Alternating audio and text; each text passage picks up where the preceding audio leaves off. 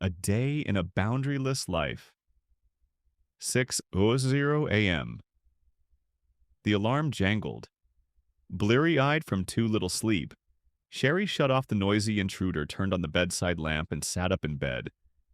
Looking blankly at the wall, she tried to get her bearings. Why am I dreading this day, Lord? Didn't you promise me a life of joy? Then, as the cobwebs left her mind, Sherry remembered the reason for her dread: the 4:30 meeting with Todd's third-grade teacher. The phone call returned to her memory. Sherry, this is Gene Russell. I wonder if we could meet about Todd's performance and his behavior. Todd couldn't keep still and listen to his teachers. He didn't even listen to Sherry and Walt. Todd was such a strong-willed child, and she didn't want to quench his spirit. Wasn't that more important? Well, no time to worry about all that, Sherry said to herself, raising her 35-year-old body off the bed and padding to the shower. I've got enough troubles to keep me busy all day. Under the shower, Sherry's mind moved out of first gear. She began mentally ticking off the day's schedule. Todd 9 and Amy 6 would have been a handful, even if she wasn't a working parent. Let's see. Fix breakfast, pack 2 lunches, and finish sewing Amy's costume for the school play. That will be a trick, finishing sewing the costume before the carpool picks her up at 7:45 a.m. Sherry thought regretfully about last night. She'd planned to work on Amy's costume, then using her talents to make a special day for her little girl. But her mother had dropped over unexpectedly. Good manners dictated that she play hostess, and another evening was shot. The memories of her attempts to salvage the time weren't pretty. Trying to be diplomatic, Sherry artfully told her mother, "You can't imagine how much I enjoy your surprise visits, Mom. But I was wondering, would you mind if I work on Amy's costume while we talk?" Sherry cringed inwardly, correctly anticipating her mother's response. "Sherry, you know, I'd be the last to intrude on your time with your family." Sherry's mother, widowed for 12 years, had elevated her widowhood to the status of martyrdom. I mean, since your father died, it's been such an empty time. I still miss our family. How could I deprive you of that for yourself? I'll bet I find out how Sherry thought to herself. That's why I can understand why you don't bring Walt and the children to see me much anymore. How could I be entertaining? I'm just a lonely old lady who gave her entire life to her children. Who would want to spend any time with me? No, Mom. No, no. No. Sherry quickly joined the emotional minuet she and her mom had been dancing for decades. That's not what I meant at all. I mean, it's so special having you over. Goodness knows with our schedule we'd like to visit more, but we just haven't been able to. That's why I'm so glad you took the initiative, Lord. Don't strike me dead for this little lie, she prayed silently. In fact, I can do the costume any old time, Sherry said. Forgive me for this lie, too. Now why don't I make us some coffee? Her mother sighed. All right if you insist. But I'd just hate to think I'm intruding. The visit lasted well into the night. By the time her mother left, Sherry felt absolutely crazy, but she justified it to herself. At least I've helped make her lonely day a little brighter. Then a pesky voice piped up. If you helped so much, why was she still talking about her loneliness when she left, trying to ignore the thought Sherry went to bed? 6:45 a.m. Sherry returned to the present. No use crying over spilt time, I guess she mumbled to herself as she struggled to close the zipper of her black linen skirt. Her favorite suit had become, as many others had, too tight. Middle age spread so soon, she thought. This week I really have to go on a diet and start exercising. The next hour was, as usual, a disaster. The kids whined about getting out of bed, and Walt complained, "Why is it so hard to get the kids to the table on time?" 7:45 a.m. Miraculously, the kids made it to their rides. Walt left for work, and Sherry went out and locked the front door after her. Taking a deep breath, she prayed silently. Lord, I'm not looking forward to this day. Give me something to hope for. In her car, she finished applying her makeup at traffic stops. Thank the Lord for long red lights. 8:45 a.m. rushing into McAllister Enterprises where she worked as a human resources director. Sherry glanced at her watch. Only a few minutes late. Maybe by now her colleagues understood that being late was a way of life for her and did not expect her to be on time. She was wrong. They'd started the weekly executive meeting without her. Sherry tried to tiptoe in without being noticed, but every eye was on her as she struggled into her seat. Glancing around, she gave a fleeting smile and muttered something about that crazy traffic. 11:59 a.m. The rest of Sherry's morning proceeded fairly well. A gifted advocate and problem solver, Sherry was loved by the staff she served, and a valuable asset to McAllister. The only hitch came just before lunch. Her desk phone rang. Sherry Phillips. Sherry, thank goodness you're there. I don't know what I'd have done if you'd been at lunch. There was no mistaking this voice. Sherry had known Lois Townsend since grade school. Lois was thin-skinned, perpetually anxious, and seemingly always in crisis. Sherry tried to make herself available to Lois to be there for her, but Lois never reciprocated. When Sherry occasionally mentioned her own struggles, Lois either changed the subject back to herself or had some reason to leave. Sherry genuinely loved Lois and was concerned about her problems, but she also resented the imbalance in their friendship. As always, Sherry felt guilty when she thought about her anger at Lois.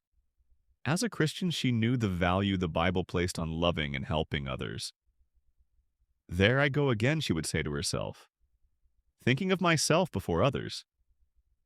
Please, Lord, let me give to Lois freely and not be so self-centered. Sherry asked, What's the matter, Lois? It's horrible, just horrible, Lois said. Anne was sent home from school today. Tom was denied his promotion and my car gave out on the freeway. This is what my life's like every day. Sherry thought to herself, feeling the resentment rising. However, she merely said, Lois, you poor thing. How are you coping with all of this? Lois was happy to answer Sherry's question in great detail, so much detail that Sherry missed half her lunch break consoling her friend. Well, she thought fast food's better than no food. Sitting at the drive-thru waiting for her chicken burger, Sherry thought about Lois. If all my listening, consoling, and advice had made any difference over the years, maybe it would be worth it.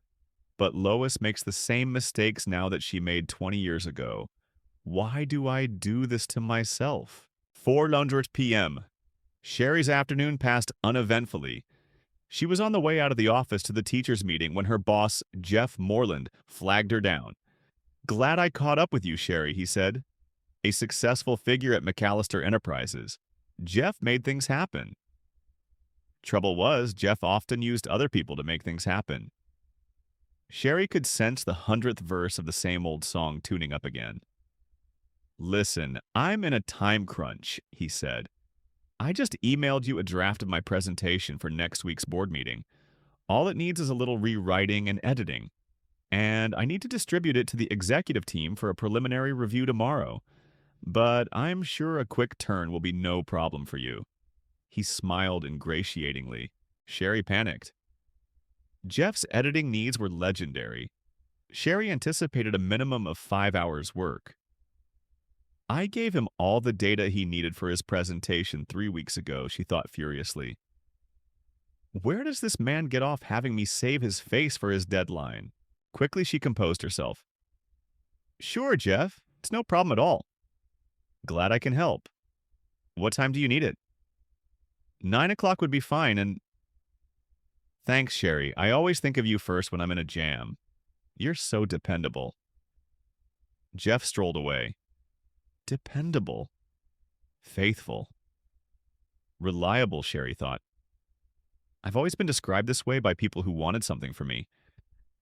Sounds like a description of a good mule. Suddenly the guilt hit again. There I am, getting resentful again. Lord, help me bloom where I'm planted. But secretly she found herself wishing she could be transplanted to another flower pot. 4:30 p.m. Jean Russell was a competent teacher, one of many in the profession who understood the complex factors beneath a child's problem behavior. The meeting with Todd's teacher began as so many before Minus Walt. Todd's father hadn't been able to get off work, so the two women talked alone. He's not a bad child, Mrs. Russell reassured her. Todd is a bright, energetic boy. When he minds, he's one of the most enjoyable kids in the class. Sherry waited for the axe to fall. Just get to the point, Jean. I have a problem child, don't I? What's new? I have a problem life to go with it. Sensing Sherry's discomfort, the teacher pressed ahead. The problem is that Todd doesn't respond well to limits. For example, during our task period when children work on individual assignments, Todd has great difficulty. He gets up from his desk, pesters other kids, and won't stop talking. When I mention to him that his behavior is inappropriate, he becomes enraged and obstinate. Sherry felt defensive about her only son. Maybe Todd has an attention deficit problem, or he's hyperactive. Mrs. Russell shook her head. When Todd's second-grade teacher wondered about that last year's psychological testing, ruled that out. Todd stays on task very well when he's interested in the subject. I'm no therapist, but it seems to me that he's just not used to responding to rules. Now Sherry's defensiveness turned from Todd to herself. Are you saying this is some sort of home problem? Mrs. Russell looked uncomfortable. As I said, I'm not a counselor. I just know that in third grade, most children resist rules. But Todd is off the scale. Anytime I tell him to do something he doesn't want to do, it's World War III. And since all his intellectual and cognitive testing comes out normal, I was just wondering how things were at home. Sherry no longer tried to hold back the tears. She buried her head in her hands and wept, feeling overwhelmed with everything. Eventually, her crying subsided. I'm sorry. I guess this just hit on a bad day. Sherry rummaged in her purse for a tissue. No, it's more than that. Jean, I need to be honest with you. Your problems with him are the same as mine. Walt and I have a real struggle making Todd mind at home. When we're playing or talking, Todd is the most wonderful son I could imagine. But any time I have to discipline him, the tantrums are more than I can handle. So I guess I don't have any solutions for you. Jean nodded her head slowly. It really helps me, Sherry, to know that Todd's behavior is a problem at home too. At least now we can put our heads together on a solution. 5:15 p.m. Sherry felt strangely grateful for the afternoon rush hour traffic. At least there's no one tugging on me here, she thought. She used the time to plan around her next crises, kids' dinner, Jeff's report. And Walt. 6:30 p.m. For the fourth and last time dinner's ready? Sherry hated to scream, but what else worked? The kids and Walt always seemed to shuffle in whenever they felt like it. More often than not, dinner was cold by the time everyone finally showed up. Sherry had no clue what the problem was. She knew it wasn't the food because she was a good cook. Besides, once they got to the table, everyone inhaled it in seconds. Everyone but Amy. Watching her 6-year-old daughter sit silently picking distractedly at her food, Sherry again felt uneasy. Amy was such a lovable, sensitive child. Why was she so reserved? Amy had never been outgoing. She preferred to spend her time reading, painting, or just sitting in her bedroom thinking about stuff. Honey, what kind of stuff? Sherry would probe. Just stuff would be the usual reply. Sherry felt shut out of her daughter's life. She dreamed of mother-daughter talks, conversations for just us girls, shopping trips, but Amy had a secret place deep inside where no one was ever invited.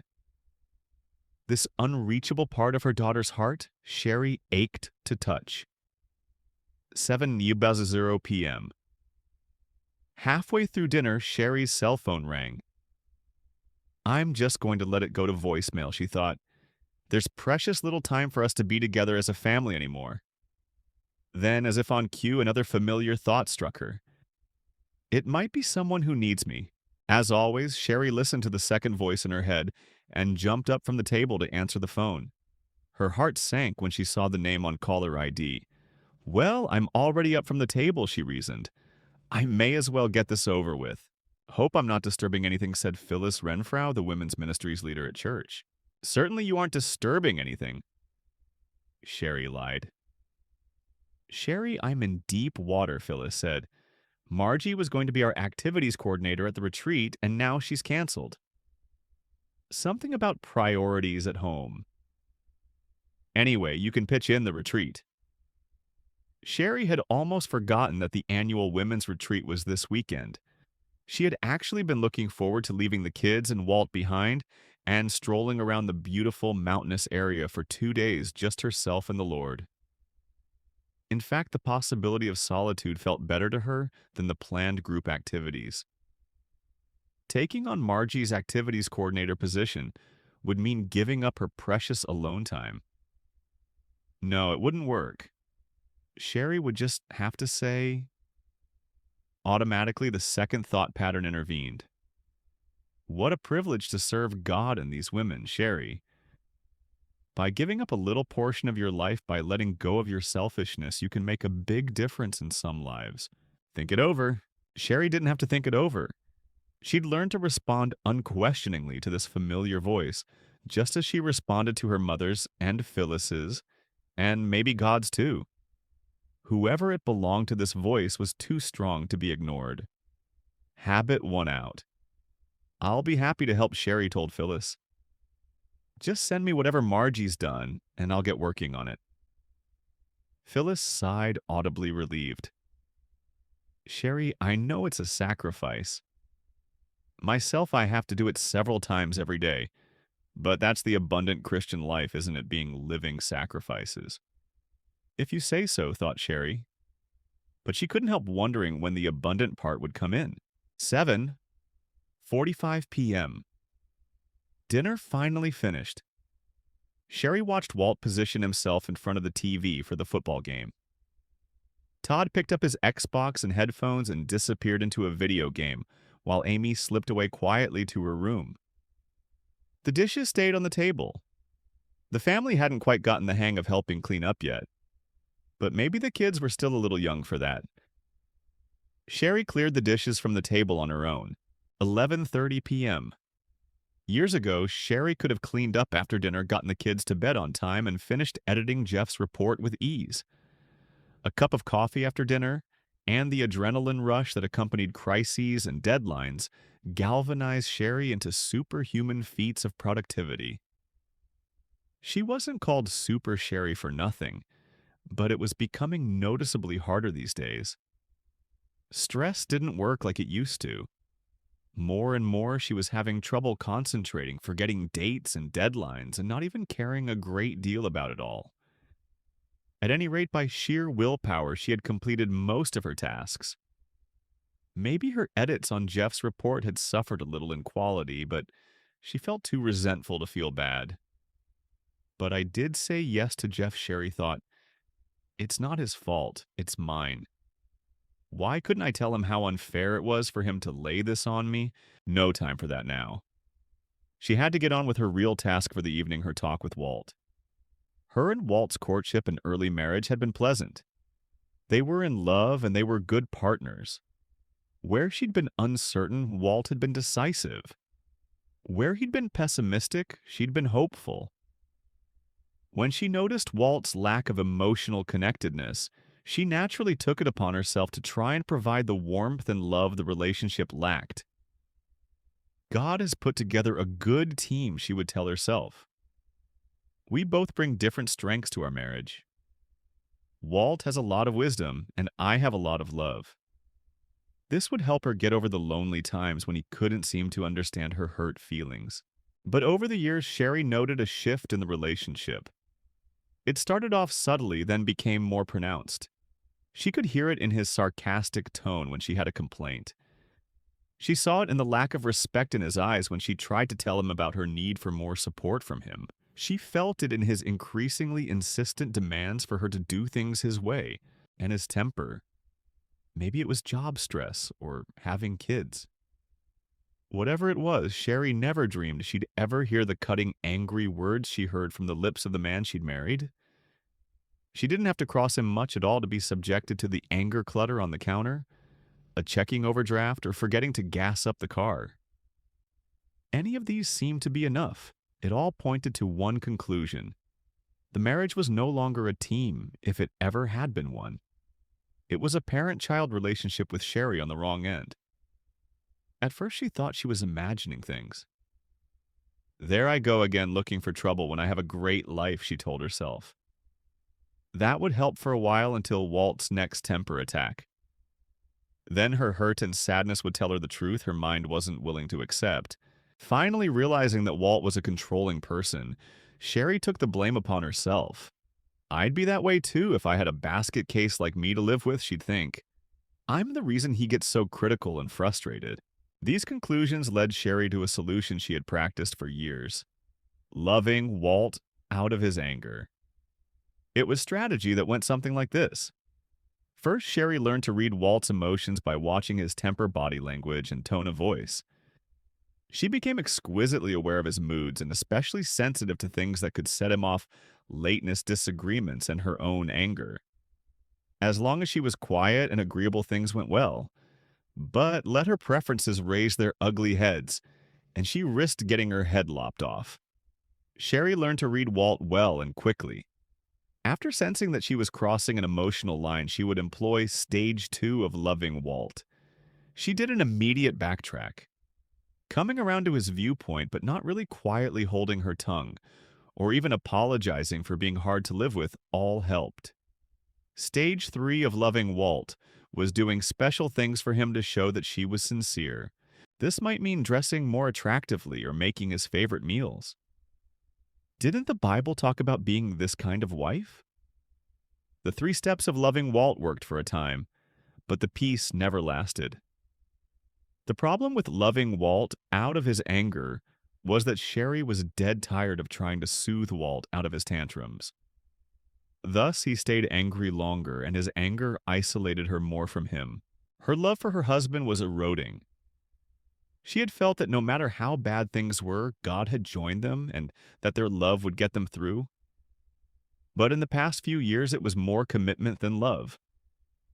When she was honest, she admitted that many times she could feel nothing at all toward Walt, but resentment and fear. And that's what tonight was all about. Things needed to change. Somehow they needed to rekindle the flames of their first love. Sherry walked into the family room. The late-night talk show host on the television screen had just finished his monologue. "Honey, can we talk?" she asked tentatively. There was no answer. Moving closer, she saw why. Walt had fallen asleep on the couch. Thinking about waking Walt up, she remembered his stinging words the last time she'd been so insensitive. She turned off the television and lights and walked to the empty bedroom. 11:50 p.m., lying in bed, Sherry couldn't tell which was greater, her loneliness or her exhaustion. Deciding it was the first, she picked up her Bible from the bedside table and opened it to the New Testament. "Give me something to hope for, Lord." "Please," she prayed silently. Her eyes fell to the words of Christ in Matthew 5:3-5. "Blessed are the poor in spirit, for theirs is the kingdom of heaven. Blessed are those who mourn, for they will be comforted. Blessed are the meek, for they will inherit the earth." "But Lord, I already feel like that." Sherry protested. "I feel poor in spirit. I mourn over my life, my marriage, my children. I try to be gentle, but I just feel run over all the time. Where is your promise? Where is your hope? Where are you?" Sherry waited in the darkened room for an answer. None came. The only sound was the quiet pit-pat of tears running off her cheeks and onto the pages of her Bible. What's the problem? Sherry tries to live her life the right way. She tries to do a good job with her marriage, her children, her job, her relationships, and her Lord. Yet it's obvious that something isn't right. Life isn't working. Sherry is in deep spiritual and emotional pain. We can probably all identify with Sherry's dilemma: her isolation, her helplessness, her confusion, her guilt, and above all, her sense that her life is out of control. Look closely at Sherry's circumstances. Parts of Sherry's life may be remarkably similar to your own. Understanding her struggle may shed light on yours. You can immediately see a few answers that don't work for Sherry. First, trying harder isn't working. Sherry expends lots of energy trying to have a successful and meaningful life. She isn't lazy. Second, being nice out of fear isn't working. Sherry's people-pleasing efforts don't seem to bring her the intimacy she needs. Third, taking responsibility for others isn't working. A master of taking care of the feelings and problems of others, Sherry feels like her life is a miserable failure. Sherry's unproductive energy, fearful niceness, and over-responsibility point to the core problem. Sherry suffers from severe difficulties in taking ownership of her life. Back in the Garden of Eden, God told Adam and Eve about ownership. Be fruitful and increase in number. Fill the earth and subdue it. Rule over the fish in the sea and the birds in the sky and over every living creature that moves on the ground. Genmarks 1:28. Made in the image of God, we were created to take responsibility for certain tasks. Part of taking responsibility or ownership is knowing what is our job and what isn't. Workers who continually take on duties that aren't theirs will eventually burn out. It takes wisdom to know what we should be doing and what we shouldn't. We can't do everything. Sherry has great difficulty in knowing what things are her responsibility and what aren't. In her desire to do the right thing or to avoid conflict, she ends up taking on problems that God never intended her to take on. Her mother's chronic loneliness, her boss's irresponsibility, her friend's unending crises, her church leader's guilt-ridden message of self-sacrifice, and her husband's immaturity. And her problems don't end there. Sherry's inability to say no has significantly affected her son's ability to delay gratification and behave himself in school. And in some way, this inability may be driving her daughter to withdraw. Any confusion of responsibility and ownership in our lives is a problem of boundaries. Just as homeowners set physical property lines around their land, we need to set mental, physical, emotional, and spiritual boundaries for our lives to help us distinguish what is our responsibility and what isn't. As we see in Sherry's many struggles, the inability to set appropriate boundaries at appropriate times with the appropriate people can be very destructive. And this is one of the most serious problems facing Christians today. Many sincere, dedicated believers struggle with tremendous confusion about when it is biblically appropriate to set limits. When confronted with their lack of boundaries, they raise good questions. 1. Can I set limits and still be a loving person? 2. What are legitimate boundaries? 3. What if someone is upset or hurt by my boundaries? 4. How do I answer someone who wants my time, love, energy, or money? 5. Why do I feel guilty or afraid when I consider setting boundaries? 6. How do boundaries relate to mutual submission within marriage? 7. Aren't boundaries selfish? Misinformation about the Bible's answers to these issues has led to much wrong teaching about boundaries.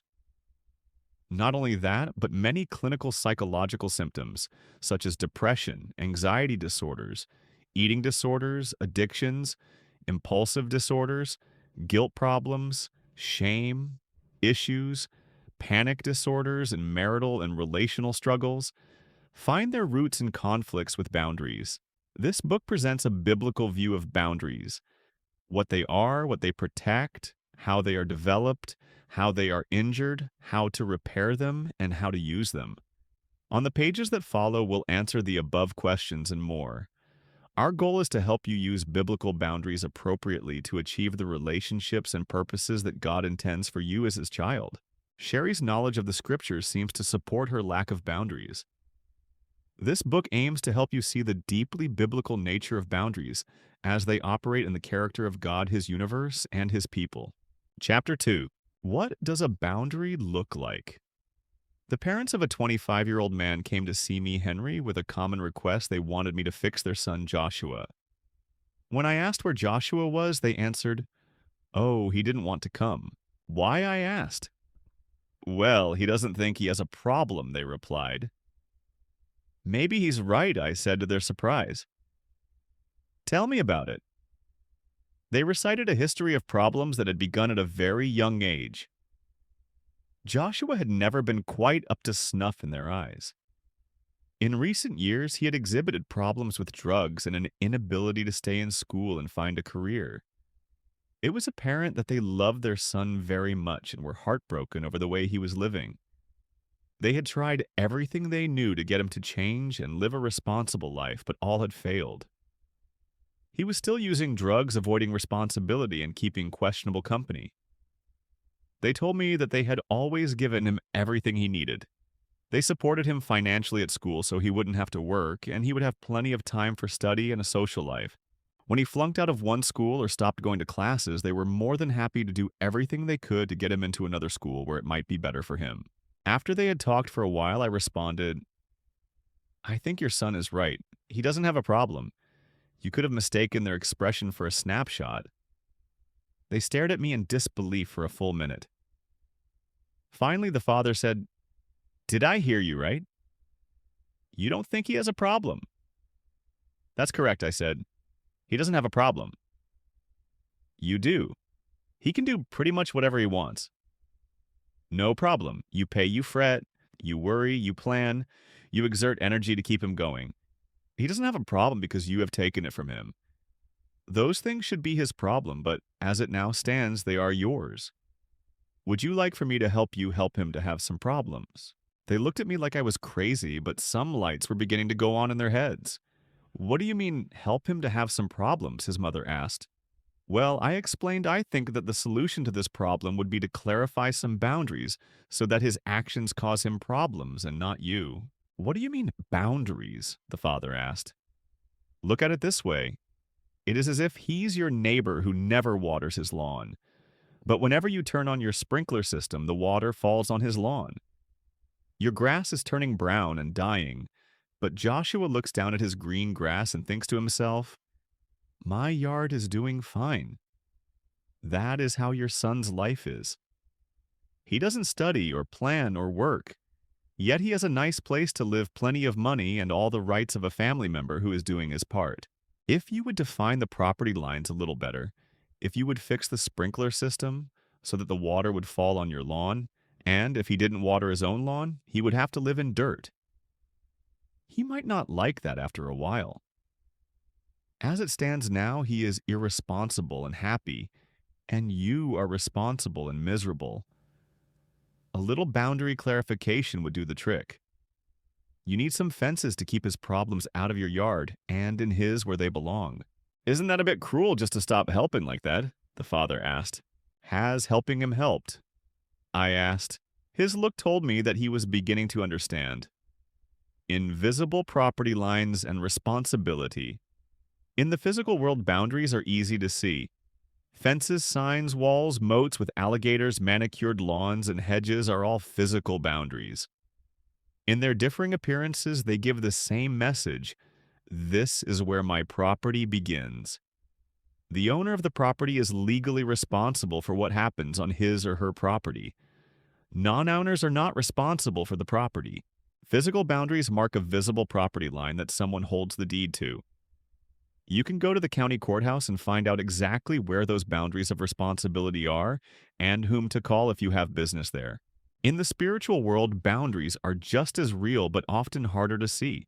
The goal of this chapter is to help you define your intangible boundaries and to recognize them as an ever-present reality that can increase your love and save your life. In reality, these boundaries define your soul and they help you to guard it and maintain it.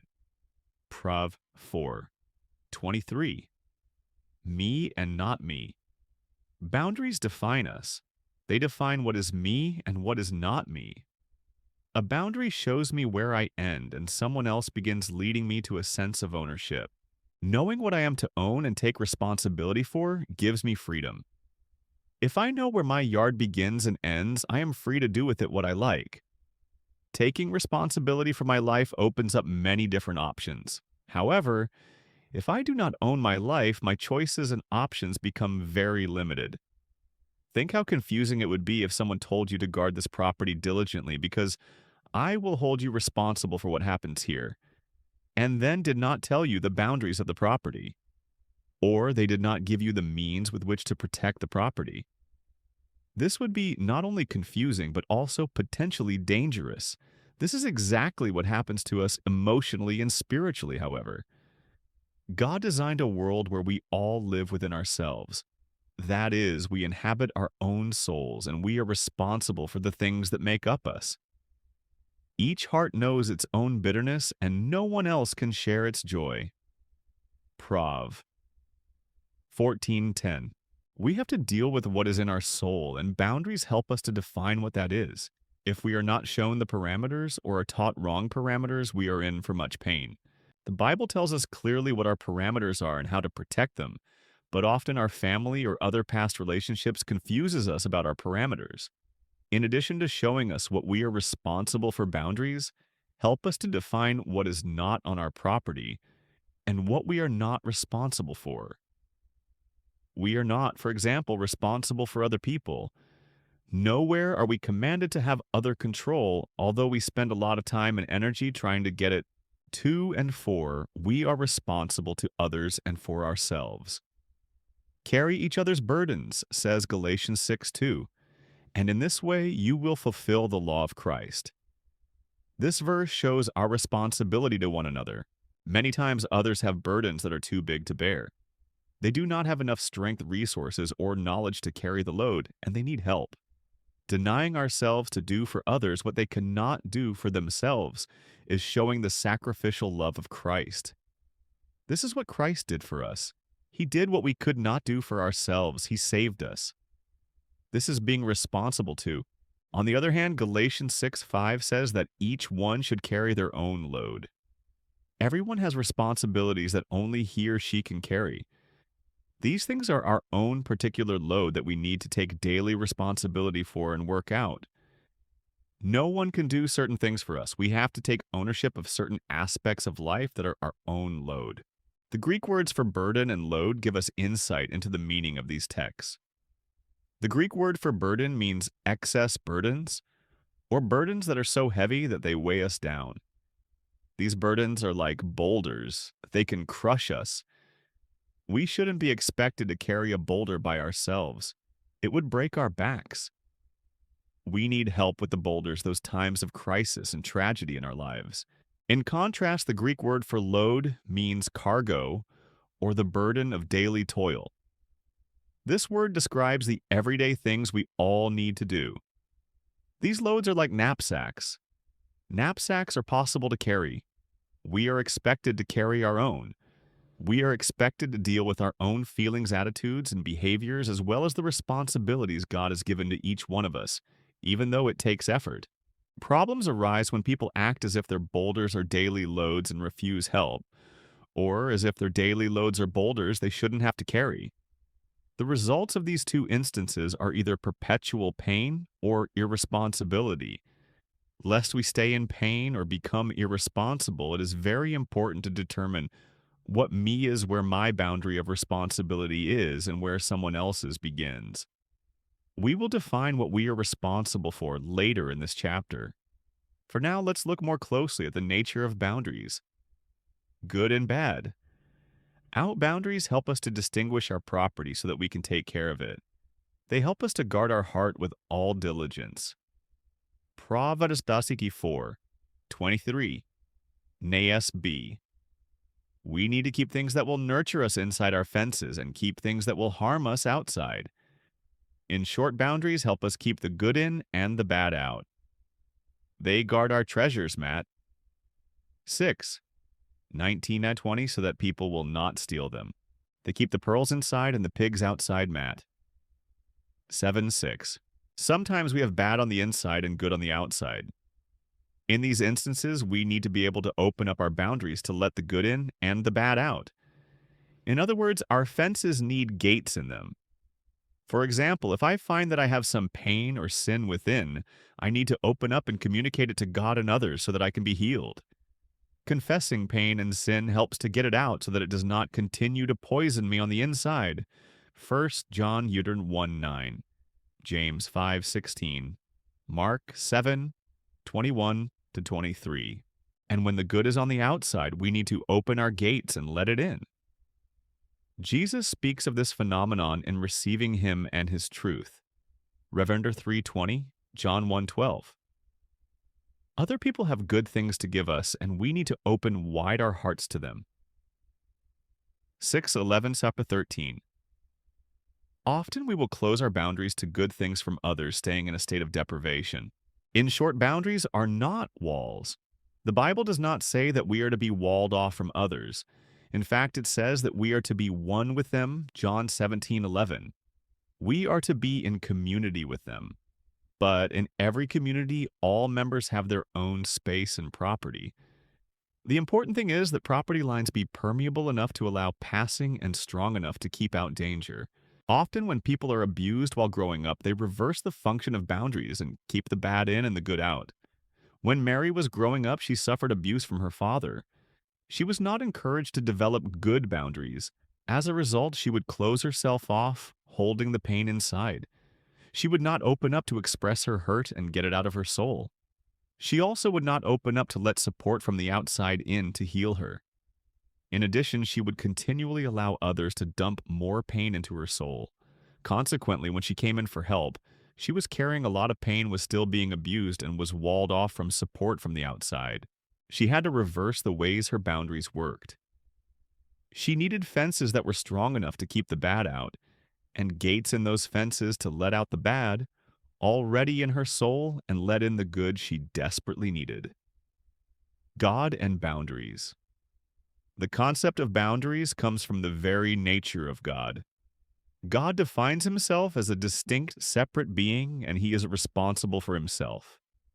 He defines and takes responsibility for his personality by telling us what he thinks, feels, plans, allows, will not allow, likes, and dislikes. He also defines himself as separate from his creation and from us. He differentiates himself from others. He tells us who he is and who he is not. For example, he says that he is love and that he is not darkness. 1 John 4:16, 1:6. In addition, he has boundaries within the Trinity. The Father, the Son, and the Spirit are one, but at the same time, they are distinct persons with their own boundaries. Each one has his own personhood and responsibilities, as well as a connection with and love for one another. John 17:24. God also limits what he will allow in his yard. He confronts sin and allows consequences for behavior. He guards his house and will not allow evil things to go on there. He invites people in who will love him, and he lets his love flow outward to them at the same time. The gates of his boundaries open and close appropriately. In the same way he gave us his likeness, Genmar 1:26, he gave us personal responsibility within limits. He wants us to rule over the earth and to be responsible stewards over the life he has given us. To do that, we need to develop boundaries like God's. Examples of boundaries. Boundaries are anything that helps to differentiate you from someone else or shows where you begin and end. Here are some examples of boundaries. Skin. The most basic boundary that defines you is your physical skin. People often use this boundary as a metaphor for saying that their personal boundaries have been violated. He really gets under my skin. Your physical self is the first way that you learn that you are separate from others. As an infant, you slowly learn that you are different from the mother or father who cuddles you. The skin boundary keeps the good in and the bad out. It protects your blood and bones, holding them on the inside and all together. It also keeps germs outside, protecting you from infection. At the same time, skin has openings that let the good like food in and the bad like waste products out. Victims of physical and sexual abuse often have a poor sense of boundaries. Early in life, they were taught that their property did not really begin at their skin. Others could invade their property and do whatever they wanted. As a result, they have difficulty establishing boundaries later in life. Words. In the physical world, a fence or some other kind of structure usually delineates a boundary. In the spiritual world, fences are invisible. Nevertheless, you can create good protective fences with your words. The most basic boundary-setting word is no. It lets others know that you exist apart from them and that you are in control of you. Being clear about your no and your yes is a theme that runs throughout the Bible, Matt. 5:37, James 5:12. No is a confrontational word. The Bible says that we are to confront people we love saying no. That behavior is not okay. I will not participate in that. The word no is also important in setting limits on abuse. Many passages of Scripture urge us to say no to others' sinful treatment of us, Matt. 18:15-20. The Bible also warns us against giving to others reluctantly or under compulsion. Cornersakis 9:7. People with poor boundaries struggle with saying no to the control pressure demands and sometimes the real needs of others. They feel that if they say no to someone, they will endanger their relationship with that person, so they passively comply but inwardly resent. Sometimes a person is pressuring you to do something. Other times the pressure comes from your own sense of what you should do. If you cannot say no to this external or internal pressure, you have lost control of your property and are not enjoying the fruit of self-control. Your words also define your property for others as you communicate your feelings, intentions, or dislikes. It is difficult for people to know where you stand when you do not use words to define your property. God does this when He says, I like this and I hate that, or I will do this and I will not do that. Your words let people know where you stand and thus give them a sense of the edges that help identify you. I don't like it when you yell at me gives people a clear message about how you conduct relationships and lets them know the rules of your yard. Truth. Knowing the truth about God and His property puts limits on you and shows you His boundaries. Realizing the truth of His unchangeable reality helps you to define yourself in relation to Him. When He says that you will reap what you sow, gal. 6. 7, for example, you either define yourself in relation to that reality or continue to get injured if you try to go against it. To be in touch with God's truth is to be in touch with reality, and to live in accord with that reality makes for a better life. 2:45. Satan is the great distorter of reality. Recall in the garden when he tempted Eve to question God's boundaries and His truth. The consequences were disastrous. There's always safety in the truth, whether it be knowing God's truth or knowing the truth about yourself. Many people live scattered and tumultuous lives trying to live outside of their own boundaries, not accepting and expressing the truth of who they are. Honesty about who you are gives you the biblical value of integrity or oneness. Geographical distance. Proverbs 22:3 says that the prudent see danger and take refuge. Sometimes physically removing yourself from a situation will help maintain boundaries.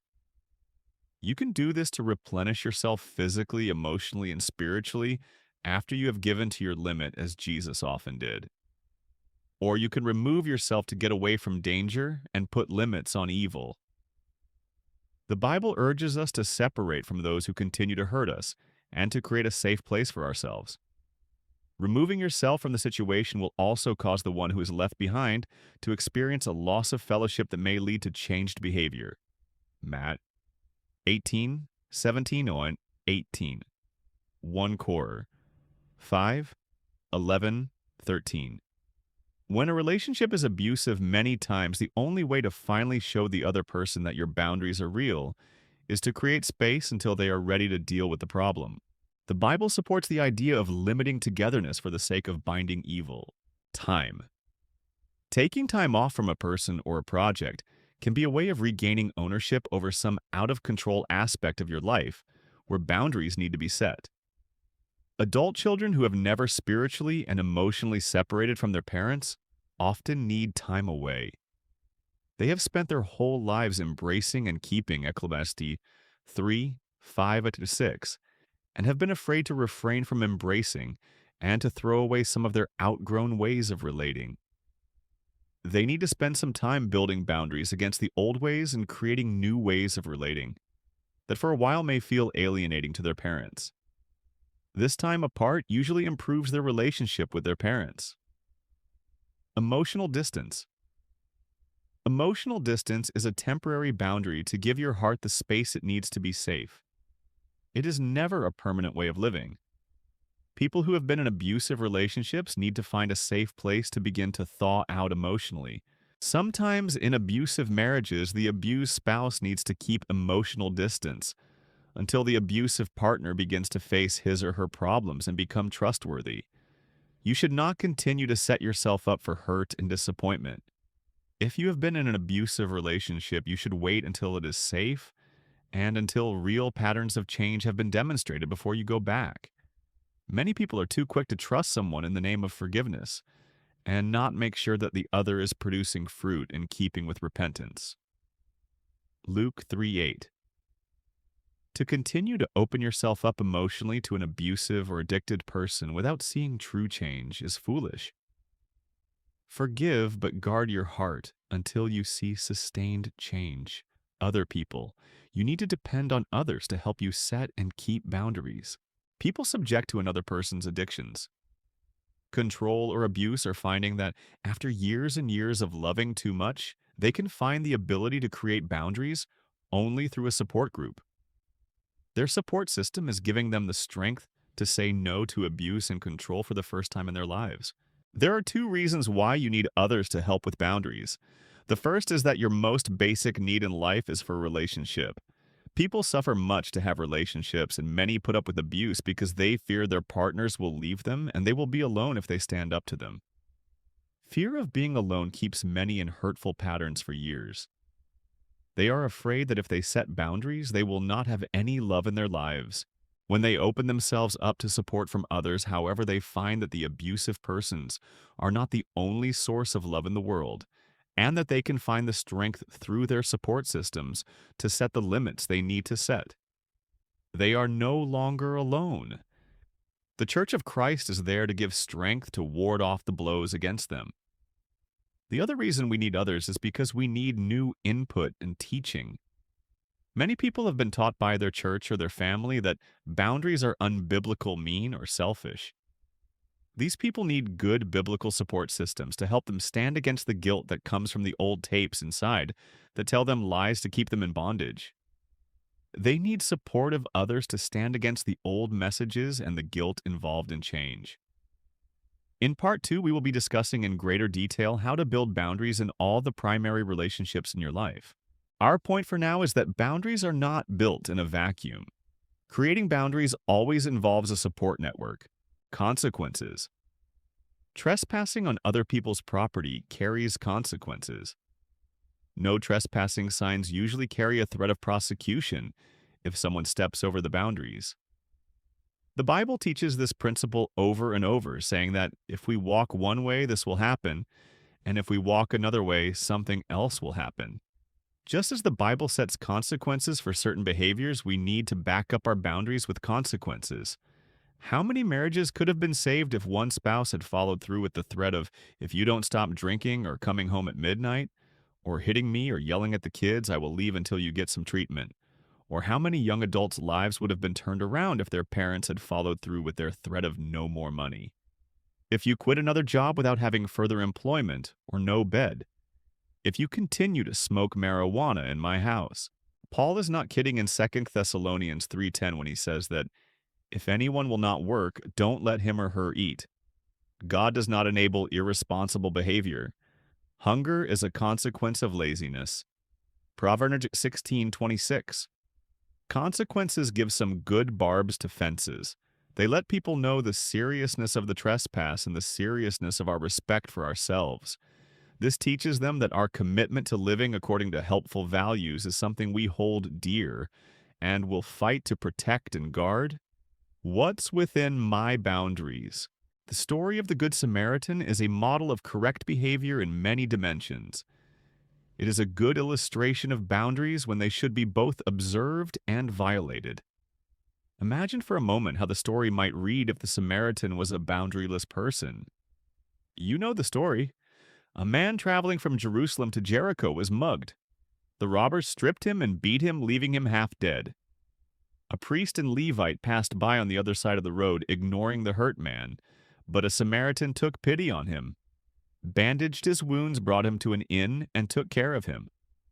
The next day, the Samaritan gave the innkeeper some money and said, "Look after him, and when I return, I will reimburse you for any extra expense you may have." Luke 10:35. Let's depart from the familiar story here. Suppose the injured man wakes up at this point in the story and says, "What, you're leaving?"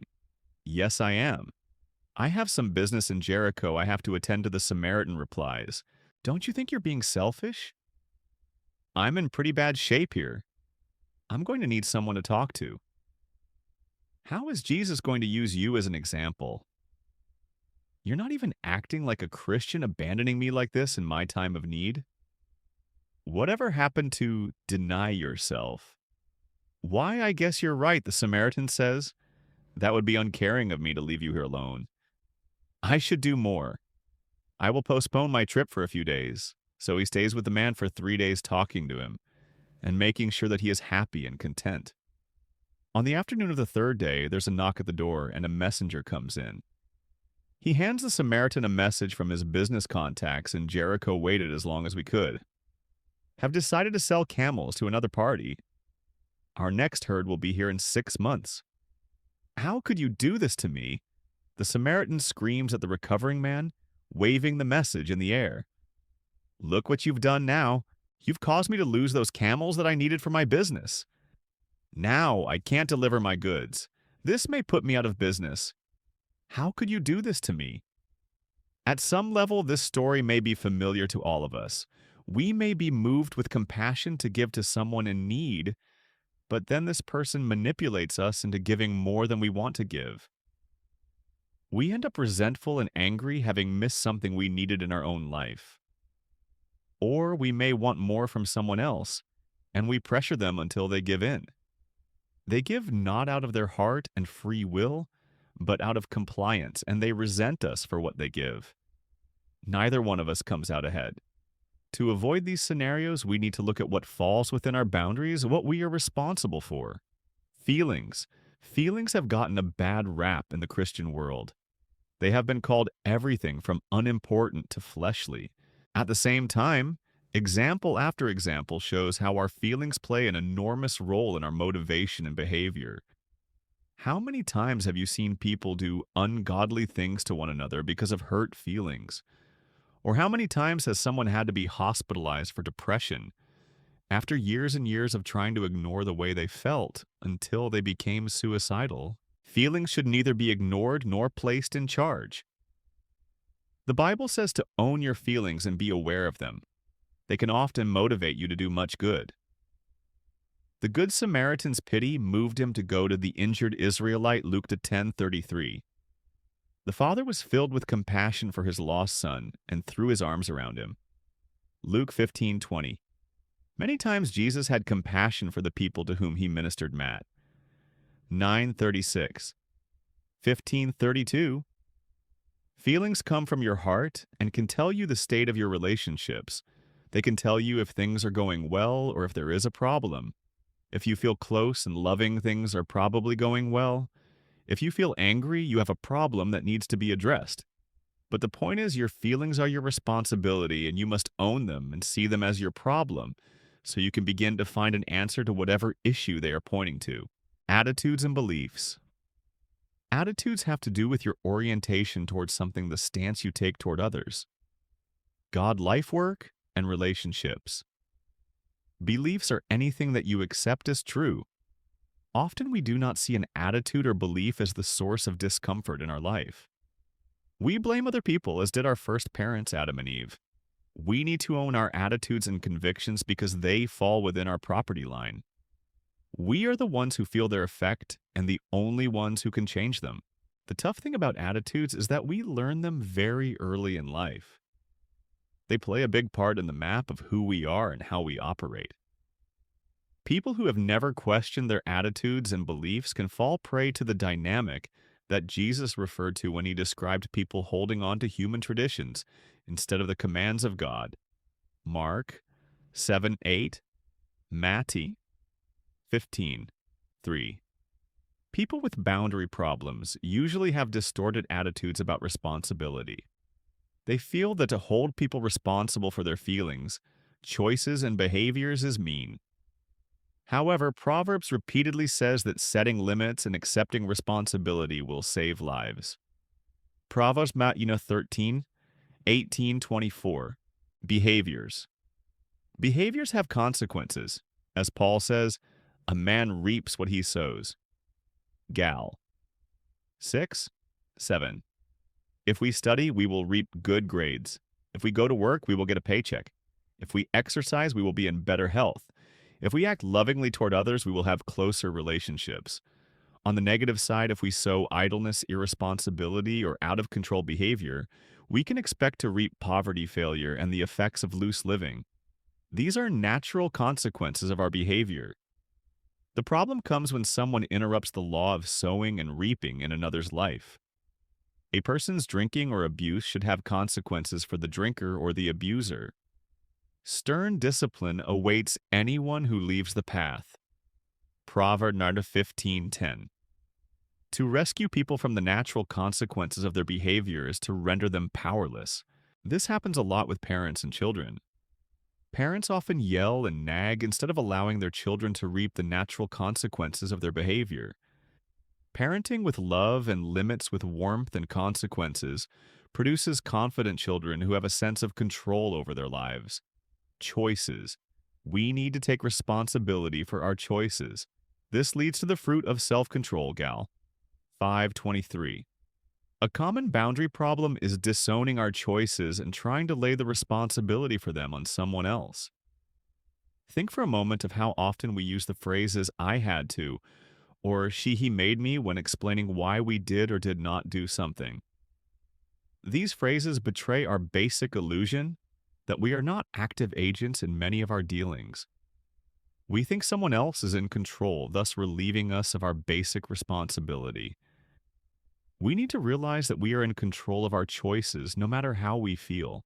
Doing so keeps us from making choices to give reluctantly or under compulsion. As 2 Corinthians 9:7 says, Paul would not even accept a gift that he felt was given because the giver felt he had to give it. He once sent back a gift so that any favor you do would not seem forced but would be voluntary. Philem 1:14. Joshua said the same thing to the people in his famous choice verse. But if serving the Lord seems undesirable to you, then choose for yourselves this day whom you will serve. Josh 24:15 emphasis added. The landowner in Jesus' parable of the workers in the vineyard said a similar thing to the worker who was angry about the wage for which he had agreed to work. I am not being unfair to you, friend. Didn't you agree to work for a denarius, Matt? 20:13. The man had made a free choice to work for a certain amount and was angry because someone who had worked fewer hours had gotten the same wage. Another example is the prodigal son's brother who had chosen to stay home and serve, and then was resentful. Not satisfied with his choice, he needed to be reminded that he made a choice to stay home. Throughout the scriptures, people are reminded of their choices and asked to take responsibility for them. Like Paul says, if we choose to live by the Spirit, we will live. If we choose to follow our sinful nature, we will die. Rome 8:13. Making decisions based on others' approval or on guilt breeds resentment, a product of our sinful nature. We have been so trained by others on what we should do that we think we are being loving when we do things out of compulsion. Setting boundaries inevitably involves taking responsibility for your choices. You are the one who makes them. You are the one who must live with their consequences. And you are the one who may be keeping yourself from making the choices you could be happy with. Values. What we value is what we love and assign importance to. Often we do not take responsibility for what we value. We are caught up in valuing the approval of other human beings rather than the approval of God. John 12:43. Because of this misplaced value, we miss out on life. We think that power, riches, and pleasure will satisfy our deepest longing, which is really for love. When we take responsibility for out-of-control behavior caused by loving the wrong things or valuing things that have no lasting value, when we confess that we have a heart that values things that will not satisfy, we can receive help from God and His people to create a new heart within us. Boundaries help us not to deny but to own our old hurtful values so God can change them. Limits. Two aspects of limits stand out when it comes to creating better boundaries. The first is setting limits on others. This is the component that we most often hear about when we talk about boundaries. In reality, setting limits on others is a misnomer. We can't do that. What we can do is set limits on our own exposure to people who are behaving poorly. We can't change them or make them behave right. Our model is God. He does not really set limits on people to make them behave. God sets standards, but he lets people be who they are, and then separates himself from them when they misbehave, saying in effect, you can be that way if you choose, but you cannot come into my house. Heaven is a place for the repentant and all are welcome. But God limits his exposure to evil, unrepentant people, as should we. Scripture is full of admonitions to separate ourselves from people who act in destructive ways, Matt. 18:15-17, 1 Corinthians 5:9-13. We are not being unloving. Separating ourselves protects love because we are taking a stand against things that destroy love. The other aspect of limits that is helpful when talking about boundaries is setting our own internal limits. We need to have spaces inside ourselves where we can have a feeling, an impulse, or a desire without acting it out. We need self-control without repression. We need to be able to say no to ourselves. This includes both our destructive desires and some good ones that are not wise to pursue at a given time. Internal structure is a very important component of boundaries and identity, as well as ownership, responsibility, and self-control, resources, and gifts.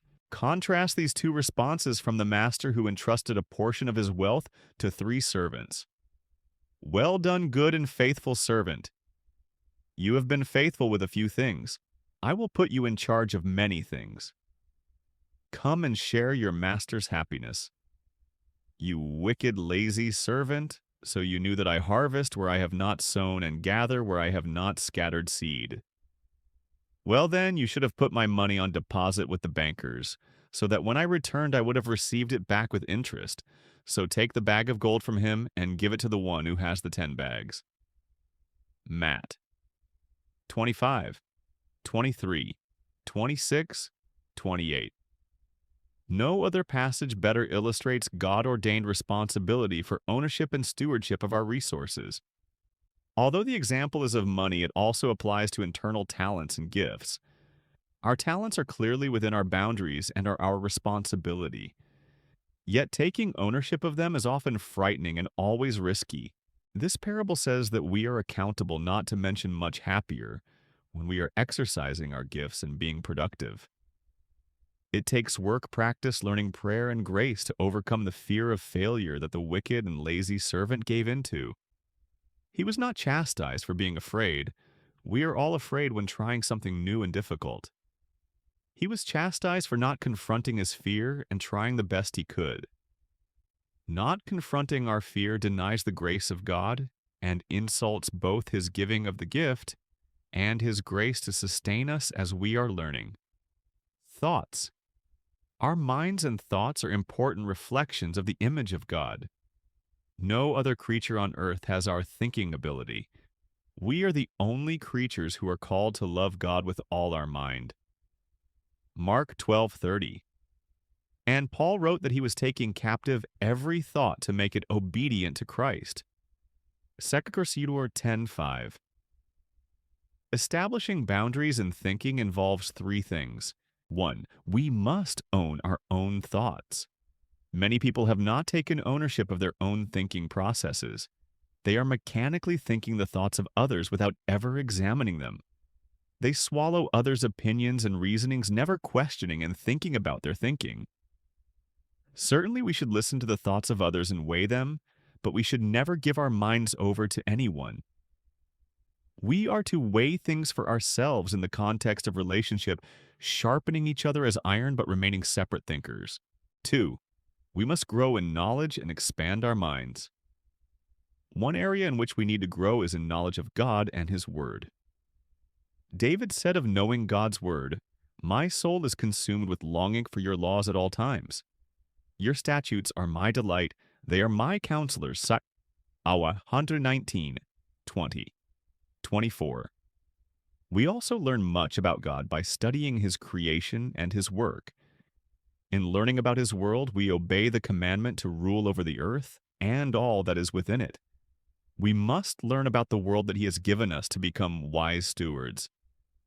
Whether we are doing brain surgery, balancing our checkbook, or raising children, we are to use our brains to have better lives and glorify God.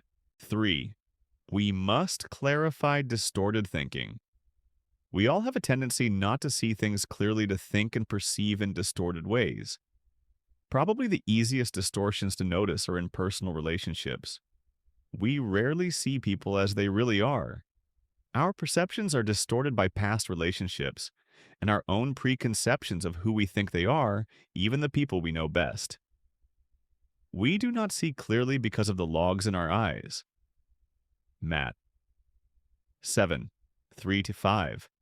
NLT. Taking ownership of our thinking and relationships requires being active and checking out where we may be wrong. As we assimilate new information, our thinking adapts and grows closer to reality. Also, we need to make sure that we are communicating our thoughts to others. Many people think that others should be able to read their minds and know what they want. This leads to frustration. Even Paul says, "For who knows a person's thoughts except their own spirit within them?" Cornelius 2:11. What a great statement about boundaries. We have our own thoughts, and if we want others to know them, we must tell them. Desires. Our desires lie within our boundaries. Each of us has different desires and wants, dreams and wishes, goals and plans, hungers and thirsts. We all want to satisfy me. But why are there so few satisfied me's around? Part of the problem lies in the lack of structured boundaries within our personality. We can't define who the real me is and what we truly desire. Many desires masquerade as the real thing. They are lusts that come out of not owning our real desires. For example, many sex addicts are looking for sexual experiences, but what they really desire is love and affection. James writes about this problem of not owning and seeking our real desires with pure motives. You desire but do not have, so you kill. You covet but you cannot get what you want, so you quarrel and fight. You do not have because you do not ask God. When you ask, you do not receive because you ask with wrong motives, that you may spend what you get on your pleasures. James 4:2-3. We often do not actively seek our desires from God, and those desires are mixed up with things that we do not really need. God is truly interested in our desires. He made them. Consider the following. You have granted him his heart's desire, and have not withheld the request of his lips. You came to greet him with rich blessings and placed a crown of pure gold on his head. It's 21:2-3. Take delight in the Lord, and he will give you the desires of your heart. 37:4. He fulfills the desires of those who fear him. 145:19. God loves to give gifts to his children, but he is a wise parent. He wants to make sure his gifts are right for us. To know what to ask for, we have to be in touch with who we really are and our real motives. If we are wanting something to feed our pride or to enhance our ego, it's doubtful that God is interested in giving it to us. But if it would be good for us, he's very interested. We are also commanded to play an active role in seeking our desires. Phil 2:12-13. Egesielians 11:9. Matti 7:7-11. We need to own our desires and pursue them to find fulfillment in life. The desire accomplished is sweet to the soul. Pravasarni 13:19 KJV, but it sure is a lot of work. Love. Our ability to give and respond to love is our greatest gift. The heart that God has fashioned in his image is the center of our being. Its abilities to open up to love and to allow love to flow outward are crucial to life. Many people have difficulty giving and receiving love because of hurt and fear. Having closed their heart to others, they feel empty and meaningless. The Bible is clear about both functions of the heart, the receiving of grace and love inward and the flow outward. Listen to how the Bible tells how we should love the Lord your God with all your heart and with all your soul and with all your mind. Love your neighbor as yourself at 22, 37, 39, and how we should receive love. We have spoken freely to you, Corinthians, and opened wide our hearts to you. We are not withholding our affection from you, but you are withholding yours from us. As a fair exchange, I speak as to my children, open wide your hearts also. 2 Corinthians 6, 11-13. Our loving heart, like our physical one, needs an inflow as well as an outflow of lifeblood. And like its physical counterpart, our heart is a muscle, a trust muscle. This trust muscle needs to be used and exercised. If it is injured, it will slow down or weaken. We need to take responsibility for this loving function of ourselves and use it. Both love concealed and love rejected can kill us. Many people do not take ownership for how they resist love. They have a lot of love around them, but do not realize that their loneliness is a result of their own lack of responsiveness.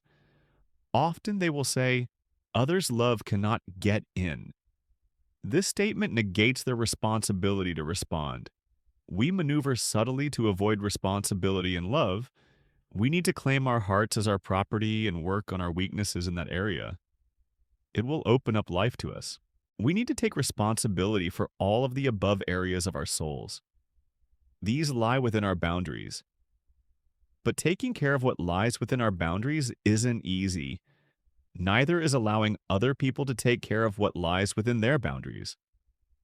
Setting boundaries and maintaining them is hard work. But as you'll see in the next chapter, boundary problems take some very recognizable shapes. Chapter 3, Boundary Problems. Following a day-long seminar that we were leading on boundaries, a woman raised her hand and said, "I understand that I have boundary problems, but my estranged husband is the one who had an affair and took all our money. Doesn't he have a problem with boundaries?" It's easy to misunderstand boundaries. At first glance, it seems as if the individual who has difficulty setting limits is the one who has the boundary problem.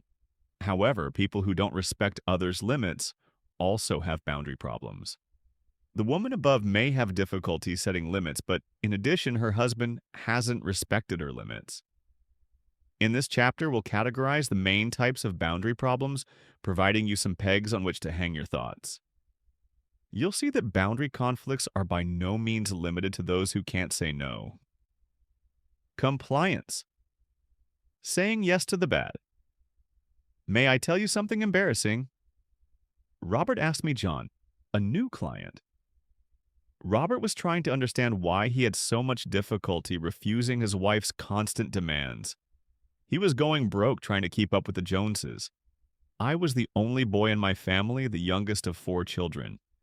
There was a strange double standard in my house involving physical fighting. Robert cleared his throat, struggling to continue. My sisters were 3 to 7 years older than me. Until I was in 6th grade, they were a lot bigger and stronger. They'd take advantage of their size and strength and wail on me until I was bruised. I mean, they really hurt me. The strangest part of it all was my parents' attitude. They'd tell us, "Robert is the boy. Boys don't hit girls. It's bad manners." Bad manners I was getting triple teamed and fighting back was bad manners. Robert stopped. His shame kept him from continuing, but he'd said enough. He had unearthed part of the reason for his conflicts with his wife. When parents teach children that setting boundaries or saying no is bad, they are teaching them that others can do with them as they wish. They are sending their children defenseless into a world that contains much evil. Evil in the form of controlling, manipulative, and exploitative people. Evil in the form of temptations. To feel safe in such an evil world, children need to have the power to say things like these: "No, I disagree. I will not. I choose not to. Stop that. It hurts. It's wrong. That's bad. I don't like it when you touch me there." Blocking a child's ability to say no handicaps that child for life. Adults with handicaps like Robert's have this first boundary injury: they say yes to bad things. This type of boundary conflict is called compliance. Compliant people have fuzzy and indistinct boundaries. They melt into the demands and needs of other people. They can't stand alone distinct from people who want something from them. Compliance, for example, pretend to like the same restaurants and movies their friends do, just to get along. They minimize their differences with others so as not to rock the boat. Compliants are chameleons. After a while, it's hard to distinguish them from their environment. The inability to say no to the bad is pervasive. Not only does it keep us from refusing evil in our lives, it often keeps us from recognizing evil. Many compliant people realize too late that they're in a dangerous or abusive relationship. Their spiritual and emotional radar is broken. They have no ability to guard their hearts. Prov. 4:23. This type of boundary problem paralyzes people's no muscles. Whenever they need to protect themselves by saying no, the word catches in their throats. This happens for a number of different reasons. Fear of hurting the other person's feelings, fear of abandonment and separateness, a wish to be totally dependent on another, fear of someone else's anger, fear of punishment, fear of being shamed, fear of being seen as bad or selfish, fear of being unspiritual, fear of one's over-strict critical conscience. This last fear is actually experienced as guilt. People who have an over-strict critical conscience will condemn themselves for things God Himself doesn't condemn them for. As Paul says, since their conscience is weak, it is defiled. Sir Quarter 8:7. Afraid to confront their unbiblical and critical internal parent, they tighten appropriate boundaries. When we give in to guilty feelings, we are complying with a harsh conscience. This fear of disobeying the harsh conscience translates into an inability to confront others as saying yes to the bad because it would cause more guilt. Biblical compliance needs to be distinguished from this kind of compliance. Matthew 9:13 says that God desires compassion and not sacrifice, nas b. In other words, God wants us to be compliant from the inside out. Compassionate, not compliant on the outside, and resentful on the inside, sacrificial. Compliants take on too many responsibilities and set too few boundaries, not by choice, but because they are afraid. Avoidance. Saying no to the good. The living room suddenly became very quiet. The Bible study group that had been meeting at the Craig's house for 6 months had suddenly become more intimate. Tonight, the 5 couples began to share real struggles in their lives, not just the usual "please pray for Aunt Sarah" requests. Tears were shed and genuine support, not just well-meaning advice, was offered. Everyone except the hostess, Rachel Henderson, had taken a turn talking. Rachel had been the driving force behind the formation of the Bible study. She and her husband Joe had developed the format, invited the other couples, and opened up their home to the study. Caught up in her leadership role, however, Rachel never opened up about her struggles. She shied away from such opportunities, preferring instead to help draw out others. Tonight, the others waited. Rachel cleared her throat. Looking around the room, she finally spoke. After hearing all the other problems in the room, I think the Lord is speaking to me. He seems to be saying that my issues are nothing compared to what you all deal with. It would be selfish to take up time with the little struggles I face. So, who'd like dessert? No one spoke, but disappointment was evident on each face.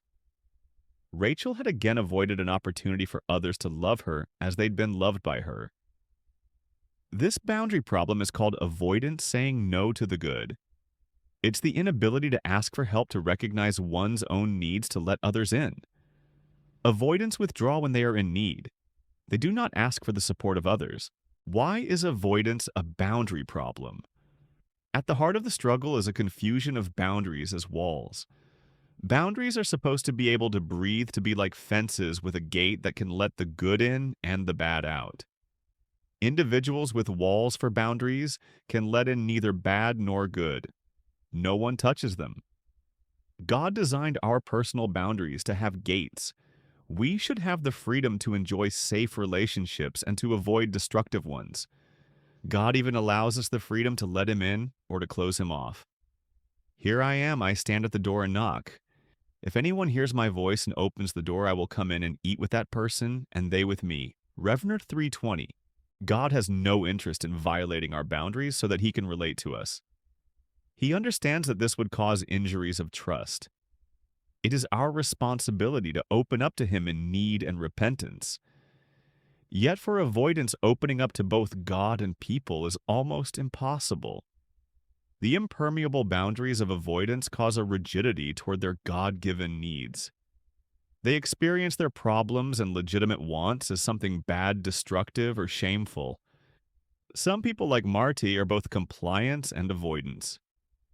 In a recent session, Marty laughed ruefully at herself. I'm beginning to see a pattern here. When someone needs 4 hours with me, I can't say no. When I need someone for 10 minutes, I can't ask for it.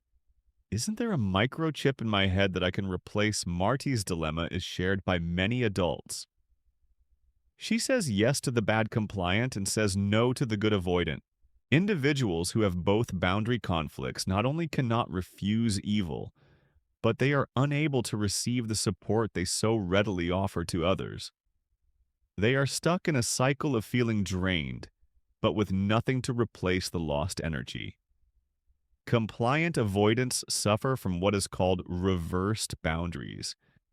They have no boundaries where they need them, and they have boundaries where they shouldn't have them. Controllers not respecting others' boundaries. What do you mean you're quitting? You can't leave now.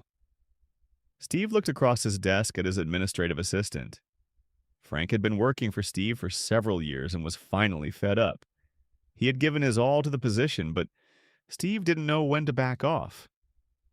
Time after time, Steve would insist on Frank spending unpaid time at the office on important projects.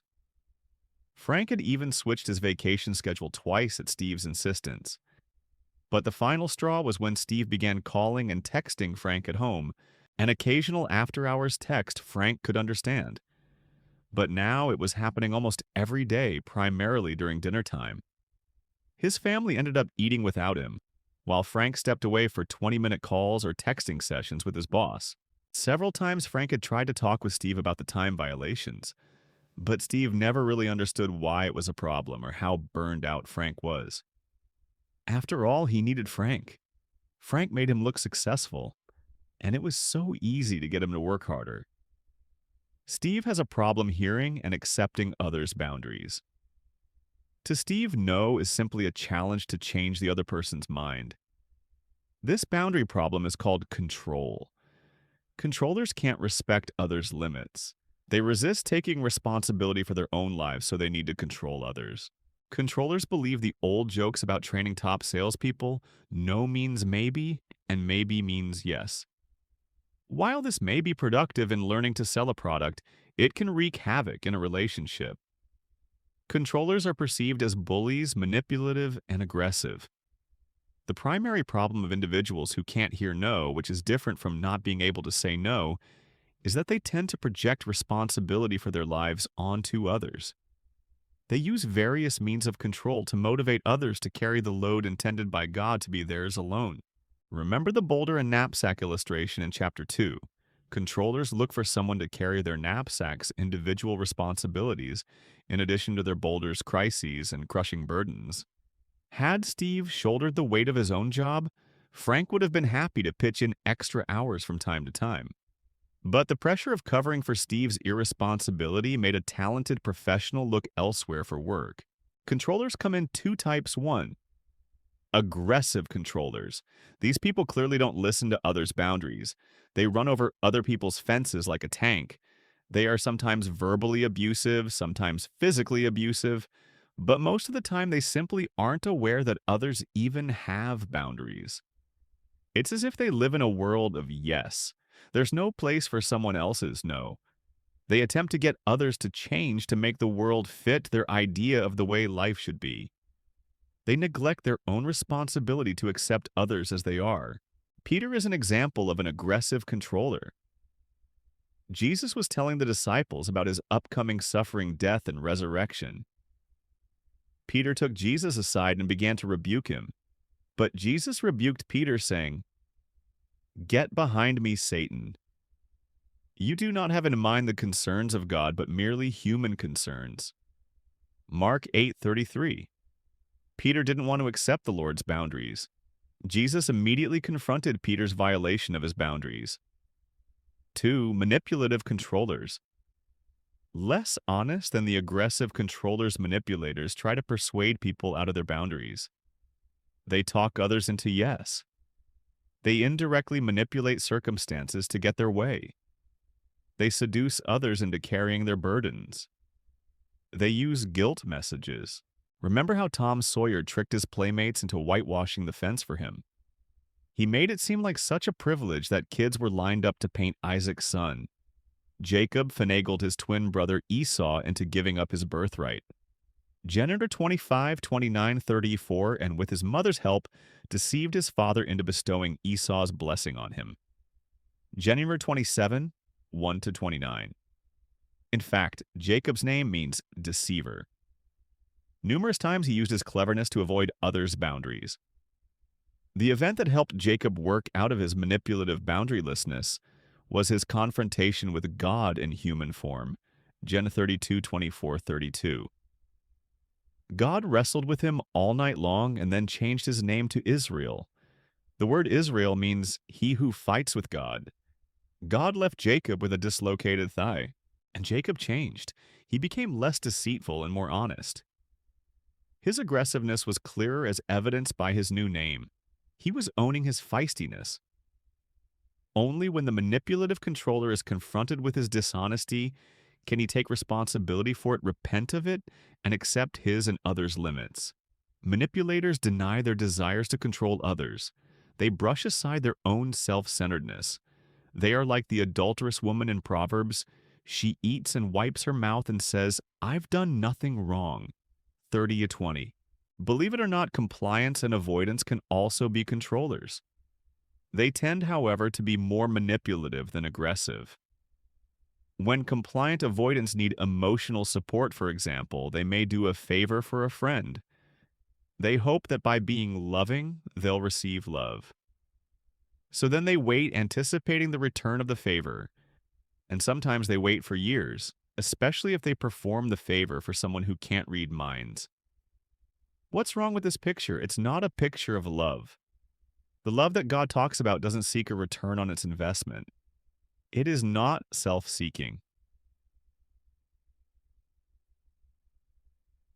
13.5. Caring for someone so that they'll care back for us is simply an indirect means of controlling someone else. If you've ever been on the receiving end of that kind of maneuver, you'll understand. One minute you've taken the compliment or favor, the next minute you've hurt someone's feelings by not figuring out the price tag attached. Boundary injuries. At this point, you might be saying to yourself, wait a minute, how can controllers be called injured? They are the injurers, not the injured. Indeed, controllers do lots of damage to others, but they also have boundary problems. Let's see what goes on underneath. Controllers are undisciplined people. They have little ability to curb their impulses or desires. While it appears that they get what they want in life, they are still slaves to their appetites. Delaying gratification is difficult for them. That's why they hate the word no from others. They desperately need to learn to listen to the boundaries of others to help them observe their own. Controllers also are limited in their ability to take responsibility for owning their lives. Having relied on bullying or indirectness, they can't function on their own in the world. The only remedy is to let controllers experience the consequences of their irresponsibility. Finally, controllers are isolated. People stay with them out of fear, guilt, or dependency.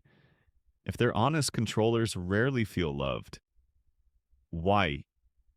Because in their heart of hearts, they know that the only reason people spend time with them is because they are pulling the strings.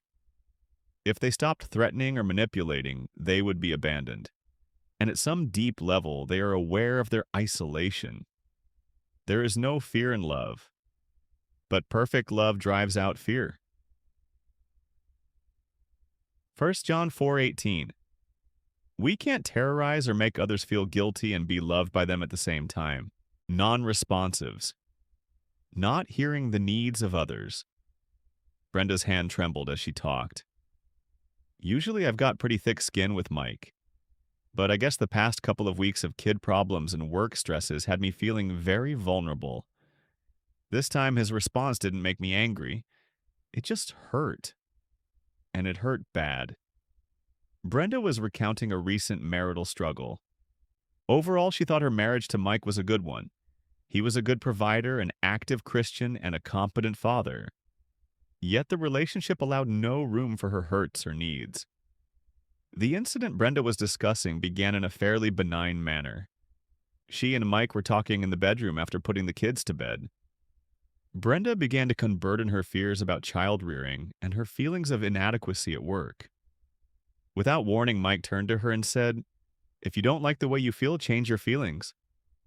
Life's tough, so just handle it, Brenda." Brenda was devastated. She felt she should have expected the rebuff. It wasn't that easy to express her neediness in the first place, especially with Mike's coldness. Now she felt as if he had chopped her feelings to bits. He seemed to have no understanding whatsoever of her struggles and didn't want to. How could this be a boundary problem? Isn't it just basic insensitivity partially? But it's not quite that simple. Remember that boundaries are a way to describe our spheres of responsibility, what we are and are not responsible for. While we shouldn't take on the responsibility of others' feelings, attitudes, and behaviors, we do have certain responsibilities to each other. Mike does have a responsibility to connect with Brenda, not only as a provider and as a parenting partner, but also as a loving husband. Connecting emotionally with Brenda is part of loving her as himself, 5:28. 33. He isn't responsible for her emotional well-being, but he is responsible to her. His inability to respond to her needs is a neglect of his responsibility. Termed non-responsives because of their lack of attention to the responsibilities of love, these individuals exhibit the opposite of the pattern exhorted in Proverbs 3:27. NRSV, do not withhold good from those to whom it is due when it is in your power to do it. That last phrase, in your power, has to do with our resources and availability. Another key scripture here is, if it is possible so far as it depends on you, live peaceably with all Rome. 12:18. NRSV. Again, note the condition so far as it depends on you. We can't bring peace to someone who doesn't accept it. Both of the above verses indicate the same idea: we are responsible to care about and help within certain limits others whom God places in our lives. To refuse to do so when we have the appropriate resources can be a boundary conflict. Non-responsives fall into one of two groups. 1. Those with a critical spirit toward others' needs, a projection of our own hatred of our needs onto others, a problem Jesus addressed in Matthew 7:1-5. They hate being incomplete in themselves. As a result, they ignore the needs of others. 2. Those who are so absorbed in their own desires and needs, they exclude others, a form of narcissism. Don't confuse this self-absorption with a God-given sense of taking responsibility for one's own needs first so that one is able to love others. Don't look out only for your own interests, but take an interest in others too. Phil 2:4. NLT. God wants us to take care of ourselves so that we can help others without moving into a crisis ourselves. Controllers and non-responsives. Controlling non-responsives have a hard time looking past themselves. They see others as responsible for their struggles and are on the lookout for someone to take care of them. They gravitate towards someone with blurry boundaries who will naturally take on too many responsibilities in the relationship and who won't complain about it. It's like the old joke about relationships. What happens when a rescuing, enabling person meets a controlling, insensitive person? Answer: they get married. Actually, this makes sense. Compliant avoidance search for someone to repair. This keeps them saying yes and keeps them out of touch with their own needs. Who fits the bill better than a controlling non-responsive and controlling non-responsives? Search for someone to keep them away from responsibility. Who better than a compliant avoidant? Below is a chart of the 4 types of boundary problems. It will help you see at a glance the kinds of problems with which you may struggle. Summary of boundary problems can't say can't hear. No. The compliant feels guilty and or controlled by others. Can't set boundaries. The controller aggressively or manipulatively violates boundaries of others. Yes, the non-responsive sets boundaries against responsibility to love. The avoidant sets boundaries against receiving care of others. Functional and relational boundary issues. A final boundary problem involves the distinction between functional and relational boundaries. Functional boundaries refers to a person's ability to complete a task, project, or job. It has to do with performance, discipline, initiative, and planning. Relational boundaries refers to the ability to speak truth to others with whom we are in relationship. Another way of looking at it is that functional boundaries refer to our Martha parts and relational. Our Mary parts, Luke 10:38-42. Mary and Martha were friends of Jesus. Martha prepared dinner while Mary sat at Jesus' feet. When Martha complained about Mary's not helping her, Jesus said Mary has chosen what is better. 42. He didn't mean that Martha's busyness was bad. It was just the wrong thing at the wrong time. Many people have good functional boundaries but poor relational ones. That is, they can perform tasks at quite high levels of competence, but they may not be able to tell a friend that they don't like their chronic lateness. The reverse can also be true. Some people can be absolutely honest with others about their complaints and dislikes, but be unable to get up for work in the morning. We've taken a look at the different categories of boundaries. But how do you develop boundaries? Why do some people seem to have natural boundaries and others have no boundaries at all? As with many things, it has a lot to do with the family in which you grew up. Chapter 4. How Boundaries Are Developed. Jim had never been able to say no to anyone, especially to his supervisors at work. He'd moved up to the position of operations manager in a large firm. His dependability had earned him the reputation of Mr. Can-Do, but his kids had another name for him: the Phantom. Jim was never home. Being Mr. Can-Do meant late nights at the office. It meant business dinners several nights a week. It meant weekends on the road even after he'd promised the kids fishing trips and outings to the zoo. Jim didn't like being absent so much, but he had justified it to himself, saying, "This is my contribution to the kids, my way of giving them the good life." His wife, Becca, had rationalized the dadless dinners by telling the children and herself, "This is Dad's way of telling us he loves us," and she almost believed it. Finally, however, Becca had had enough. One night she sat Jim down on the couch in the family room and said, "I feel like a single parent, Jim. I missed you for a while, but now all I feel is nothing." Jim avoided her eyes. "Honey, I know," he replied. "I'd really like to say no to people more, but it's just so hard to." "I found someone you can say no to." Becca broke in. "Me and the kids." That did it. Something broke deep within Jim. A sense of pain, of guilt and shame, of helplessness and rage. The words tumbled out of his mouth. "Do you think I like being like this, always giving in to others?" "Do you think I enjoy letting my family down?" Jim paused, struggling for composure.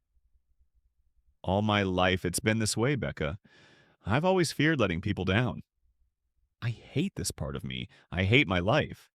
How did I get like this? How did Jim get like this?" He loved his family. The last thing he wanted was to neglect his most precious relationships, his wife and children. Jim's problems didn't start the day he was married. They developed during his early significant relationships. They were already a part of his character structure. How do boundary abilities develop? That's the purpose of this chapter. We hope you'll be able to gain some understanding of where your own boundaries started crumbling or became set in concrete and how to repair them. As you read this section, remember David's prayer to God about his life and development. "Search me, God, and know my heart. Test me and know my anxious thoughts. See if there is any offensive way in me and lead me in the way everlasting." P.S. 139, 23, 24. God's desire is for you to know where your injuries and deficits are, whether self-induced or other-induced. Ask him to shed light on the significant relationships and forces that have contributed to your own boundary struggles. The past is your ally in repairing your present and ensuring a better future. Boundary development. Remember the old saying, insanity is genetic. You inherit it from your kids. Well, boundaries aren't inherited. They are built. To be the truth-telling, responsible, free, and loving people God wants us to be, we need to learn limits from childhood on. Boundary development is an ongoing process, yet its most crucial stages are in our very early years when our character is formed. The scriptures advise parents to start children off on the way they should go, and even when they are old, they will not turn from it. Prov 22:6. Many parents misunderstand this passage. They think the way they should go means the way we, the parents, think our kids should go. Can you see the boundary conflicts already beginning? The verse actually means the way God has planned for them to go. In other words, good parenting isn't emotionally bludgeoning the child into some clone or ideal of the perfect child. It's being a partner in helping young ones discover what God intended for them to be and helping them reach that goal. The Bible teaches that we pass through life in stages. John writes to little children, young men, and fathers. Each group has distinct tasks to perform. There's 1 John 2:12-13 KJV. Boundaries also develop in specific, distinct phases that you can perceive. In fact, by noting infants and children in their early parental interactions, child development professionals have been able to record the specific phases of boundary development. Bonding, the foundation of boundary building. Wendy couldn't understand it. Something wasn't gelling. All those codependency books she'd read, all those online assertiveness tutorials she'd watched, all that self-talk she'd rehearsed about being more confrontive. And yet every time she talked to her mother on the phone, all the advice, all the self-help techniques melted away into vague, cloudy memories. A typical conversation about Wendy's children would always conclude with her mom's analysis of Wendy's imperfect parenting style. "I've been a mother longer than you," Mom would say. "Just do it my way." Wendy resented her advice. It wasn't that she wasn't open to guidance, Lord knows she could use it. It was just that her mom thought her way was the only way. Wendy wanted a new relationship with her mom. She wanted to be honest about her mom's control, her polite put-downs, and her inflexibility. Wendy wanted an adult-to-adult friendship with her mom, but the words wouldn't pass her lips. She'd write out what she wanted to say, explaining her feelings. She'd rehearse before telephoning. Yet when the time came, she panicked and remained silent. She well knew how to be compliant, appreciative, and childlike with her mom. It was only later when she became angry that she knew she'd been taken to task again. She was beginning to give up hope that things would ever change. Wendy's struggle illustrates a basic need that we all have in boundary building. No matter how much you talk to yourself, read, study, or practice, you can't develop or set boundaries apart from supportive relationships with God and others. Don't even try to start setting limits until you have entered into deep, abiding attachments with people who will love you no matter what. Our deepest need is to belong, to be in a relationship, to have a spiritual and emotional home. The very nature of God is to be in relationship. God is love, says 1 John 4:16. Love means relationship, the caring, committed connection of one individual to another. Like God, our most central need is to be connected. When God said that even in his perfect new universe, it wasn't good for the man to be alone. Genesis 2:18, he wasn't talking about marriage. He was talking about relationship, other people outside ourselves to bond with, trust, and go to for support. We are built for relationship. Attachment is the foundation of the soul's existence. When this foundation is cracked or faulty, boundaries become impossible to develop. Why? Because when we lack relationship, we have nowhere to go in a conflict. When we are not secure that we are loved, we are forced to choose between two bad options. 1. We set limits and risk losing a relationship. This was Wendy's fear. She was afraid her mother would reject her, and she would be isolated and alone. She still needed mom's connection to feel secure. 2. We don't set limits and remain a prisoner to the wishes of another. By not setting limits on her mom, Wendy was a prisoner to her mom's wishes. So the first developmental task of infants is to bond with their mom and dad. They need to learn that they are welcome and safe in the world. To bond with baby mom and dad, need to provide a consistent, warm, loving, and predictable emotional environment for him or her. During this stage, mom's job is to woo the child into entering a relationship with the world via attachment with her. Most often, this is mom's job, but dad or a caregiver can do this as well. Bonding takes place when the mother responds to the needs of the child, the needs for closeness, for being held, for food, and for changing. As baby experiences needs and the mother's positive response to those needs, he or she begins to internalize or take in an emotional picture of a loving, constant mother. Babies at this stage have no sense of self apart from mother. They think mommy and me are the same. It's sometimes called symbiosis, a sort of swimming in closeness with mother. This symbiotic union is the reason babies panic when mother isn't around. No one can comfort them but their mother. The emotional picture developed by infants forms from thousands of experiences in the first few months of life. The ultimate goal of mothers being there is a state called emotional object constancy. Object constancy refers to the child's having an internal sense of belonging and safety, even away from the presence of the mother.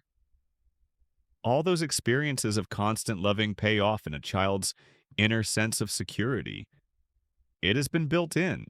Object constancy is referred to in the Bible as being rooted and established in love. Ephesians 3:17, and as having been rooted and built up in Christ, Colossians 2, chapter 7. It illustrates the principle that God's plan for us is to be loved enough by Him and others not to feel isolated even when we're alone. Bonding is the prelude. As children learn to feel safe and at home with their primary relationships, they are building good foundations to withstand the separateness and conflict that comes with boundary development. Separation and individuation, the construction of a soul. It's like a switch was thrown, said Jen to the friends who made up her church moms group. The moms group provided activities and a place to talk for mothers of infants and toddlers. On her first birthday, to the very day my Hillary became the most difficult child I'd ever seen. This is the same baby who the day before had eaten her spinach like it was her last meal. The next day, though, it all ended up on the floor.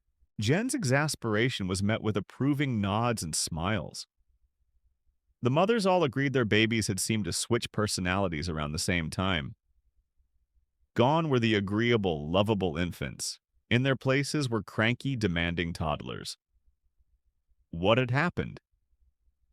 Any competent pediatrician or child therapist will attest to a shift that begins during the first year of life and continues until about 3 years.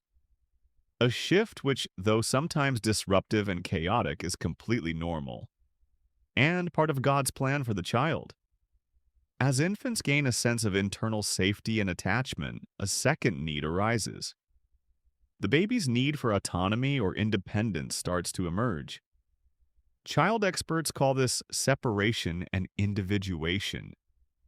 Separation refers to the child's need to perceive himself or herself as distinct from mother, a not me experience. Individuation describes the identity the child develops while separating from mother. It's a me experience. You can't have me until you first have a not me. It's like trying to build a house on a plot of land filled with trees and wild brush. You must first cut away some space, then begin building your home. You must first determine who you aren't before you discover the true, authentic aspects of your God-given identity. The only recorded instance of Jesus' boyhood describes this principle. Remember when Jesus' mother and father left Jerusalem without him? When they went back and found him teaching in the temple, his mother admonished him. Jesus' words to his mother were, "Why were you searching for me? Didn't you know I had to be in my Father's house?" Luke 2:49. Translation: I have values, thoughts and opinions that are different from yours. Mother Jesus knew who he was not as well as who he was.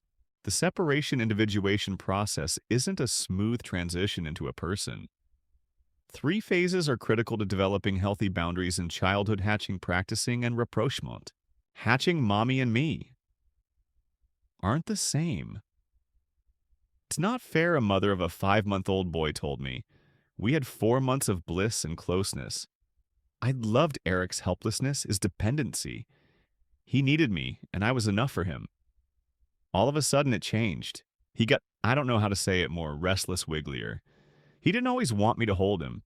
He became more interested in other people, even in brightly colored toys, than me. I'm beginning to get the picture, the woman concluded. He needed me for 4 months. Now motherhood is spending the next 17 and a half years letting him leave me.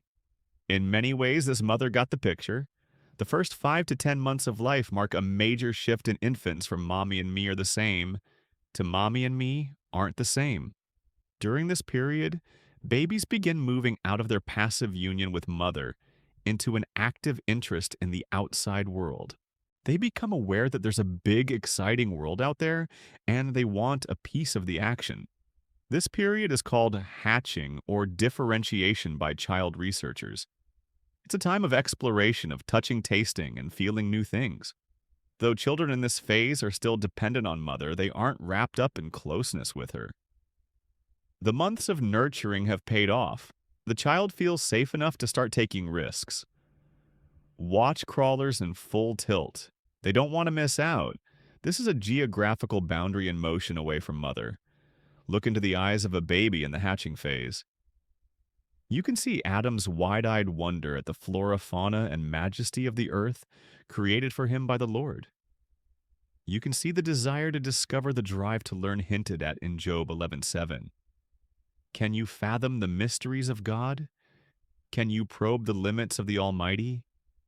No, we can't. But we are created to discover, to experience the creation, and to know the Creator. This is a difficult period for new mothers. As the mom in the beginning of this section described, it can be a letdown. It's especially hard for women who have never really hatched themselves. They long for nothing but closeness, neediness, and dependency from their baby.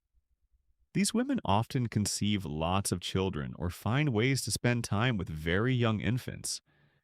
They often don't enjoy the separating part of mothering. They don't like the distance between themselves and baby. It's a painful boundary for mother, but a necessary one for the child. Practicing, I can do anything. But what's wrong with wanting to have fun? Life wasn't meant to be boring, protested Derek. In his late 40s, Derek was single and dressed like a college student. His face had that tanned, unlined look that appears unnatural on a middle-aged man. Something was out of place. Derek was talking to a friend about the profile he'd just completed on a dating site and how he didn't want to date women in his own age range. They're just not my speed, he said. I'm high energy. I like late nights and doing crazy stuff just for fun. Keeps me young, you know. Derek's style describes someone still stuck in the second stage of separation. Individuation practicing. During this period, which usually lasts from age 10 months to 18 months, and then returns later, babies learn to walk and begin to use words. The difference between hatching and practicing is radical. While the hatching baby is overwhelmed by this new world and still leans a great deal on mother, the practicing child is trying to leave her behind. The newfound ability to walk opens up a sense of omnipotence. Toddlers feel exhilaration and energy, and they want to try everything, including walking down steep stairs, putting forks into electric sockets, and chasing cats' tails. People like Derek who are stuck in this stage can be lots of fun. Except when you pop their bubble about their unrealistic grandiosity and their irresponsibility. Then you become a wet blanket. It's revealing to talk to the wet blanket who is married to a practicing child. No job is more tiring. Proverbs 7:7 describes the youth stuck in the practicing stage. I saw among the simple, I noticed among the young men, a youth who had no sense. This young man has energy but no impulse control, no boundaries on his passions. He becomes sexually promiscuous, which often happens to adults who are caught in this phase. and he ends up dead till an arrow pierces his liver like a bird darting into a snare, little knowing it will cost him his life. Prov 7:23. Practicers feel that they'll never be caught, but life does catch up with them. What practicing infants, the ones for whom omnipotence is appropriate, need most from parents is a responsive delight in their delight, exhilaration at their exhilaration, and some safe limits to practice. Good parents have fun with toddlers who jump on the bed. Poor parents either quench their children's desire by not allowing any jumping, or they set no limits and allow them to jump all over mom and dad's orange juice and coffee. Derek's parents were the second type. In the practicing phase, children learn that aggressiveness and taking initiative are good. Parents who firmly and consistently set realistic boundaries with children in this period, but without spoiling their enthusiasm, help them through the transition. Have you ever seen the posters depicting babies' first steps? Some of these portray a wrong notion. They present the child taking hesitant steps toward a waiting mother, arms outstretched. The truth is different. Most mothers report, "I watched my baby's first steps from behind." The practicing toddler moves from safety and warmth to excitement and discovery. Physical and geographical boundaries help the child learn action without danger. The practicing phase provides the child with the energy and drive to make the final step toward becoming an individual. But energetic exhilaration can't last forever. Cars can't always run at full speed. Sprinters can't keep up the pace for miles. And practicing children must give way to the next phase, rapprochement. Rapprochement, I can't do everything. Rapprochement, which occurs from around 18 months to 3 years, comes from a French word meaning a restoration of harmonious relations. In other words, the child comes back to reality. The grandiosity of the past few months slowly gives way to the realization that I can't do everything I want.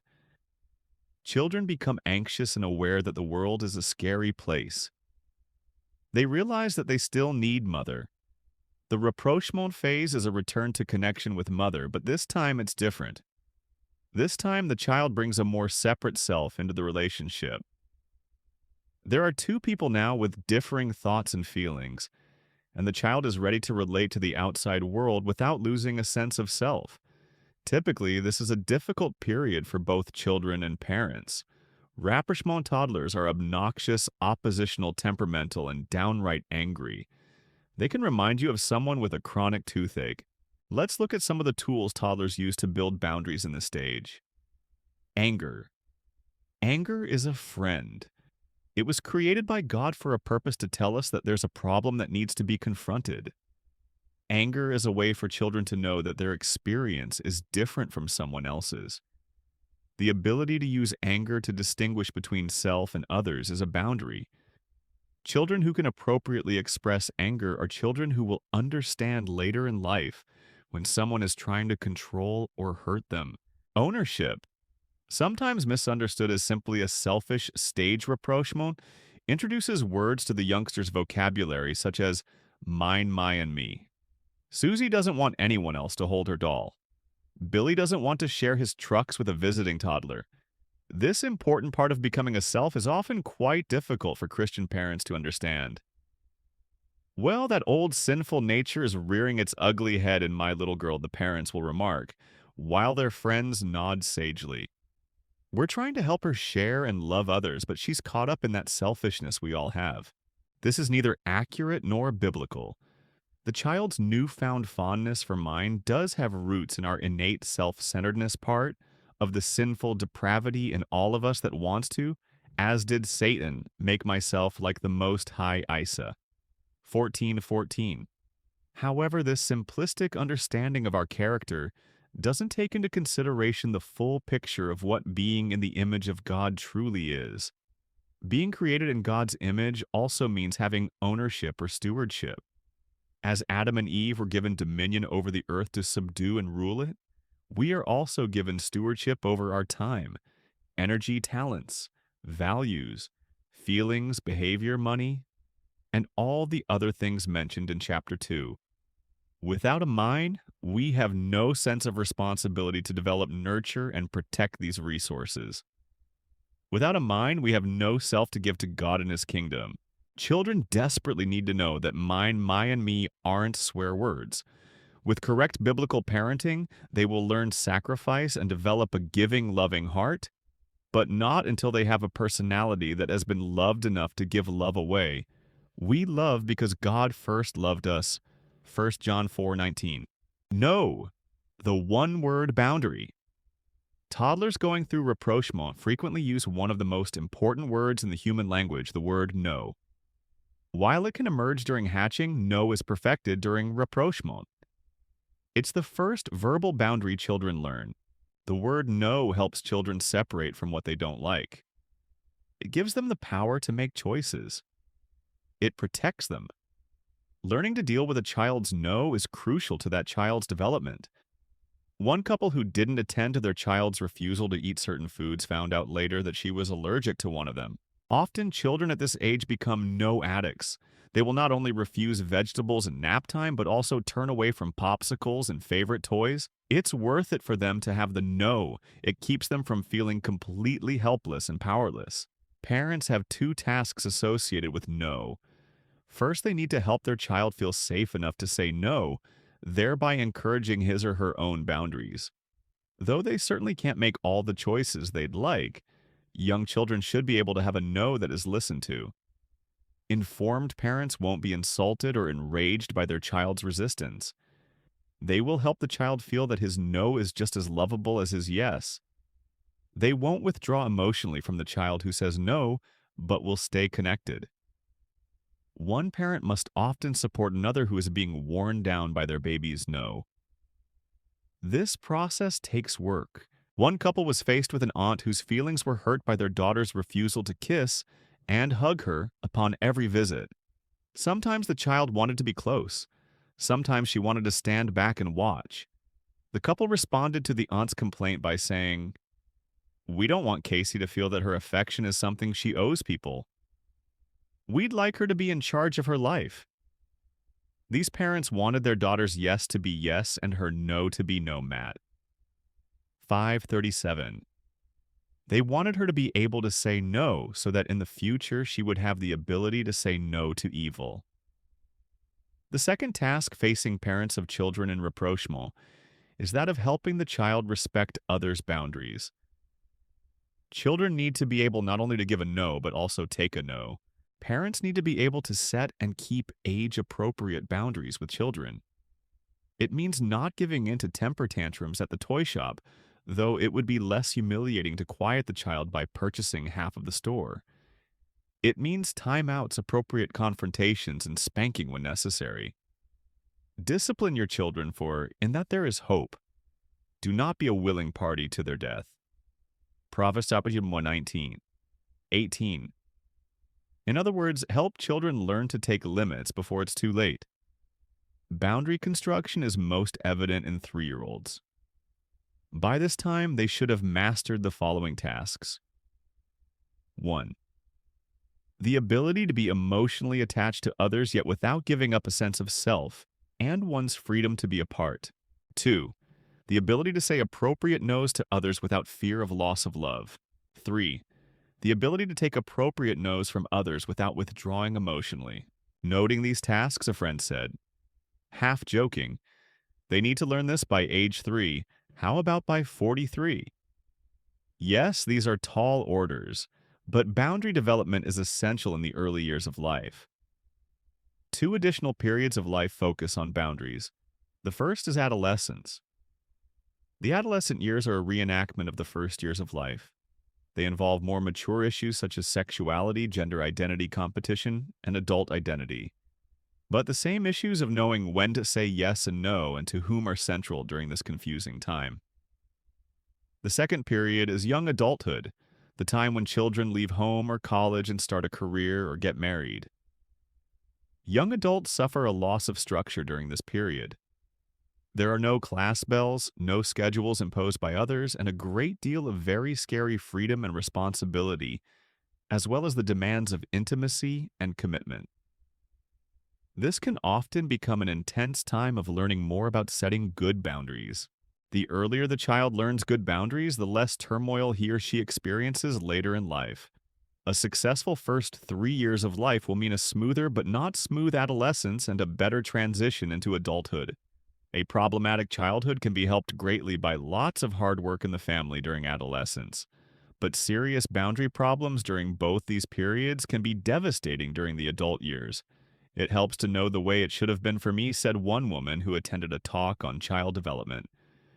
But what would really help is to know what went wrong for me. Let's look next at where our boundary development goes wrong. Boundary injuries. What goes wrong? Boundary problems are rooted in thousands of encounters with others as well as in our own nature and personality. The most important boundary conflicts, however, occur in the crucial first few years of life. They may happen in any or all of the three phases of separation individuation, hatching practicing, or rapprochement. Generally, the earlier and more severe the injury, the deeper the boundary problem. Withdrawal from boundaries. I don't know why it happens, but it happens, mused Ingrid over coffee with her friend Amanda. Every time I disagree with my mother, even on little things, I feel this terrible sense that she's not there anymore. It's like she's hurt and withdrawn, and I can't get her back. It's really a horrible feeling to think you've lost someone you love. Let's be honest. None of us enjoys being told no. It's difficult to accept another person's refusal to give support, to be intimate, or to forgive. Yet good relationships are built on the freedom to refuse and confront. As iron sharpens iron, so one person sharpens another providence. 27. 17. Not only good relationships, but also mature characters are built on appropriate no's. Developing children need to know their boundaries will be honored. It is crucial that their disagreements, their practicing, their experimentation, not result in a withdrawal of love. Please don't misunderstand this. Parental limits are crucial. Children need to know behavioral lines that should not be crossed. They need to suffer biblical, age-appropriate consequences for acting out. In fact, when parents do not set and maintain good boundaries with their children, the children suffer another type of boundary injury, which we will discuss shortly. What we're talking about here isn't allowing the child free rein. Parents need to stay attached and connected to their children, even when they disagree with them. That doesn't mean they shouldn't get angry. It means they shouldn't withdraw. How often do we hear the statement that God loves the sinner but hates the sin? It's true. His love is constant and never fails. Gradaminute 13:8. When parents detach from a misbehaving young child instead of staying connected and dealing with the problem, God's constant love is misrepresented. When parents pull away in hurt disappointment or passive rage, they are sending this message to their youngster. You're lovable when you behave. You aren't lovable when you don't behave. The child translates that message something like this. When I'm good, I am loved. When I'm bad, I am cut off. Put yourself in the child's place. What would you do? It's not a difficult decision. God created people with a need for attachment and relationship. Parents who pull away from their child are in essence practicing spiritual and emotional blackmail. The child can either pretend not to disagree and keep the relationship, or he can continue to separate and lose his most important relationship in the world. He will most likely keep quiet. Children whose parents withdraw when they start setting limits learn to accentuate and develop their compliant, loving, sensitive parts. At the same time, they learn to fear distrust and hate their aggressive truth-telling in separate parts. If someone they love pulls away when they become angry, cantankerous, or experimental, children learn to hide these parts of themselves. Parents who tell their children, "It hurts us when you're angry," make the child responsible for the emotional health of the parent. In effect, the child has just been made the parent of the parent, sometimes at 2 or 3 years old. It's far, far better to say, "I know you're angry, but you still can't have that toy," and then take your hurt feelings to a spouse friend or the Lord. By nature, children are omnipotent. They live in a world where the sun shines because they were good, and it rains because they were naughty. Children will give up this omnipotence gradually over time as they learn that needs and events besides theirs are important. But during the early years, this omnipotence plays right into boundary injury. When children feel parents withdrawing, they readily believe that they are responsible for mom and dad's feelings. That's what omnipotent means. I am powerful enough to make mom and dad pull away. I'd better watch it. A parent's emotional withdrawal can be subtle. A hurt tone of voice, long silences for no reason, or it can be overt crying spells, illness, yelling. Children of parents like these grow up to be adults who are terrified that setting boundaries will cause severe isolation and abandonment. Hostility against boundaries. Do I understand why I can't say no? Larry chuckled. Why don't you ask me a hard one? I grew up in the military. Dad's word was law, and disagreeing was always rebellion. I contradicted him once when I was 9. All I remember is waking up on the other side of the room with a whopping headache. And lots of hurt feelings. The second boundary injury, easier to spot than the first, is a parent's hostility against boundaries. The parent becomes angry at the child's attempts at separating from him or her. Hostility can emerge in the form of angry words, physical punishment, or inappropriate consequences. Some parents will say to the child, "You'll do what I say." This is fair enough. God meant for parents to be in charge of children. But then they'll say, "And you'll like doing it." This makes a child crazy because it's a denial of the separate soul of the child. To make the child like it is to pressure the child into becoming a people pleaser, not a God pleaser, Seagal. 110. Some parents criticize the boundaries of their children. If you disagree with me, you'll do it my way or else. Don't question your mother. You need an attitude adjustment. You've got no reason to feel bad. Children need to be under the authority and control of their parents. But when parents punish their child for his growing independence, he will usually retreat into hurt and resentment. This hostility is a poor counterfeit of God's program of learning discipline. Discipline is the art of teaching children self-control by using consequences. Irresponsible actions should cause discomfort that motivates us to become more responsible. The my way or else approach teaches children to pretend to be obedient, at least when the parent is in earshot. The you have a choice approach teaches children to be responsible for their own actions. Instead of saying, "You'll make your bed or you'll be grounded for a month," the parent says, "You have a choice. Make your bed and I'll let you play Xbox. Don't make your bed and you lose your Xbox privileges for the rest of the day." The child decides how much pain he is willing to endure to be disobedient. God's discipline teaches, not punishes. God disciplines us for our good in order that we may share in His holiness. No discipline seems pleasant at the time, but painful. Later on, however, it produces a harvest of righteousness and peace for those who have been trained by it. Heb. 12. 10:11. When parents greet their children's disagreement disobedience or practicing with simple hostility, the children are denied the benefit of being trained. They don't learn that delaying gratification and being responsible have benefits. They only learn how to avoid someone's wrath. Ever wonder why some Christians fear an angry God no matter how much they read about His love? The results of this hostility are difficult to see because these children quickly learn how to hide under a compliant smile. When these children grow up, they suffer depression, anxiety, relationship conflicts, and substance abuse problems. For the first time in their lives, many boundary-injured individuals realize they have a problem. Hostility can create problems in both saying and hearing no. Some children become pliably enmeshed with others, but some react outwardly and become controlling people just like the hostile parent. The Bible addresses two distinct reactions to hostility in parents. Fathers are told not to embitter their children, or they will become discouraged. Kolmofar 3:21.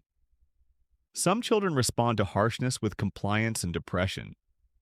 At the same time, fathers are told not to exasperate their children. 6. 4. Other children react to hostility with rage. Many grow up to be just like the hostile parent who hurt them. Over-control. Over-control occurs when otherwise loving parents try to protect their children from making mistakes by having too strict rules and limits. For example, they may keep their children from playing with other kids to protect them from being hurt or learning bad habits. They may be so concerned about their children catching a cold that they make them wear rain boots on cloudy days. The problem with over-control is this: while a major responsibility of good parents is certainly to control and protect, they must make room for their children to make mistakes. Remember that we learn maturity by constant use. Heb 5:14. Over-controlled children are subject to dependency enmeshment conflicts and difficulty setting and keeping firm boundaries. They also have problems taking risks and being creative. Lack of limits. Eileen sighed. Her husband Bruce was in his twice-a-week mode of throwing fits whenever she dropped the ball.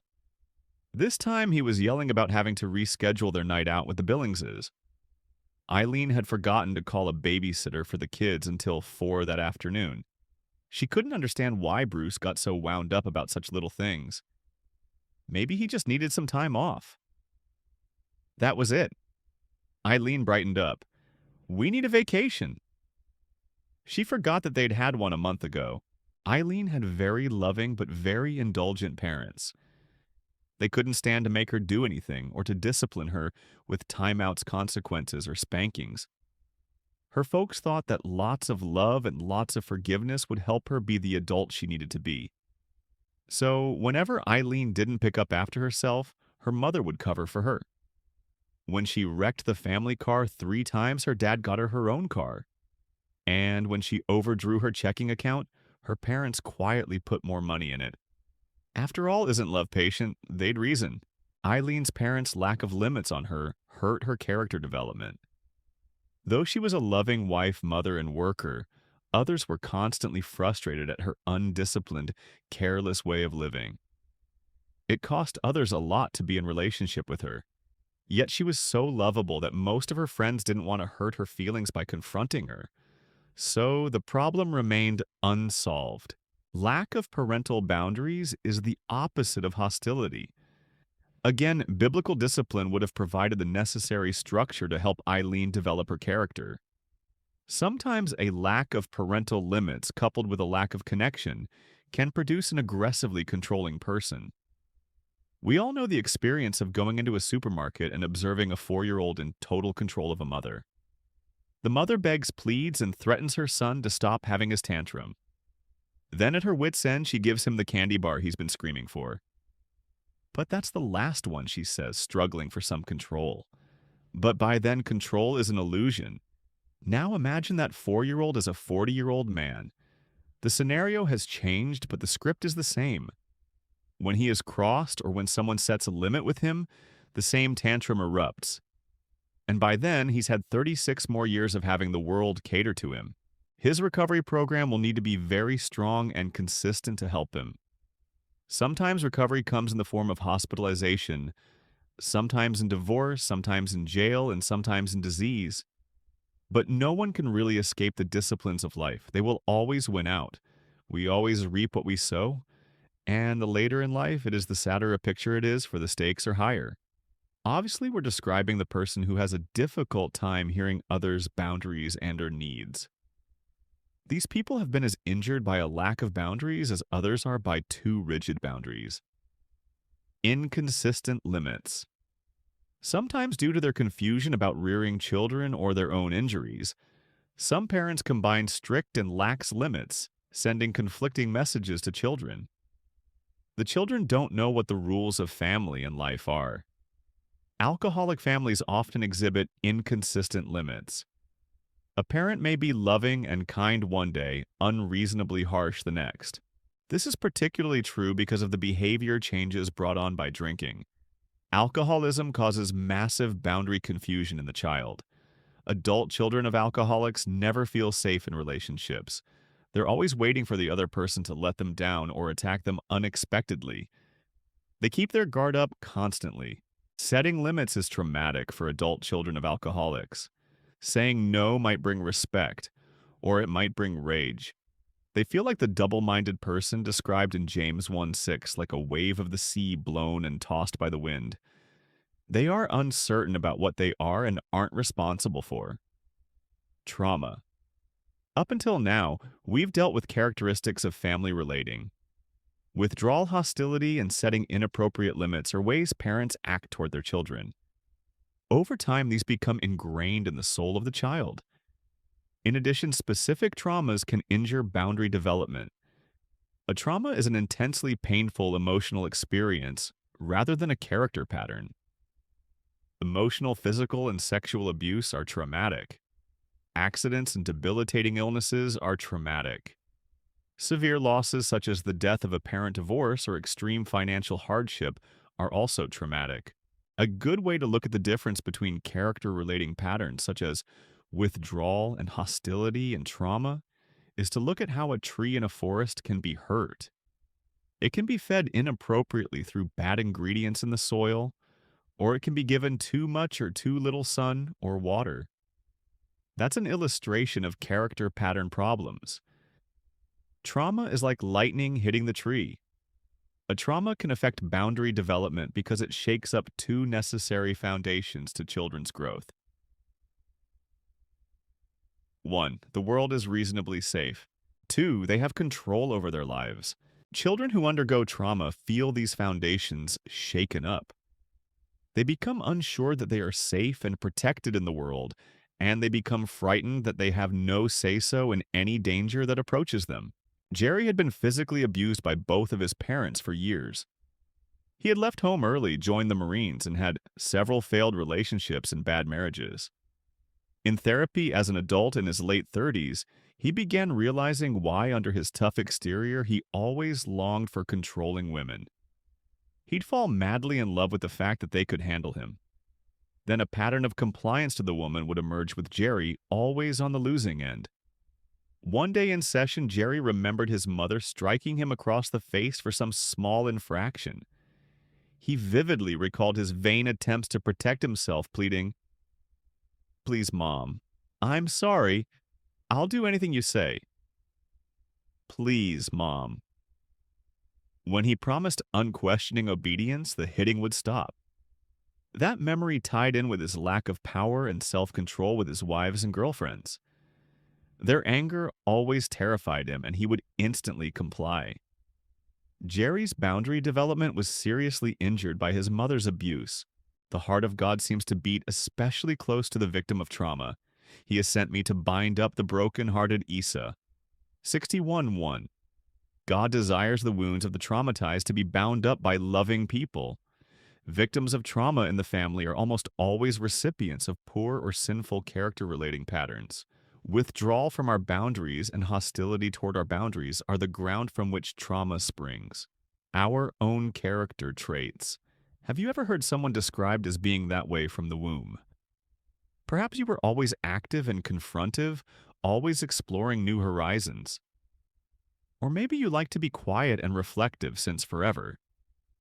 We contribute to our boundary issues by our own individual character styles. For example, some people with a constitutionally greater amount of aggression deal with boundary problems more confrontationally, and some with less aggression shy away from boundaries. Our own sinfulness. We also contribute to our own boundary development problems by our own depravity. Depravity is what we inherited from Adam and Eve. It is our resistance to being creatures under God, our resistance to humility. It's a refusal to accept our position and a lust for being omnipotent and in charge, not needing anyone and not accountable to anyone. Our depravity enslaves us to the law of sin and death, from which only Christ can save us. Rome 8:2. By now, you should be gaining a clearer picture of what goes into boundary problems and boundary development. It's time now to look at what the Bible says about how boundaries should operate in our lives and how they can be developed all through our lives. Chapter 5. 10 Laws of Boundaries. Imagine for a moment that you live on another planet operating under different principles. Suppose your planet has no gravity and no need for a medium of exchange such as money. You get your energy and fuel from osmosis instead of eating and drinking. Suddenly, without warning, you find yourself transported to Earth. When you awake from your trip, you step out of your hovering spacecraft and fall abruptly to the ground. Ouch, you say, not knowing exactly why you fell. After regaining your composure, you decide to travel around a bit, but are unable to fly because of this new phenomenon called gravity. So you start walking. After a while, you notice that strangely you feel hungry and thirsty. You wonder why. Where you come from, the galactic system rejuvenates your body automatically. Luckily, you run across an Earthling who diagnoses your problem and tells you that you need food. Better yet, he recommends a place where you can eat called Jack's Diner. You follow his directions, go into the restaurant, and manage to order some of this Earth food that contains all the nutrients you need. You immediately feel better, but then the man who gave you the food wants $15 for what he gave you.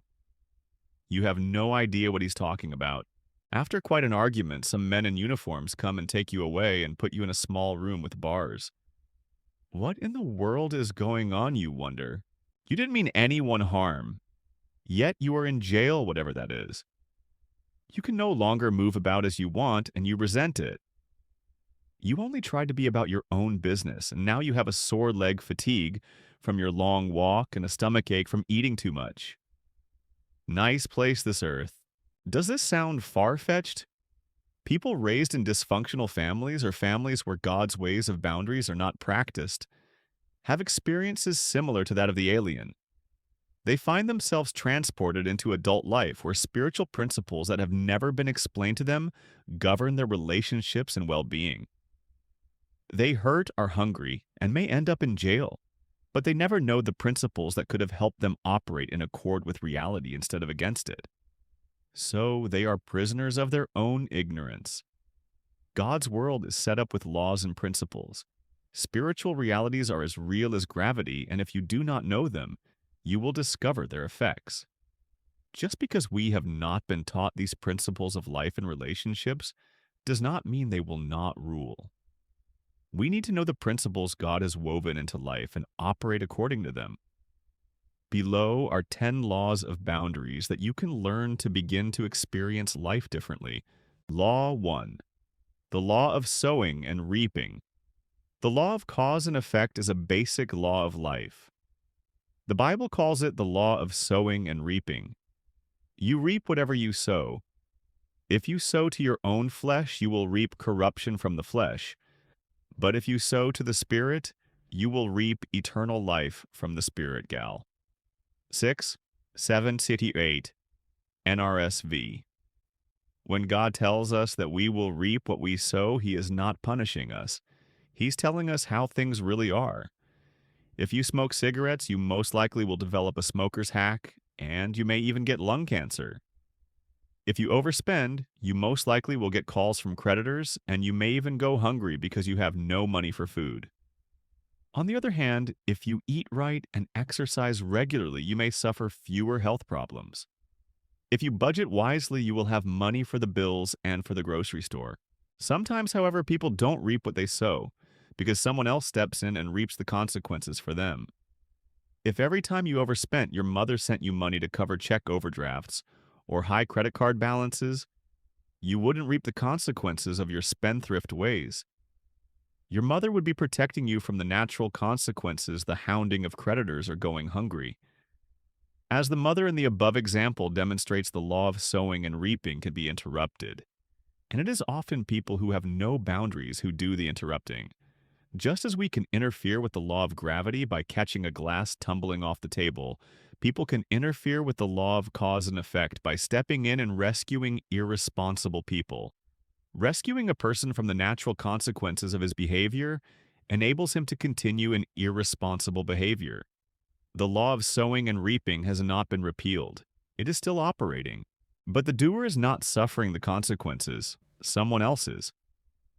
Today, we call a person who continually rescues another person a codependent.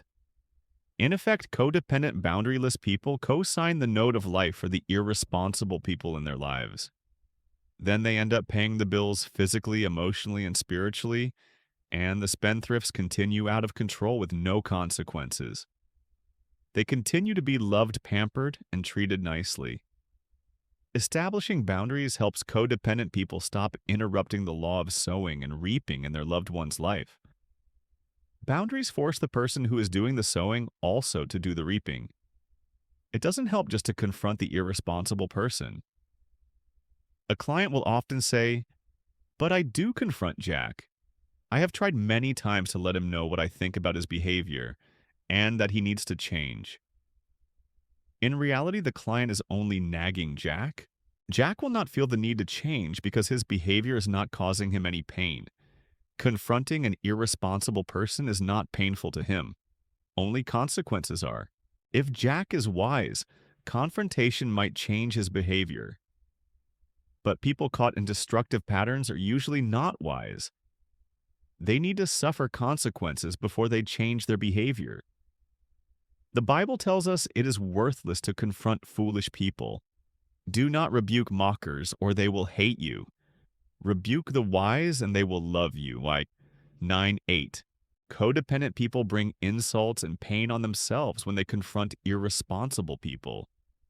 In reality, they just need to stop interrupting the law of sowing and reaping in someone's life. Law 2. The law of responsibility. Many times when people hear talk on boundaries and taking responsibility for their own lives, they say, "That's so self-centered. We should love one another and deny ourselves." Or they actually become selfish and self-centered. Or they feel guilty when they do someone a favor. These are unbiblical views of responsibility. The law of responsibility includes loving others. The commandment to love is the entire law for Christians, gal. 5:13-14. Jesus calls it, "My commandment, love each other as I have loved you." John 15:12. Anytime you are not loving others, you are not taking full responsibility for yourself. You have disowned your heart. Problems arise when boundaries of responsibility are confused. We are to love one another, not be one another. I can't feel your feelings for you. I can't think for you. I can't behave for you. I can't work through the disappointment that limits bring for you. In short, I can't grow for you. Only you can. Likewise, you can't grow for me. The biblical mandate for our own personal growth is, continue to work out your salvation with fear and trembling, for it is God who works in you to will and to act in order to fulfill his good purpose, Phil. 2:12-13. You are responsible for yourself. I am responsible for myself. An additional theme in the Bible says that we are to treat others the way we would want to be treated. If we were down and out helpless and without hope, we would certainly want help and provision. This is a very important side of being responsible to. Another aspect of being responsible to is not only in the giving, but in the setting of limits on another's destructive and irresponsible behavior. It is not good to rescue someone from the consequences of their sin, for you will only have to do it again.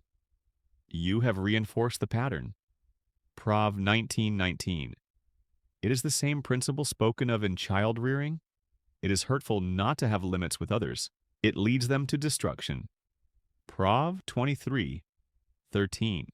A strong strand throughout the Bible stresses that you are to give to needs and put limits on sin. Boundaries help you do just that. Law 3. The law of power. As the 12 Steps movement has grown within the church, Christians in therapy and recovery voice a common confusion. Am I powerless over my behavior? If I am, how can I become responsible? What do I have the power to do? The 12 steps in the Bible teach that people must admit that they are moral failures. Alcoholics admit that they are powerless over alcohol. They don't have the fruit of self-control. They are powerless over their addiction, much like Paul was.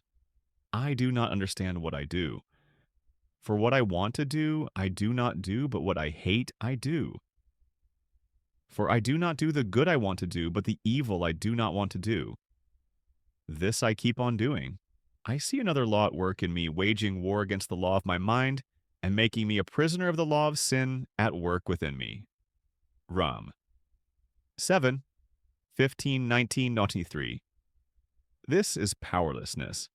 John says that we are all in that state and that anyone who denies it is lying. 1 John 1:8.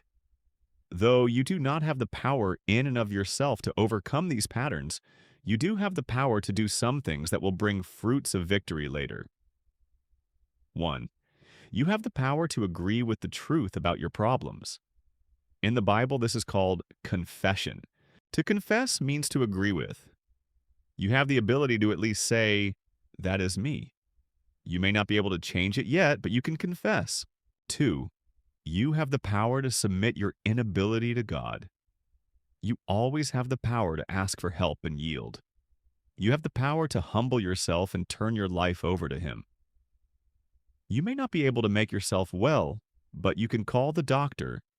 The humbling of yourself commanded in the Bible is always coupled with great promises.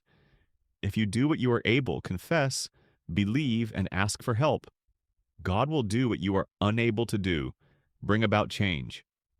John 1:9, James 4:7-10, Matt 5:3-6. 3. You have the power to search and ask God and others to reveal more and more about what is within your boundaries. 4. You have the power to turn from the evil that you find within you. This is called repentance. This does not mean that you'll be perfect. It means that you can see your sinful parts as aspects that you want to change. 5.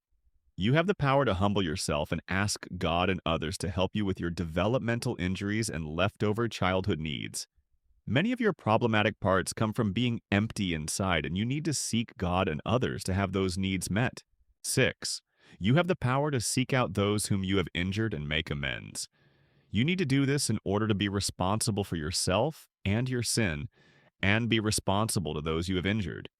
Matthew 5:23-24 says, "Therefore, if you are offering your gift at the altar and there remember that your brother or sister has something against you, leave your gift there in front of the altar. First, go and be reconciled to them. Then come and offer your gift." On the other side of the coin, your boundaries help define what you do not have power over everything outside of them. Listen to the way the Serenity Prayer, probably the best boundary prayer ever written, says it. God grant me the serenity to accept the things I cannot change, the courage to change the things I can, and the wisdom to know the difference. In other words, God, clarify my boundaries. You can work on submitting yourself to the process and working with God to change you. You cannot change anything else, not the weather, the past, the economy, and especially not other people. You cannot change others. More people suffer from trying to change others than from any other sickness, and it is impossible. What you can do is influence others. But there is a trick. Since you cannot get them to change, you must change yourself so that their destructive patterns no longer work on you. Change your way of dealing with them. They may be motivated to change if their old ways no longer work. Another dynamic that happens when you let go of others is that you begin to get healthy, and they may notice and envy your health. They may want some of what you have. One more thing, you need the wisdom to know what is you and what is not you. Pray for the wisdom to know the difference between what you have the power to change and what you do not. Law 4. The law of respect. One word comes up again and again when people describe their problems with boundaries. But they won't accept me if I say no. But they will get angry if I set limits. But they won't speak to me for a week if I tell them how I really feel. We fear that others will not respect our boundaries.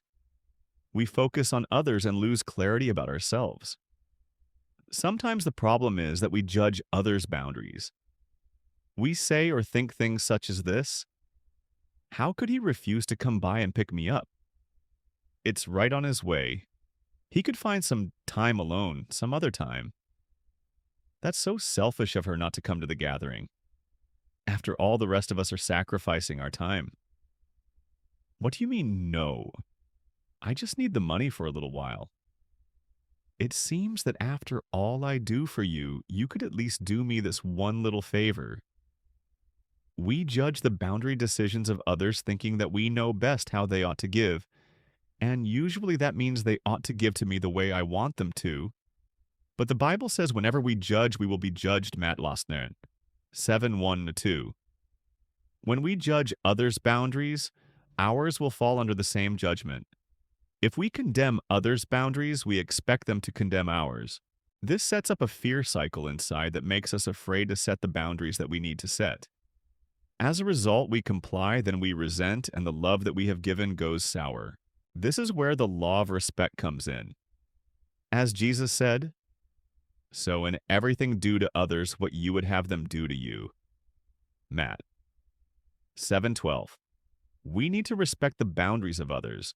We need to love the boundaries of others in order to command respect for our own. We need to treat their boundaries the way we want them to treat ours. If we love and respect people who tell us no, they will love and respect our no.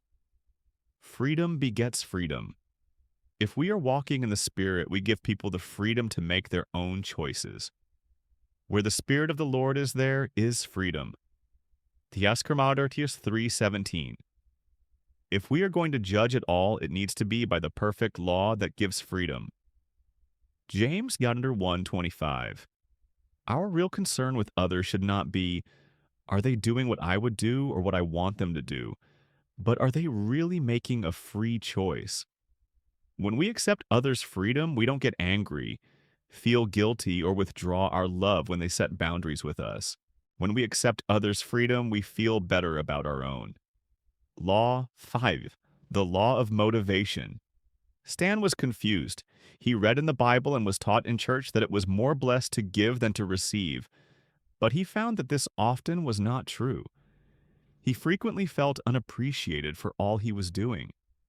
He wished people would have more consideration for his time and energy. Yet whenever someone wanted something from him, he would do it. He thought this was loving, and he wanted to be a loving person. Finally, when the fatigue grew into depression, he came to see me, Henry. When I asked what was wrong, Stan replied that he was loving too much.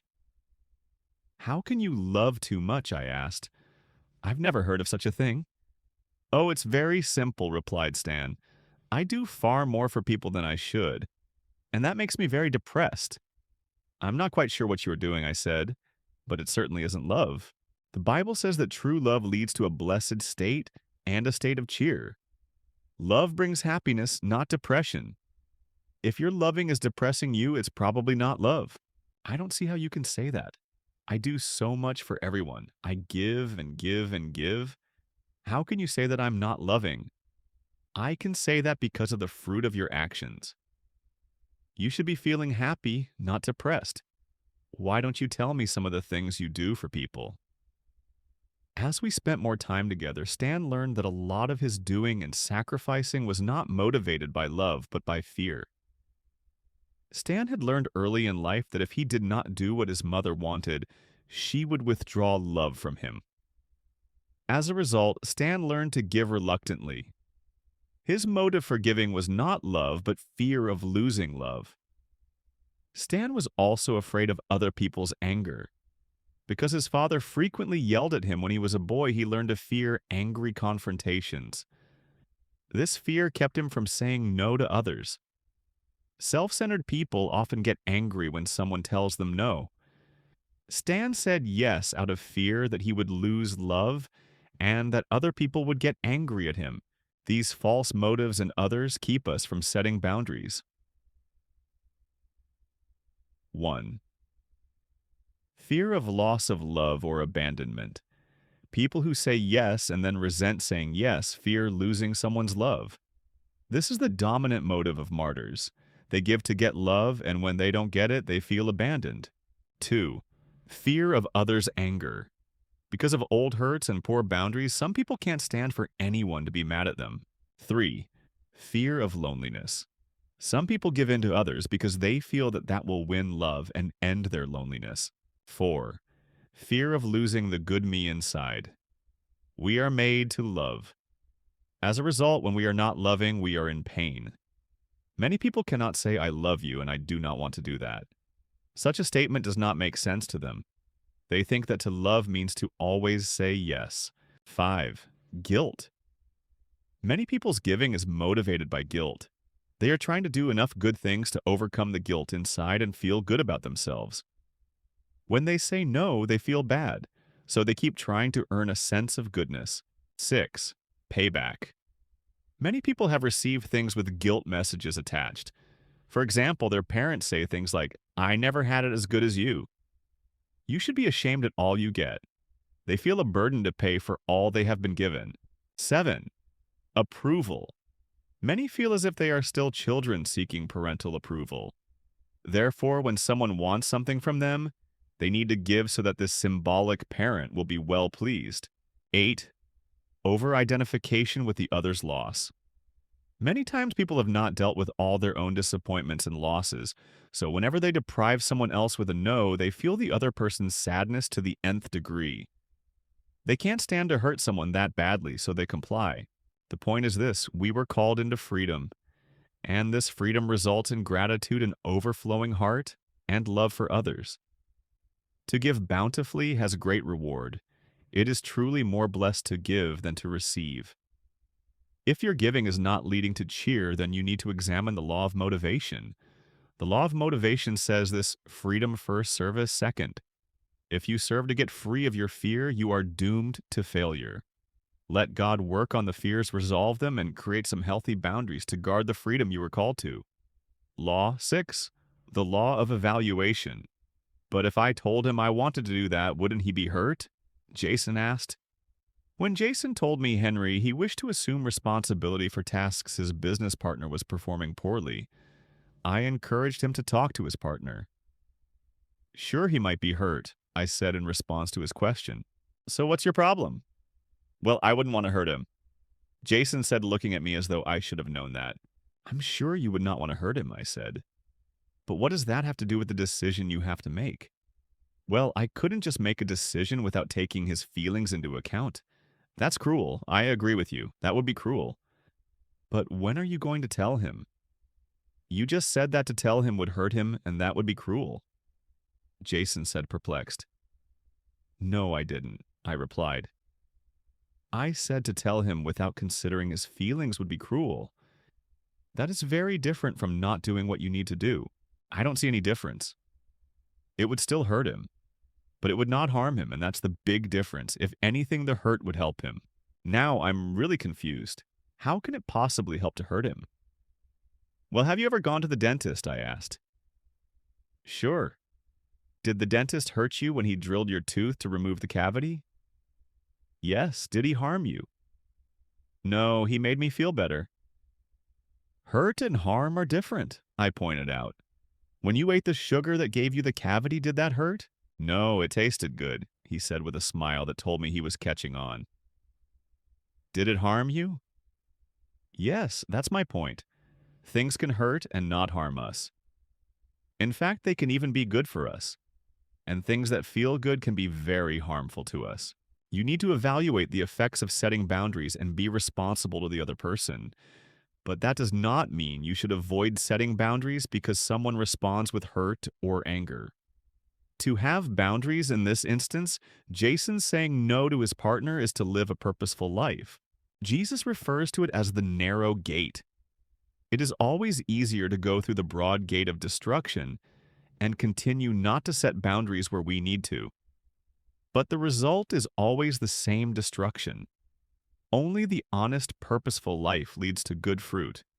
Deciding to set boundaries is difficult because it requires decision-making and confrontation, which in turn may cause pain to someone you love. We need to evaluate the pain caused by our making choices and empathize with it. Take Sandy, for example. Sandy chose to go skiing with friends instead of going home for Christmas vacation. Her mother was sad and disappointed, but she was not harmed. Sandy's decision caused sadness, but her mother's sadness should not cause Sandy to change her mind. A loving response to her mother's hurt would be, "Oh, Mom, I'm sad that we won't be together too. I'm looking forward to next summer's visit." If Sandy's mother respected her freedom to make choices, she would say something like this: "I'm so disappointed that you're not coming home for Christmas, but I hope you all have a great time." She would be owning her disappointment and respecting Sandy's choice to spend her time with friends. We cause pain by making choices that others do not like, but we also cause pain by confronting people when they are wrong. But if we do not share our anger with another, bitterness and hatred can set in. We need to be honest with one another about how we are hurt. Speak truthfully to your neighbor, for you are all members of one body. 4.25. As iron sharpens iron, we need confrontation and truth from others to grow. No one likes to hear negative things about him or herself, but in the long run, it may be good for us. The Bible says that if we are wise, we will learn from it. Admonition from a friend, while it can hurt, can also help. We need to evaluate the pain our confrontation causes other people. We need to see how this hurt is helpful to others and sometimes the best thing we can do for them. And the relationship. We need to evaluate the pain in a positive light. Law 7, the law of proactivity. For every action, there is an equal and opposite reaction. Paul says that wrath and sinful passions are a direct reaction to the severity of the law of Rome. 4:15, 5:20, 7:5. In Ephesians and Colossians, he says that wrath and disillusionment can be reactions to parental injustice. Audiobook 6:4:3, CO21. Many of us have known people who, after years of being passive and compliant, suddenly go ballistic, and we wonder what happened.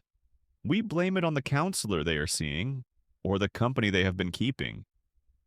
In reality, they had been complying for years, and their pent-up rage explodes. This reactive phase of boundary creation is helpful, especially for victims. They need to get out of the powerless, victimized place in which they may have been forced by physical and sexual abuse or by emotional blackmail and manipulation. We should herald their emancipation. But when is enough enough? Reaction phases are necessary but not sufficient for the establishment of boundaries. It is crucial for the 2-year-old to throw the peas at mommy, but to continue that until 43 is too much. It is crucial for victims of abuse to feel the rage and hatred of being powerless, but to be screaming victims' rights for the rest of their lives is being stuck in a victim mentality. Emotionally, the reactive stance brings diminishing returns. You must react to find your own boundaries, but having found them, you must not use your freedom to satisfy your sinful nature. But if you are always biting and devouring one another, watch out. Beware of destroying one another. Gal. 5:13, 15. NLT. Eventually, you must rejoin the human race you have reacted to and establish connections as equals, loving your neighbor as yourself. This is the beginning of the establishment of proactive instead of reactive boundaries. This is where you are able to use the freedom you gained through reacting to love, enjoy, and serve one another.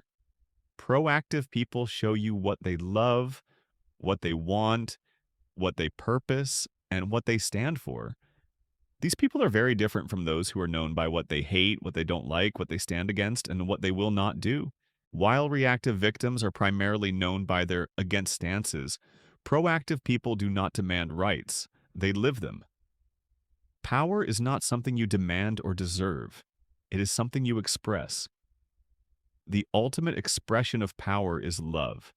It is the ability not to express power but to restrain it. Proactive people are able to love others as themselves. They have mutual respect. They are able to die to self and not return evil for evil. They have gotten past the reactive stance of the law and are able to love and not react. Listen to Jesus compare the reactive person who is still controlled by the law and others with the free person. You have heard that it was said, eye for eye and tooth for tooth. But I tell you, do not resist an evil person. If someone slaps you on the right cheek, turn to them the other cheek also, Matt. 5:38-39. Do not try to get to freedom without owning your reactive period and feelings. You do not need to act this out, but you do need to express the feelings. You need to practice and gain assertiveness. You need to get far enough away from abusive people to be able to fence your property against further invasion. And then you need to own the treasures you find in your soul. But do not stay there. Spiritual adulthood has higher goals than finding yourself. A reactive stage is a stage, not an identity. It is necessary but not sufficient. Law 8, the law of envy. The New Testament speaks strongly against the envious heart. Consider James: you desire but do not have, so you kill. You covet but you cannot get what you want, so you quarrel and fight. James 4:2. What does envy have to do with boundaries? Envy is probably the basest emotion we have. A direct result of the fall, it was Satan's sin. The Bible says that he had a wish to be like the Most High Isa. 14:14. He envied God. In turn, he tempted Adam and Eve with the same idea, telling them that they could be like God also. Satan and our parents. Adam and Eve were not satisfied with who they were and could rightfully become. They wanted what they did not have, and it destroyed them. Envy defines good as what I do not possess, and hates the good that it has. How many times have you heard someone subtly put down the accomplishments of others, somehow robbing them of the goodness they had attained? We all have envious parts to our personalities. But what is so destructive about this particular sin is that it guarantees that we will not get what we want and keeps us perpetually insatiable and dissatisfied. This is not to say that it is wrong to want things we do not have. God has said that He will give us the desires of our heart. The problem with envy is that it focuses outside our boundaries onto others. If we are focusing on what others have or have accomplished, we are neglecting our responsibilities and will ultimately have an empty heart. Look at the difference in Galatians 6:4. Each one should test their own actions. Then they can take pride in themselves alone without comparing themselves to someone else. Envy is a self-perpetuating cycle. Boundaryless people feel empty and unfulfilled. They look at another's sense of fullness and feel envious. This time and energy needs to be spent on taking responsibility for their lack and doing something about it. Taking action is the only way out. You have not because you ask not. And the Bible supports because you work not. Possessions and accomplishments are not the only things we envy. We can envy a person's character and personality instead of developing the gifts God has given us. Rom 12:6. Think of these situations. A lonely man stays isolated and envious of the close relationships others have. A single woman withdraws from social life, envying the marriages and families of her friends. A middle-aged woman feels stuck in her career and wants to pursue something she would enjoy, yet she always has a yes, but reason why she can't, resenting and envying those who have gone for it. A man chooses the righteous life but envies and resents those who seem to be having all the fun. These people are all negating their own actions and comparing themselves to others, gal. 6. For staying stuck and resentful. Notice the difference between those statements and these. A lonely man owns his lack of relationships and asks himself and God, I wonder why I always withdraw from people. I can at least go and talk to a counselor about this. Even if I am afraid of social situations, I could seek some help. No one should live this way. I'll make the call. The single woman asks, I wonder why I never get asked out and why I keep getting turned down for dates. What is wrong about what I am doing or how I'm communicating or where I'm going to meet people? How could I become a more interesting person? Maybe I could join a therapy group to find out why, or could use a dating site to find people with interests similar to mine. The middle-aged woman asks herself, why am I reluctant to pursue my interests? Why do I feel selfish when I want to quit my job to do something I enjoy? What am I afraid of? If I were really honest, I would notice that the ones who are doing what they like have had to take some risks and sometimes work and go to school to change jobs. That may just be more than I am willing to do. The righteous man asks himself, if I am really choosing to love and serve God, why do I feel like a slave? What is wrong with my spiritual life? What is it about me that envies someone living in the gutter? These people are questioning themselves instead of envying others. Your envy should always be a sign to you that you are lacking something. At that moment, you should ask God to help you understand what you resent, why you do not have whatever you are envying, and whether you truly desire it. Ask him to show you what you need to do to get there or to give up the desire. Law 9. The law of activity. Human beings are responders and initiators. Many times we have boundary problems because we lack initiative, the God-given ability to propel ourselves into life. We respond to invitations and push ourselves into life. The best boundaries are formed when a child is pushing against the world naturally, and the outside world sets its limits on the child. In this way, the aggressive child learns limits without losing his or her spirit. Our spiritual and emotional well-being depends on our having this spirit. Consider the contrast in the parable of the servants who were responsible for investing their master's gold. Matthew 25:14-30. The ones who succeeded were active and assertive. They initiated and pushed. The one who lost out was passive and inactive. The sad thing is that many people who are passive are not inherently evil or bad people. But evil is an active force, and passivity can become an ally of evil by not pushing against it.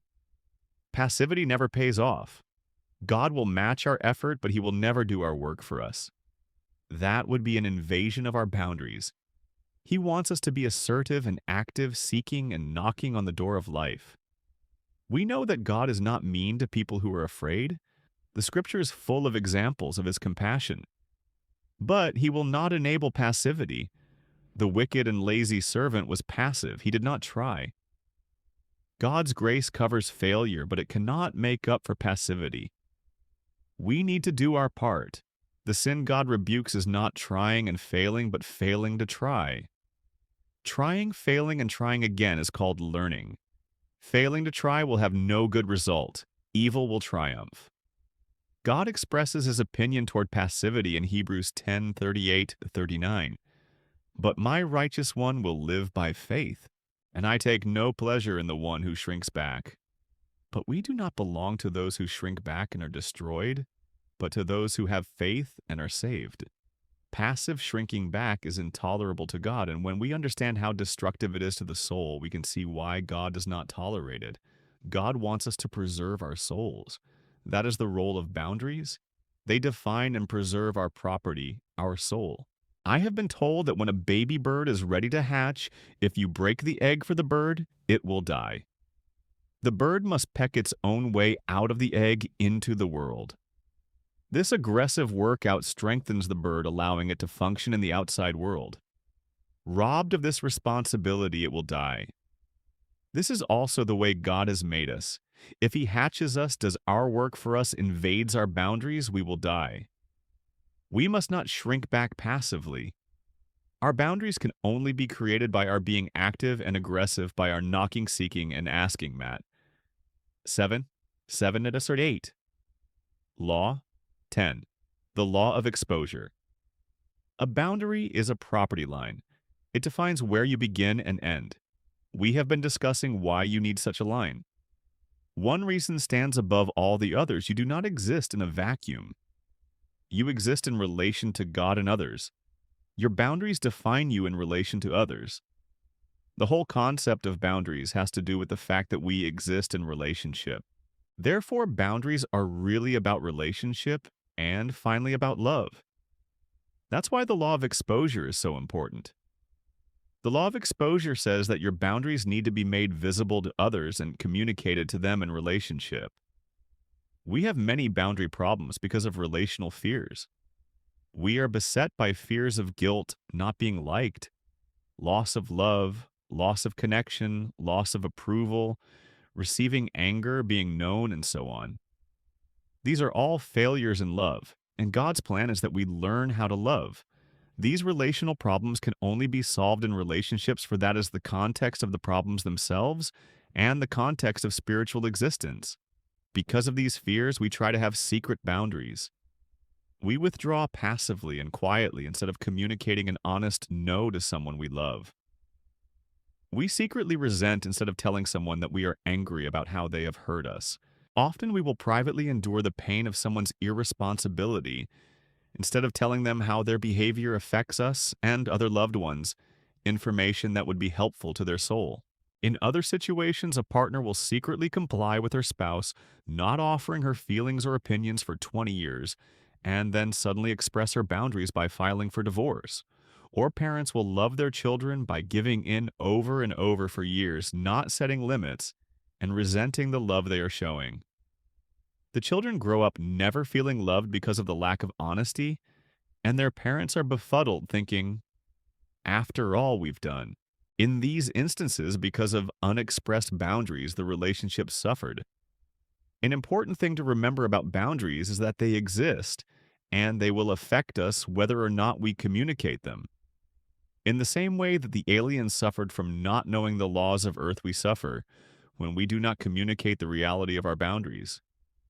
If our boundaries are not communicated and exposed directly, they will be communicated indirectly or through manipulation. The Bible speaks to this issue in many places. Listen to the words of Paul. Therefore, each of you must put off falsehood and speak truthfully to your neighbor, for we are all members of one body. In your anger, do not sin. Do not let the sun go down while you are still angry. Ephesians 4:25-26. The biblical mandate is be honest and be in the light. Listen further. But everything exposed by the light becomes visible, and everything that is illuminated becomes a light. This is why it is said, "Wake up, sleeper, rise from the dead, and Christ will shine on you." Ephesians 5:13-14. The Bible continually speaks of our being in the light, and of the light as the only place where we have access to God and others. But because of our fears, we hide aspects of ourselves in the darkness, where the devil has an opportunity. When our boundaries are in the light, that is, are communicated openly, our personalities begin to integrate for the first time. They become visible in Paul's words, and then they become light. They are transformed and changed. Healing always takes place in the light. David speaks of it in this way. You desire truth in the innermost being, and in the hidden part. You will make me know wisdom. 51:6. And SB. God wants real relationship with us and wants us to have real relationship with each other. Real relationship means that I am in the light with my boundaries and other aspects of myself that are difficult to communicate. Our boundaries are affected by sin. They miss the mark and need to be brought into the light for God to heal them and others to benefit from them. This is the path to real love. Communicate your boundaries openly. Remember the story of the alien. The good news is that when God brings us out from an alien land, He does not leave us untaught. He rescued His people from the Egyptians, but He taught them His principles and ways. These proved to be life to them, but they had to learn them, practice them, and fight many battles to internalize these principles of faith. God has probably led you out of captivity also, whether it was from a dysfunctional family, the world, your own religious self-righteousness, or the scatteredness of being lost. He has been your Redeemer. But what He has secured needs to be possessed. The land to which He has brought you has certain realities and principles. Learn these as set forth in His Word, and you'll find His kingdom a wonderful place to live. Chapter 6. Common Boundary Myths. One of the definitions of a myth is a fiction that looks like a truth. Sometimes it sounds so true that Christians will believe it automatically. Some of these myths come from our family backgrounds. Some come from our church or theological foundations. And some come from our own misunderstandings. Whatever the source, prayerfully investigate the following sounds like truths. Myth 1. If I set boundaries, I'm being selfish. Now wait a minute, Teresa said, shaking her head. How can I set limits on those who need me? Isn't that living for me and not for God? Teresa was voicing one of the main objections to boundary setting for Christians, a deep-seated fear of being self-centered, interested only in one's own concerns and not those of others. It is absolutely true that we are to be a loving people, concerned for the welfare of others. In fact, the number one hallmark of Christians is that we love others, John 13:35. So don't boundaries turn us from other-centeredness to self-centeredness? The answer is no. Appropriate boundaries actually increase our ability to care about others. People with highly developed limits are the most caring people on earth. How can this be true? First, let's make a distinction between selfishness and stewardship. Selfishness has to do with a fixation on our own wishes and desires to the exclusion of our responsibility to love others, though having wishes and desires is a God-given trait. Proverbs 13:4. We are to keep them in line with healthy goals and responsibility. For one thing, we may not want what we need. Mr. Insensitive may desperately need help with the fact that he's a terrible listener, but he may not want it. God is much more interested in meeting our needs than he is granting all our wishes. For example, he denied Paul's wish to heal his thorn in the flesh. 12:7-10. At the same time, he met Paul's needs to the point that Paul felt content and full. I know what it is to be in need, and I know what it is to have plenty. I have learned the secret of being content in any and every situation, whether well-fed or hungry, whether living in plenty or in want. I can do all this through him who gives me strength. Phil. 4:12-13. It helps the Christian afraid of setting boundaries to know that God meets our needs. God will meet all your needs according to the riches of his glory in Christ Jesus. Phil. 4:19. At the same time, God does not make our wishes and desires all bad either. He will meet many of them. Our needs are our responsibility. Even with God's help, however, it is crucial to understand that meeting our own needs is basically our job. We can't wait passively for others to take care of us. Jesus told us to ask, seek, knock. Matt 7:7. We are to work out our salvation with fear and trembling. Phil. 2:12. Even knowing that it is God who works in us. Phil.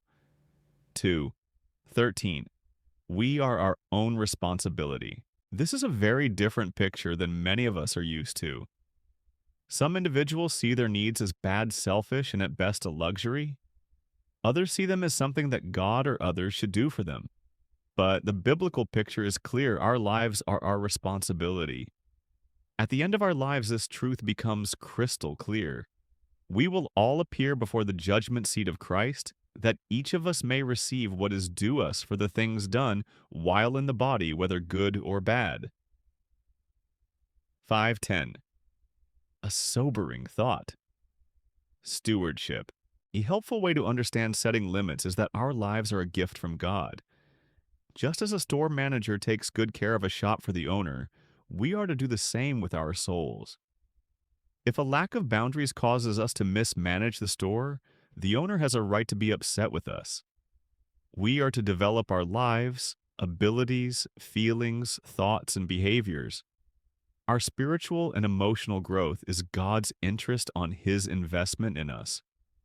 When we say no to people and activities that are hurtful to us, we are protecting God's investment.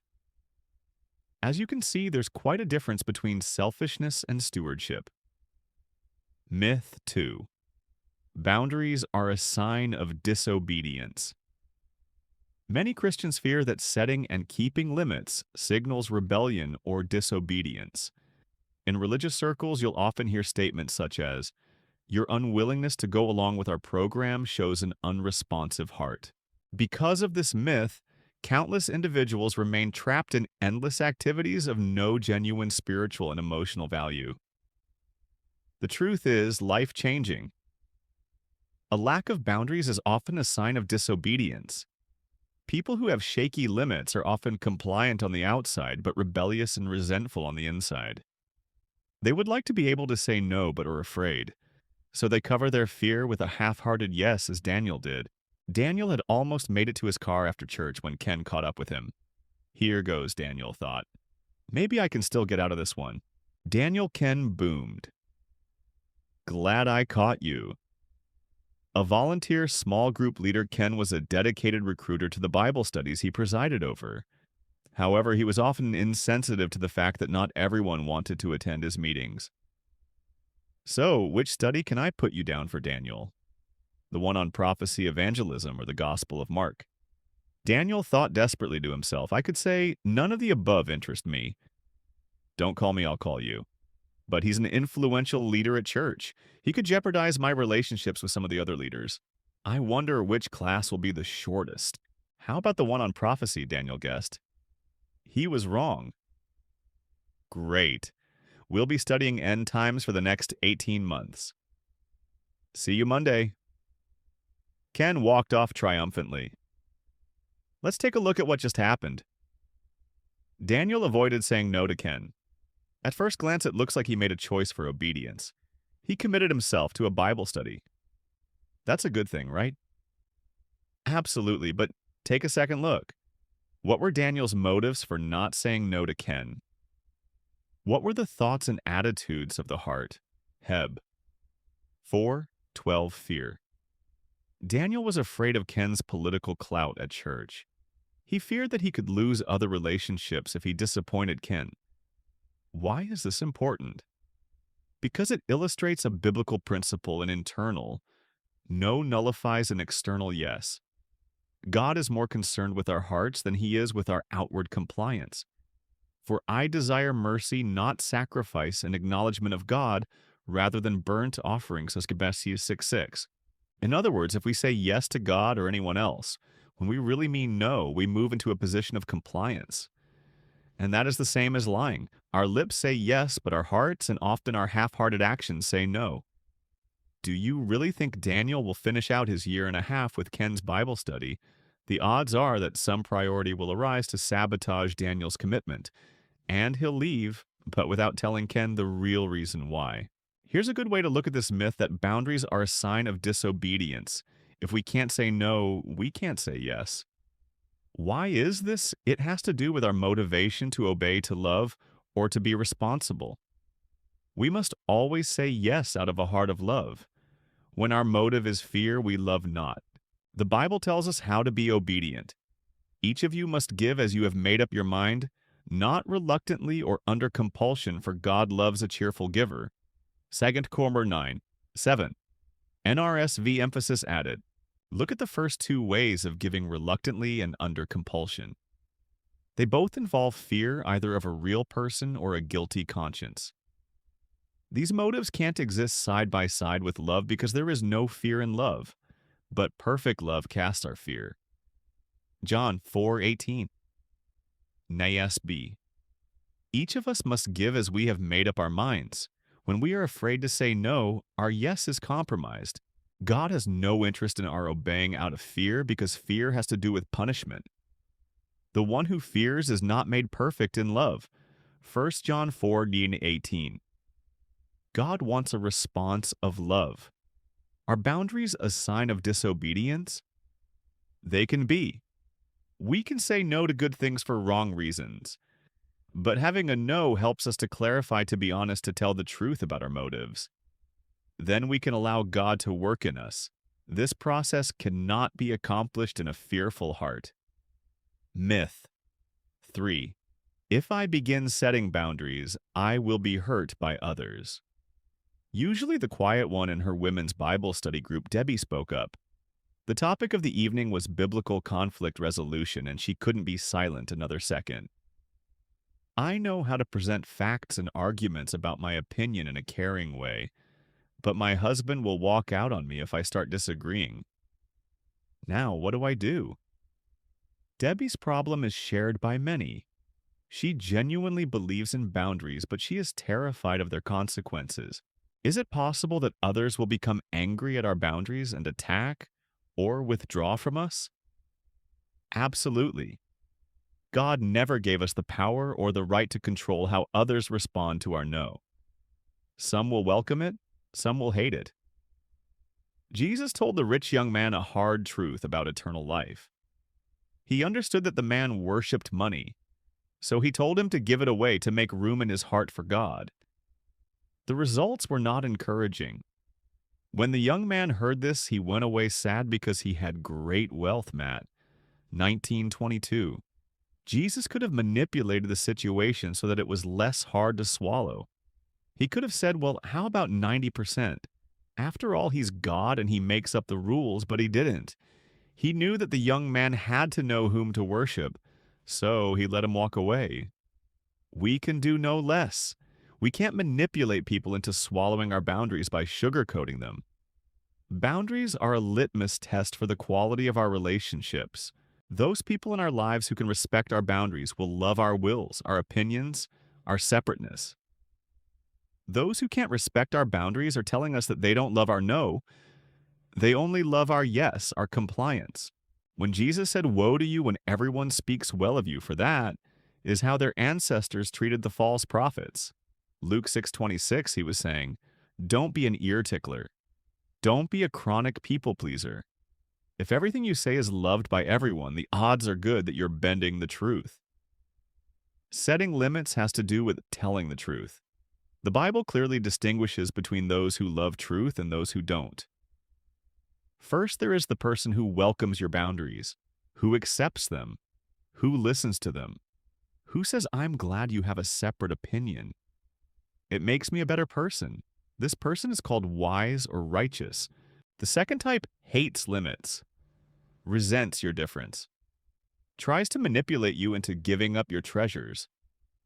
Try our litmus test experiment with your significant relationships. Tell them no in some area. You'll either come out with increased intimacy or learn that there was very little to begin with. So what does Debbie, whose husband is an avowed boundary buster, do? Will her husband carry out his threat to walk out on her? He might. We can't control the other person. But if the only thing keeping Debbie's husband home is her total compliance, is this a marriage at all? And how will problems ever be addressed when she and he avoid them? Do Debbie's boundaries condemn her to a life of isolation? Absolutely not. If telling the truth causes someone to leave you, this gives the church an opportunity to provide support and a spiritual and emotional home to the abandoned person. In no way are we advocating divorce.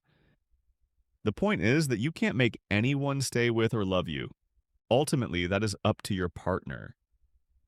Sometimes setting boundaries clarifies that you were left a long time ago in every way, perhaps, except physically.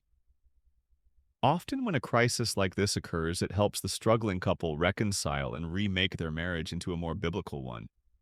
The problem was raised and now can be addressed. Warning: the boundaryless spouse who develops limits begins changing in the marriage. There are more disagreements. There are more conflicts over values, schedules, money, kids, and sex.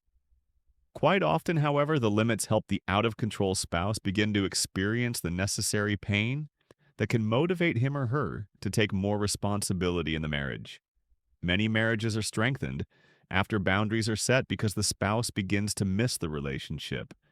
Will some people abandon or attack us for having boundaries? Yes. Better to learn about their character and take steps to fix the problem than never to know. Bonding. First, boundaries. Second, Gina listened attentively to her counselor as he presented her boundary problems. "It all seems to make sense now," she said as she left the session. "I can see changes I'm going to have to make." The next session was quite different. She entered the office defeated and hurt. "These boundaries aren't what they're cracked up to be," she said sadly. "This week I confronted my husband, my kids, my parents, and my friends on how they don't respect my boundaries. And now nobody will talk to me." What was the problem? Gina certainly jumped into her boundary work with both feet, but she neglected to find a safe place to work on boundaries. It isn't wise to immediately alienate yourself from everyone important to you. Remember that you are made for relationship. You need people. You must have places where you are connected, where you are loved, unconditionally. It's only from that place of being rooted and grounded in love. Ephesians 3:17. Nas be that you can safely begin learning to tell the truth. This is how you can prepare yourself for the resistance of others to your setting of biblical boundaries. Myth 4. If I set boundaries, I will hurt others. The biggest problem with telling my mother no is the hurt silence, Barbara said. It lasts about 45 seconds, and it always happens after I tell her I can't visit her. It's only broken by my apologizing for my selfishness and setting up a time to visit. Then she's fine. I'll do anything to avoid that silence. If you set boundaries, you fear that your limits will injure someone else, someone you would genuinely like to see happy and fulfilled. The friend who wants to borrow your car when you need it, the relative in chronic financial straits who desperately asks for a loan, the person who calls for support when you are in bad shape yourself. The problem is that sometimes you see boundaries as an offensive weapon. Nothing could be further from the truth. Boundaries are a defensive tool. Appropriate boundaries don't control attack or hurt anyone. They simply prevent your treasures from being taken at the wrong time. Saying no to adults who are responsible for getting their own needs met may cause some discomfort. They may have to look elsewhere, but it doesn't cause injury. This principle doesn't speak only to those who would like to control or manipulate us. It also applies to the legitimate needs of others. Even when someone has a valid problem, there are times when we can't sacrifice for some reason or another. Jesus left the multitudes, for example, to be alone with his father, Matt. 14:22-23. In these instances, we have to allow others to take responsibility for their knapsacks, Seagal. 6, 5, and to look elsewhere to get their needs met. This is a crucial point. We all need more than God and a best friend. We need a group of supportive relationships. The reason is simple. Having more than one person in our lives allows our friends to be human, to be busy, to be unavailable at times, to hurt and have problems of their own, to have time alone. Then when one person can't be there for us, there's another phone number to call, another person who may have something to offer, and we aren't enslaved to the schedule conflicts of one person.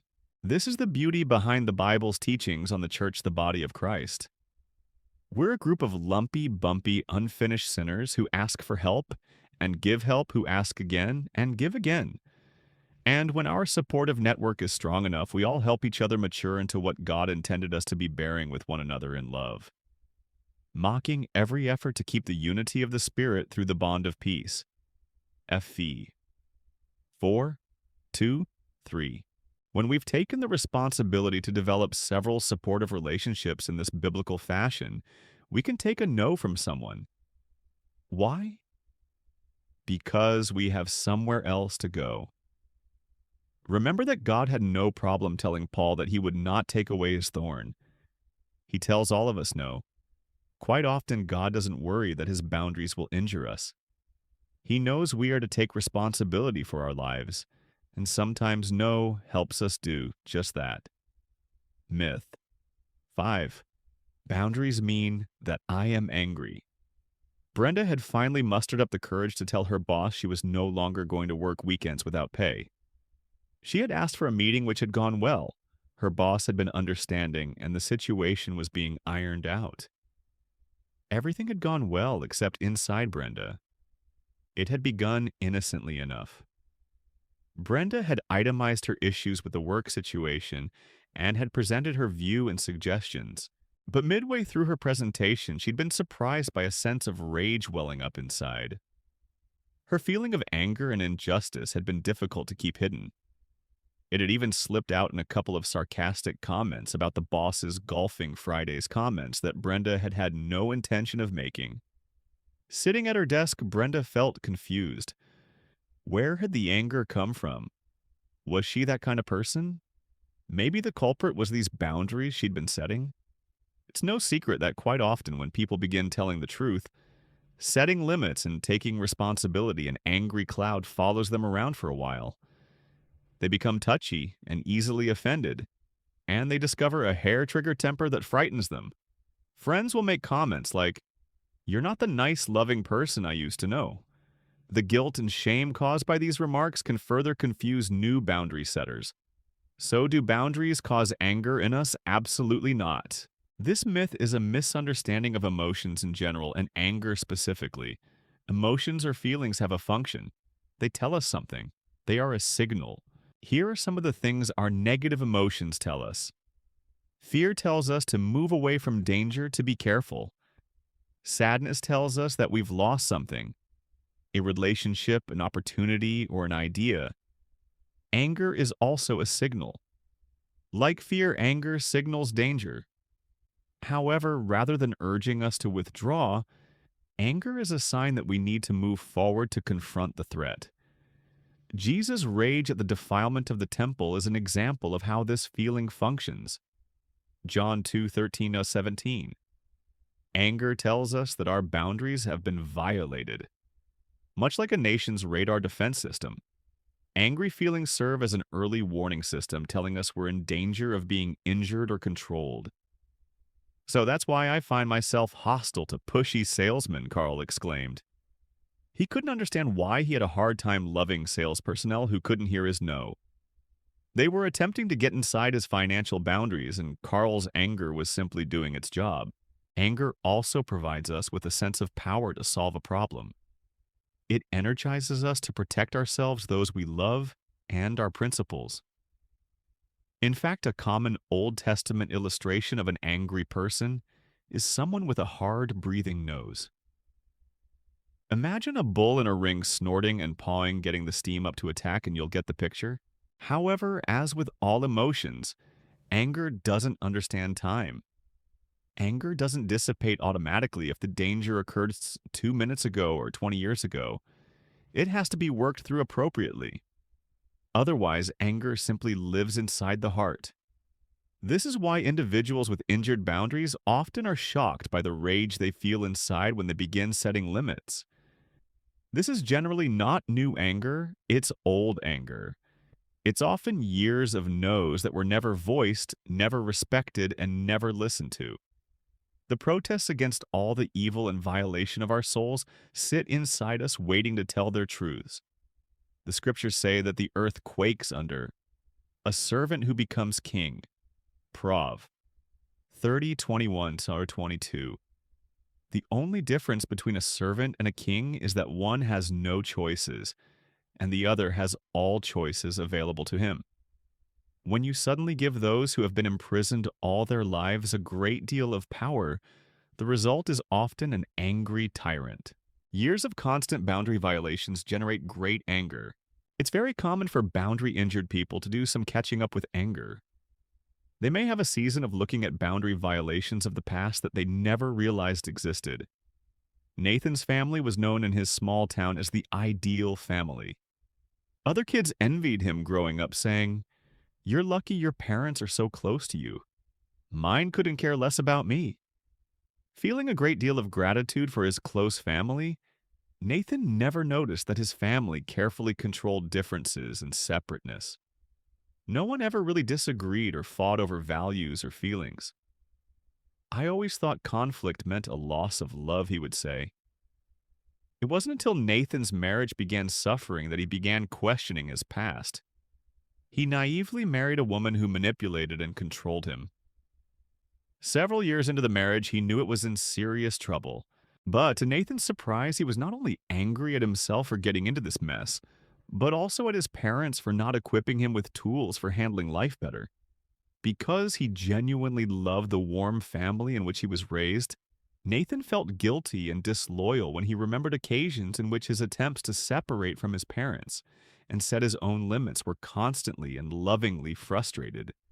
Mom would cry about his argumentativeness. Dad would tell Nathan not to upset his mom. And Nathan's boundaries remained immature and non-functional. The more clearly he saw what this had cost him, the angrier he felt. "I made my own choices in life," he said, "but life would have been a lot better had they helped me learn to say no to people." Did Nathan remain angry at his parents forever? No, and neither do you have to. As hostile feelings surface, bring them to relationship. Confess them. The Bible tells us to tell the truth to each other about our lacks so that we may be healed. James 5:16. Experience the grace of God through others who love you in your anger. This is a first step toward resolving past anger. A second step is to rebuild the injured parts of your soul. Take responsibility for healing the treasures that may have been violated. In Nathan's case, his sense of personal autonomy and safety had been deeply wounded. He had to practice for a long time to regain this in his primary relationships. But the more he healed, the less anger he felt. Finally, as you develop a sense of biblical boundaries, you develop more safety in the present. You develop more confidence. You are less enslaved to the fear of other people. In Nathan's case, he set better limits with his wife and improved his marriage. As you develop better boundaries, you have less need for anger. This is because in many cases, anger was the only boundary you had. Once you have your no intact, you no longer need the rage signal. You can see evil coming your way and prevent it from harming you by your boundaries. Don't fear the rage you discover when you first begin your boundary development. It is the protest of earlier parts of your soul. Those parts need to be unveiled, understood, and loved by God and people. And then you need to take responsibility for healing them and developing better boundaries. Boundaries decrease anger. This brings us to an important point about anger. The more biblical our boundaries are, the less anger we experience. Individuals with mature boundaries are the least angry people in the world. While those who are just beginning boundary work see their anger increase, this passes as boundaries grow and develop. Why is this remember the early warning system function of anger? We feel it when we are violated. If you can prevent boundary violation in the first place, you don't need the anger. You are more in control of your life and values. Tina resented her husband's coming home 45 minutes late to dinner every night. She had a hard time keeping the food hot. The kids were hungry and crabby, and their evening study schedule was thrown off. Things changed, however, when she began serving dinner on time with or without her husband. He came home to refrigerated leftovers that he had to reheat and eat alone. 3 or 4 sessions like this prompted Tina's husband to tear himself away from work earlier. Tina's boundary eating with the kids on time kept her from feeling violated and victimized.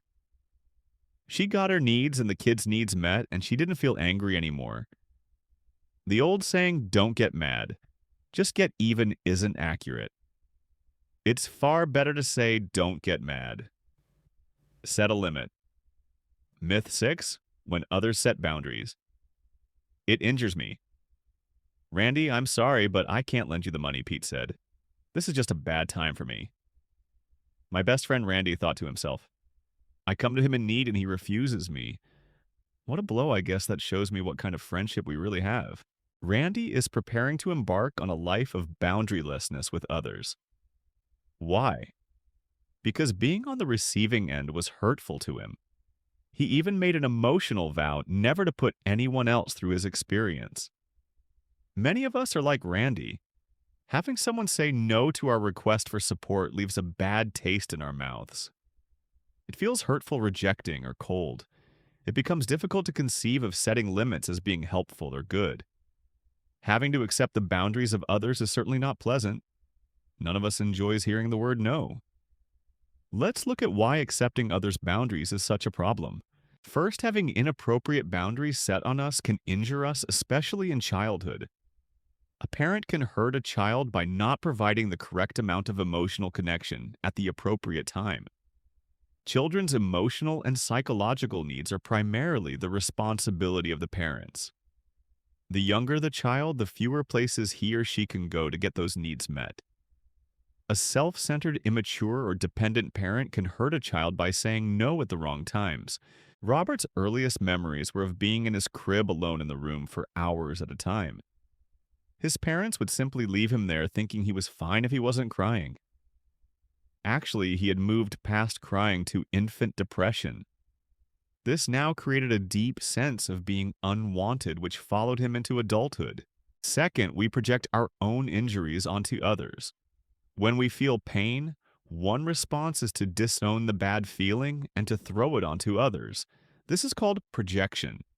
Quite often, people who have been hurt by inappropriate childhood boundaries will throw their fragility onto others.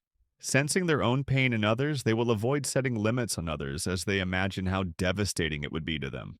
Robert had extreme difficulty setting nighttime limits with his 3-year-old daughter, Abby. Whenever she would cry about having to go to bed, he would panic inside, thinking, I'm abandoning my daughter, she needs me, and I'm not there for her.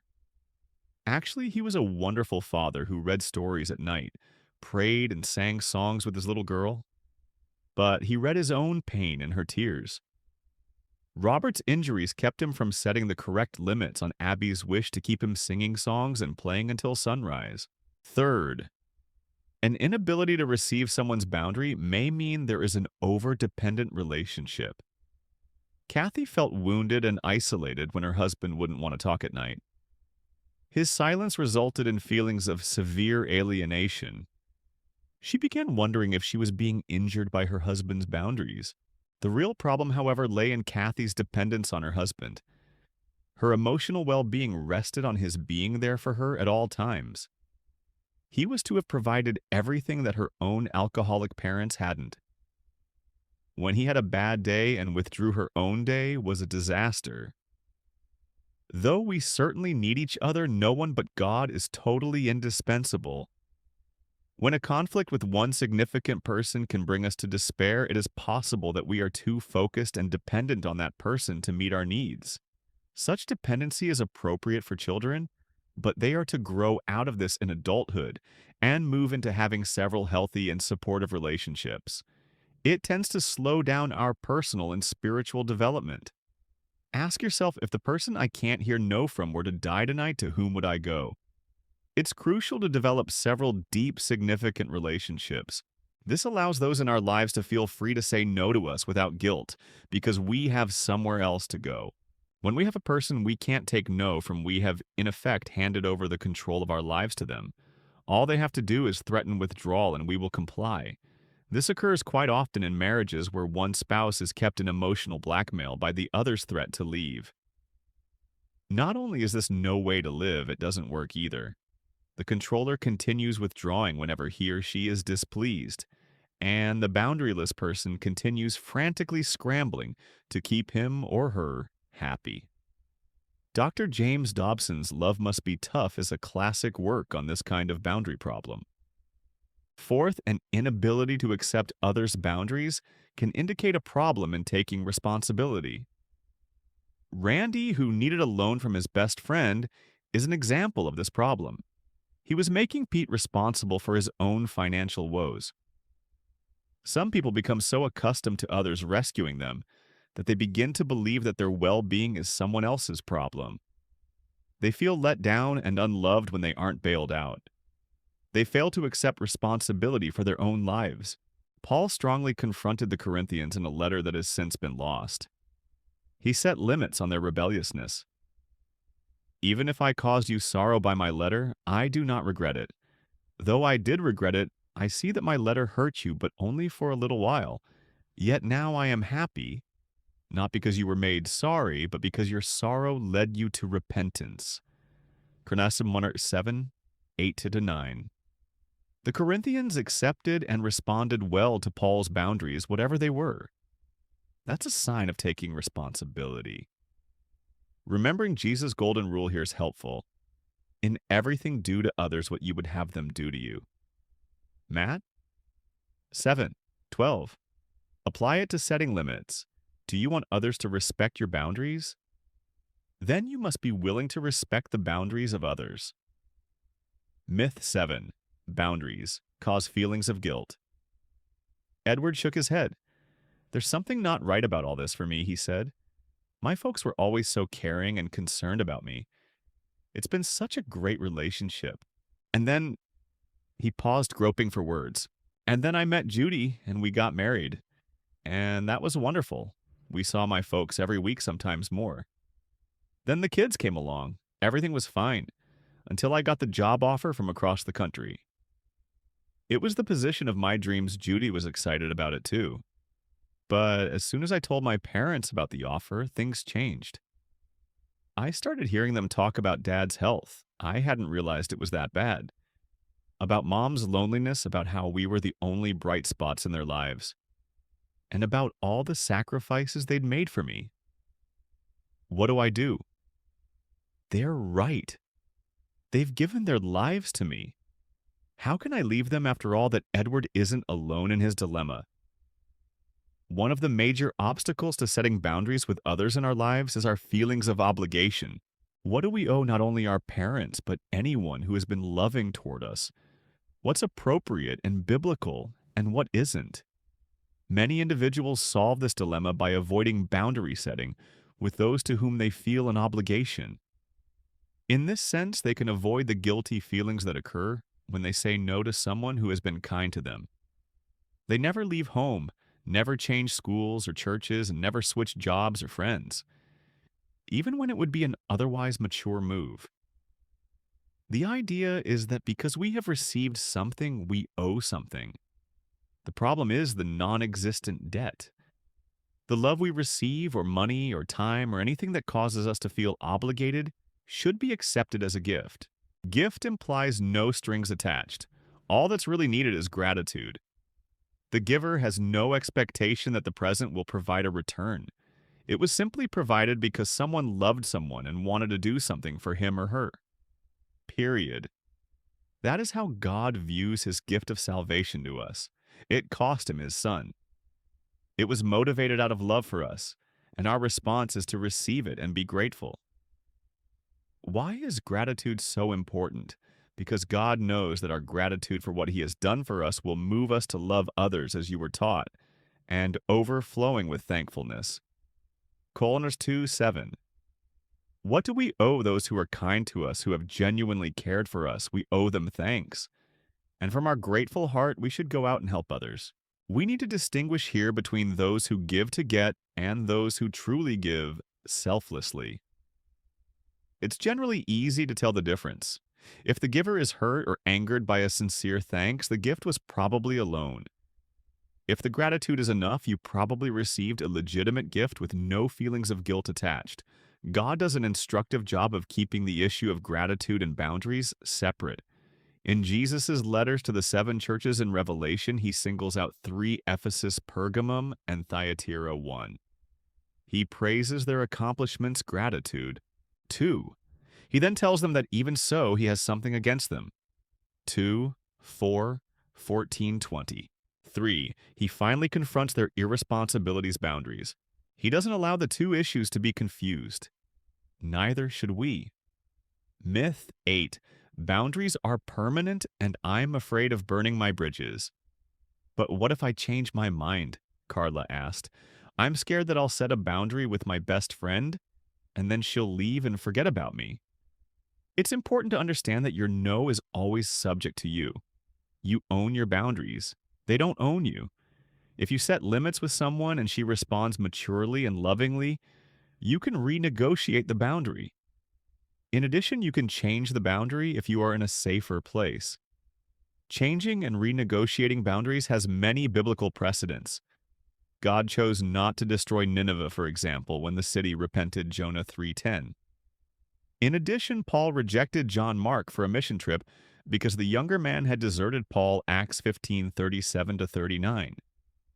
Yet years later, Paul requested John Mark's companionship, Tim. 4:11. The timing was ripe to change his boundary. As you've probably noticed, some of these myths are genuine misconceptions you may have learned from distorted teachings. Yet others simply result from the fear of standing up and saying no to unbiblical responsibility. Prayerfully review which myths have entangled and ensnared you. Search the scripture mentioned in this chapter, and ask God to give you a sense of confidence that he believes in good boundaries more than you do. Part 2. Boundary Conflicts. Chapter 7. Boundaries and Your Family. Nicole had a problem that Henry had seen countless times before. This 30-year-old woman would return from a visit to her parents' home and suffer a deep depression. When she described her problem to me, I asked her if she noticed that every time she went home to visit, she came back extremely depressed. "Why, that's ridiculous," she said. "I don't live there anymore. How could the trip affect me this way?" When I asked her to describe the trip, Nicole told of social gatherings with old friends and family times around the dinner table. "These were fun," she said, "especially when it was only family." "What do you mean, only family?" I asked. Well, other times my parents would invite some of my friends over, and I didn't like those dinners as well. Why was that? Nicole thought for a minute and then replied, I guess I start to feel guilty. She began to recount the subtle remarks her parents would make, comparing her friends' lives to hers. They would talk of how wonderful it is for grandparents to have a hands-on role in raising the children. They would talk of the community activities her friends were doing and how wonderful she would be at those activities if she only lived there. The list went on and on. Nicole soon discovered that when she returned home, she felt as if she were bad for living where she lived. She had a nagging sense that she really should do what her parents wanted her to do. Nicole had a common problem. She had made choices on the outside. She had moved away from the family she grew up in to pursue a career on her own. She had been paying her own bills. She had even gotten married and had a child. But on the inside, things were different. She did not have emotional permission to be a separate person, make free choices about her life, and not feel guilty when she did not do what her parents wanted. She could still yield to pressure. The real problem is on the inside. Remember, boundaries define someone's property. Nicole and others like her do not really own themselves. People who own their lives do not feel guilty when they make choices about where they are going. They take other people into consideration, but when they make choices for the wishes of others, they are choosing out of love, not guilt, to advance a good, not to avoid being bad. Signs of a lack of boundaries. Let's look at some common signs of a lack of boundaries with the family we grew up in. Catching the virus. A common scenario is this: one spouse doesn't have good emotional boundaries with the family he grew up in, his family of origin. Then, when he has contact with them by phone or in person, he becomes depressed, argumentative, self-critical, perfectionistic, angry, combative, or withdrawn. It is as though he catches something from his family of origin and passes it on to his immediate family. His family of origin has the power to affect his new family in a trickle-down effect. One sure sign of boundary problems is when your relationship with one person has the power to affect your relationships with others. You are giving one person way too much power in your life. I remember one young woman who made steady gains in therapy until she talked to her mother. Then she would withdraw for 3 weeks. She would say things like, I'm not changing at all. I'm not getting any better. Fusing with many of her mother's ideas about her, she wasn't able to stay separate. This fusion with her mother affected her other relationships. She virtually shut everyone out of her life after an interaction with her mother. Her mother owned her life. She was not her own. Second fiddle. You wouldn't believe how she is with him, Dan said. She totally focuses on his every wish. When he criticizes her, she tries harder, and she practically ignores me. I'm tired of being the second man in her life. Dan wasn't talking about Megan's lover. He was talking about her father. Dan was tired of feeling like Megan cared more about her father's wishes than his. This is a common sign of a lack of boundaries with the family of origin. The spouse feels like he gets leftovers. He feels as if his mate's real allegiance is to her parents. This spouse hasn't completed the leaving before cleaving process. She has a boundary problem. God has designed the process whereby a man shall leave his father and his mother and shall cleave unto his wife, and they shall be one flesh. Genre 2, 24 KJV. The Hebrew word for leave comes from a root word that means to loosen or to relinquish or forsake. For marriage to work, the spouse needs to loosen her ties with her family of origin and forge new ones with the new family she is creating through marriage. This does not mean that husbands and wives shouldn't have a relationship with their extended families, but they do need to set clear boundaries with their families of origin. Many marriages fail because one partner fails to set clear boundaries with the family of origin, and the spouse and children get leftovers. May I have my allowance? Please, Terry and Sherry were an attractive couple. They owned a big house and went on lavish vacations. Their children took piano lessons and ballet, went to summer camps, and had their own skis, ice skates, and electronic gadgets. Terry and Sherry had all the trappings of success. But there was one problem. This lifestyle was not supported by Terry's paycheck. Terry and Sherry received much financial help from his family. Terry's family had always wanted the best for him, and they had always helped him get it. They had contributed to the house, the vacations, and the children's hobbies. While this allowed Terry and Sherry to have things they could not otherwise have it cost them dearly as well. The periodic bailouts from his parents cut into Terry's self-respect, and Sherry felt as if she couldn't spend any money without consulting her in-laws since they contributed the funds. Terry illustrates a common boundary problem for young adults today, both married and single. He was not yet an adult financially. He could not set boundaries on his parents' desire for him and Sherry to have everything we have. He also found that he had so fused with their ideas of success that he had trouble saying no to these wishes in himself. He wasn't sure he wanted to forsake the gifts and handouts for a greater sense of independence. Terry's story is the upside of the financial boundary problem. There is also the "I'm in trouble" side. Many adult children perpetually get into financial messes because of irresponsibility, drug or alcohol use, out of control spending, or the modern "I haven't found my niche" syndrome. Their parents continue to finance this road of failure and irresponsibility, thinking that this time they'll do better. In reality, they are crippling their children for life, preventing them from achieving independence. Adults who do not stand on their own financially are still children.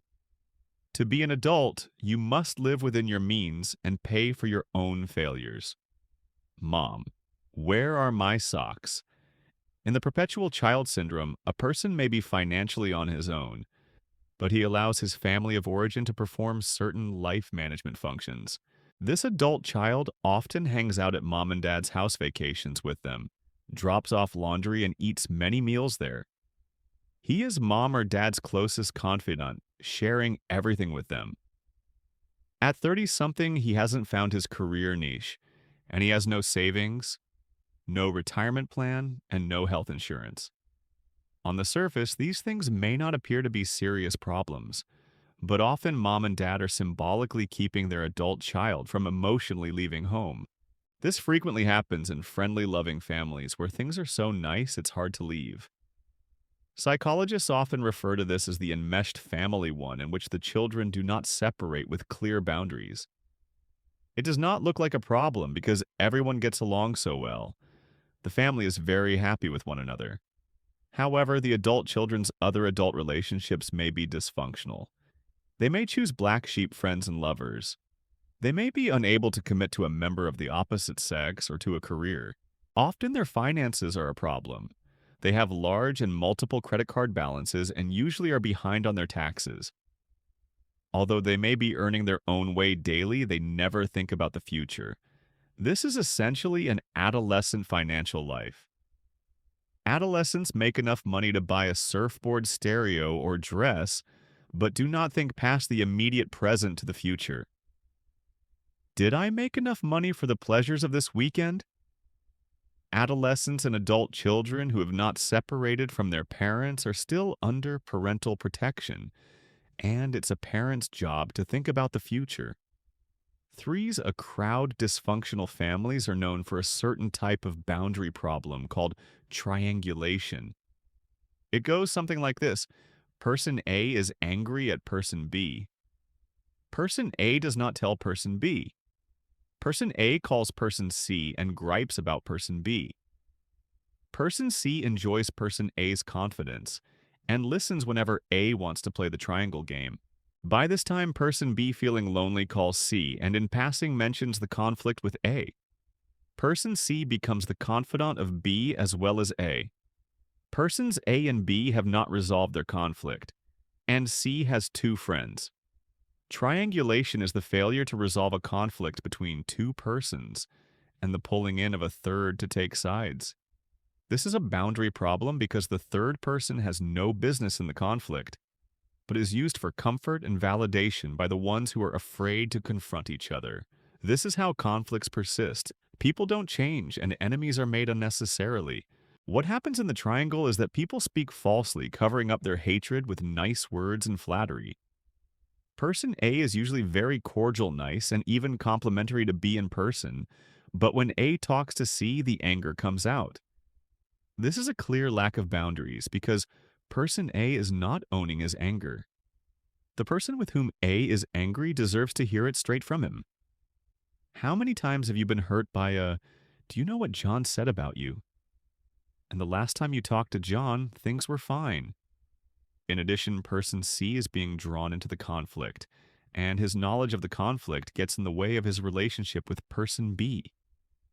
Gossip gets between people. It affects our opinions of the people being gossiped about without their having a chance to defend themselves. Many times what we hear from a third person is inaccurate. This is why the Bible commands us to listen to at least 2 or 3 witnesses, not just one. Triangulation is a common boundary problem with families of origin. Old patterns of conflict between a parent and a child, or between 2 parents, result in one family member calling another family member and talking about the third family member. These extremely destructive patterns keep people dysfunctional.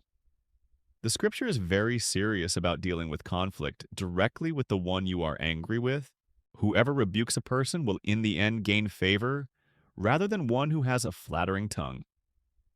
Proverbs 28:23. Do not hate a fellow Israelite in your heart. Rebuke your neighbor frankly so you will not share in their guilt. Leviticus 19:17. Therefore, if you are offering your gift at the altar and there remember that your brother or sister has something against you, leave your gift there in front of the altar. First go and be reconciled to them, then come and offer your gift. Matthew 5:23-24. If your brother or sister sins, go and point out their fault just between the two of you. Matt 18:15. These scriptures show that a simple way to avoid triangulation is to always talk to the person with whom you have a conflict first. Work it out with her, and only if she denies the problem, talk to someone else to get insight about how to resolve it, not to gossip and to bleed off anger. Then you both go to talk to her together to try to solve the problem.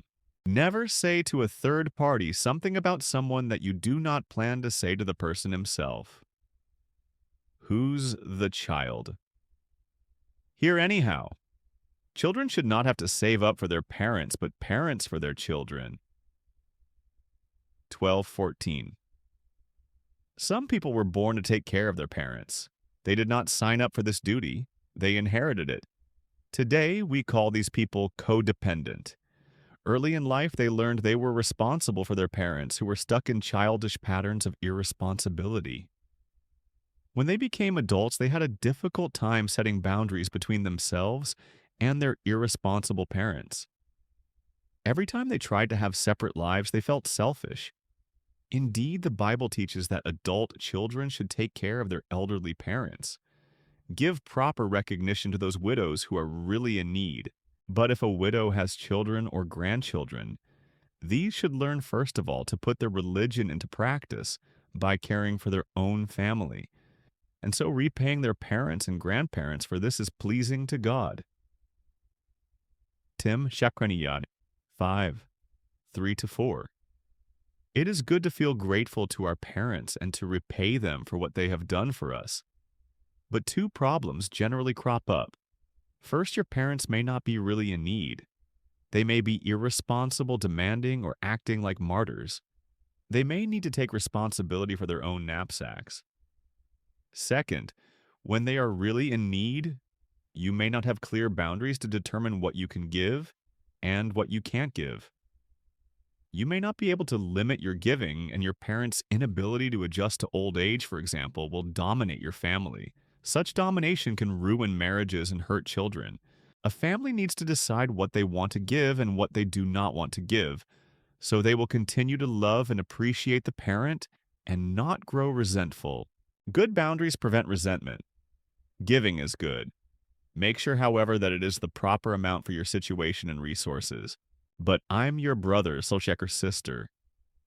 Another frequent dynamic is the grown sibling relationship. An irresponsible adult child depends on a responsible adult sibling to avoid growing up and leaving the family. We are not talking about a truly needy sibling who has a mental or physical impairment. The irresponsible child continues to play old family games well into adulthood. The tough issue here is the guilt and pressure you feel because this person is your brother or sister. I have seen people do totally crazy and unhelpful things for a brother or sister that they would never do for their closest friend. Our families can tear down our best built fences because they are family. But why do we do that? Why in the world do we choose to continue these sorts of patterns? What is wrong? One reason is that we did not learn the laws of boundaries in our family of origin, and our adult boundary problems are actually old boundary problems that have been there since childhood.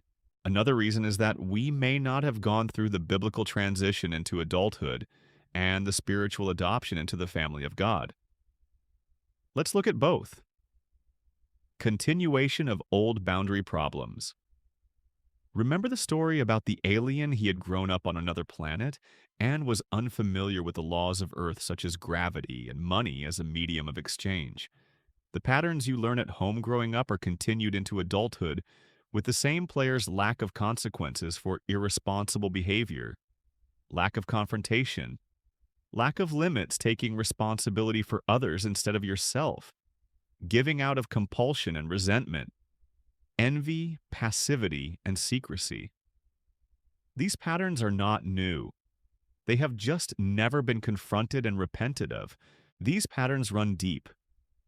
Your family members are the ones you learn to organize your life around, so they are able to send you back to old patterns by their very presence.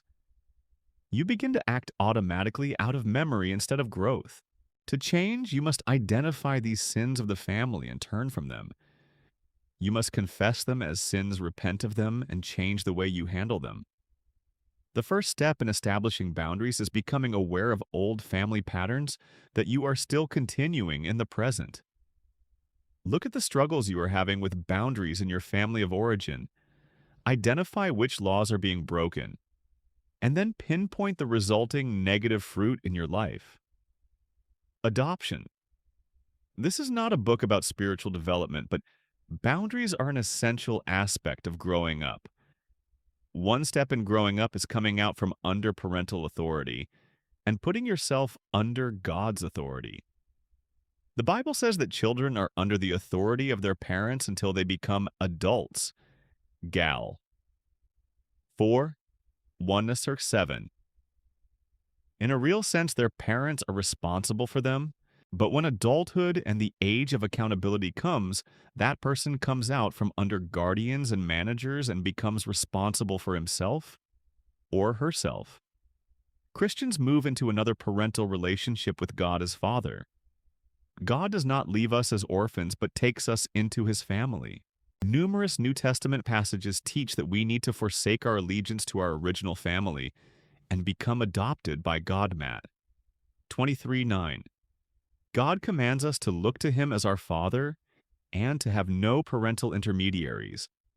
Adults who are still holding an allegiance to earthly parents have not realized their new adoptive status. Many times we are not obeying the word of God because we have not spiritually left home. We feel we still need to please our parents and follow their traditional ways of doing things, rather than obey our new Father. Matt 15:1-6. When we become part of God's family, obeying his ways will sometimes cause conflict in our families and sometimes separate us. Matt 10:35-37. Jesus says that our spiritual ties are the closest and most important. Matt 12:46-50. Our true family is the family of God. In this family, which is to be our strongest tie, things are done a certain way. We are to tell the truth, set limits, take and require responsibility, confront each other, forgive each other, and so on.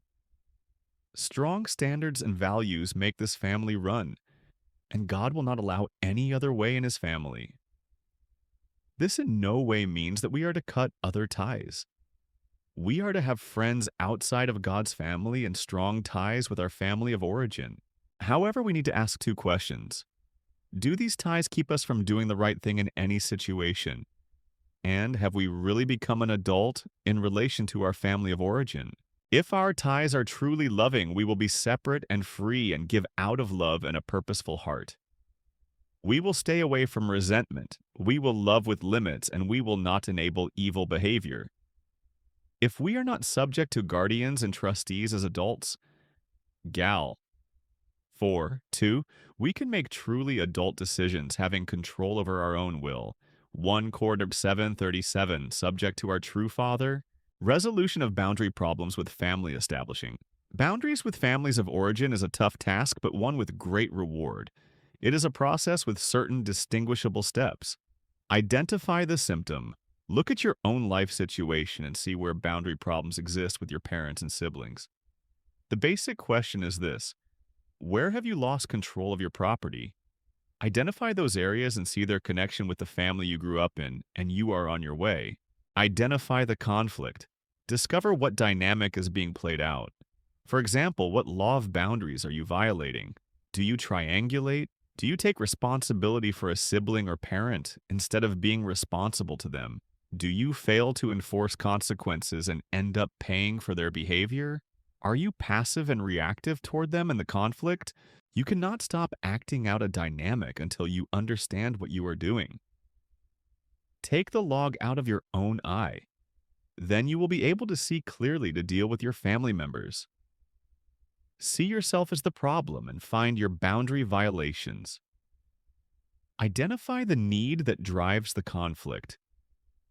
You do not act in inappropriate ways for no reason. You are often trying to meet some underlying need that your family of origin did not meet. Maybe we are still entangled because of a need to be loved, approved of, or accepted. You must face this deficit and accept that it can only be met in your new family of God, those who are now your true mother, father, brothers, and sisters, those who do God's will and can love you the way He designed. Take in and receive the good. It is not enough to understand your need. You must get it met. God is willing to meet your needs through His people, but you must humble yourself, reach out to a good support system, and take in the good. Do not continue to hide yourself and your resources and talents in the ground and expect to get better. Learn to respond to and receive love even if you're clumsy at first. Practice boundary skills. Your boundary skills are fragile and new. You can't take them immediately into a difficult situation. Practice them in situations where they will be honored and respected. Begin saying no to people in your supportive group who will love and respect your boundaries. When you are recovering from a physical injury, you do not pick up the heaviest weight first. You build up to the heavy stuff. Look at it as you would physical therapy. Say no to the bad. In addition to practicing new skills in safe situations, avoid hurtful situations. When you are in the beginning stages of recovery, you need to avoid people who have abused and controlled you in the past. When you think you are ready to reestablish a relationship with someone who has been abusive and controlling in the past, bring a friend or supporter along. Be aware of your pull toward hurtful situations and relationships. The injury you are recovering from is serious, and you can't reestablish a relationship until you have the proper tools. Be careful not to get sucked into a controlling situation again because your wish for reconciliation is so strong. Forgive the aggressor. Nothing clarifies boundaries more than forgiveness. To forgive others means letting them off the hook or canceling a debt they owe you. When you refuse to forgive someone, you still want something from that person. And even if it is revenge that you want, it keeps you tied to that person forever. Refusing to forgive a family member is one of the main reasons people are stuck for years unable to separate from their dysfunctional families. They still want something from them. It is much better to receive grace from God who has something to give and to forgive those who have no money to pay their debt. This ends your suffering because it ends the wish for repayment that is never forthcoming. And that makes your heart sick because your hope is deferred. Proverbs 13:12. If you do not forgive, you are demanding something your offender does not choose to give, even if it is only confession of what he did. This ties him to you and ruins boundaries. Let go of the dysfunctional family you came from. Cut it loose and you will be free. Respond, don't react. When you react to something that someone says or does, you may have a problem with boundaries. If someone is able to cause havoc by doing or saying something, she is in control of you at that point, and your boundaries are lost. When you respond, you remain in control with options and choices. If you feel yourself reacting, step away and regain control of yourself, so family members can't force you to do or say something you do not want to do or say, and something that violates your separateness. When you have kept your boundaries, choose the best option. The difference between responding and reacting is choice. When you are reacting, they are in control. When you respond, you are. Learn to love in freedom and responsibility, not in guilt. The best boundaries are loving ones. The person who has to remain forever in a protective mode is losing out on love and freedom. Boundaries in no way mean to stop loving. They mean the opposite. You are gaining freedom to love. It is good to sacrifice and deny yourself for the sake of others. But you need boundaries to make that choice. Practice purposeful giving to increase your freedom. Sometimes people who are building boundaries feel that to do someone a favor is codependent. Nothing is further from the truth. Doing good for someone when you freely choose to do it is boundary enhancing. Codependents are not doing good. They are allowing evil because they are afraid. Chapter 8. Boundaries and Your Friends. Marcia switched on the television, not even noticing which show was on. She was thinking about her phone call with her best friend Tammy. She had asked Tammy to go to a movie with her. Tammy had had other plans for the evening. Once again, Marcia had taken the initiative. Once again, she was disappointed. Tammy never called her. Was this what friendship was supposed to be about? Friendship. The word conjures up images of intimacy, fondness, and a mutual drawing together of two people. Friends are symbols of how meaningful our lives have been.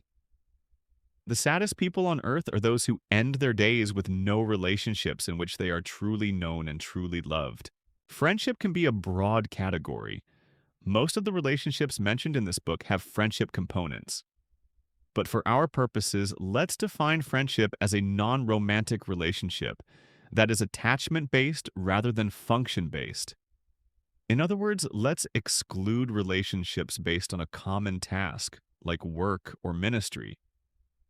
Let's look at friendship as comprised of people we want to be around, just for their own sake. Boundary conflicts with friends come in all sizes and shapes. To understand the various issues, let's look at a few conflicts and how they can be resolved with boundaries. Conflict 1. Compliant costs us compliant. In some ways, it was a great friendship. In other ways, it was awful. Sean and Tim enjoyed the same sports activities and recreation.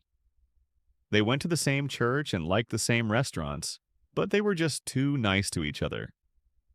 They each had difficulty saying no to the other. Their realization of the problem came up one weekend when a whitewater rafting trip and a concert were scheduled on the same day. Sean and Tim enjoyed both activities, but they couldn't do both. Sean called Tim, suggesting they go rafting. Absolutely, answered his friend. However, unbeknownst to each other, neither Sean nor Tim really wanted to go rafting. In their heart of hearts, both men had been looking forward to going to the concert. Halfway down the river, Sean and Tim got honest with each other. Tired and wet, Tim blurted out, "It was your big idea to come on this trip," Sean said with surprise. "I thought you wanted to go rafting." "Oh no, since you called me, I figured that's what you wanted." "Old buddy," he continued ruefully, "maybe it's time we stopped being so nice to each other. The result of two compliants interacting is that neither does what he really wants. Each is so afraid of telling the other the truth that neither ever does. Let's apply a boundary checklist to this conflict. This checklist of questions will not only help you locate where you are in setting boundaries, but also show you how to get where you want to go. 1. What are the symptoms? One symptom of a compliant conflict is dissatisfaction, a sense that you allowed something you shouldn't have. 2. What are the roots? Compliants come from backgrounds where they had to avoid saying no to keep others happy. Since their roots are similar, it's often hard for two compliant people to help each other. 3. What is the boundary conflict? Compliant people politely deny their own boundaries to keep the peace. 4. Who needs to take ownership?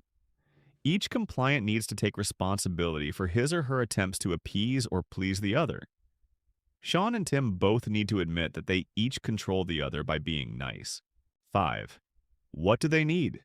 Compliant people need to have supportive relationships to plug into they support groups, small groups, or counselors. Their fear of hurting the other person makes it difficult for them to set boundaries on their own. 6. How do they begin? Both compliance practice setting limits on trivial things. They may begin with being honest about things like tastes in restaurants, church liturgies, music, and the like. 7. How do they set boundaries with each other? Sean and Tim talk with each other face to face, finally telling the truth and revealing limits they'd like to start setting. They commit themselves to better boundaries with each other. 8. What happens next? Sean and Tim may have to admit that their interests are not as similar as they'd thought. They may need to separate more from each other. Having different friends for different activities is no blot on the relationship. It might help their friendship in the long run. Conflict 2. Compliant, aggressive controller. The compliant, aggressive controller conflict. The most identifiable of friendship conflicts has classic symptoms. The compliant feels intimidated and inferior in the relationship. The aggressive controller feels irritated at being pestered by the compliant. Well, all right, if you insist is a catchphrase of the compliant. Usually the aggressive controller is insisting on using some of the compliant's time talents or treasures. The aggressive controller has no problem demanding what she wants. Sometimes she just takes what she wants without asking. I needed it is enough reason for the aggressive controller to help herself to whatever the compliant has, be it car keys, a cup of sugar, or 3 hours of time. Since the compliant is usually unhappy in this relationship, he is the one who needs to take action. Let's put this relationship through the boundary checklist. 1. What are the symptoms? The compliant feels controlled and resentful. The aggressive controller feels good, except she doesn't like to be pestered. 2. What are the roots? The compliant probably grew up in a family who taught him to avoid conflict rather than embrace it. The aggressive controller never received training in delaying gratification and in taking responsibility for herself. 3. What is the boundary conflict? Two specific boundary conflicts are the inability of the compliant to set clear limits with his friend and the inability of the aggressive controller to respect the compliant's limits. 4. Who needs to take ownership? The compliant needs to see that he isn't a victim of the aggressive controller. He is volunteering his power to his friend on a silver platter. Giving up his power is his way of controlling his friend. The compliant controls the aggressive controller by pleasing her, hoping it will appease her and cause her to change her behavior. The aggressive controller needs to own that she has difficulty listening to no and accepting the limits of others. She needs to take responsibility for her need to control her friend. 5. What is needed? The unhappier one in the friendship, the compliant needs to plug into a supportive group of people to help him with this boundary conflict. 6. How do they begin? In preparation for confronting his friend, the compliant needs to practice setting limits in his support group. The aggressive controller could really benefit from honest feedback from loving friends on how she runs over people and how she can learn to respect the limits of others. 7. How do they set boundaries? The compliant applies biblical principles to his friendship, see Matthew 18. He confronts his friend on her control and intimidation. He tells her that the next time she tries to control him, he will leave. He does not attempt to control her. Confrontation isn't an ultimatum meant to rob her of her choices. He sets limits to let her know that her control hurts him and wounds their friendship. Such limits protect the compliant from further hurt. The aggressive controller can become as angry or intimidating as she wants, but the compliant won't be around to get hurt. He will be out of the room, the house, or the friendship until it's safe to come back. The aggressive controller experiences the consequences of her actions. Not having her friend around may force her to miss the attachment, and she can begin to take responsibility for the control that ran off her friend. 8. Now what? At this point, if both friends are open, the two can renegotiate the relationship. They can set new ground rules such as I'll stop pestering if you'll stop being critical, and can build a new friendship. Conflict 3. Compliant, manipulative controller. Kathy, I'm in a real jam, and you're the only one I can depend on to help me out. I can't get a babysitter for the kids, and I have this church meeting. Kathy listened to the plight of her friend Sharon. It was the usual story. Sharon neglected to plan for events to call ahead for sitters.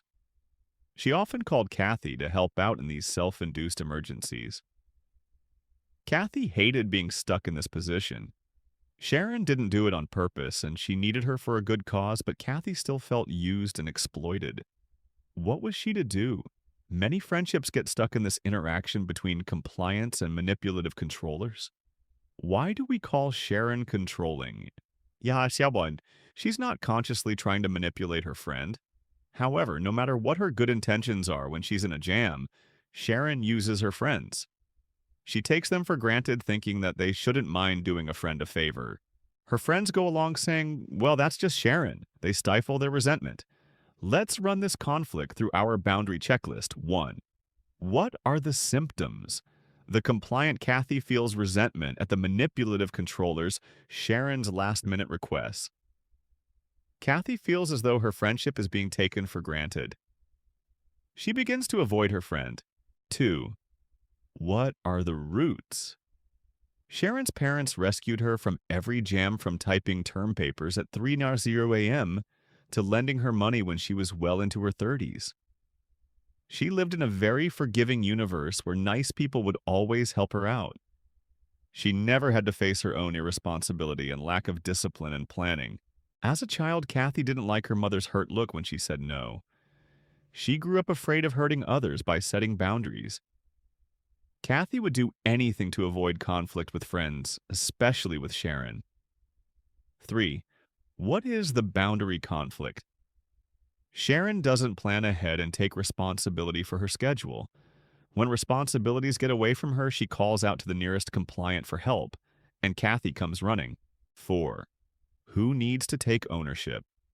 Kathy, the motivated party in this conflict, sees how her never-ending yes contributes to Sharon's illusion that she doesn't ever have to plan ahead.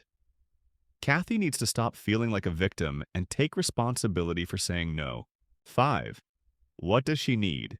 Kathy needs to connect with others who will support her as she looks at the boundary issues between her and her friend. 6. How does she begin? Kathy practices saying no with supportive friends. In a supportive atmosphere, she learns to disagree, to state her opinion, and to confront. They all pray for strength and guidance in this relationship. 7. How does she set boundaries? At their next lunch, Kathy tells Sharon about her feelings of being used and taken advantage of. She explains how she'd like a more mutual relationship. Then she lets her friend know that she won't be taking any more emergency babysitting jobs. Sharon, unaware of how she was hurting her friend, is genuinely sorry about the problem. She begins to take more responsibility for her schedule. After a few futile attempts to get Kathy to babysit at the last minute, and having to miss a few important meetings, she starts planning for events a week or two ahead of time. 8. What happens next? The friendship grows and deepens. Over time, Kathy and Sharon laugh over the conflict that actually brought them closer. Conflict 4. Compliant, non-responsive. Remember the Marcia-Tammy friendship at the beginning of this chapter. One friend doing all the work and the other coasting illustrates the compliant, non-responsive conflict. One party feels frustrated and resentful. The other wonders what the problem is. Marcia sensed that the friendship wasn't as important to Tammy as it was to her. Let's analyze the situation. 1. What are the symptoms Marcia feels depressed, resentful, and unimportant? Tammy, however, may feel guilty or overwhelmed by her friend's needs and demands. 2. What are the roots?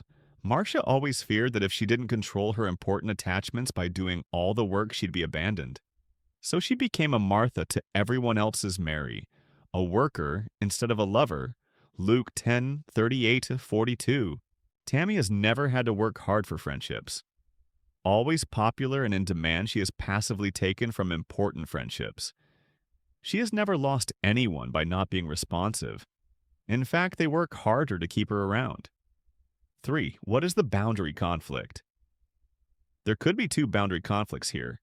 First, Marcia takes on too much responsibility for the friendship. She's not letting her friend bear her own load. Gal? 6. 5.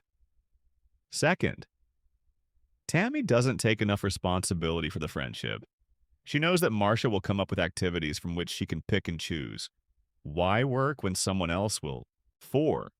Who needs to take ownership? Marcia needs to take responsibility for making it too easy for Tammy to do nothing. She sees that her attempts to plan, call, and do all the work are disguised attempts to control love. 5.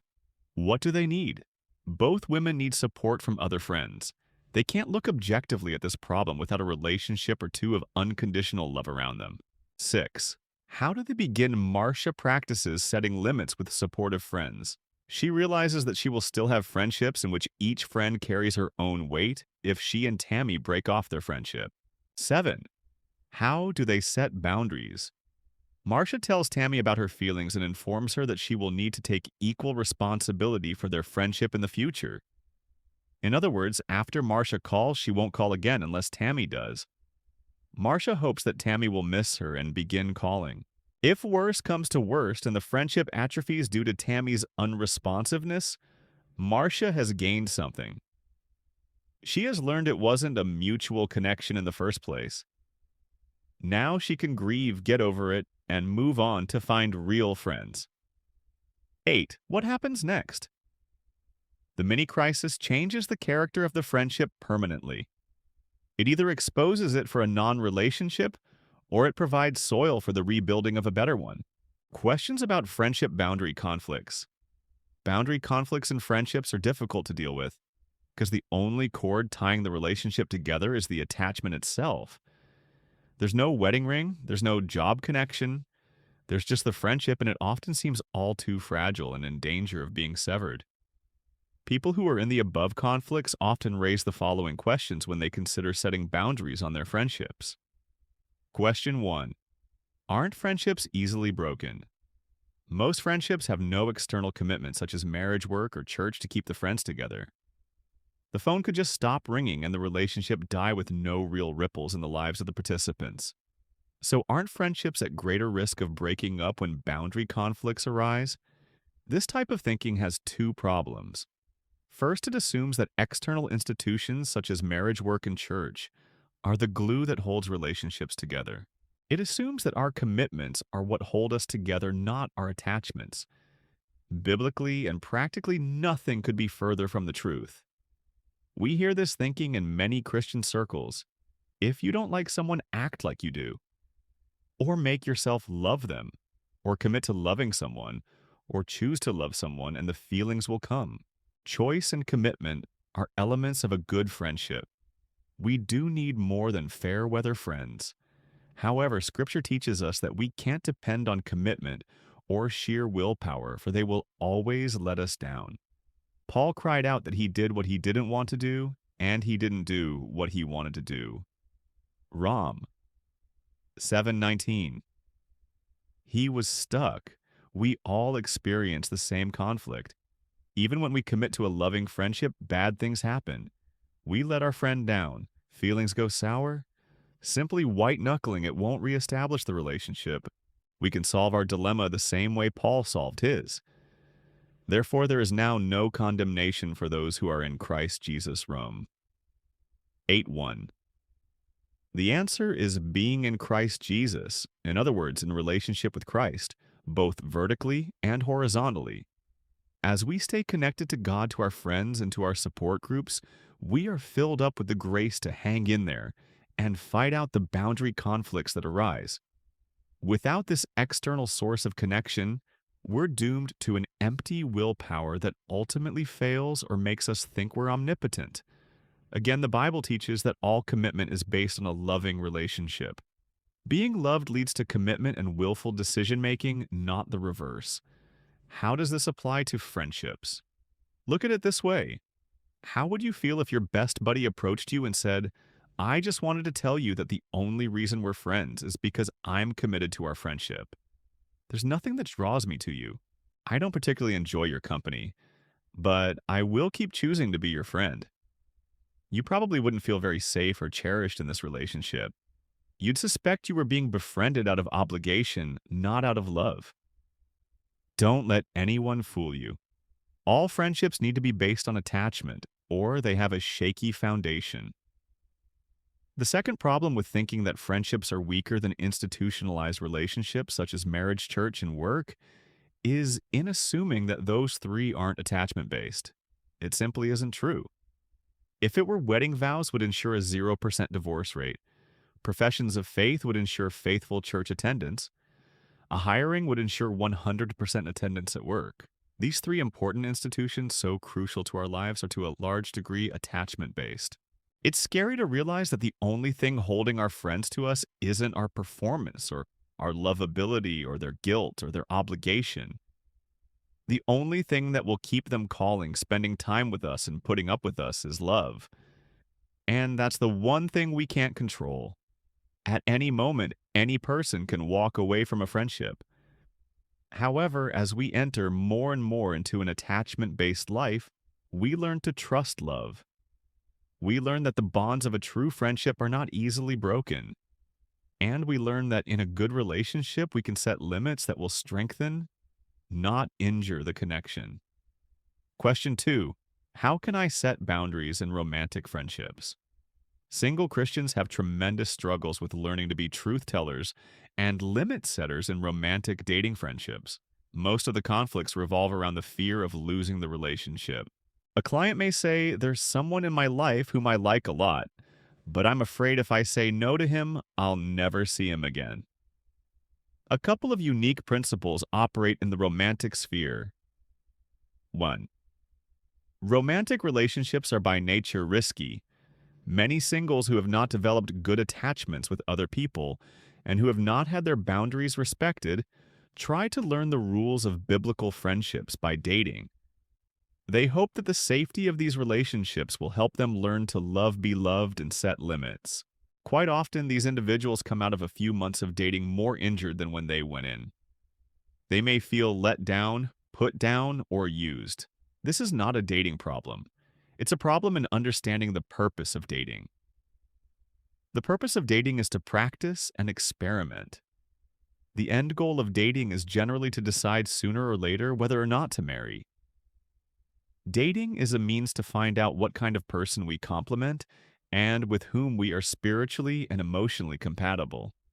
It's a training ground for marriage, for this fact causes a built-in conflict. When we date, we have the freedom to say at any time, this isn't working out, and to end the relationship. The other person has the same freedom. What does this mean for the person whose boundaries have been injured? Often she brings immature, undeveloped aspects of her character to an adult romantic situation. In an arena of low commitment and high risk, she seeks the safety, bonding, and consistency that her wounds need. She entrusts herself too quickly to someone whom she is dating because her needs are so intense. And she will be devastated when things don't work out. This is a little like sending a 3-year-old to the front lines of battle. Dating is a way for adults to grow in various ways and to find out about each other's suitability for marriage. It's not a place for injured souls to find healing. This healing can best be found in non-romantic arenas such as support groups, church groups therapy, and same-sex friendships. We need to keep separate the purposes of romantic and non-romantic friendships. It's best to learn the skill of setting boundaries in these non-romantic arenas where the attachments and commitments are greater. Once we've learned to recognize, set, and keep our biblical boundaries, we can use them on the adult playground called dating. 2. Setting limits in romance is necessary. Individuals with mature boundaries sometimes suspend them in the initial stages of a dating relationship in order to please the other person. However, truth-telling in romance helps define the relationship. It helps each person to know where he or she starts and the other person stops. Ignorance of one another's boundaries is one of the most blatant red flags of the poor health of a dating relationship. We'll ask a couple in premarital counseling, where do you disagree? Where do you lock horns? When the answer is, it's just amazing. We're so compatible, we have very few differences. We'll give the couple homework, find out what you've been lying about to each other. If the relationship has any hope, that assignment will generally help. Question 3. What if my closest friends are my family? Boundary developing individuals sometimes say, but my mother or father or sister or brother is my best friend. They often feel fortunate that in these times of family stress, their best friends are the family in which they were raised. They don't think they need an intimate circle of friends besides their own parents and siblings. They misunderstand the biblical function of the family.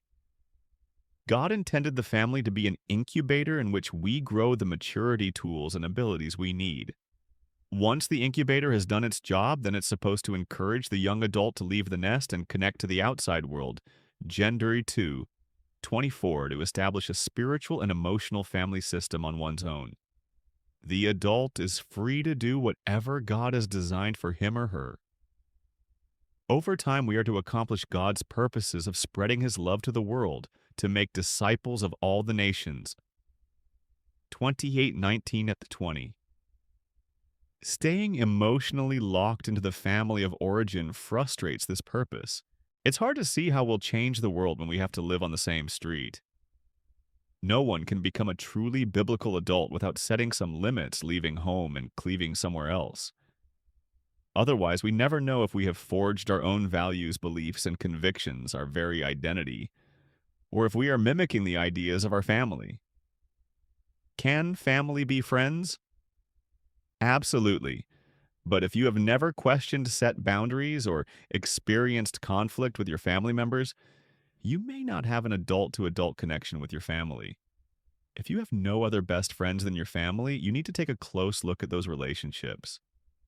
You may be afraid of separating and individuating, of becoming an autonomous adult. Question 4. How can I set limits with needy friends? I was talking to a woman one day in session who felt extremely isolated and out of control. Setting limits with her friends seemed impossible for her because her friends were in perpetual crisis. I asked her to describe the quality of her relationships. Oh, I've got lots of friends. I volunteer at the church 2 nights a week. I lead a Bible study once a week. I'm on a couple of church committees and I sing with the worship team. I'm getting exhausted just listening to you describe your week, I said. But what about the quality of these relationships? They're great. People are being helped. They're growing in their faith, and troubled marriages are getting healed. You know, I said I'm asking you about friendships and you're answering about ministries. They're not the same thing. She had never considered the difference. Her concept of friendship was to find people with needs and throw herself into a relationship with them.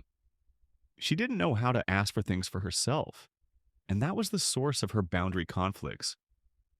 Without these ministry relationships, this woman would have had nothing, so she couldn't say no.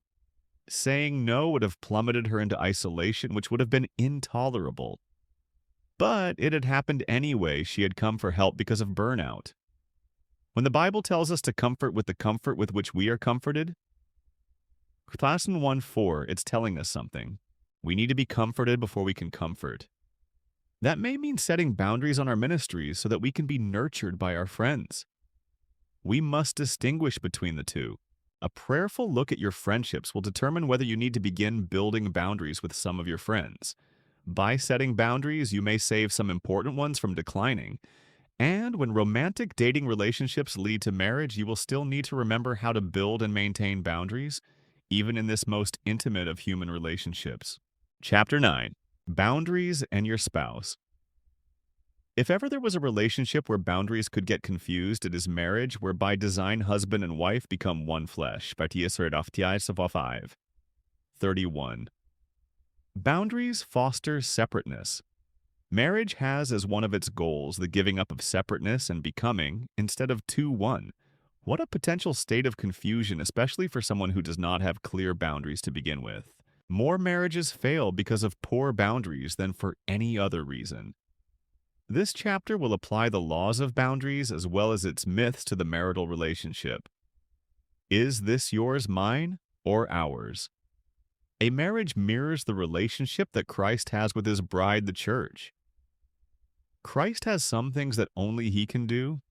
The church has some things that only it can do, and they have some things they do together. Only Christ could die. Only the church can represent him on earth in his absence and obey his commands. And together they work on many things, such as saving the lost. Similarly, in marriage, some duties one spouse does some, the other does, and some they do together. When the two become one on their wedding day, spouses do not lose their individual identities. Each participates in the relationship, and each has his or her own life. No one would have a problem deciding who wears the dress and who wears the tie. It's a little trickier to decide who balances the checkbook and who mows the lawn. But these duties can be worked out according to the spouse's individual abilities and interests. Where boundaries can get confusing is in the elements of personhood, the elements of the soul that each person possesses and can choose to share with someone else. The problem arises when one trespasses on the other's personhood, when one crosses a line and tries to control the feelings, attitudes, behaviors, choices, and values of the other. These things only each individual can control. To try to control these things is to violate someone's boundaries, and ultimately the attempt will fail. Our relationship with Christ and any other successful relationship is based on freedom. Let's look at some common examples. Feelings, one of the most important elements that promotes intimacy between two people, is the ability of each to take responsibility for his or her own feelings. I was counseling a couple who were having marital problems because of the husband's drinking. I asked the wife to tell her husband how she felt when he drank. I feel like he doesn't think about what he's doing. I feel like he... No, you are evaluating his drinking. How do you feel about it? I feel like he doesn't care. No, I said, that's what you think about him. How do you feel when he drinks? She started to cry.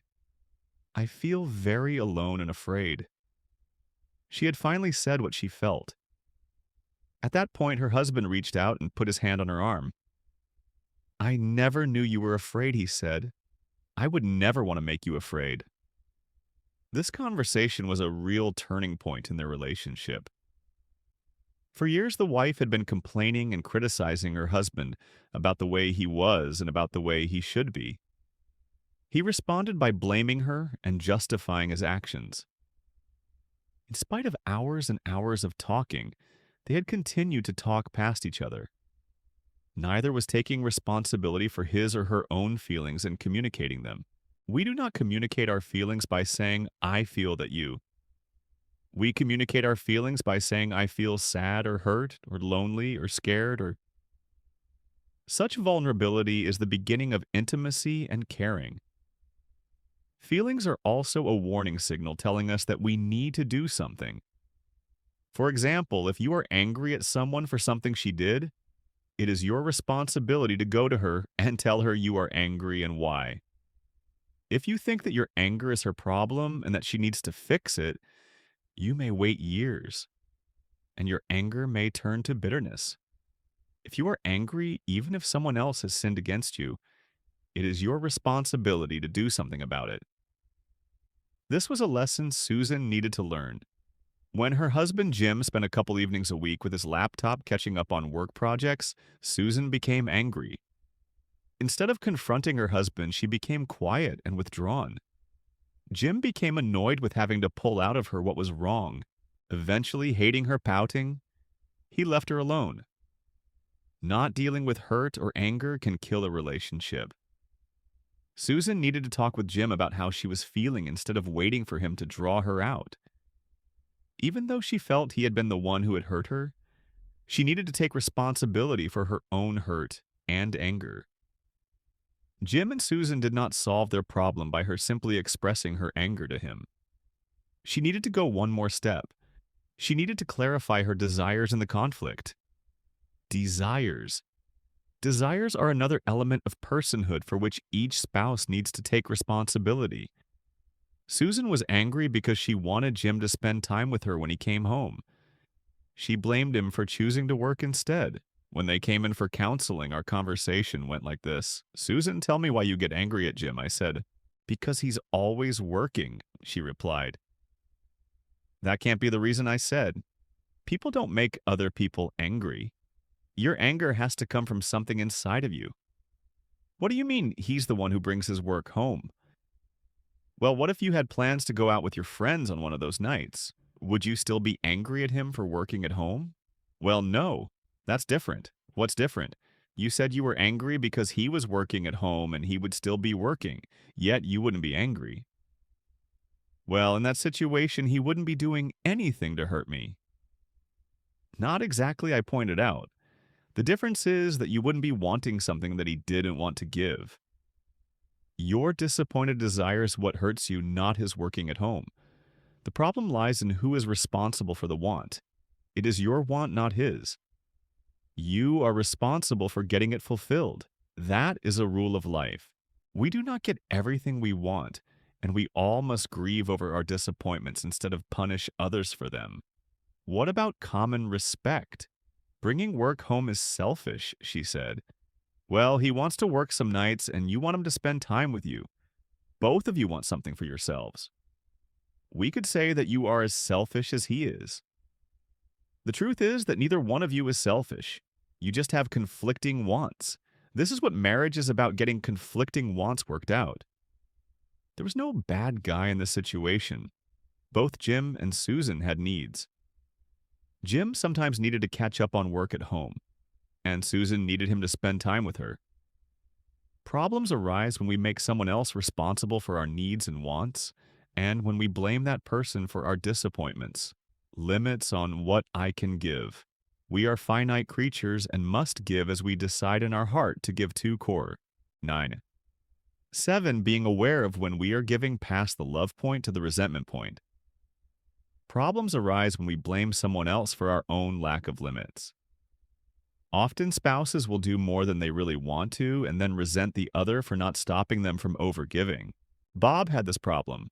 His wife Nancy wanted the perfect home, including a new patio, fresh landscaping, and a remodeled master bathroom. She was always coming up with something for him to do around the house. He was beginning to resent her projects. When he came to see me, I asked him why he was angry.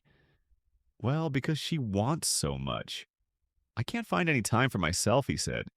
"What do you mean, can't? Don't you mean won't?" "No, I can't. She would be angry if I didn't do the work." "Well, that's her problem. It's her anger." "Yes, but I have to listen to it."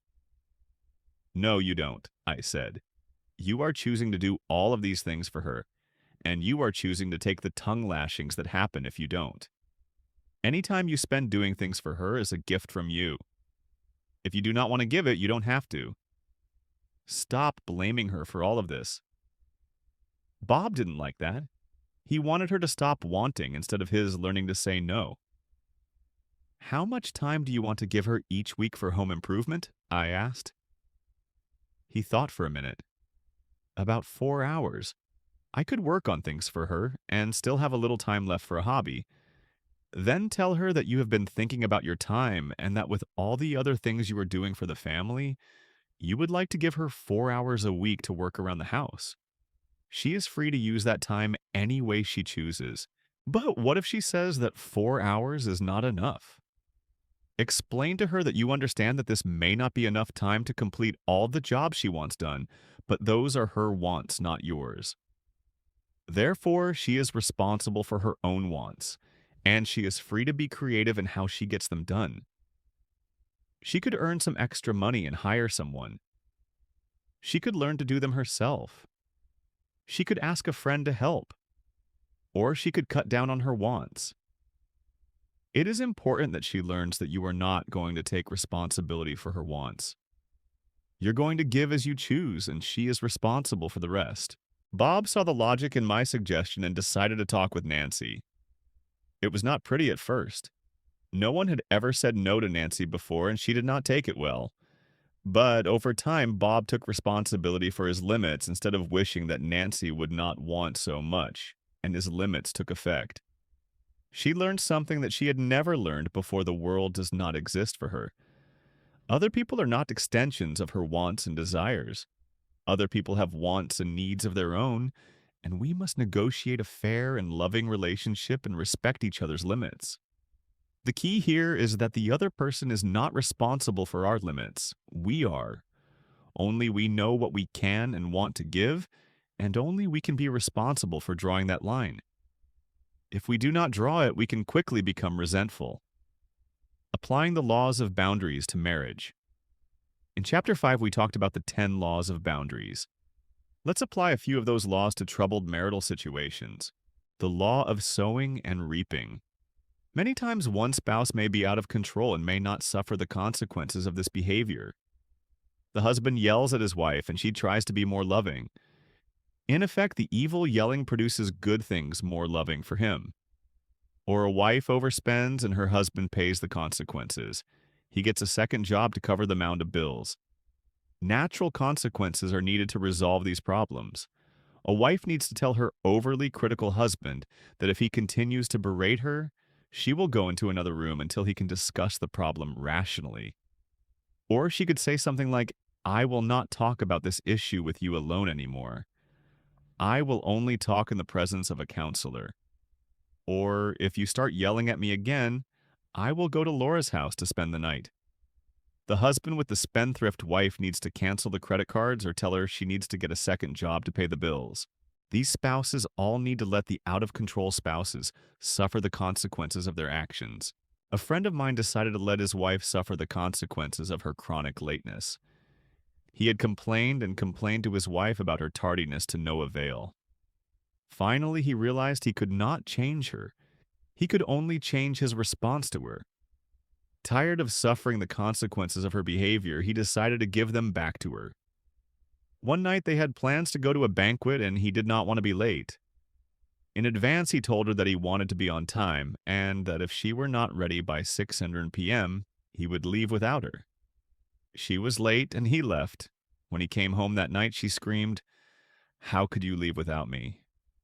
He let her know that her lateness was what caused her to miss the banquet, and that he was sad to have to go alone, but he did not want to miss the dinner. After a few more incidents like this, she knew that her lateness would affect her, and not him, and she changed. These moves are not manipulative, as the other spouse will accuse. They are examples of someone limiting how they will allow themselves to be treated and exhibiting self-control. The natural consequences are falling on the shoulders of the responsible party. The law of responsibility. We talked earlier about taking responsibility for ourselves and having responsibility to others. The above examples show that. People who set limits exhibit self-control and show responsibility for themselves. They act responsible to their partner by confronting him or her. Setting limits is an act of love in the marriage.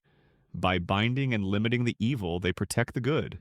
Taking responsibility for someone's anger, pouting, and disappointments by giving in to that person's demands or controlling behavior destroys love in a marriage. Instead of taking responsibility for people we love or rescuing them, we need to show responsibility to them by confronting evil when we see it. This is truly loving our partner and the marriage. The most responsible behavior possible is usually the most difficult. The law of power. We have looked at our basic inability to change another person. A complaining spouse, in effect, keeps the problem going. Accepting someone as she is, respecting her choice to be that way, and then giving her appropriate consequences is the better path. When we do this, we execute the power we do have, and we stop trying to wield the power no one has. Contrast these ways of reacting. Before boundaries, after boundaries. 1. Stop yelling at me. You must be nicer. 1. You can continue to yell if you choose to, but I will choose not to be in your presence when you act that way. 2. You've just got to stop drinking. It's ruining our family. Please listen. You're wrecking our lives. 2. You may choose not to deal with your drinking if you want, but I will not continue to expose myself and the children to this chaos. The next time you are drunk, we will go to the Wilsons for the night, and we will tell them why we are there. Your drinking is your choice. What I will put up with is mine. 3. You are a pervert to look at pornography. That's so degrading. What kind of a sick person are you anyway? 3. I will not choose to share you sexually with naked women online or in magazines. You need to get help for your pornography habit. These are all examples of taking power over what you do. Have power over yourself and giving up trying to control and have power over someone else. The law of evaluation. When you confront your husband or wife and begin to set boundaries, your partner may be hurt. In evaluating the pain that your boundary setting causes your spouse, remember that love and limits go together. When you set boundaries, be lovingly responsible to the person in pain. Spouses who are wise and loving will accept boundaries and act responsibly toward them. Spouses who are controlling and self-centered will react angrily. Remember that a boundary always deals with yourself, not the other person. You are not demanding that your spouse do something, even respect your boundaries. You are setting boundaries to say what you will do or will not do. Only these kinds of boundaries are enforceable for you. Do have control over yourself. Do not confuse boundaries with a new way to control a spouse. It is the opposite. It is giving up control and beginning to love. You are giving up trying to control your spouse and allowing him to take responsibility for his own behavior. The law of exposure. In a marriage, as in no other relationship, the need for revealing your boundaries is important. Passive boundaries, such as withdrawal triangulation, pouting affairs, and passive-aggressive behavior, are extremely destructive to a relationship. Passive ways of showing people that they do not have control over you never lead to intimacy. They never educate the other on who you really are. They only estrange.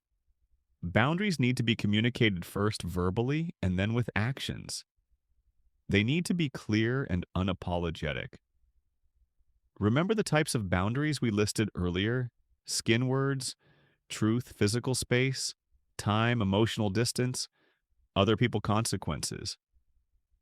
All of these boundaries need to be respected and revealed at different times in marriage. Skin. Each spouse needs to respect the other's physical body boundaries. Physical boundary violations can range from hurtful displays of affection to physical abuse. The Bible says that the husband and wife have authority over each other's body. Corinthians 7:4-6, Nas B. This is mutual authority given freely. One should always remember Jesus' principle. Treat others as you would want to be treated. Words. Your words need to be clear and spoken in love. Confront your spouse directly. Say no. Don't use passive resistance. Don't pout or withdraw. Say things like, I do not feel comfortable with that. I do not want to. I won't. Truth. Paul says that each of you must put off falsehood and speak truthfully. 4:25. Honest communication is always best. This includes telling the other person when he is not aware that he is violating one of God's standards. You also need to own the truth about your feelings and hurts and communicate those feelings directly to your spouse with love. Physical space.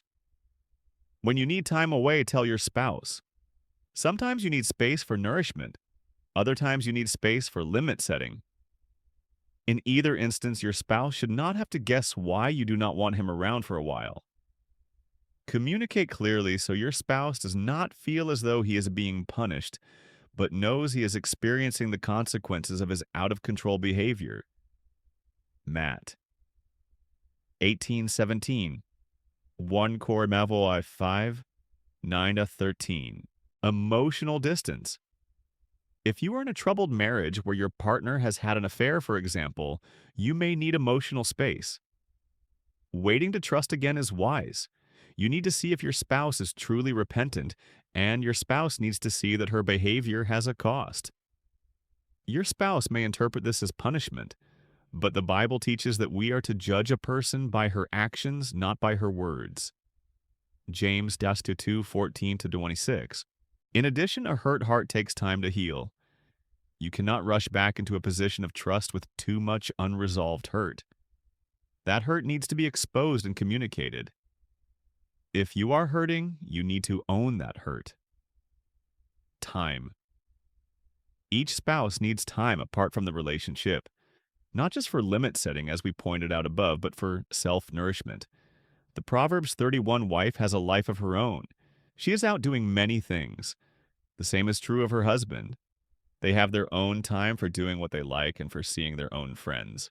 Many couples have trouble with this aspect of marriage. They feel abandoned when their spouse wants time apart.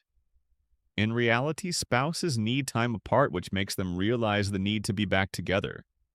Spouses in healthy relationships cherish each other's space and are champions of each other's causes. Other people. Some spouses need the support of others to set boundaries. If they haven't ever stood up for themselves, they need help from friends in the church in learning how. If you are too weak to set and enforce boundaries, get help from supporters outside your marriage. Do not, however, seek support from someone of the opposite sex that could lead to an affair. Get help from other people within relationships that have built-in boundaries, such as counselors or support groups. Consequences. Communicate consequences clearly and enforce them firmly as you have said you would. Spelling out consequences in advance and enforcing them gives your spouse a choice about whether or not he or she wants the consequences to happen. Because people have control over their own behavior, they have control over the consequences of that behavior. But that doesn't sound submissive. Whenever we talk about a wife setting boundaries, someone asks about the biblical idea of submission. What follows is not a full treatise on submission, but some general issues you should keep in mind. First, both husbands and wives are supposed to practice submission, not just wives. Submit to one another out of reverence for Christ, Ephesus 5:21. Submission is always the free choice of one party to another. Wives choose to submit to their husbands, and husbands choose to submit to their wives. Christ's relationship with the church is a picture of how a husband and wife should relate. Now, as the church submits to Christ, so also wives should submit to their husbands in everything. Husbands, love your wives just as Christ loved the church and gave himself up for her to make her holy, cleansing her by the washing with water through the word, and to present her to himself as a radiant church, without stain or wrinkle or any other blemish, but holy and blameless. Titus 5:24-27. Whenever submission issues are raised, the first question that needs to be asked is, what is the nature of the marital relationship? Is the husband's relationship with his wife similar to Christ's relationship with the church? Does she have free choice, or is she a slave under the law? Many marital problems arise when a husband tries to keep his wife under the law, and she feels all the emotions the Bible promises the law will bring: wrath, guilt, insecurity, and alienation. 4:15. James 2:10, Gal. 5:4. Freedom is one issue that needs to be examined. Grace is another. Is the husband's relationship with his wife full of grace and unconditional love? Is she in a position of no condemnation as the church is Rome? 8:1. Or does her husband fail to wash her of all guilt? Usually husbands who quote Ephesians 5 turn their wives into slaves and condemn them for not submitting. If she incurs wrath or condemnation for not submitting, she and her husband do not have a grace-filled Christian marriage. They have a marriage under the law. Often in these situations, the husband is trying to get his wife to do something that is either hurtful or takes away her will. Both of these actions are sins against himself. Husbands ought to love their wives as their own bodies. He who loves his wife loves himself. After all, no one ever hated their own body, but they feed and care for their body, just as Christ does the church. Of 5:28-29. Given this, the idea of slave-like submission is impossible to hold. Christ never takes away our will or asks us to do something hurtful. He never pushes us past our limits. He never uses us as objects. Christ gave himself up for us. He takes care of us as he would his own body. We have never seen a submission problem that did not have a controlling husband at its root. When the wife begins to set clear boundaries, the lack of Christ-likeness in a controlling husband becomes evident because the wife is no longer enabling his immature behavior. She is confronting the truth and setting biblical limits on hurtful behavior. Often, when the wife sets boundaries, the husband begins to grow up. A question of balance. I can't get him to spend any time with me. All he wants to do is go with his friends to sporting events. He never wants to see me, Meredith complained. What do you say to that? I asked her husband. That's not true at all, Paul replied. It feels like all we have is togetherness. She calls me at work 2 or 3 times a day. She is waiting at the door when I get home and wants to talk. She has our evenings and weekends all planned out. It drives me crazy. So I try to get away and go to a game or to play golf. I feel smothered. How often do you try to get out? Anytime I can. Probably about 2 nights a week and one afternoon on the weekend. What do you do at those times? I asked Meredith. Well, I wait for him to come home. I miss him very much. Don't you have something you want to do for yourself? No. My family is my life. I live for them. I hate it when they are gone, and we can't have time together. Well, it's not like you never have time together, I said. But it is true that you don't have all the time together. And when that happens, Paul seems to be relieved and you are distressed. Can you explain that imbalance? What do you mean, imbalance? She asked.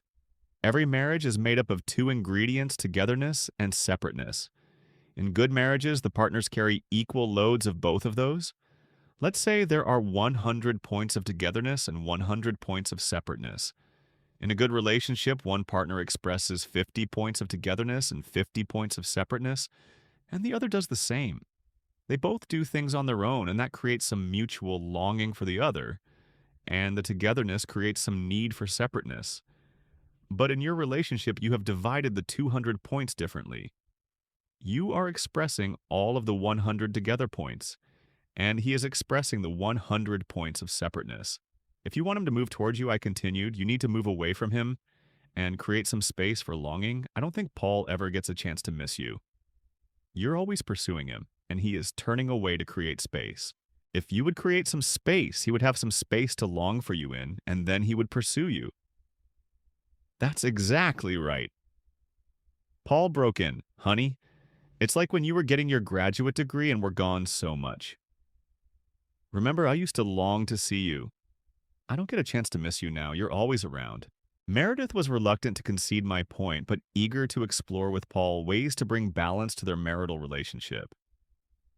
Balance. It's something that God has wired into every system. Every system tries to find balance in any way it can. And many dimensions need to be balanced in a marriage: power, strength, togetherness, sex, and so on. Problems come when instead of trading places in these areas, one spouse is always powerful and the other powerless. One spouse is always strong and the other weak. One spouse always wants togetherness and the other wants separateness. One spouse always wants sex and the other doesn't. In each case, the couple has struck a balance, but it is not a mutual balance. Boundaries help create mutual balance instead of split balance. They help couples keep each other accountable.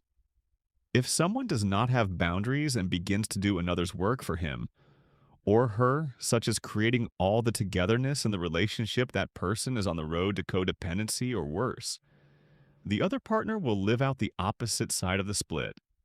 Boundaries keep partners accountable through consequences and force the balance to become mutual. The preacher in Ecclesiastes says there is a time for everything and a season for every activity under the heavens. 1. There are balanced polarities in life and relationship. When you find yourself in an unequal relationship, you may lack boundaries. Setting boundaries may correct the imbalance. For example, when Paul sets boundaries on Meredith's demands, he forces her to become more independent. Resolution. It is often easy to see problems, but difficult to make the hard choices and risk that result in change. Let's look at the steps toward personal change in a marital relationship. 1. Inventory the symptom. First, you need to recognize the problem and agree to take action to solve it. You will not resolve the problem by wishing.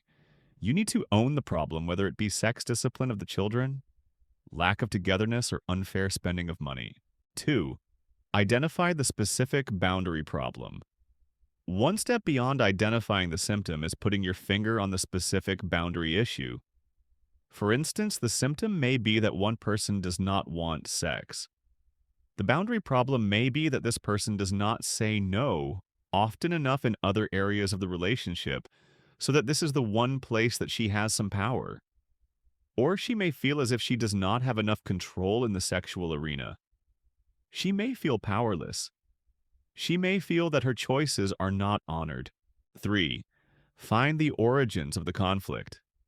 This is probably not the first relationship in which this boundary issue has arisen. You probably learned to relate this way in a significant relationship in the family in which you grew up. Certain fears that were developed in that relationship are still operative. You need to name these original issues. You may need to stop confusing your parent with your spouse. No other relationship repeats parental conflicts more often than the marriage relationship. 4. Take in the good. This step involves establishing a support system. Remember, boundaries are not built in a vacuum. We need bonding and support before we build boundaries. The fear of abandonment keeps many people from setting boundaries in the first place. For this reason, establish a support system that will encourage boundary setting in your marriage. This may be a codependency group, Al-Anon, a therapist, a marriage counselor, or a pastor. Do not set boundaries alone. You have not set boundaries because you are afraid. The only way out is through support. Though one may be overpowered, two can defend themselves. A cord of 3 strands is not quickly broken. Equilation. 4. 12. Boundaries are like muscles. They need to be built up in a safe support system and allowed to grow. If you try to shoulder too much weight too quickly, your muscles may tear or be pulled. Get help. 5. Practice. Practice new boundaries in safe relationships. Relationships in which people love you unconditionally. Tell a good friend no when you can't do lunch, or let her know when your opinion differs from hers, or give something to her without expecting anything in return. As you practice setting limits with safe people, you will begin to grow in your ability to set limits in your marriage. 6. Say no to the bad. Put limits on the bad in your marriage. Stand up to abuse. Say no to unreasonable demands. Remember the parable of the servants entrusted with gold by their master. There was no growth without risk and a facing up to fear. Being successful is not as important as stepping out and trying. 7. Forgive. Not to forgive is to lack boundaries. Unforgiving people allow other people to control them. Setting people who have hurt you free from an old debt is to stop wanting something from them. It sets you free as well. Forgiving can lead to proactive behavior in the present instead of passive wishes from the past. 8. Become proactive. Instead of allowing someone else to be in control, figure out what you want to do, set your course, and stick to it. Decide what your limits are, what you will allow yourself to be a party to, what you will no longer tolerate, and what consequences you will set. Define yourself proactively, and you will be ready to maintain your boundaries when the time comes. 9. Learn to love in freedom and responsibility. Remember the goal of boundaries: love, coming out of freedom. This is the true self-denial of the New Testament. When you are in control of yourself, you can give and sacrifice for loved ones in a helpful way instead of giving in to destructive behavior and self-centeredness. This kind of freedom allows one to give in a way that leads to fruit. Remember, greater love has no one than this, to lay down one's life for one's friends. John 15:13. This is to live up to the law of Christ, to serve one another. But this must be done out of freedom, not boundaryless compliance. Setting and receiving firm boundaries with your spouse can lead to much greater intimacy. But you not only need to address boundaries with your spouse, you need to address boundaries with your children, and it's never too late to start. Chapter 10. Boundaries and your children. Shannon couldn't stop crying. A young mother of 2 preschool children, she couldn't imagine herself being angry or out of control, and certainly not abusive. Yet a week ago, she had picked up 3-year-old Noah and shaken him. Hard. She had screamed at him. Loudly. and it wasn't the first time. She had done it numerous times in the past year. The only difference was that this time Shannon almost physically injured her son. She was frightened. The experience had so shaken Shannon and her husband Michael that they called and made an appointment with me, John, to discuss what had happened. Her shame and guilt were intense. She avoided eye contact with me as she told her story. The several hours before Shannon had lost control with Noah had been horrible. Michael and she had had an argument over breakfast. He had left for work without saying goodbye. Then 1-year-old Sophie spilled cereal all over the floor, and Noah chose that morning to do everything he'd been told not to for the past 3 years. He pulled the cat's tail. He figured out how to open the front door and he ran outside into the yard and into the street. He smeared Shannon's lipstick all over the white dining room wall and he pushed Sophie to the floor. This last incident was the straw that broke Shannon's back. Seeing Sophie lying on the floor crying with Noah standing over her with a defiantly pleased look was too much. Shannon saw red and impulsively ran to her son. You know the rest of the story. After she had calmed down a little, I asked Shannon how she and Michael normally discipline Noah.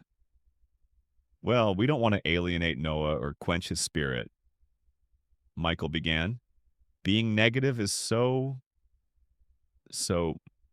negative. So we try to reason with him. Sometimes we'll warn him that you won't get ice cream tonight. Sometimes we try to praise good things he does. And sometimes we try to ignore the bad behavior. Then maybe he'll stop it. Doesn't he push the limits? Both parents nodded. You wouldn't believe it, Shannon said. It's like he doesn't hear us. He keeps on doing what he jolly well pleases. And generally he'll keep it up until one of us explodes and yells at him.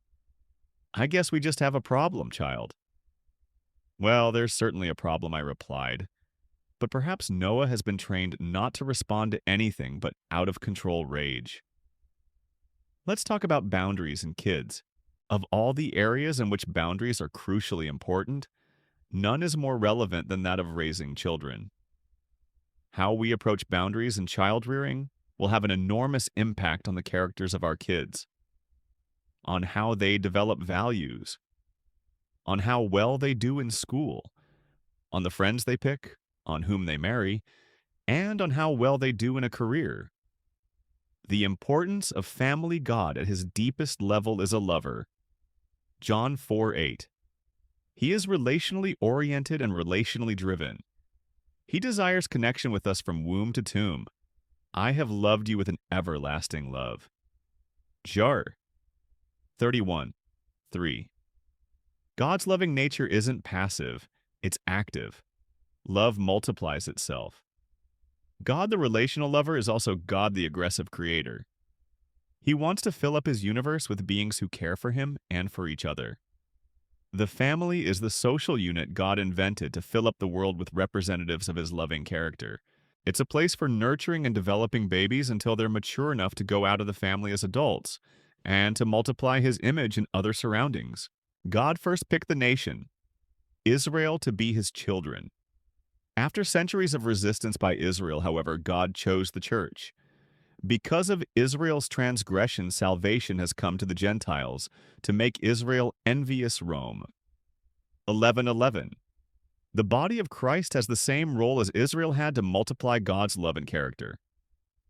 The church is often described as a family. We are to do good especially to those who belong to the family of believers. Galmaces 6:10. Believers are members of God's household, Ephduran 2:19. We are to know how people ought to conduct themselves in God's household. Tim 3:15.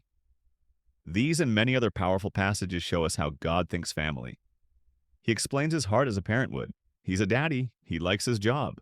This biblical portrayal of God helps show us how parenting is such a vital part of bringing God's own character to this planet in our own little ones. Boundaries and responsibility. God, the good parent, wants to help us as children grow up.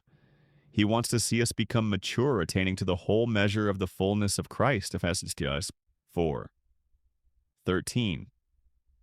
Part of this maturing process is helping us know how to take responsibility for our lives. It's the same with our own flesh and blood kids. Second only to learning how to bond to form strong attachments.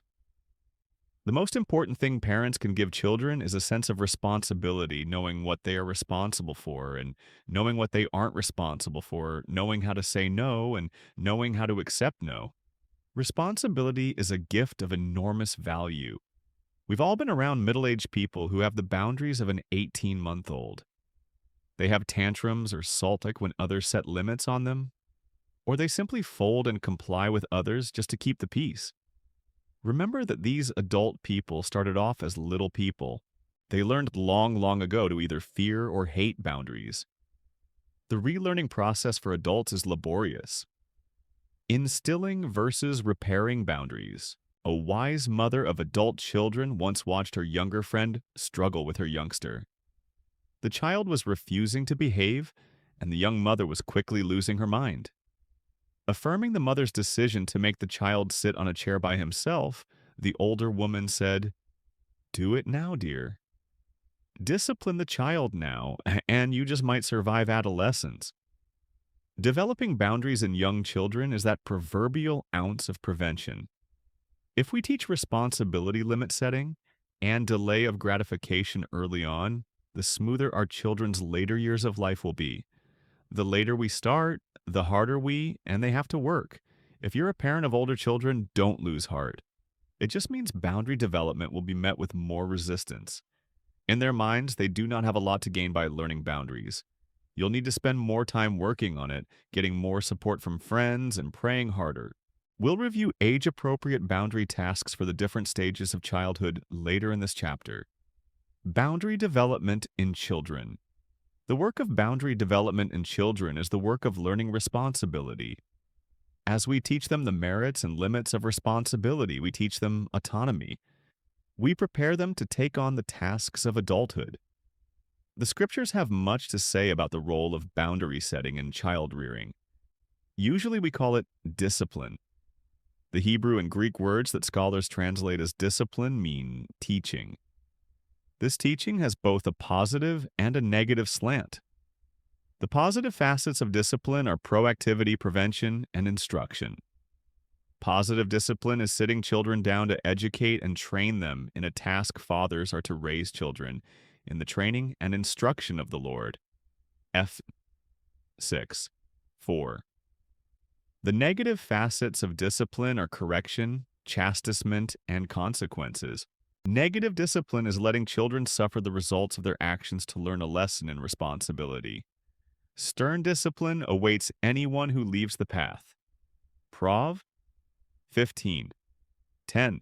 Good child rearing involves both preventive training and practice and correctional consequences. For example, you set a 10 o'clock bedtime for your 14-year-old. It's there so that you'll get enough sleep to be alert in school, you tell her. You've just disciplined positively. Then your teen dawdles until 11:30 p.m.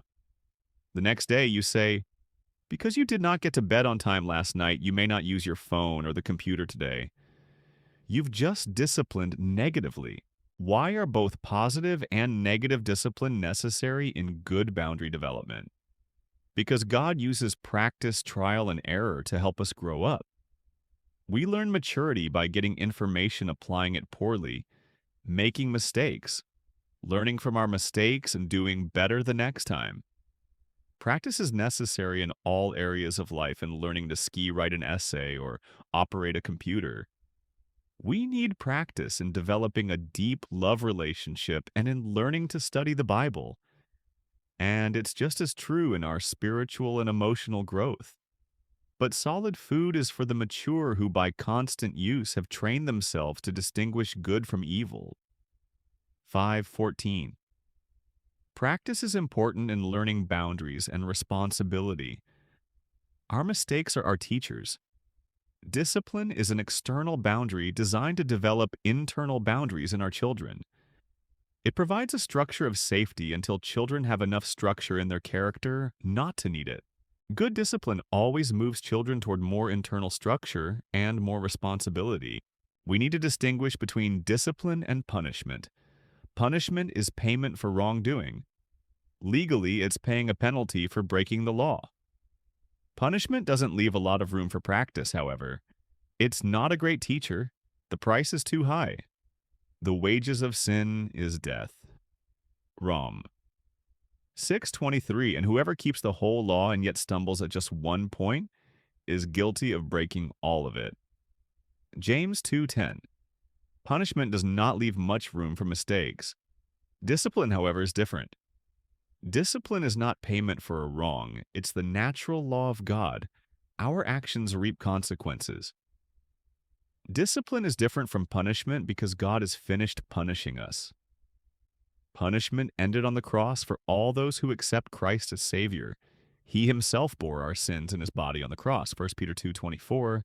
Christ's suffering paid for our wrongdoing. In addition, discipline and punishment have a different relationship to time. Punishment looks back. It focuses on making payment for wrongs done in the past. Christ's suffering was payment, for example, for our sin. Discipline, however, looks forward. The lessons we learn from discipline help us not to make the same mistakes again. God disciplines us for our good in order that we may share in his holiness. 12:10. How does that help us? It frees us to make mistakes without fear of judgment, without fear of loss of relationship. Therefore, there is now no condemnation for those who are in Christ Jesus. Rome 8:1.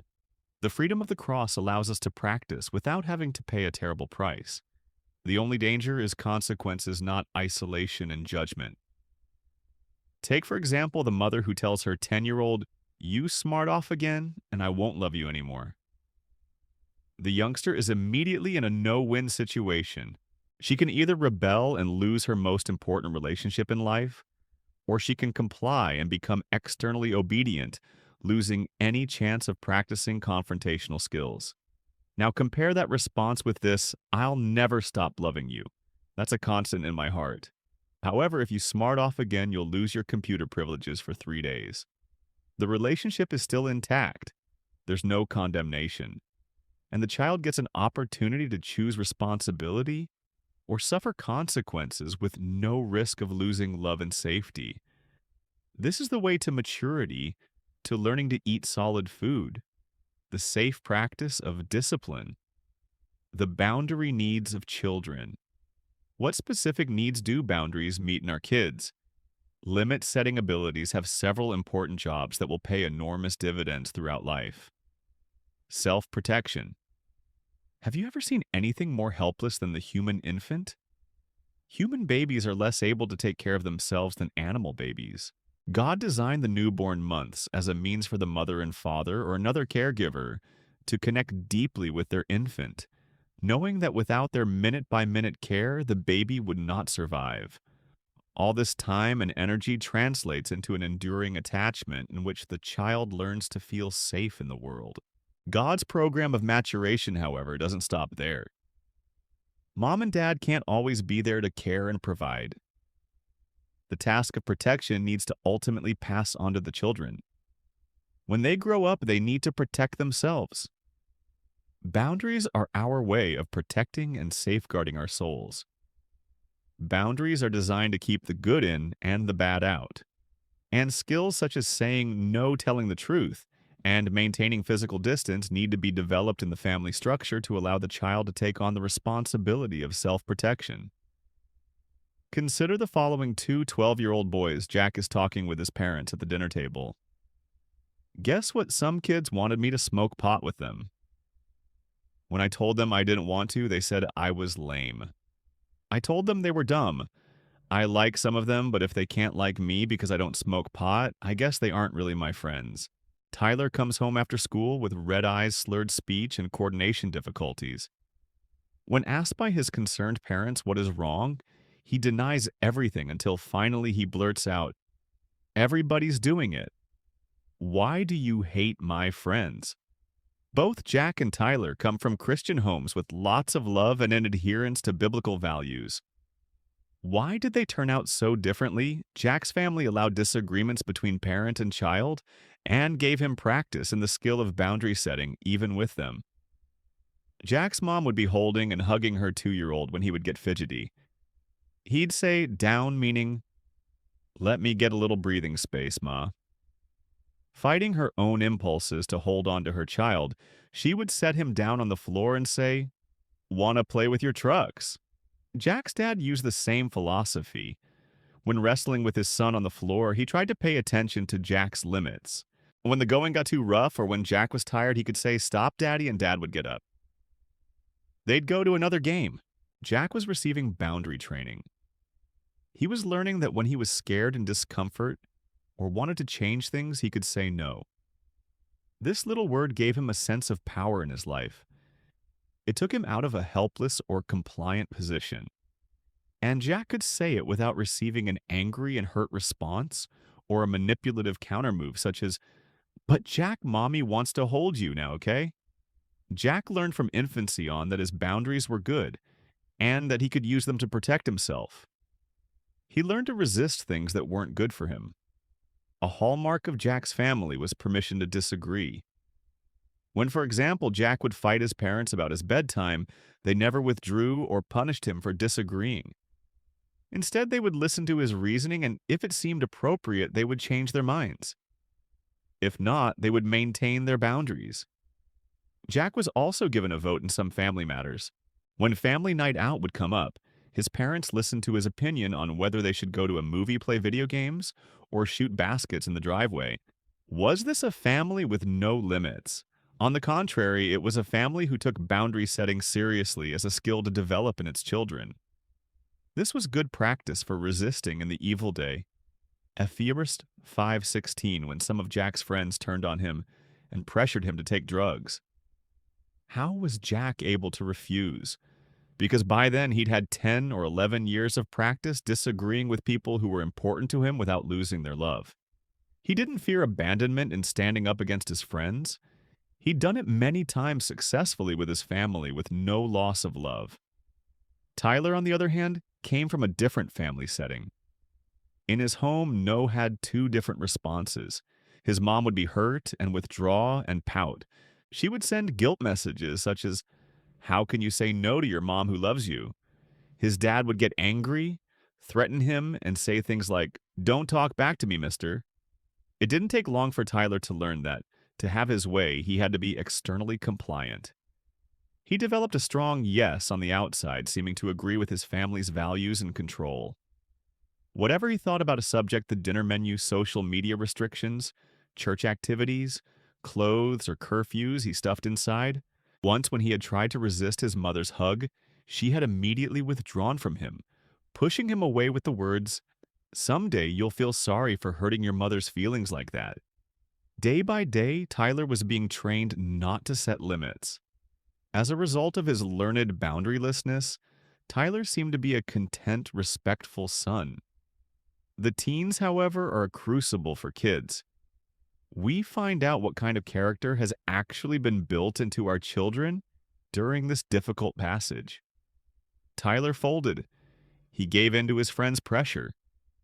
Is it any wonder that the first people he said no to were his parents at 12 years old?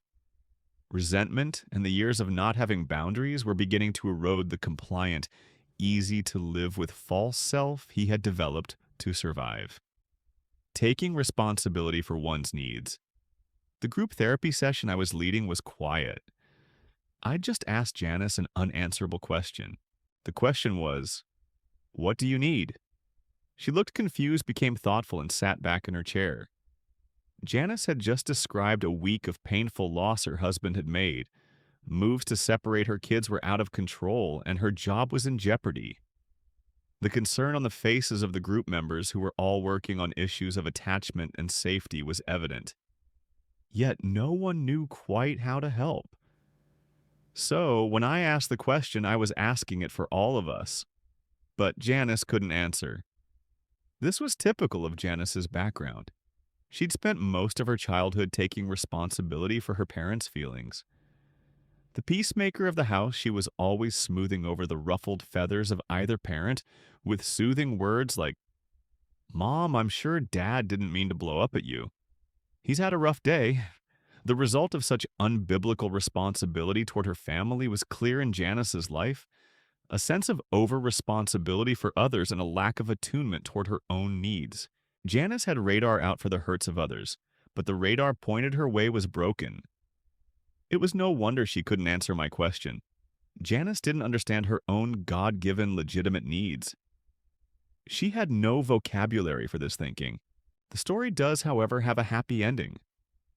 One of the group members said, "If I were in your shoes, I know what I'd need. I'd really need to know that you people in this room cared for me, that you didn't see me as a colossal, shameful failure, and that you'd pray for me and let me call you on the phone this week for support."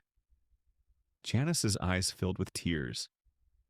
Something about her friend's empathic statement touched her in a place she couldn't herself touch, and she allowed the comfort that comes from others who have been comforted to take its place inside her 2 Cornum 1:4.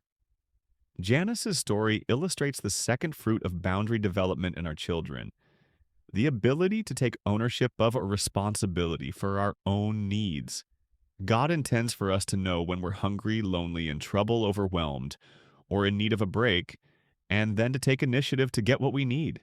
The scriptures present Jesus as understanding this point when he left a crowd of people in a boat in a time of great ministry and need, because so many people were coming and going that he and his disciples did not even have a chance to eat. Mark 6:31. Boundaries play a primary role in this process. Our limits create a spiritual and emotional space, a separateness between ourselves and others. This allows our needs to be heard and understood. Without a solid sense of boundaries, it becomes difficult to filter out our needs from those of others. There is too much static in the relationship.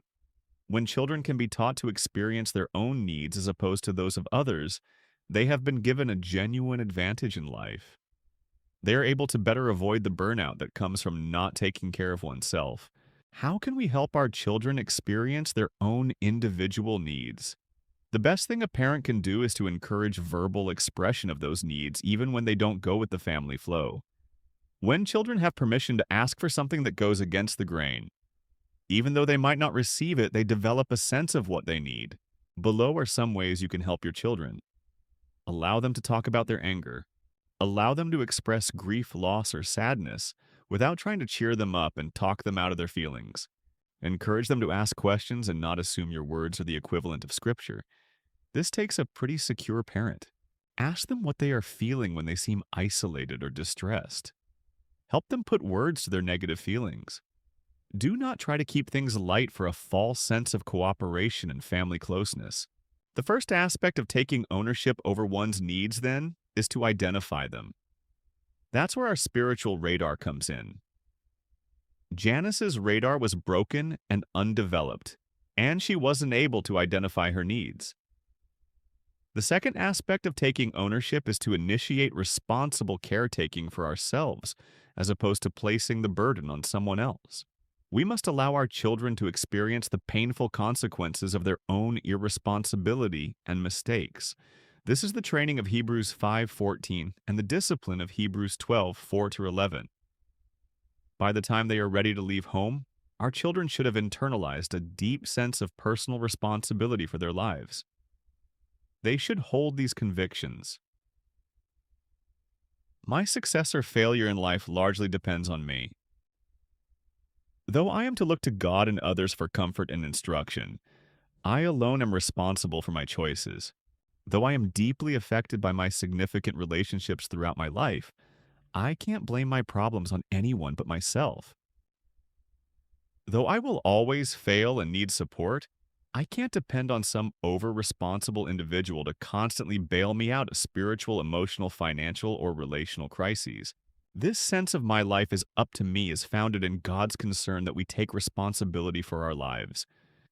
He wants us to use our talents in productive ways, as Jesus discussed in the parable of the master who entrusted a portion of his wealth to 3 servants, Matt 25:14-30.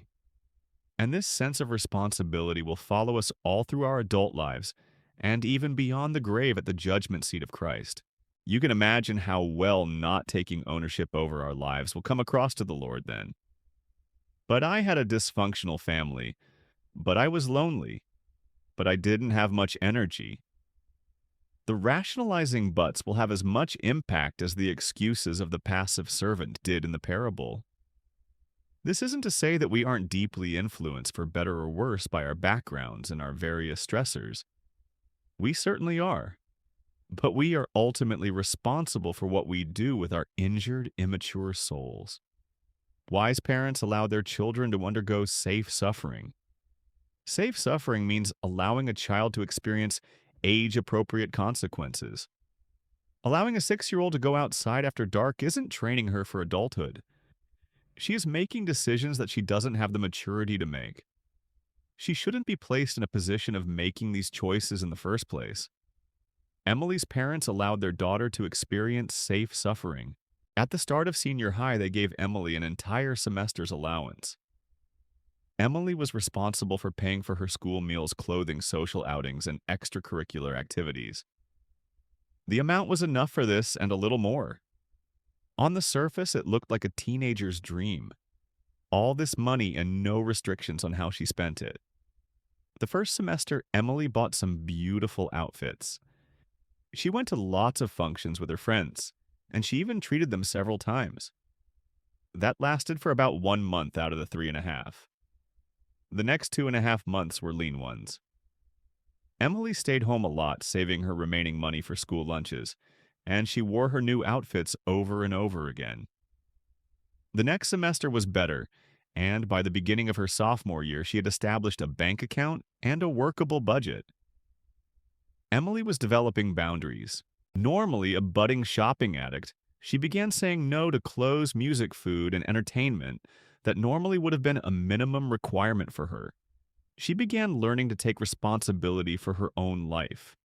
And she didn't end up like many college graduates who, after years of having someone else bail them out, can't cook clean or keep a balanced checkbook. It's important to tie consequences as closely as possible to the actions of the child. This best replicates real life.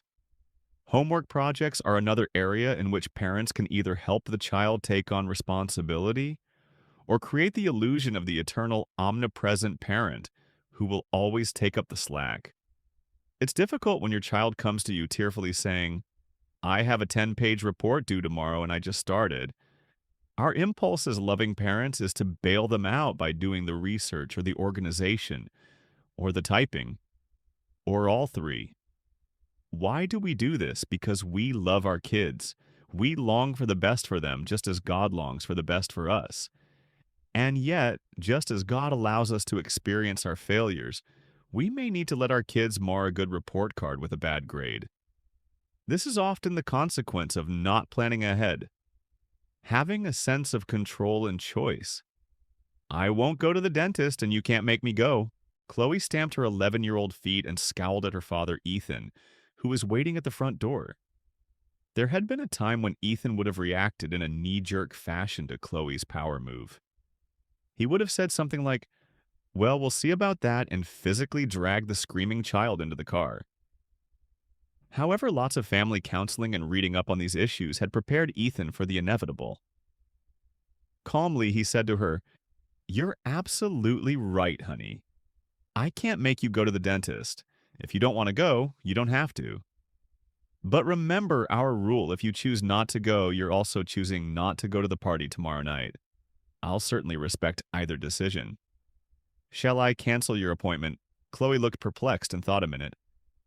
Then slowly she replied, "I'll go. But I'm not going because I have to." Chloe was right. She was choosing to go to her appointment because she wanted to attend the party. Children need to have a sense of control and choice in their lives. They need to see themselves not as the dependent, helpless pawns of parents, but as choosing willing initiative-taking agents of their own lives. Children begin life in a helpless, dependent fashion.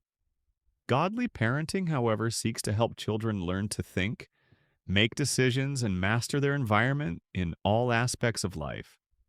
This runs the gamut of deciding what to wear in the morning to what courses to take in school. Learning to make age-appropriate decisions helps children have a sense of security and control in their lives. Anxious and well-meaning parents attempt to prevent their children from making painful decisions. They shield them from fouling up and skinning their knees. Their motto is, "Here, let me decide that for you." The result is that kids become atrophied in a very important part of the image of God that should be developing in their character, their assertion or change-making abilities. Children need a sense that their lives, their destinies are largely theirs to determine within the province of God's sovereignty.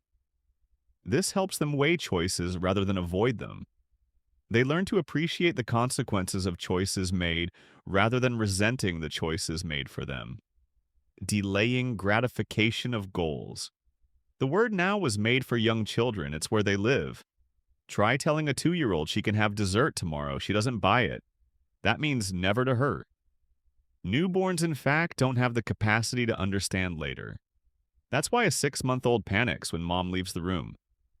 He is convinced that she is irrevocably gone forever. Yet sometime in our development, we learn the value of later of delaying one good for a greater good. We call this skill delay of gratification. It's the ability to say no to our impulses, wishes, and desires for some gain down the road. The scriptures place great value on this ability. God uses this skill to help us see the benefits of planning and preparing. Jesus is our prime example. For the joy set before him, he endured the cross, scorning its shame, and sat down at the right hand of the throne of God. 12:2. Generally, the skill isn't relevant until after the first year of life, as bonding needs take precedence during that time. However, teaching delay of gratification can begin quickly by the beginning of the second year. Dessert comes after carrots, not before. Older children also need to learn this skill. The family can't buy certain clothes or recreational items until later in the year. Again, the boundaries developed during this process are invaluable later in life. They can prevent a child from becoming an adult who is a broken, chaotic, impulse-driven slave to Madison Avenue. Our children can become like ants who are self-sufficient instead of sluggards who are always in crisis. Proverbs 6:6-11. Learning how to delay gratification helps children have a goal orientation. They learn to save time and money for things that are important to them, and they value what they have chosen to buy. One family I know had the son save up his money for his first car. He began with a plan with dad's help when he was 13. When all his weekend and summer jobs finally paid off in a car when he was 16, he treated that car like it was fine china. You could eat lunch off the hood. He had counted the cost and he valued the result. Luke 14:28. Respecting the limits of others. From an early age, children need to be able to accept the limits of parents, siblings, and friends. They need to know that others don't always want to play with them, that others may not want to watch the same TV shows they watch, and that others may want to eat dinner at a different restaurant than they do. They need to know that the world doesn't revolve around them. This is important for a couple of reasons. First, the ability to learn to accept limits teaches us to take responsibility for ourselves. Knowing that others are not always available for us at our beck and call helps us to become inwardly directed instead of externally driven. It helps us carry our own knapsack. Have you ever been around children who can't hear no, who keep whining, cajoling, throwing a tantrum, or pouting till they get their way? The problem is, the longer we hate and resist the limits of others, the more dependent we will be on others. Rather than simply taking care of ourselves, we expect others to take care of us. At any rate, God has constructed life itself to teach us this law. It's the only way we can live on this planet together. Sooner or later, someone will say a no to us that we can't ignore. It's built into the fabric of life. Observe the progression of no's in the life of the person who resists others' limits. The no of parents. 2, the no of siblings. 3, the no of school teachers. 4, the no of school friends. 5, the no of bosses and supervisors. 6, the no of spouses. 7, the no of health problems from overeating, alcoholism, or an irresponsible lifestyle. 8, the no of police, the courts, and even prison. Some people learn to accept boundaries early in life, even as early as stage number 1. But some people have to go all the way to number 8 before they get the picture that we have to accept life's limits. Stop listening to instruction. My son and you will stray from the words of knowledge. Prov. 1927. Many out-of-control adolescents don't mature until their 30s when they become tired of not having a steady job and a place to stay. They have to hit bottom financially, and sometimes they may even have to live on the streets for a while. In time, they begin sticking with a career saving money and starting to grow up. They gradually begin to accept life's limits. No matter how tough we think we are, there's always someone tougher. If we don't teach our children to take a no, someone who loves them far less may take on the job. Someone tougher. Someone stronger. And most parents would much rather spare having their children go through this suffering. The earlier we teach limits, the better. A second, even more important reason why accepting the limits of others is important for kids is this heeding others' boundaries helps children to love. At its heart, the idea of respecting others' boundaries is the basis for empathy or loving others as we'd like to be loved. Children need to be given the grace of having their no respected, and they need to learn to give that same grace to others. As they feel empathy for the needs of others, they mature and deepen in their love for God and others we love because He first loved us. 1 John 4:19. Say, for example, that your 6-year-old accidentally but carelessly bonks you on the head hard with a softball. To ignore it or act like it didn't hurt is to give the child the feeling that his actions have no impact. He can then avoid any sense of responsibility or awareness of others' needs or hurts.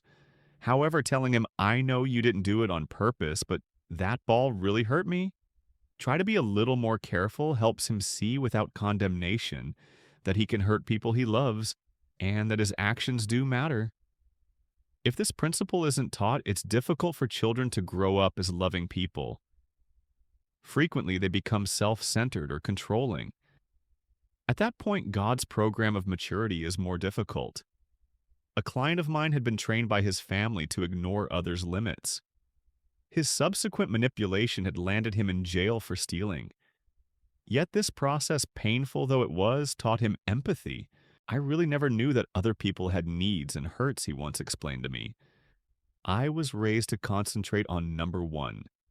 And when I began getting confronted on my lack of respect for others' needs, something happened inside. A space opened up inside my heart for others. I didn't ignore my own needs, but for the first time I saw progress. I actually started feeling guilty about how my actions have hurt my wife and family. Did he have a long way to go? Absolutely. But he was on the right road. Learning boundaries later in life was a start to becoming an authentically, biblically loving person. Seasonal boundaries. Age-appropriate limits training. If this was the first chapter you turned to when you glanced over the table of contents, chances are you're a parent. Chances are also that you may be experiencing boundary difficulties with your children. Perhaps you're reading this simply in an effort to prevent problems. But more likely you're in some pain from which you need relief. Your newborn won't stop shrieking.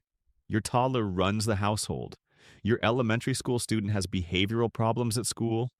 Your junior high kid smarts off. Your high schooler is drinking.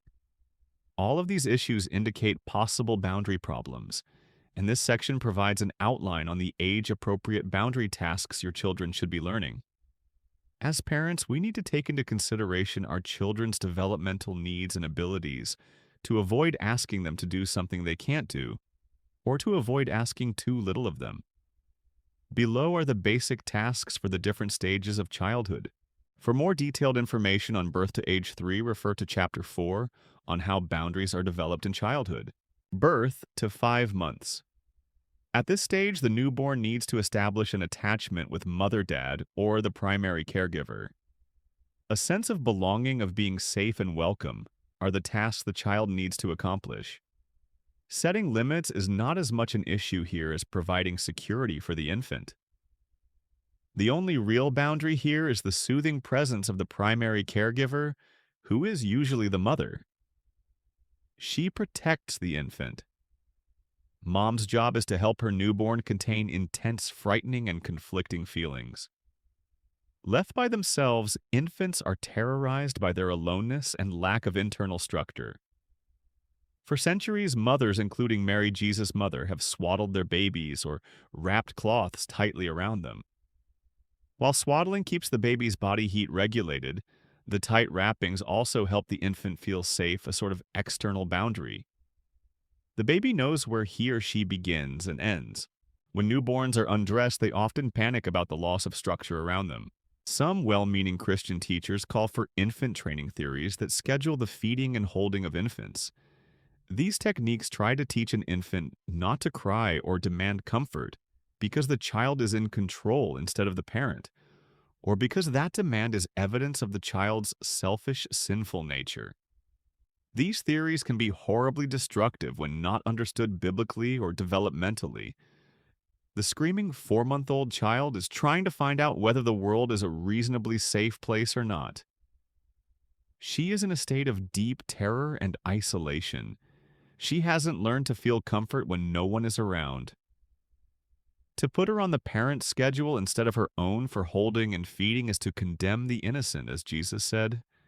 Matt 12:7. These teachers say their programs are biblical because they work. When I stopped picking her up from her crib at night, my 4-month-old stopped crying, they'll say. That may be true, but another explanation for the cessation of crying is infant depression, a condition in which the child gives up hope and withdraws. Hope deferred makes the heart sick. Rovinen 13:12. Teaching delay of gratification shouldn't begin until after the first year of life, when a foundation of safety has been established between baby and mother. Just as grace always precedes truth. John Naughton 1:17. Attachment must come before separation. 5 to 10 months. As we learned in Chapter 4, children in the last half of the first year of life are in the hatching phase. They are learning that mother and I aren't the same. There's a scary, fascinating world out there that babies literally crawl toward.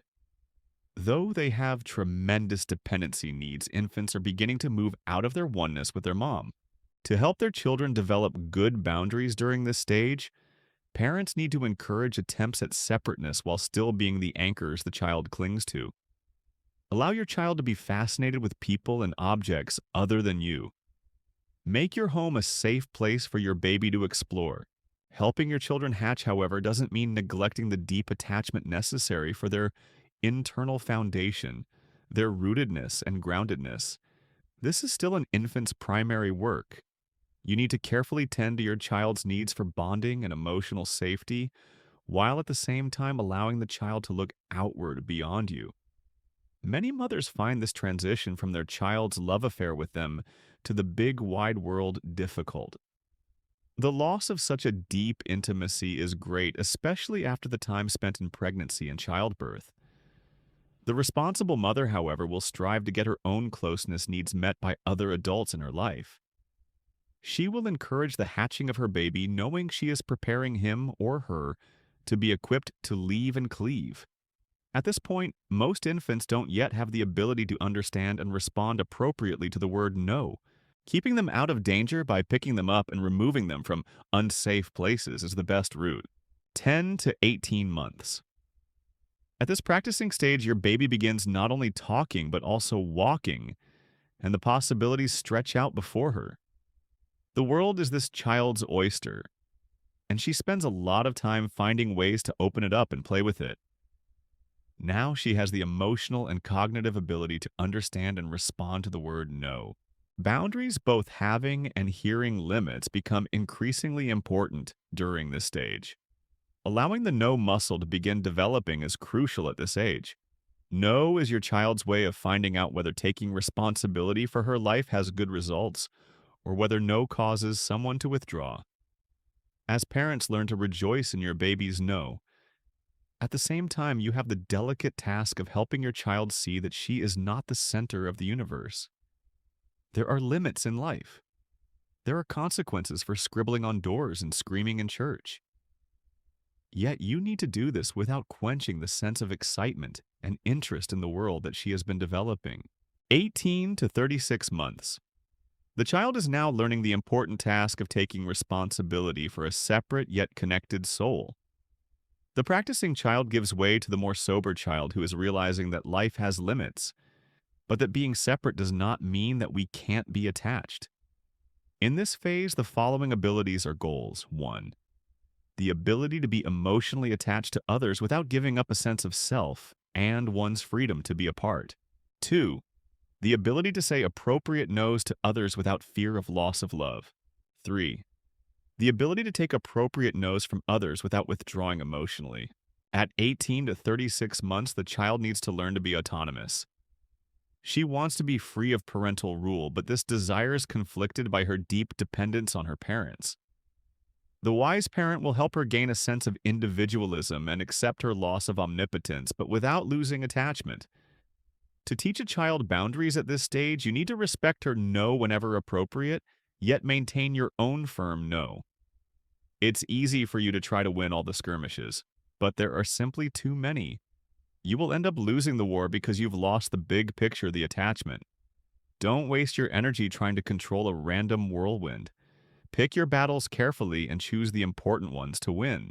Wise parents will rejoice in children's fun times, but will consistently and uniformly keep solid limits with the practicing child.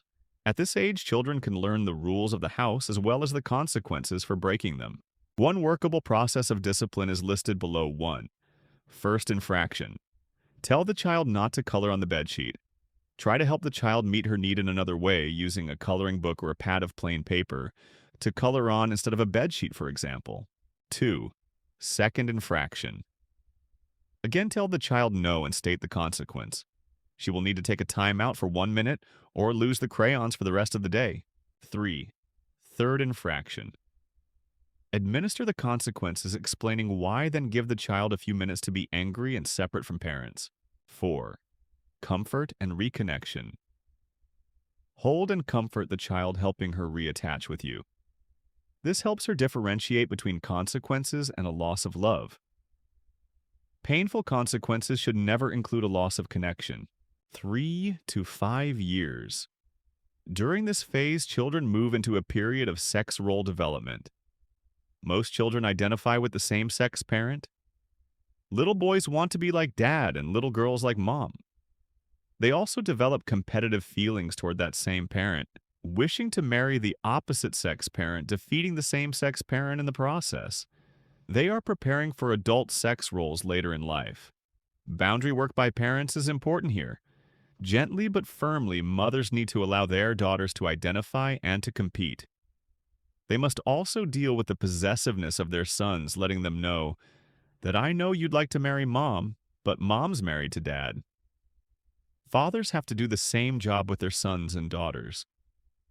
This helps children learn to identify with the opposite-sex parent and take on appropriate characteristics. Parents who fear the budding sexuality of their children will often become critical of these intense longings. Their own fear may cause them to attack or to shame their child, causing her to repress her sexuality. At the other extreme, the needy parent will sometimes emotionally or even physically seduce the child of the opposite sex. The mother who tells her son that daddy doesn't understand me, you're the only one who can, is ensuring years of confusion about sex roles for her son. Mature parents need to keep a boundary between allowing sex role typing to emerge and keeping the lines clear between parent and child. 6 to 11 years. During what is called latency, or the years of industry, the child is preparing for the upcoming thrust into adolescence. These years are the last true years of childhood.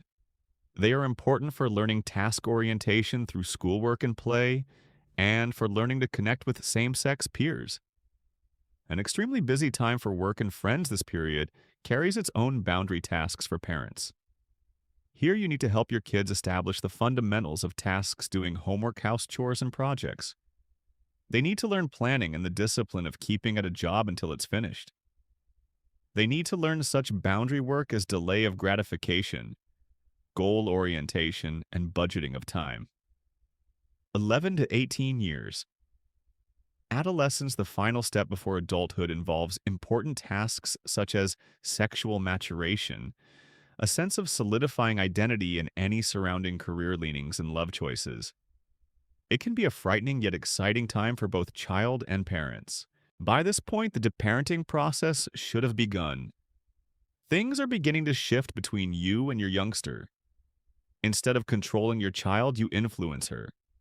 You increase her freedom as well as responsibility. You renegotiate restrictions, limits, and consequences with more flexibility.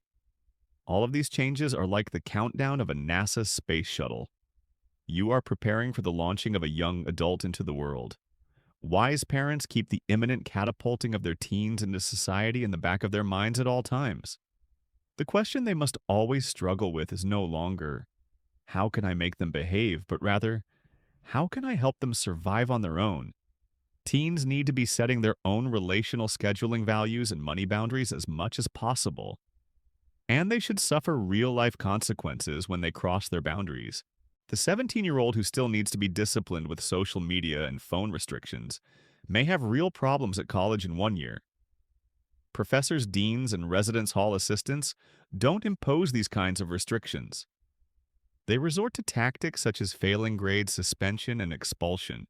If you are the parent of a teen who hasn't had boundary training, you may feel at a loss about what to do.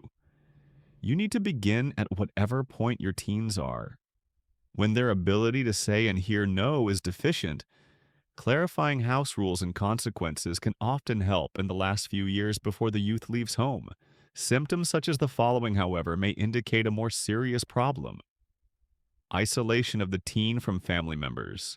Depressed mood, rebellious behavior, continual conflict in family, wrong type of friends, school problems, eating disorders, alcohol use, drug use, suicidal ideas or behavior.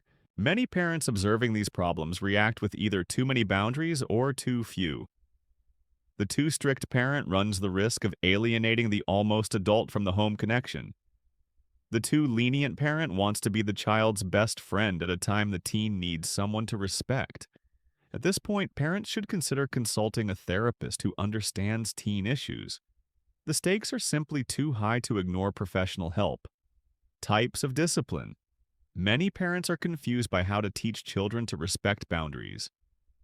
They read countless books and articles on spanking timeouts, restrictions, and allowances. While these issues are beyond the scope of this book, a few thoughts may help organize the searching parent. 1. Consequences are intended to increase children's sense of responsibility and control over their lives. Discipline that increases the child's sense of helplessness isn't helpful. Dragging a 16-year-old girl to class doesn't build the internal motivation she'll need in 2 years when she's in college.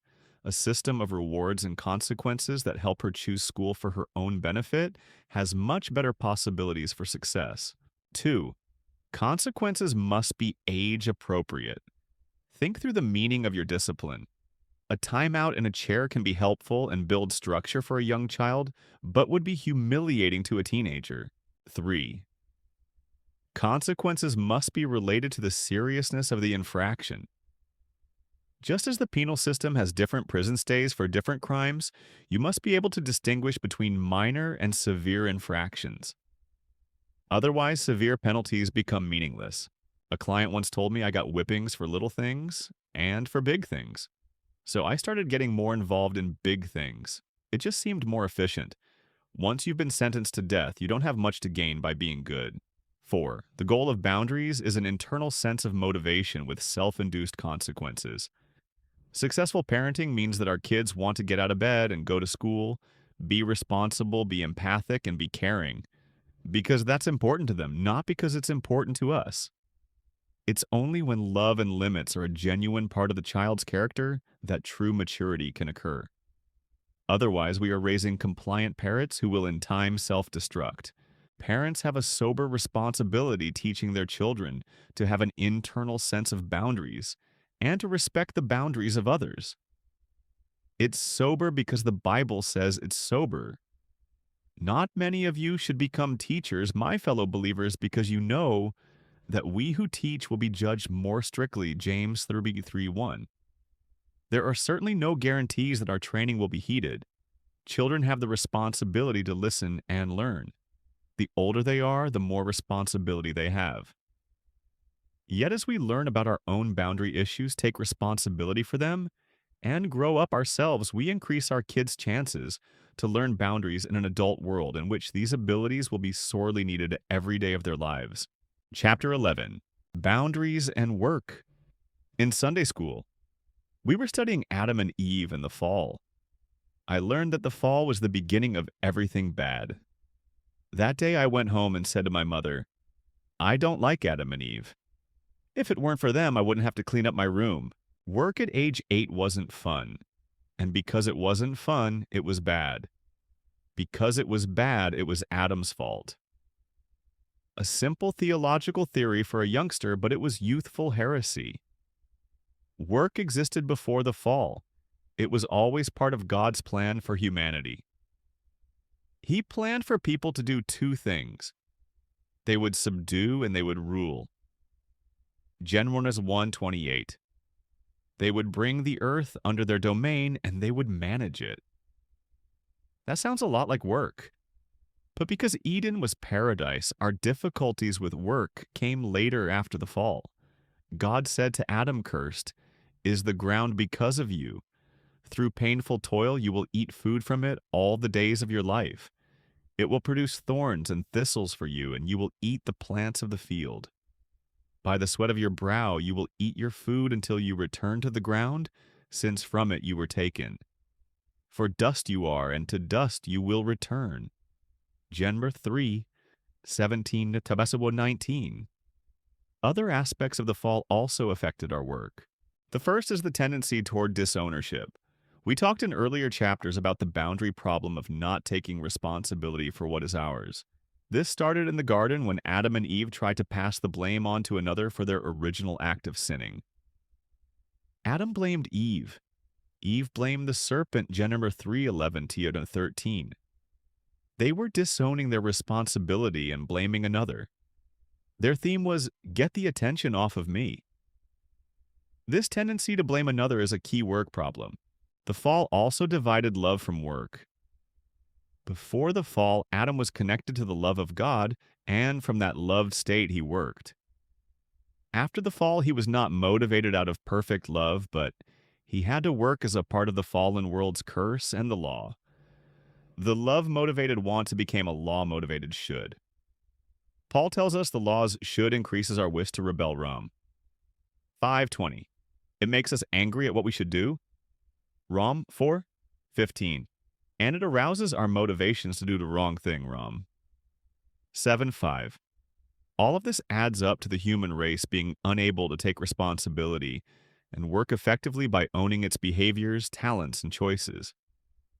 No wonder we have work problems.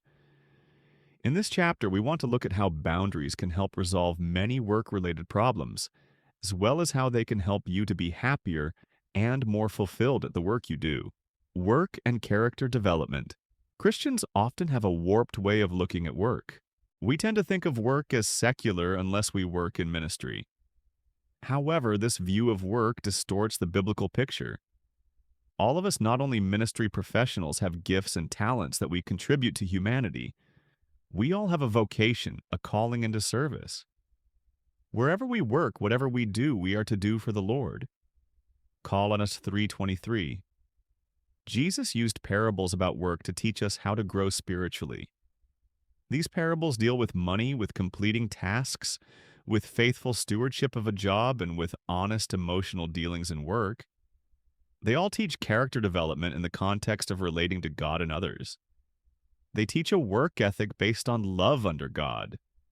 Work is a spiritual activity. In our work, we are made in the image of God, who is himself a worker, a manager, a creator, a developer, a steward, and a healer. To be a Christian is to be a collaborer with God in the community of humanity. By giving to others, we find true fulfillment. The New Testament teaches that work offers more than temporal fulfillment and rewards on earth. Work is the place to develop our character in preparation for the work that we will do forever. With that in mind, let's look at how setting boundaries in the workplace can help us to grow spiritually.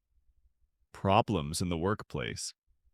A lack of boundaries creates problems in the workplace. In consulting for corporations, I, Henry, have seen lack of boundaries as the major problem in many management squabbles. If people took responsibility for their own work and set clear limits, most of the problems for which I get consulted would not exist. Let's see how applying boundaries can solve some common problems in the workplace. Problem 1. Getting saddled with another person's responsibilities. Hannah is an administrative assistant in a small company that plans training sessions for industry. She's responsible for booking the training sessions and managing the speakers' schedules. A coworker, Jack, is responsible for the training facilities. He takes the materials to the site, sets up the equipment, and orders the food. Together, Hannah and Jack make the events happen. After a few months of really liking her work, Hannah began to lose energy. Eventually, her friend and coworker Linda asked her what was wrong. Hannah couldn't put her finger on the problem at first. Then she realized the problem was Jack had been asking Hannah to pick this up for me while you're out, or please bring this box of materials to the workshop. Slowly, Jack was shifting his responsibilities onto Hannah. You have to stop doing Jack's work, Linda told Hannah. Just do your own work and don't worry about him. But what if things go wrong? Hannah asked. Linda shrugged. Then they'll blame Jack. It's not your responsibility. Jack will be angry with me for not helping, Hannah said. Let him, said Linda. His anger can't hurt you as much as his poor work habits can. So Hannah began to set limits on Jack. She told him, I will not have time to bring the materials for you this week. And when Jack ran out of time to do things himself, Hannah said, I'm sorry that you have not done that before now, and I understand that you are in a bind. Maybe next time you will plan better. That's not my job. Some trainers were angry that their equipment was not set up, and customers were angry that no food was provided for the break. But the boss tracked down the problem to the person who was responsible, Jack, and told him to shape up or find another job. In the end, Hannah began to like work again, and Jack began to get more responsible, all because Hannah set boundaries and stuck to them. If you are being saddled with another person's responsibilities and feel resentful, you need to take responsibility for your feelings and realize that your unhappiness is not your coworker's fault, but your own. In this, as in any other boundary conflict, you first must take responsibility for yourself. Then you must act responsibly to your coworker. Go to your coworker and explain your situation. When he asks you to do something that is not your responsibility, say no and refuse to do whatever it is that he wants you to do. If he gets angry at you for saying no, be firm about your boundaries and empathize with his anger. Don't get angry back. To fight anger with anger is to get hooked into his game. Keep your emotional distance and say, I am sorry if this upsets you, but that job is not my responsibility. I hope you get it worked out. If he continues to argue, tell him that you are finished discussing it. He can come and find you when he is ready to talk about something else. Do not fall into the trap of justifying why you can't do his work for him. You will be slipping into his thinking that you should do his work if you are able to, and he will try to find a way that you can. You owe no one an explanation about why you will not do something that is not your responsibility. Many over-responsible people who work next to under-responsible people bear the consequences for their coworkers, always covering for them or bailing them out. Over-responsible people are not enjoying their work or their relationships with these people. Their lack of boundaries is hurting them as well as keeping the other people from growing. If you are an over-responsible person, you need to learn to set boundaries. Sometimes, however, a coworker will genuinely need some extra help. It is perfectly legitimate to bail out a responsible coworker or to make special concessions to a colleague who uses those concessions responsibly to get well. This is love, and good organizations operate lovingly. When we worked as psychologists at the same hospital, we often covered hospital duty for each other, or took each other's on-call time. But if one of us started taking advantage of the other, we would have needed to stop that. Covering for the other at that point would have been enabling a bad pattern of not being helpful. Favors and sacrifices are part of the Christian life. Enabling is not. Learn to tell the difference by seeing if your giving is helping the other to become better or worse. The Bible requires responsible action out of the one who is given to. If you do not see it after a season set limits, Luke 13:9. Problem 2. Working too much overtime. When I first started my counseling practice, I hired a woman for 20 hours a week to run my office. On her second day in the office, I gave her a pile of things to do. About 10 minutes later, she knocked at my door, stack of papers in hand. "What can I do for you, Lori?" I asked. "You have a problem," she told me. "I do." "What is it?" I asked, not having the vaguest idea what she was talking about. "You hired me for 20 hours a week, and you have just given me about 40 hours of work. Which 20 would you like done?" She was right. I did have a problem. I had not managed my workload very well. I was either going to have to spend more on help, cut back on projects, or hire someone else. But she was right. It was my problem, not hers. I had to take responsibility for it and fix it. Lori was telling me what that ever-present sign says.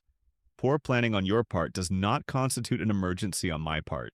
Many bosses aren't so lucky. Their employees take responsibility for their lack of planning and never set limits on them. They are never forced to look at their lack of boundaries until it's too late, until they have lost a good employee to exhaustion or burnout.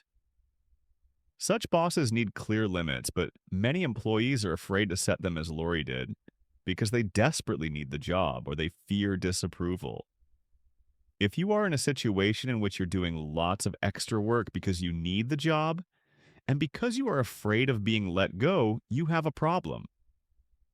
If you are working more overtime than you want to, you are in bondage to your job. You are a slave, not an employee under contract. Clear and responsible contracts tell all parties involved what is expected of them, and they can be enforced. Jobs should have clear descriptions of duties and qualifications. As hard as it sounds, you need to take responsibility for yourself and take steps to change your situation. Here are some suggested steps you may wish to take. 1. Set boundaries on your work. Decide how much overtime you are willing to do. Some overtime during seasonal crunches may be expected of you. 2. Review your job description if one exists. 3. Make a list of the tasks you need to complete in the next month. Make a copy of the list and assign your own priority to each item. Indicate on this list any tasks that are not part of your job description. 4. Make an appointment with your boss to discuss your job overload. Together, review the list of tasks you need to complete in the next month. Ask your boss to prioritize the tasks. If your boss wants all the tasks done, and you cannot complete these tasks in the time you are willing to give, your boss may need to hire temporary help to complete those tasks. You may also wish to review your job description with your boss at this time if you think you are doing things that fall outside your domain. If your boss still has unreasonable expectations of you, you may wish to take along a coworker or two with you to a second meeting. According to the biblical model in Matthew 18, or you may wish to discuss your problem with the appropriate person in your personnel department. If even then he remains unreasonable about what he thinks you can accomplish, you may need to begin looking for other job opportunities within your organization or outside. You may need to go to night school or take an online training course to open up other opportunities. You may need to chase down hundreds of employment ads, invest more time in professional networking sites, and polish up your resume. Consult the latest edition of What Color is Your Parachute by Richard Bowles for guidance on job searches. You may wish to start your own business or rework your budget so you can build an emergency fund to survive between quitting your present job and starting a new one. Whatever you do, remember that your job overload is your responsibility and your problem. If your job is driving you crazy, you need to do something about it. Own the problem. Stop being a victim of an abusive situation and start setting some limits. Problem 3. Misplaced priorities. We have talked about setting limits on someone else. You also need to set limits on yourself. You need to realize how much time and energy you have and manage your work accordingly. Know what you can do and when you can do it, and say no to everything else. Learn to know your limits and enforce them as Lori did. Say to your team or your boss, if I am going to do A today, I will not be able to do B until Wednesday. Is that okay, or do we need to rethink which one I need to be working on? Effective workers do two things. They strive to do excellent work, and they spend their time on the most important things. Many people do excellent work, but allow themselves to get sidetracked by unimportant things. They may do unimportant things very well. They feel like they are doing a great job, but their boss is upset because essential goals are not being met. Then they feel unappreciated and resentful because they have put out so much effort. They were working hard, but they weren't placing boundaries on what they allowed to take up their time, and the really important things did not get their attention. Say no to the unimportant, and say no to the inclination to do less than your best. If you are doing your best work on the most important things, you will reach your goals. In addition to saying no to the unimportant, you need to make a plan to accomplish the important things and erect some fences around your tasks. Realize your limits and make sure you do not allow work to control your life. Having limits will force you to prioritize. If you make a commitment to spend only so many hours a week on work, you will spend those hours more wisely. If you think your time is limitless, you may say yes to everything. Say yes to the best, and sometimes you may need to say no to the good. One man's ministry required a lot of travel, so he and his wife put their heads together and decided that he would spend no more than 100 nights a year on the road. When he gets an offer, he has to check his time budget and see if this is something he wants to spend some of his nights on.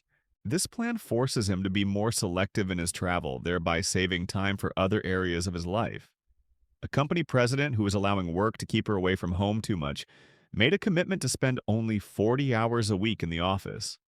At first, she really struggled because she wasn't used to budgeting her time and commitment so closely.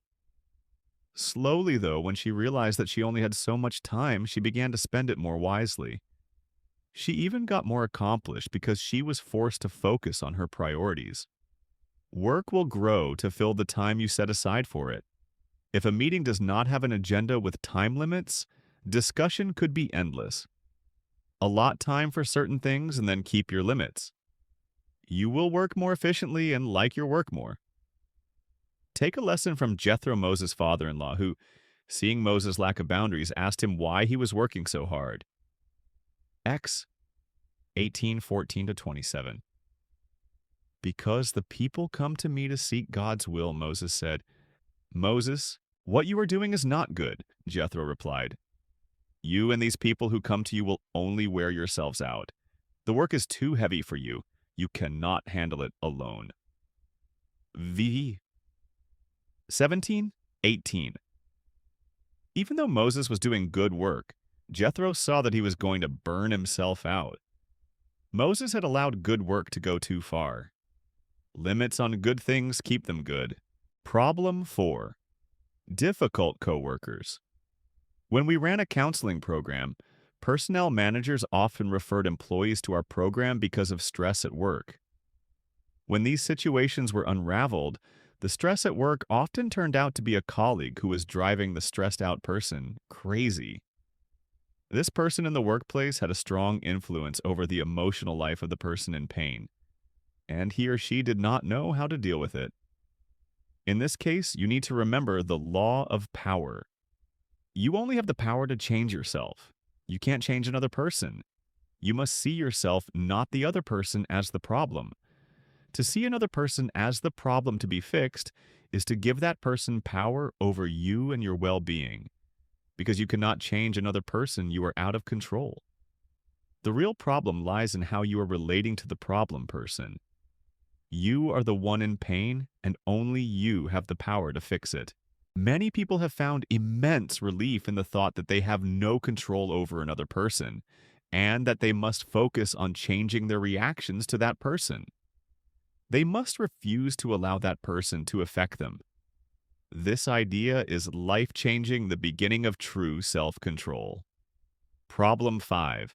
Critical attitudes. Stress is often caused by working with or for someone who is supercritical. People will get hooked into either trying to win over the critical person, which can almost never be done, or allowing the person to provoke them to anger. Some people internalize the criticism and get down on themselves. All of these reactions indicate an inability to stand apart from the critical person and keep one's boundaries.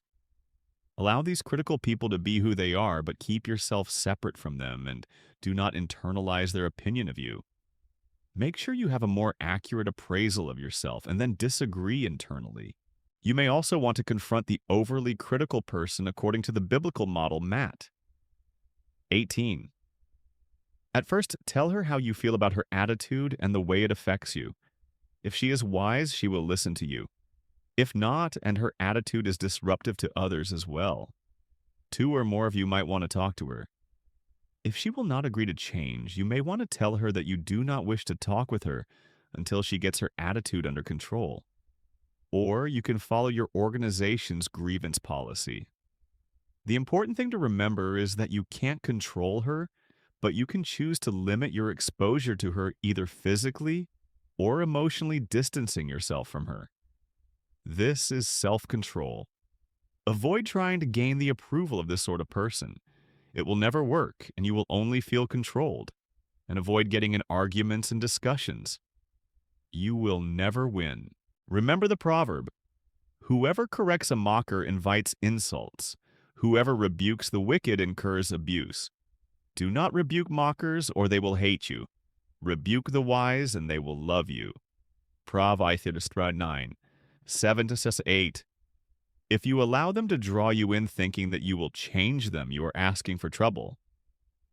Stay separate. Keep your boundaries. Don't get sucked into their game. Problem 6. Conflicts with authority. If you are having trouble getting along with your boss, you may be having transference feelings. Transference is when you experience feelings in the present that really belong to some unfinished business in the past. Transference happens frequently with bosses because they are authority figures. The boss-employee relationship can trigger authority conflicts you might have. You can begin to have strong reactions that are not appropriate to the current relationship. Suppose your supervisor tells you that he wants something done differently. Immediately you feel put down. You think he never thinks I do anything right. I'll show him. Your supervisor may have made the comment in passing, but the feelings it triggered were very strong indeed. The reality is that the interaction may be tapping into unresolved hurt from past authority relationships such as parents or teachers. When a transference relationship starts, you may begin to act out all the old patterns you did with parents. This never works. You become a child on the job. To have boundaries is to take responsibility for your transference. If you find yourself having disproportionately strong reactions to someone, take some time and look inside to see if the feelings are familiar. Do they remind you of someone from the past? Did mom or dad treat you like that? Do they have the same personality as this person? You are responsible for working out these feelings. Until you face your own feelings, you can't even see who others really are. You are looking at them through your own distortions, through your own unfinished business. When you see others clearly without transference, you will know how to deal with them. Another example would be strong feelings of competition with a coworker. This may represent some competitive relationship from the past, such as sibling rivalry that has not been worked through. Whenever you experience strong feelings, see them as part of your responsibility. This will lead you to any unfinished business and healing, as well as keep you from acting irrationally toward coworkers and bosses. Leave the past in the past, deal with it, and do not allow it to interfere with present relationships. Problem 7. Expecting too much of work. People increasingly come to the workplace wanting the organization to be a family. In a society where the family, church, and community are not the social support structures they once were, people look to their colleagues for the emotional support a family once provided. This lack of boundaries between the personal and work life is fraught with all sorts of difficulties. The workplace ideally should be supportive, safe, and nurturing. But this atmosphere should primarily support the employee in work-related ways to help her learn, improve, and get a job done. The problem arises when someone wants the job to provide what her parents did not provide for her primary nurturing relationship, self-esteem, and approval. Work is not set up this way, nor is it what the typical job asks of someone. The inherent conflict in this setup is this. The job expects adult functioning and the person wants childhood needs met. These differing expectations will inevitably collide. Health comes from owning unmet childhood needs and working them out. The problem is that the workplace is not the place to do that. Your higher-ups at work have expectations. They will ask from you without giving because they are going to pay you for your work. They are not obligated to provide all the emotional support you need. You need to make sure you are meeting your needs for support and emotional repair outside of work. Plug into supportive and healing networks that will help you to grow out of your emotional hurts and unmet needs and build you up so you can function well at the job in the adult world that has adult expectations. Get your relationship needs met outside of work, and then you will be able to work the best without getting your needs mixed up with what the company needs from you. Keep your boundaries firm. Protect those hurt places from the workplace, which is not only not set up to heal, but also may wound unintentionally. Problem 8. Taking work-related stress home. Just as we should keep good boundaries on our personal issues and keep them out of the workplace, we need to keep some boundaries on work and keep it out of the home. This generally has two components. The first is emotional. Conflicts at work need to be dealt with and worked through so they do not begin to affect the rest of your life. If denied, they can cause major depressions and other illnesses that begin to spill over into other areas of life. Make sure you understand work issues and face them directly so that work does not emotionally control your life. Find out why a certain coworker is able to get to you or why your boss is able to control the rest of your life. Find out why your successes or failures on the job are able to bring you up or down. These important character issues need to be worked through. Otherwise, the job will own you. The second component is finite things such as time, energy, and other resources. Make sure that the job, which is literally never done, does not continue to spill over into personal life and cost you relationships and other things that matter. Put limits on special projects that are going to take more time than usual, and make sure overtime does not become a pattern. One company we know has such a high value for family that they dock people for working overtime. They want them to put limits on their work and be home with the family. Find out your own limits and live by them. These are good boundaries. Problem 9. Disliking your job. Boundaries are where our identity comes from. Boundaries define what is me and what is not me.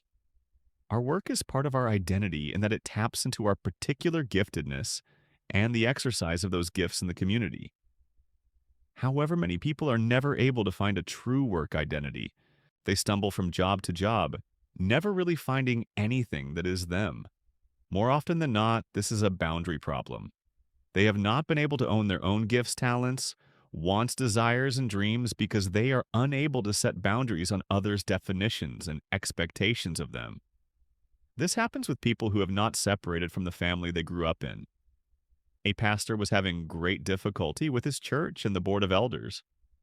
Finally, right in the middle of a leadership meeting, he said, "I never wanted to be a pastor anyway. It was my mother's dream, not mine." He did not have good enough boundaries with his mother to define his own career path. As a result, he had fused with her wishes and was miserable. His heart had not been in it from the start. This can happen also with friends and culture. Others' expectations can be very strong influences. You must make sure that your boundaries are strong enough that you do not let others define you. Instead, work with God to find out who you really are and what kind of work you are made for. Romans 12:2 speaks of having boundaries against these kinds of pressures from others. Do not conform to the pattern of this world, but be transformed by the renewing of your mind. Then you will be able to test and approve what God's will is, His good, pleasing, and perfect will. You should have a realistic expectation of yourself based on who you really are, your own true self, with your own particular giftedness. You can only do this with boundaries that stand up and say, "This is me, and that is not me." Stand up against others' expectations of you. Finding your life's work. Finding the kind of work that fits your strengths and passions involves taking risks. First, you need to firmly establish your identity, separating yourself from those you are attached to and following your desires. You must take ownership of how you feel, how you think, and what you want. You must assess your talents and limitations, and then you must begin to step out as God leads you. For God wants you to discover and use your gifts to His glory.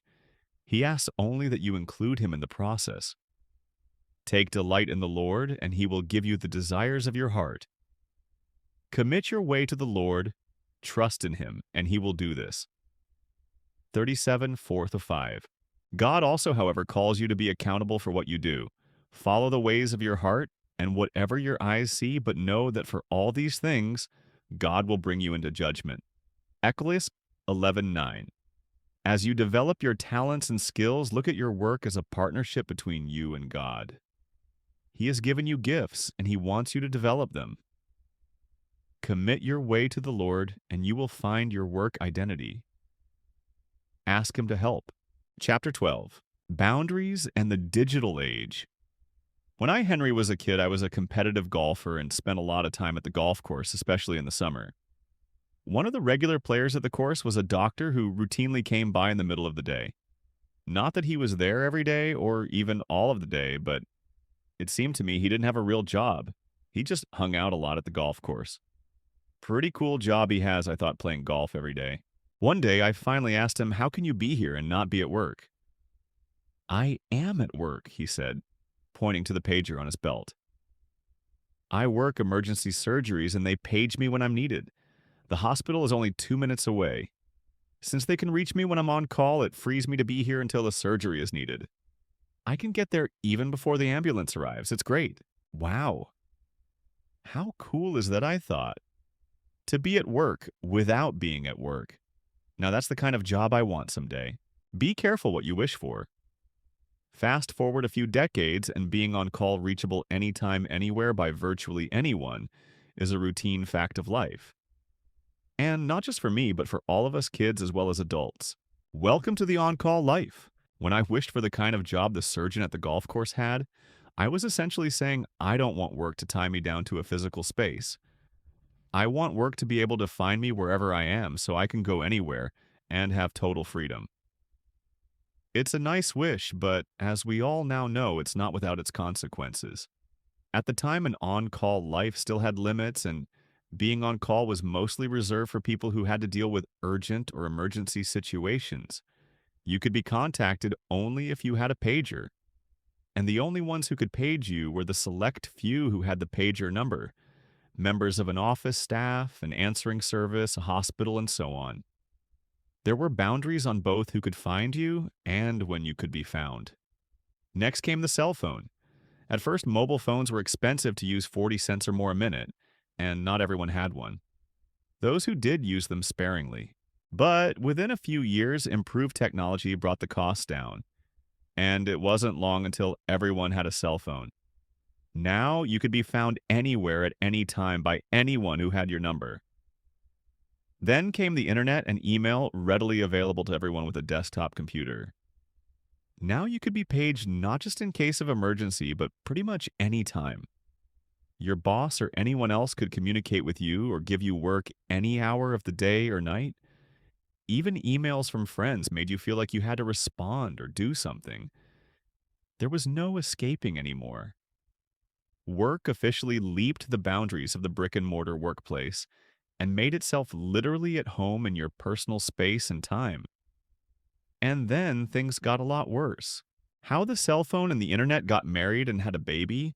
The smart people invented the smartphone, which now meant that anyone could use an email, a text, and even an old-school phone call to find and reach you anytime, anywhere for any reason. The on-call life wasn't limited to when you were at a desk using a computer, because now you were carrying this technological intruder right in your pocket at all times. And just when you thought communication technology had finally reached its boundary-busting limits, someone decided that not only should your phone be in your life, but your life should also be on your phone. Social media. Now, the number of people you had access to and who had access to, you exploded. Consider just a few of these platforms: Facebook, YouTube, Twitter, LinkedIn, Google Plus, Snapchat, WhatsApp, Pinterest, Instagram. It's mind-boggling. I remember that when it all first began, even Microsoft founder Bill Gates got off Facebook because he said he had too many friend requests and it was taking too much of his time. That pretty much brings us to the present where there are no more default boundaries around technology to protect you. Before smartphones and the internet, you were reachable only at work or at home, meaning there were real places that physically separated your workspace and time from your personal space and time. Time and space were the natural and default boundaries that protected you. After your work time was done, you were off, you left work at the workplace, went home, and did whatever else you wanted, protected from work by time and space. The same natural boundaries also applied to relationships and activities outside of work. If extended family, friends, or neighbors wanted to communicate with you, they had to ring a doorbell, call you on the phone, or even write you a letter and gasp, wait several days for it to reach you. You were protected naturally by the boundaries of both time and space, but no longer. And so far, we have just talked about work and personal time. But this breach of boundaries goes further than that. Even within work or your personal life, people can reach you directly who used to have to go through some sort of channel to do that. If you worked in a company, for example, they had to go through an assistant or leave a voicemail. To make a personal connection, they had to go through a mutual friend to find some way to talk or meet. But now, think of this: others just give out your email or cell number, and all of those people can bypass any gatekeeper or protections. They have direct access to you. When you add up all of these fairly recent developments, you find that they invade all of life much more than just upsetting the work-life balance, whatever that is. They have intruded into all of life, period. So what does all this mean? Something very important: boundaries on technology and social media are now entirely up to you. Date night. Are you kidding? Henry was talking to a couple about their marriage and suggested that they should consider having a date night. When I did, the wife just rolled her eyes and said, "That will never work. I'm not going." She seemed a bit closed-minded to me, so I asked, "Why not?" Immediately she said, "Because he will just be like this the whole time." She then mimicked him being on his phone, typing away, sending a text message or an email. That would be a horrible way to spend an evening, she went on. Now you can always be found, which means you are on call 24/7. Anyone, anytime, anywhere, and for any reason can get to you. Feeling a bit exposed? You should be, because you are. Choosing freedom. Avoiding destruction. Technology and social media aren't inherently bad. In fact, there are many ways they can enhance your life and relationships. But just as it is with so many other areas of life, it's important to make sure you are controlling your digital life so it doesn't control you. That's where boundaries come in. Remember, boundaries exist to define a property line. They define what is yours and what is not yours. They are like a fence, but with a gate. You can open or close the gate to let people in or keep them out as you choose. The challenge comes in deciding what your gate policy is going to be for your digital life. How will you decide when to open the gate and when to keep it tightly shut? These are often challenging decisions to make, and not everyone agrees on how to make them a reality. I faced head-on a few years ago when my two daughters were in middle school. Social media drama. My Henry's daughters were in middle school as social media was really heating up. They had Instagram accounts and used them to keep up with extended family, grandparents, cousins, and close friends. They loved it, and I loved how they used social media to share life with people they were close to. But then Lucy came home from school one day very upset. The school had a new principal for whom I had much respect, and still do, who had laid down a new law. No one at the school was allowed to have a social media account. Yes, you read that right. He did not say they were not allowed to use a social media account at school. He said they were not allowed to have one at all, even for use away from school. They were strictly prohibited from using social media, period, anytime or anywhere. I was incensed. This new policy seemed to be extreme overreach. I felt like middle school was the perfect time for kids to learn how to use social media responsibly because they could still be closely monitored by parents and teachers. By the time they were in high school and free to use it without any supervision, we would have missed these valuable training years.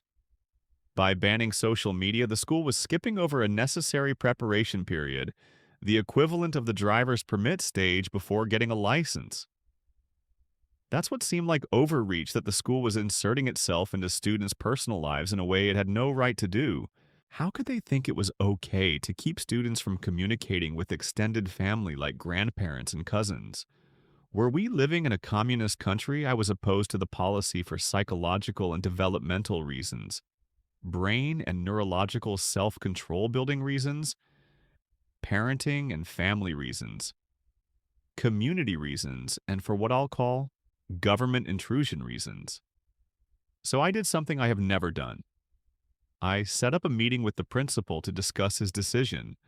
I prepared by doing research, talking with experienced youth workers, and also talking to the president of a national association of Christian schools, all of whom reinforced my own thinking. When I met with the principal, I presented all of the parenting, psychological, neurological, and other reasons I thought this was both an overreach and bad for the kids. I could totally understand a rule of no phones or social media use at school, but a student's private life activity was the domain of parents. The principal's perspective was basically this: when students have a social media account, so much drama is created within their relationships after hours that the next day at school is negatively affected by whatever happened the day or evening before. The school did not want to deal with the interference, so they were going to stick to their zero tolerance policy. My position was that that was the very reason not to have the policy. If kids were misbehaving in a way that should be disciplined and trained, then the school's role was to do that effectively. This was not only their job, but also a great opportunity to teach these soon-to-be high schoolers how to handle technology and social media responsibly before they had more freedom.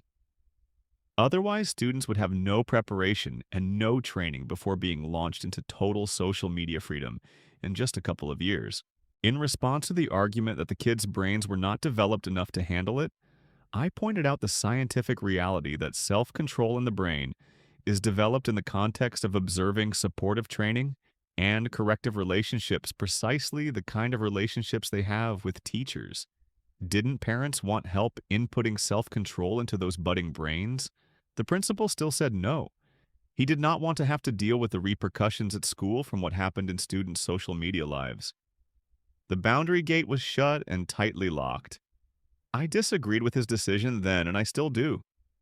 I don't think these kinds of rules work. They might shut out some drama, but they do not develop mature kids. Maturity comes from having choices and having to exercise them well or lose them. The Apostle Paul acknowledged a similar principle when he instructed the church at Colossae not to submit themselves to strict rules about food and drink, do not handle, do not taste, do not touch. These rules, which have to do with things that are all destined to perish with use, are based on merely human commands and teachings. Such regulations indeed have an appearance of wisdom, but they lack any value in restraining sensual indulgence. Call 2:21, see Vivias 16-23. However, I also understood that there was a legitimate reason the principal felt the way he did. Using the Colossians passage as an example, he might say that even though we don't have to submit to rules about what we drink or eat because such rules do not produce maturity, it is still true that drinking or eating irresponsibly can be very destructive. In fact, it can kill you. And by extension, kids using social media irresponsibly can kill their day at school. The principal was doing what many of us sometimes do to defend against a lack of maturity or self-control. In a few, which is to make strict rules against any and all forms of whatever is causing problems.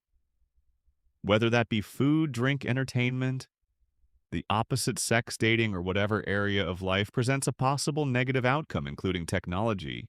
Keep the good in and the bad out. Whatever the context, boundaries are about freedom, self-control, responsibility, and love. At the same time, freedom should never be used to harm yourself or anyone else. We are called to be free, but with this caution: do not use your freedom to indulge the flesh. Rather, serve one another humbly in love. Gal. 5:13. This is the principle. You are free and your boundaries are meant to protect that freedom. But do not use your freedom to hurt yourself or anyone else. Use your freedom to love. And that brings us to boundaries and your use of technology. You are certainly free to use it, but you must not allow freedom to bring about destruction to you or anyone else. This is what boundaries are for: to keep the good in your life and the bad out of your life. One way to do this, to make sure you are using technology rather than allowing it to use you, is to follow a principle Jesus demonstrated in observing the Sabbath. God had given the Sabbath to the ancient Israelites after they were freed from 400 years of slavery in Egypt. The Sabbath put a boundary on how much time God's people spent on work, so they could devote one day a week to rest and worship. The Sabbath was a gift intended for the good of the people. Unfortunately, what started out as a gift for good over time degenerated into a rigid rule, one that sometimes burdened rather than blessed. When Jesus healed a man on the Sabbath, the religious leaders accused him of wrongdoing. They felt he had violated the Sabbath by doing work. His reply was simple and to the point: which is lawful on the Sabbath, to do good or to do evil, to save life or to kill? Mark 3:4. On another occasion, he summarized the principle this way: the Sabbath was made to meet the needs of people and not people to meet the requirements of the Sabbath. Mark 2:27 NLT. In other words, like all healthy boundaries, the rule about Sabbath observance was meant to serve us, to keep us safe, and to enhance our life with God by giving Him first priority. Here's the point: adhering to structures, boundaries, or rules can be very beneficial. But rules in and of themselves should not be your master, robbing you of the freedom to do good for others or yourself.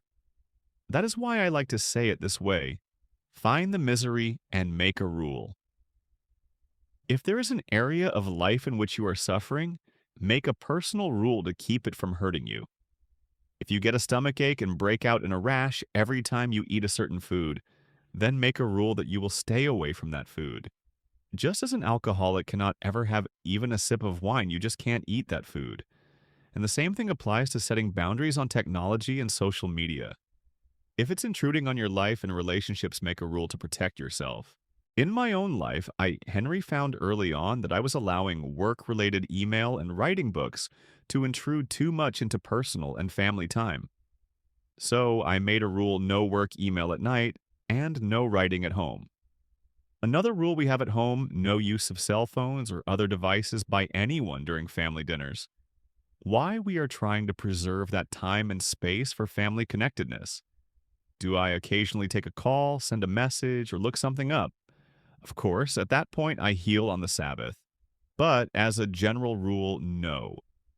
Here's another example of finding the misery and making a rule. My work requires a fair amount of travel and speaking engagements, so I was concerned when I realized I was beginning to dread speaking trips. It wasn't the speaking itself that I dreaded. It was all the extra meetings, dinners, and activities the organizers wanted to add around the event. They were all very good things, but my schedule would get so jammed I couldn't focus on what I was there to do: speak and deliver content well. So I made a rule: no meetings or other activities around a speaking event. Do I sometimes break that rule? Absolutely. But having the rule protects me from the misery, and I no longer dread speaking trips. Again, the principle is that when something is causing you or others some kind of pain, find the misery and make a rule. Preserve the good stuff and prevent the bad stuff. This is what boundaries are all about. Here are just a few examples of how people have put this principle into action with technology and social media. Phones are routinely turned off and put away during important relationship times, for example, family dinners, date nights, social gatherings, and conversations with friends. Email and social media are turned off during important work periods, or other times that require sustained focus, productivity, and task completion. Social media engagement is limited to certain time blocks, for example, 15 minutes once or twice a day. No technology is used 30 minutes before going to bed at night, and 30 minutes after getting up in the morning. You may find that personal rules such as these not only prevent a lot of misery, but they also allow you to get more done. For example, when I am writing, I turn off my email to limit distractions. Studies have shown that when engaged in a project that requires deep thought, being interrupted by distractions, such as email, can cost up to 20 minutes of productivity. At other times, you might find that having access actually saves you time and energy. For example, if I am on call for an urgent issue that will need my attention, the second it comes through, having my phone on during a meeting actually makes it possible for me to focus better because I don't have to get up at various intervals to call the office and check on the status of things. My office or answering service can easily reach me when necessary. It's like having a fire alarm as long as it's not going off. You do not have to wonder whether the building is on fire. So the point here is to be in control in a way that serves you, your relationships, your life, your mission, or whatever your objectives may be. There are no absolute rules about technology, but we can set helpful rules for ourselves. As I write this, I have just come from a 3-hour family meeting where we planned out our next year, divided up duties, and took care of a lot of issues. When the meeting began, I said to the kids, "No phones. Turn them off. It helps. Are you addicted?" As psychologists, we've had a lot of training and experience in treating addictions over the years. When we first started our chain of treatment centers in the late 1980s, most people thought of addictions as dependence on a substance such as alcohol or various drugs with destructive life consequences. Gradually, the term expanded to encompass all sorts of problematic behaviors, such as compulsive sex, gambling, eating, and even overworking.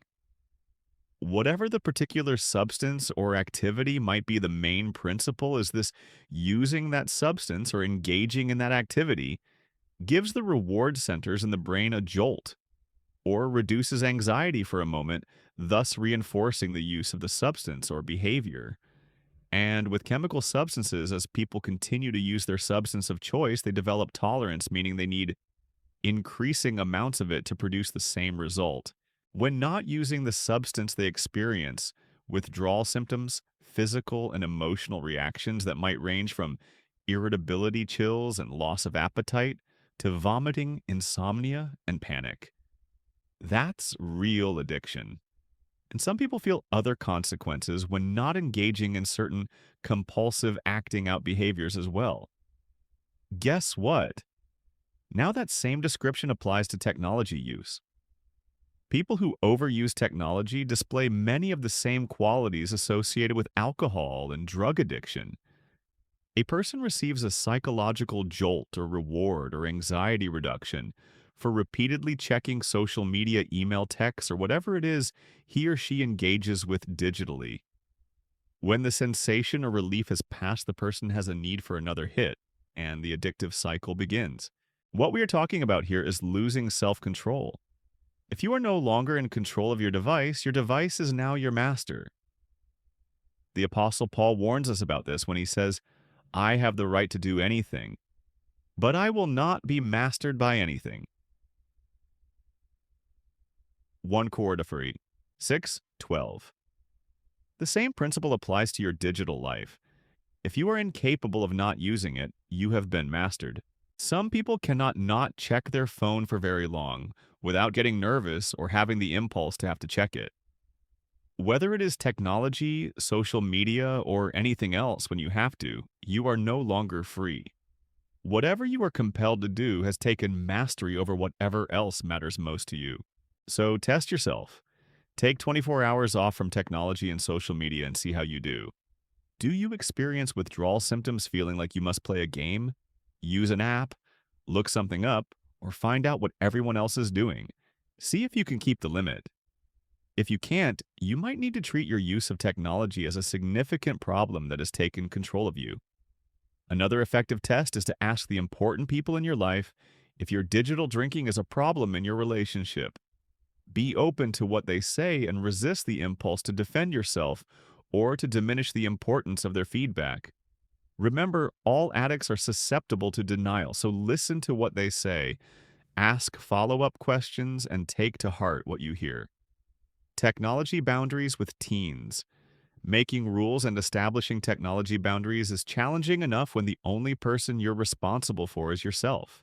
But what if you're a parent, particularly the parent of a teen, as a father of two teenage daughters? Henry cringed thinking about this issue.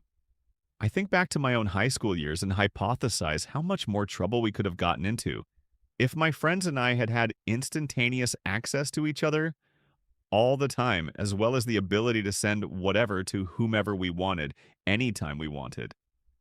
Communication technology just provides another channel for dangerous teenage behavior. But that horse has left the barn and is not coming back. Digital teenage life is here to stay. So what can we do? Should you set very strict boundaries around digital use, or should you grant more freedom? There are lots of opinions, but the one thing all the parenting experts seem to agree on is this: you must know your kids. Knowing them means being close to them, knowing their friends, and having a strong relationship. That is the best monitoring tool you can have. Digital access is so ubiquitous that constant monitoring is virtually, pardon the pun, impossible. But having a strong relationship with your teens and staying aware and in touch with them is not. Within the context of a strong relationship, two key principles you can follow in setting technology boundaries with your teen are to begin with trust and to treat privacy as a privilege. Begin with earning and proving. Trust is the key to everything with teenagers. They respond to it, but they also need to be able to prove themselves worthy of it. The best approach for developing this kind of trust with teens is the same one you've already read about in this book, which is the law of sowing and reaping in love. Here's how I introduced this policy to my own kids. When my girls became teenagers, we had a conversation that went something like this. Okay, girls, you are becoming teenagers. Let me start by telling you how proud I am of the girls you have become and how excited I am for this next season of your life and of my life with you. It is going to be one of the most exciting and fun times you have ever had. And here is how it will work. Your teen years are a time when you will want and also be granted more and more freedom. You will be able to go places on your own, do things you have never done, and make more of your own decisions. And guess what? I want you to have more freedom than you have ever had. At some point, you will even have the freedom to drive and get in a car and go places on your own. And I want you to have a lot of freedom. In fact, I want you to understand something. The last thing I want to do is to control you. Instead, I want you to be in control of yourselves. I do not want to always have to be looking over your shoulders, monitoring or restricting your behavior. But somebody has to do that, and I want it to be the only one who can actually control your behavior, and that is you. So you do not have to fear that I am going to be an over-controlling psycho parent. I look forward to your freedom. I welcome it. But here is how freedom works. You get as much as you can be responsible with and are able to use well. I am going to give you a formula to help you figure this out. Freedom, responsibility, love. These three things always have to be equal. You will get the amount of freedom that you use with responsibility, and responsibility always expresses itself in love. In other words, it means that you use your freedom only in ways that do not harm yourself or anyone else. If you are given freedom in a certain area and you use that freedom responsibly, you will continue to have that freedom and even be given more.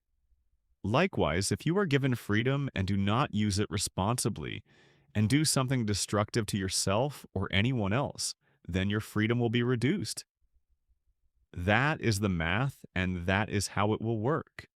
I will trust you and give you as much freedom as you handle well. As long as you honor that trust by not misusing your freedom, you will continue to have more and more of it. Any questions? This same trust formula applies to digital life.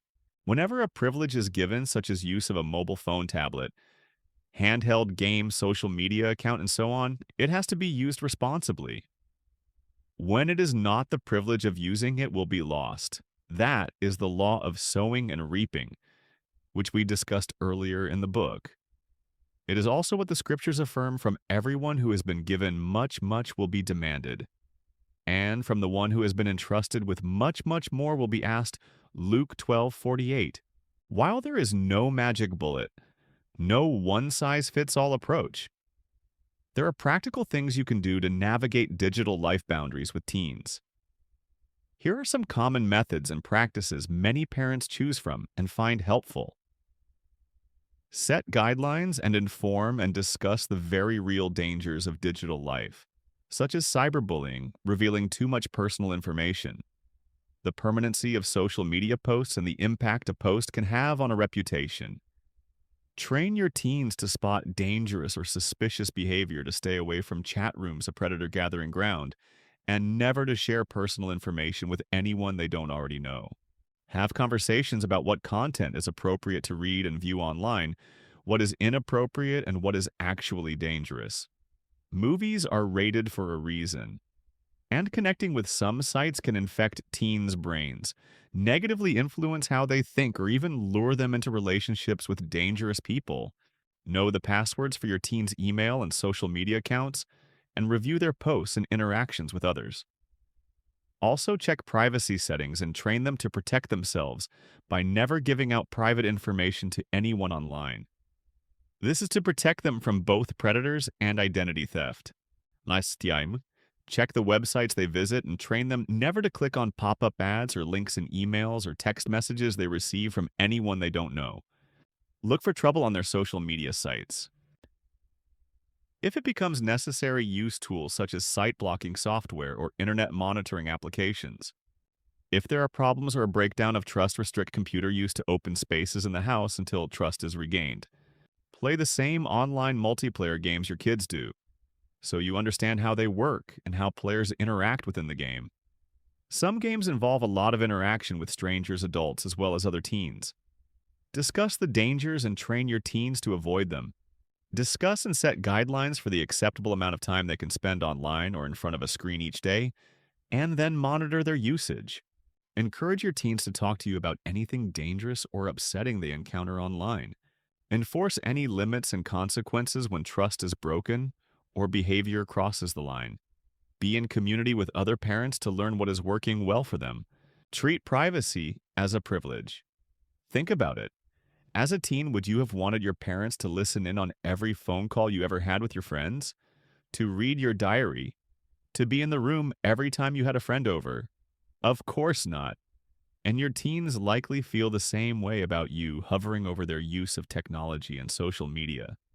The need to separate and individuate from parents is an essential developmental task in these years, and it is your job as a parent to use these years to train your teens for adulthood. At the end of these years, they will need to be independent from you, and you want that transition to go well. But even for adults, there are times when we forfeit the privilege of privacy. For example, when the police believe they have probable cause, they can invade our privacy to do a search of our person or our property. Or a judge can issue a warrant, and law enforcement officers will search our home, or even confiscate our computer or personal documents. It happens all the time and serves as a useful and protective aspect of governance. But it happens for a reason. Someone has given the authorities a reason, signs of criminal activity or terrorism to search and seize. When they have a reason, the authorities have to check it out. When kids enter their teens, they are becoming adults and should be granted as much privacy as they can handle. However, if you have probable cause to suspect that something might be awry, don't be afraid to intrude on their privacy and exercise your authority. If you notice they are communicating with strangers getting online at the same time, or strange times being secretive about their use, experiencing mood changes, positive or negative, related to use, those are all reasons to wonder. If their behavior is suspect or is changing in some way, or if they are isolating or you have reason to suspect dangerous activity, then activate the judge inside yourself and issue a search warrant. If you need help to better recognize and understand the warning signs, attend a workshop or do some research on teen usage of the internet. Be informed. And don't forget the formula. Freedom, and responsibility, love. If you have first established trust with the formula, intruding on your teen's privacy will go much easier than if you haven't. but also exercise restraint. If a kid is proving himself responsible and loving with his freedom, an unlawful search and seizure can damage trust and spark a rebellion. Don't be afraid to include your kids on this journey with you. Boundaries are about relationship, and trust builds from knowing each other and figuring things out together. If they know your heart and trust that you want to help them grow, to grant them freedom and also to protect them, all of this goes much better. When my girls first started having a digital life, I had them do research, present a seminar to me about digital dangers, and write a suggested policy that we would abide by. It led to great conversations and policies, so know your kids and get to know them better. Also know who they routinely hang out with and who they communicate with. Know who is training them outside the home at church or school, and make sure these places reinforce your values and practices. Establish trust and monitor it well. Trust includes understanding their needs, including how important their digital life is to them, and then helping them to stay safe and establish track records of trust. FOMO, missing out on some things. So you don't miss out on the best things. Even after developing technology rules for yourself as an adult, as well as for your kids, there is one dynamic that both generations are likely to struggle with. Here is the issue, and some solutions. Recently, John was having dinner with an out-of-state client and his wife at a nice restaurant. I was enjoying myself as I had had a busy week, and these were people who were engaging and interesting. I like them a lot. In the middle of the dinner, the wife's cell phone vibrated and she immediately picked it up, excused herself from the table, and answered the call. I said to my client, "I hope everything is okay." "It's probably not an emergency," he said, grimacing a bit. "She just answers whoever calls." "She doesn't let the calls go to voicemail?" I asked in surprise. "We've had that conversation many times," he said. "She just can't let the calls go. It always feels like whoever calls trumps whatever we've got going on. I've sort of given up on this changing. I felt sad for him, for her, and for myself." The call ended up being a friend who just wanted to confirm a meeting the next week, nothing urgent or important. But it disrupted what had otherwise been a very pleasant evening. She was experiencing a condition now known by the acronym FOMO. FOMO is fear of missing out. It refers to the anxiety people feel when they fear something important may be going on that they are not aware of. It usually concerns the individual's social life, and is characterized by a need to stay in touch with one's friends sometimes by the hour or minute to make sure they don't miss out on anything. It can also be about an event such as attending the concert of a favorite band that might not be back in the area for a long time. Ever check your Facebook email or texts every few minutes just to stay in touch? Or maybe you have a teen who uses photo-based apps such as Instagram or Snapchat dozens or hundreds of times a day to check on what clothes her friends are wearing and what shops they are in, and to post photos of herself doing things like brushing her teeth or eating breakfast. If so, welcome to FOMO. When our sons were in high school, we had dozens of discussions with them about parties, meetings, and gatherings they wanted to attend, sometimes on school nights and sometimes in place of family times. After a while, I began to notice a pattern in these conversations. Many of them started with the phrase, "But it's the last time." "But it's the last time we'll see each other before we leave for winter break." Or, "It's the last time we'll all be 16. While I'm as sentimental about memories as anyone else, I finally said "it's the last time" is no longer a good reason to be out on a school night or to miss a family event. The only out will be if these people are really important to you and you truly may never see them again. And with some exceptions that helped. But that last time refrain is another manifestation of FOMO. It's normal to want to be involved and engaged with the events and people that matter to us. We all are driven by relationship and attachment to others. And in the digital age, that involvement is quite simple and easy.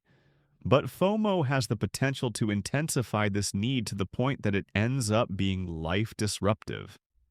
When FOMO keeps us from being able to fully engage in the non-digital world right in front of us and to enjoy the people we are actually with, it's a problem. As in the example of my somewhat interrupted dinner with a client and his FOMO wife, it gets in the way of real life. FOMO wasn't as much of an issue before the digital age for two reasons. First, we weren't as aware of what we were missing. We didn't have access to social media that gave us real-time information on everyone and everything we cared about. You can't miss what you don't know about. But now you can know that your friends are having dinner at a restaurant near you, and your kids can know that there is a great party happening a block away. Second, even if we did know what we were missing, we were less able to do anything about it. Attending a celebration for a friend who lived several states away would have meant a long drive or a prohibitively expensive plane ticket. That would have been a huge deal. Now that the world has gotten smaller and travel easier and more affordable, it doesn't involve an extreme amount of trouble and expense. The result is that we are acutely aware of what we are missing, and we actually have the means to do something in response to what we know. The outcome of those realities is that when we anticipate not doing that desired thing, we become anxious and driven. Thus, FOMO. I found out that I had some FOMO when I was out to dinner with my wife and excused myself to go to the restroom. When I returned, she said, "I think you checked your email in the bathroom." I looked down at my hand and saw my smartphone clutched in it and said, "Oh my gosh, you're right, I've got FOMO." I realized that I had been anxious about missing out on regular non-emergency emails and texts while I was out to dinner. The simple fix was to leave my smartphone on the dinner table when I was gone. Smartphones and the internet aren't the entire problem underlying FOMO. It has a deeper aspect, which is what psychologists call a dependency issue. It happens when individuals don't feel solid and complete on their own, and so require constant contact with others. The constant contact serves to stabilize their sense of stability and peace inside. Dependency is a good thing. We all are dependent on each other for the love and support we need. But healthy dependency does not mean that we must be online with each other most of the time. We are to connect, go out into the world, connect again and refuel, and go out again into the world. Healthy lives are those in which we can fuel up via our relationships, digital and non-digital, then go accomplish what we need to accomplish. Someone who can't devote a few hours to an important task without having a digital fueling is too dependent on that medium. So, how do you know if you have FOMO besides someone noticing that you have been checking your texts in the bathroom? Here are a few characteristics to help you self-diagnose the condition. You know you may have FOMO if the following occur. The first thing you do at every break between events is check your smartphone instead of talking to someone stretching, walking, or thinking, etc. You experience anxiety and wonder. What am I missing when you aren't able to check your phone during a break? You experience anxiety even when you're not waiting for an important response from someone you expect to contact you imminently. Why? You feel edgy because you can't check your phone when a meeting is going on too long. You default to engaging the digital world instead of the one around you. Others express concern about your digital engagement or comment that they think you are somewhat out of balance with the amount of time you devote to it. At the end of your day, it's hard to reflect on the events of the day because nothing much happened in your relational world or your task world, except that you kept up with your friends, the news, or your hobbies on a digital device. Here are some guidelines to help you resolve any FOMO issues with which you may be struggling. 1. Engage with the people you are with. When you are physically with those you care about, focus on your interaction with them, how much they mean to you, and how it feels to talk with them. Look at them and choose to give them your full attention. When you do so, you are fueling up relationally and will care less about missing out on what everyone else is doing right now. The principle is that relationship and love both fill us up and displace fear and anxiety. There is no fear in love, but perfect love casts out fear. John 4:18. NISB. 2. Focus on creating a life of freedom. Remember that successful people are autonomous, self-directed people. Think about the people you most respect and admire, perhaps those with great jobs and great families. They are probably not worried all the time about who is doing what and what they might be missing out on. They are not servants of who might be contacting me. Instead, they are autonomous or free to do what is important to them. 3. Observe regular non-digital time periods. We have mentioned this previously, but you simply must have some times with zero access to the digital world. A client of mine told me that he decided to have one evening a week with his wife and kids that was a no-pixel night. Your brain needs a rest from the jolt, and the more regularly you do this, as in every day, the less FOMO you will experience. 4. Think through the why of your FOMO. Follow the train of thought underlying your anxiety until you arrive at a reasonable reality. For example, I'm afraid of not checking my phone every few minutes. Why? Because I might miss something someone wants to tell me. Why is that a big deal? Because it might be important. Think over the last 7 days. What percentage of the digital communications you received were important enough to check for every few minutes? About 1%. So does checking all the time make sense? No, it makes no sense, and it isn't helping me. Running down the why and assessing it in the light of reality will reduce your FOMO. 5. Train the people in your life not to expect an instant response. FOMO causes us to call or text back right away, just as my client's wife did while we were at dinner. This then creates an expectation in others that we are always on call for them. Instead, just wait a while. If it's not truly urgent, you can wait a few minutes, hours, or days, depending on the situation. And you may receive some messages that you shouldn't answer at all. If it's not a crisis, the people who care about you shouldn't become irritated because you don't instantly call or text them back. When someone calls me back immediately all the time, I wonder if they have retired from their job or if they just need to get a life. At the end of the day, we all have to miss out on something in life to get somewhere. You have to miss out on dating lots of potentials to have a great marriage. You have to miss out on several great jobs to land the right one. You have to miss out on living anywhere in the world to live in the best place for you. And you have to miss out on all the freedom you'd love to raise grounded and healthy kids. Be more focused on what you're getting and realize that you are missing out on the right things in order to have the best life. Protect your most valuable asset relationships. When my John's son Benny was in junior high, I was making lunch in the kitchen one Saturday, and he was studying in the living room. "Hey, Dad," he called out, "why do people yawn?" "I don't know," I said. "Google it." "Google is my real father," Benny replied. The interchange actually led to a great discussion about what the roles and expectations should be for fathering. Basically, Google can't wrestle go-to-movies, provide relationship advice, or give an allowance. But the story also points out a boundary problem, which is this digital communication is more convenient, but ultimately inferior to face-to-face communication. Connecting via phone, email, text, and video all have their place and value. But in the end, if we engage in these modes of communication more than we do face-to-face relationships, we will not optimize the intimacy we must have to live, thrive, and be healthy. Here are some reasons why face-to-face trumps digital connection and the boundaries you can establish to create that healthier interaction. Intimacy is not a luxury, but a necessity. God created us to need a close and intimate relationship, not only with himself, but also with others. Relationships are the fuel of life. They provide us with acceptance, encouragement, empathy, wisdom, and a host of other relational nutrients. These nutrients keep us healthy and growing. In fact, many studies have shown that people without enough intimate relationships in life have more medical and psychological problems, as well as a higher mortality rate. The songwriters are correct, a lack of love can literally kill you. So however we look at the digital age, we need to make sure that we are getting our relational sustenance. The key is this: whenever you have the opportunity, set a limit on the digital and default to face-to-face.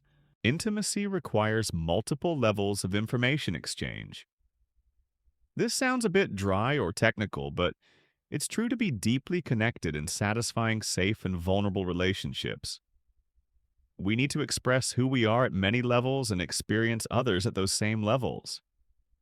The best relationships exchange information about feelings, passions, thoughts, and opinions. The more you know about someone at a deep level, the more you can say that you actually know them. To accomplish this, God designed us with the ability to engage in a mutual exchange of information using a variety of verbal and nonverbal modes of communication: words, eye contact, facial expressions, gestures, and so on. Research has shown that at the very best, words provide no more than half of what is communicated in a relationship. Also, intimacy requires us to experience the nuances between oneself and others. When your teenager verbally agrees to go to her room and do her homework, but rolls her eyes at the same time she is telling you something, and that something is that she will do what you ask, but you are a lame person for requesting it. When you have a meeting with your team at work and one person is giving the right answers, but sighing the whole time, he may be communicating how unnecessary he thinks this meeting is. So, more information exchange on multiple levels means a greater probability of intimacy. And that means you can now probably see some of the limitations of the digital world. Communication technology is often helpful, but it can never be the gold standard of relationship building. Consider what is gained and what is lost with each of the following forms of communication. Face-to-face conversations. Available information is exchanged at many levels. All five sensory receptors can be active: sight, sound, touch, smell, and taste. Video conversations. Much of the available information can be exchanged, but only with sight and sound, which is more limited than being in the other person's presence. Phone conversations.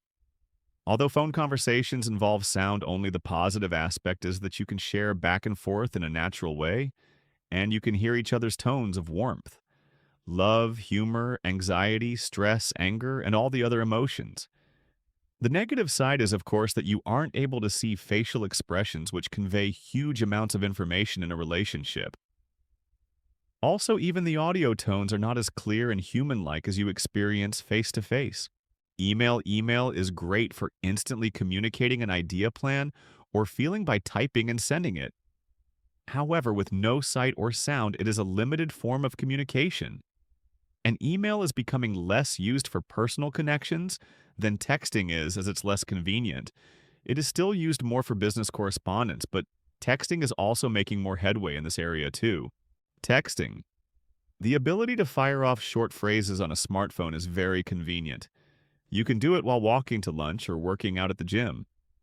It is still harder to convey more complex ideas because of its limits and punctuation, but that is improving with technology advances. Social media, for example, Facebook, Instagram, and Snapchat. The area of the digital world that provides a combination of text and video information is a fun way to stay in touch with family, friends, and organizations you are interested in. The video aspect adds a great deal of enjoyment to the experience. The first three items on the list, face-to-face video and phone, are called synchronous communication. The remaining items, email, texting, social media, are asynchronous communication. In synchronous communication, our comments are relayed and received instantly with no time lag. That's what happens in a regular conversation, like when you're talking to someone over lunch. In asynchronous communication, there is a time lag between making and receiving a statement. For example, you text someone that you'll be a few minutes late, and they respond a few seconds or minutes later, but you don't receive their response immediately. Asynchronous or digital communication is just no substitute for synchronous communication. While there is a drop in the quality and quantity of information exchange from face-to-face to video, and then from video to phone communication, the drop from these three to digital communication is much, much greater. From birth, we are designed to communicate directly and simultaneously. You say A and the other person hears A immediately, then responds with B, which you hear immediately. The hope is that both of you feel that you are understood by the other. You probably have experienced how hard it is to solve a relational problem via any form of asynchronous communication. The other person misunderstands and then things escalate unnecessarily and blow up. The reason for this is that we need warmth to convey difficult truths, and warmth doesn't happen when you can't see the other person's face or hear the inflection in that person's voice. When you give your spouse authentic eye contact or a compassionate tone as you talk about the credit card spending, you are much more likely to agree and solve the problem than if you are on an email string. That is why I coach executives to avoid trying to solve cultural and relational problems digitally, if at all possible. Personal interaction is always the most effective way to deal with these issues.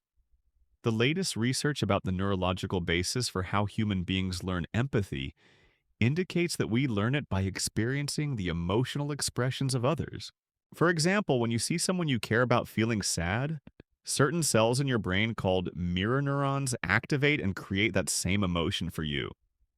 The result is that you develop the capacity to truly resonate with the pain and joy of others. This is why I love neuroscience. Over and over again, the research results line up with what the Bible has been teaching for thousands of years about how we are to relate to one another. Jesus' compassion for the widow whose son had died is a great example.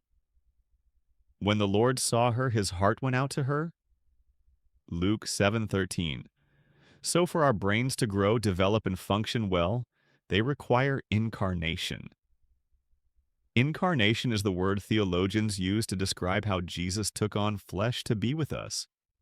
I use incarnation to describe how we are to be in the flesh with one another, love each other as I have loved you. John 15:12. Being with one another in supportive ways decreases stress and promotes happiness. So physical presence over and over again is the foundation of what we all need to thrive. On the negative side, research also indicates that children and teens who connect more digitally than personally are more likely to have problems feeling empathy for the hurt and pain of others, which then can result in serious problems in work, family, friendships, love, and marriage. So, asynchronous communication is great to keep us in touch at one level, but as much as possible, use it to support and supplement the main event in your important relationships, which is synchronous communication. An executive client of mine, John's, called me recently with a personal crisis. He was clear that he and his wife were in such distress that he didn't want to email me about it, talk on the phone, or even meet at a Starbucks. We needed to meet in a private setting where they could deal with an issue with an adult daughter who is in serious trouble with alcoholism and terrible choices. I set up the meeting, and once they told me the nature of the problem, I totally understood why they needed to meet this way.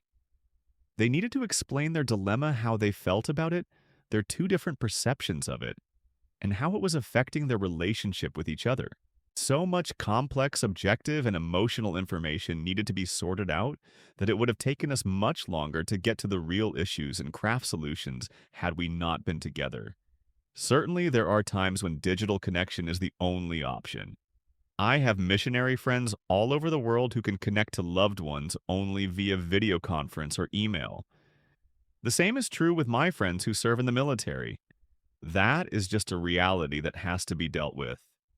But the principle is this: when in doubt, default to face or some form of synchronous contact. Here are a few tips to help you put this into practice. 1. Calendarize your important relationships. We all live in a busy world, and the idea of "I'll see you when I see you" is getting harder to make happen. It would be nice to know that you can just call someone on a whim and make contact, but it's not easy to do these days. Just as you schedule your job, your exercise, and your evenings out, schedule some time every month for the people who mean something to you and schedule it for real synchronous conversations. Don't leave things to chance with people who matter to you. Make a commitment to your relationships by routinely putting them on the calendar. 2. Be the initiator of synchronous communication. Going to a restaurant and seeing a family or group of friends sitting around a table talking on their smartphones rather than talking with each other has become normal. Why are they spending the time, energy, and money to go out and be together when there is little connection? When our son Ricky went out with his college friends, he initiated synchronous communication by having everyone stack their phones up on the table in a phone tower to ensure that they would spend time talking to each other. Then they made a deal that the one who broke down and reached out for his phone first had to buy dinner. For broke college students, it was an effective motivator. The point is that most of the time, one person needs to champion change and growth in a relational system. Just step up and be that person. 3. Use asynchronous communication for fill-in. Use texting, email, and social media as a way to pop in, and let people know a thought you have or that you want to know how they're doing. But use these modes of communication to supplement your synchronous connections, not to replace them. Your best boundary: a full and meaningful life. The digital age is here to stay, and it's overall a positive development in how people live, work, and relate. But making it work for you and not allowing it to disrupt your life will require some work and some reasonable rules. In addition, one of the greatest boundaries you can create to stay healthy in the digital world is to have a full life. A full life is one in which you are investing your time and energy in relationships and activities that are meaningful, enjoyable, and worth engaging in. This can run the gamut of finding and following God's mission in life for you, having deep and vulnerable conversations with loving people, discovering and expressing your passions, and developing ways to give back and serve others. Nature abhors a vacuum, and when you have a full and fulfilling life, there is less room for the digital world to intrude or become addictive. Jesus said the thief comes only to steal and kill and destroy. I have come that they may have life and have it to the full. John 10:10. That fullness part of God's design for us comes when we live out His path and when we guard against anything, including digital intruders that could steal, kill, or destroy our time, freedom, and purpose. As I, John, finish writing this chapter, I am in a hotel room away from home on a writing retreat. I'm typing on a laptop with my smartphone beside me. I have disabled the text and email functions on both devices, and my phone is set to ring only if a few people in my life need me on an urgent matter. I am able to concentrate on creating the right concepts and stories, and the words that will convey them for this book. Now it's a few minutes later. I have taken a break from writing and found that among business emails, which I won't get to until later, my wife, my kids, and several friends have called, texted, and emailed me to check in and connect. I am looking forward to using the digital age to be with people I care about while I'm away. With the right boundaries and rules in place, you can have the time you need to connect with the people with whom you want to connect and to accomplish the tasks you need to complete. It won't take an overhaul of your time and effort, and the results will be more than worth it. Chapter 13. Boundaries and Yourself. Sarah heaved a long sigh. She'd been working on major boundary issues in her therapy for a while now. She was seeing progress in resolving responsibility conflicts with her parents, her husband, and her kids. Yet today, she introduced a new issue. I haven't told you about this relationship before, though. I guess I should have. I have tremendous boundary problems with this woman. She eats too much and she has an attacking tongue. She's undependable, lets me down all the time. And she spent money of mine and hasn't paid me back in years. Why haven't you mentioned her before I asked? Because she's me, Sarah replied. Sarah was acknowledging a conflict most of us have. We learn that boundaries are biblical. We begin setting limits on others. We begin moving from taking too much responsibility to taking just enough. But how do we begin to set limits on ourselves? As Pogo Possum cartoonist Walt Kelly's popular swamp character says, we have met the enemy and he is us. In this chapter, instead of looking at the control and manipulation of others, we'll be looking at our responsibility to control our own bodies. Thessalonians 4:4. Instead of examining outer boundary conflicts with other people, we will be looking at our own internal boundary conflicts. This can get a little touchy, as the disgruntled country church member told his pastor as he left after the Sunday sermon. You done stopped preaching and you done started meddling. Instead of taking this defensive posture, we are much better off to look humbly at ourselves, to ask for feedback from others, to listen to people we trust, and to confess I was wrong. The out-of-control soul. The Bible and all of psychological research affirm an important reality about healthy, fulfilled, happy people. They have something called self-control. Galatians 5 tells us that it is a fruit of the Spirit, and we are called to develop it. As all of us can attest, we all struggle in one area or another with self-control and maintaining good boundaries with ourselves. We'll take a closer look at some of the more common struggles, but certainly there are many others where this concept applies.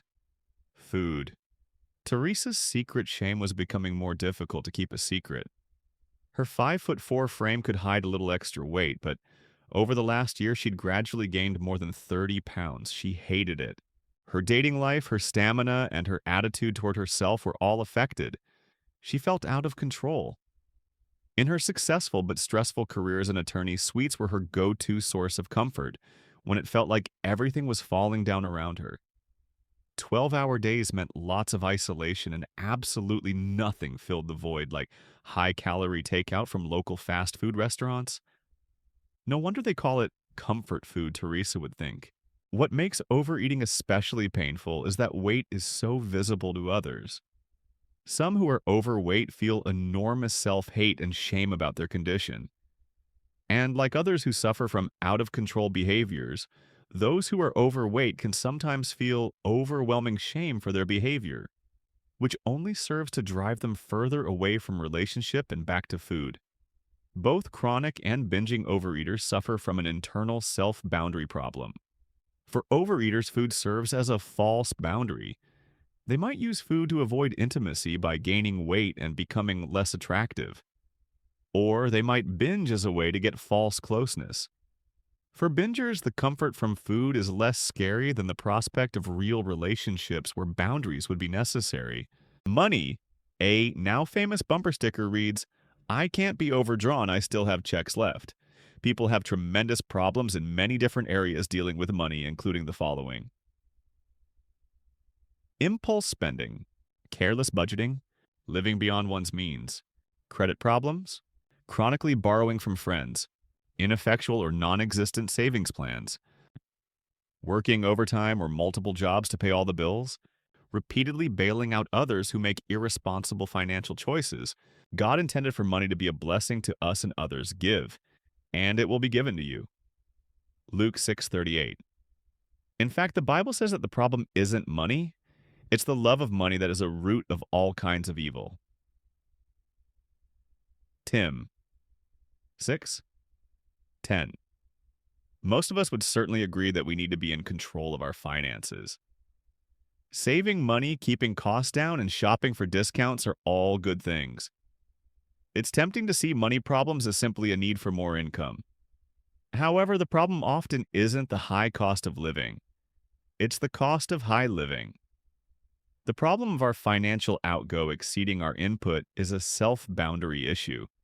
When we have difficulty saying no to spending more than we should, we run the risk of becoming someone else's servant. The rich rule over the poor, and the borrower is slave to the lender. Prov.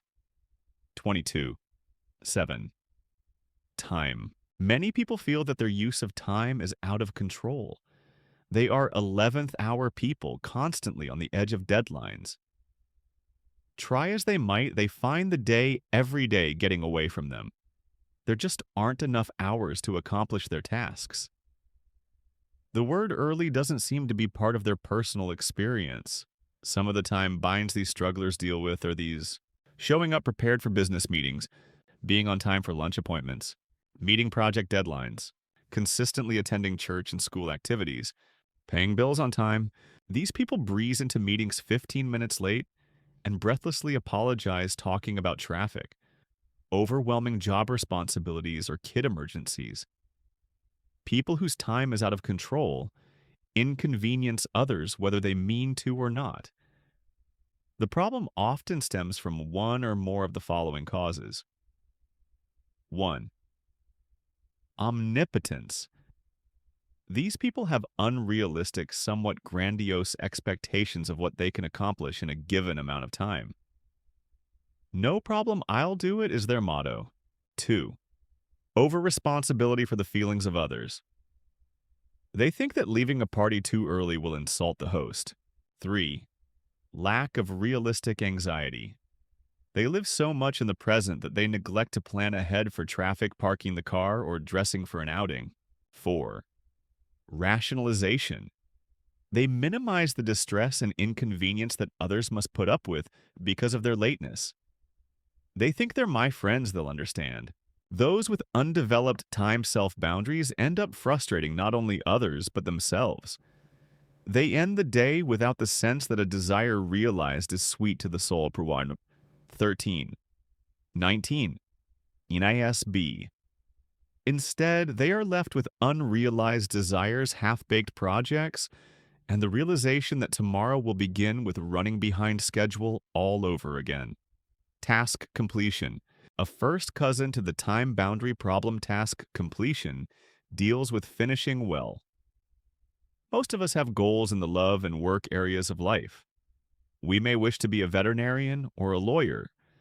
We may wish to own our own business or own a home in the country.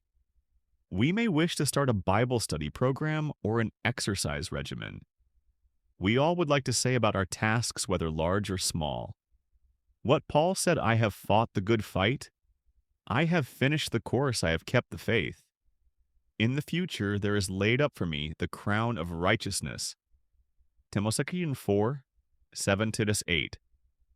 More eloquent in their simplicity are Jesus' words on the cross. It is finished, John 19:30. Though they may be great starters, these folks find themselves unable to be good finishers. For one reason or another, creative ideas don't pan out. A regular schedule of operations becomes bogged down. Success looms then is suddenly snatched away. The problem with many poor finishers lies in one of the following causes. 1. Resistance to structure. Poor finishers feel that submitting to the discipline of a plan is a put-down or cramps their style. 2. Fear of success.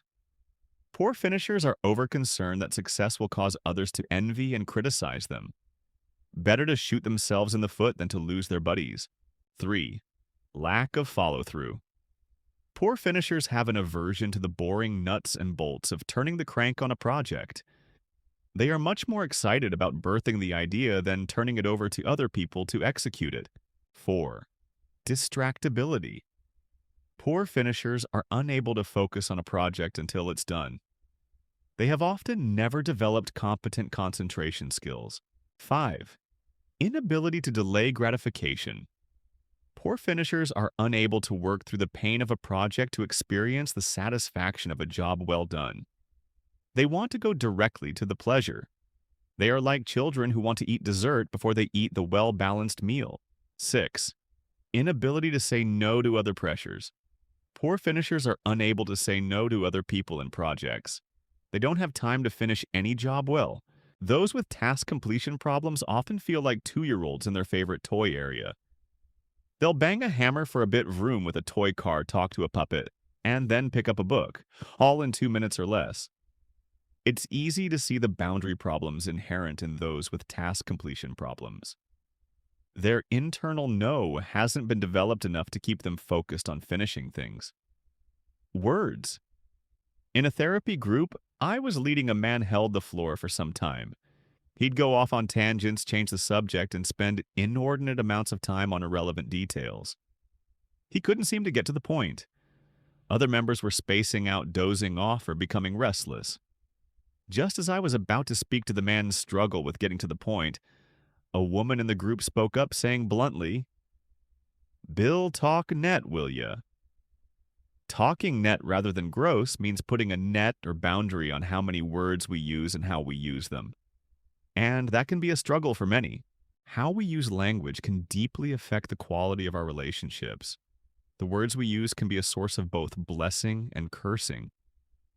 James 3:9-10. They can be a blessing when we use them to empathize, identify, encourage, confront, and exhort others. They can be a curse when we use them to do the following: hide from intimacy by talking nonstop, dominate conversations to control others, gossip, make sarcastic remarks expressing indirect hostility, threaten someone expressing direct hostility, gain approval through flattery, give the silent treatment withholding words to punish someone, massage the truth in order to look better, seduce or manipulate. Many people who have difficulty setting verbal boundaries on themselves aren't really aware of their problem. They are often genuinely surprised when a friend says to them, "Sometimes it seems like you interpret my commas as periods." I knew a woman who was desperately afraid that others would get to know her. She asked questions and talked quickly so that no one could turn the conversation toward her. She had only one problem: she had to take breaths to continue talking, and the breath created a space for someone else to say something. The woman resolved her problem, however, in an ingenious way. She drew her breaths in the middle of her sentences rather than at the end. That kept people sufficiently off balance so that she was rarely interrupted. This was an effective strategy with only one problem: she had to keep finding new people to talk to. After a few rounds with her, people disappeared. The scriptures tell us to treat our words carefully. Too much talk leads to sin. Be sensible and keep your mouth shut. Proverbs 10:19 NLT. The one who has knowledge uses words with restraint. Proverbs 17:27. According to Theological Wordbook of the Old Testament, the Hebrew word for restrain refers to the free action of holding back something or someone. The actor has the power over the object. It's a boundary-laden term. We have the power to set boundaries on what comes out of our mouths. When we can't hold back or set boundaries on what comes from our lips, our words are in charge, not us. But we are still responsible for those words. Our words do not come from somewhere outside of us as if we were a ventriloquist dummy. They are the product of our hearts. Saying "I didn't mean that" is probably better translated, "I didn't want you to know I thought that about you." We need to take responsibility for our words. But I tell you that everyone will have to give account on the day of judgment for every empty word they have spoken. Matt 12:36. Sexuality. As Christians are finding more safe places in the church to be honest about spiritual and emotional conflicts, problems related to sexual acting out have emerged as a major issue. Such problems include compulsive masturbation, compulsive heterosexual or homosexual relationships, internet pornography, prostitution, exhibitionism, voyeurism, obscene phone calls, indecent liberties, child molestation, incest, and rape. The individual caught up in an out-of-control sexual behavior generally feels deeply isolated and shameful. This keeps what is broken in the soul sequestered in the darkness, out of the light of relationship with God and others where there can be neither help nor resolution. His or her sexuality takes on a life of its own, unreal and fantasy-driven. One man described it as a not-me experience. It was for him as if the real him was watching his sexual actions from across the room. Others may feel so dead and detached that sexuality is the only way they feel alive. The problem, however, is that, as in most internal boundary conflicts, sexual boundarylessness becomes a tyrant, demanding, and insatiable. No matter how many orgasms are reached, the desire only deepens, and the inability to say no to one's lust drives one deeper into despair and hopelessness. Substance abuse. Probably the clearest examples of internal boundary problems. Substance abuse creates devastation in the lives of addicts. Divorce, job loss, financial havoc, medical problems, and death are the fruits of the inability to set limits in these areas. No matter what the substance, from prescription drugs to street drugs, alcohol, tobacco, or weed, being out of control in these areas can be devastating to individuals and relationships. Most tragic are the increasingly younger children who are experimenting with drugs. Drug addiction is difficult for adults who have some semblance of character and boundaries. For the child whose boundaries are delicate and forming, the results are often lifelong and debilitating. Why doesn't my no work? I'm throwing my no away, Justin told me. It works fine for setting limits on other people, but every time I try to use it on myself, it breaks down. Where can I trade it in? Where indeed? As you read about the out-of-control areas above, you may have felt defeated and frustrated with yourself. Perhaps you could identify with one or more of the problem areas and are no stranger to the discouragement of not having reliable or effective boundaries in them. What's the problem? Why doesn't our no work on ourselves? There are at least 3 reasons for this. 1. We are our own worst enemies. An external problem is easier to deal with than an internal one. When we switch our focus from setting limits on other people to setting limits on ourselves, we make a major shift in responsibility. Previously, we were only responsible to not for the other party. Now we have a great deal more involvement. We are the other party. We are responsible for ourselves. When you are around a critical person, the kind who finds fault with everything, you can set limits on your exposure to this person's constant criticism. You can change subjects, rooms, houses, or continents. You can leave. But what if this critical person is in your own head? What if you are the person with the problem? What if you have met the enemy, and the enemy is you? 2. We withdraw from relationship when we most need it. Jessica came to me for treatment of an eating disorder. She was 30 years old and she had been binging since she was a teenager. I asked her about her previous attempts to solve this internal boundary problem. I try to work out and eat right, she said, but I always fall back. Who do you talk to about this? I asked. What do you mean? Jessica looked confused. Who do you tell about your eating problem when you can't take it anymore? Tears welled up in Jessica's eyes. You're asking too much. This is a private problem. Can't I do this without anyone knowing secrecy is not a recent problem? In fact, it dates back as far as the Garden of Eden. Remember how Adam and Eve hid from God after they ate the forbidden fruit? Ever since the fall, our instincts have been to withdraw from relationship when we're in trouble, when we most need other people. Due to our lack of security, our loss of grace, our shame, and our pride, we turn inward rather than outward when we're in trouble. And that's a problem. As the preacher in Ecclesiastes puts it, woe to one who is alone and falls and does not have another to help. 410 NRSV. Such withdrawal happened repeatedly in our hospital program. Hurting people would begin to make attachments with staff or other patients. For the first time, they were coming forth with their need for connection.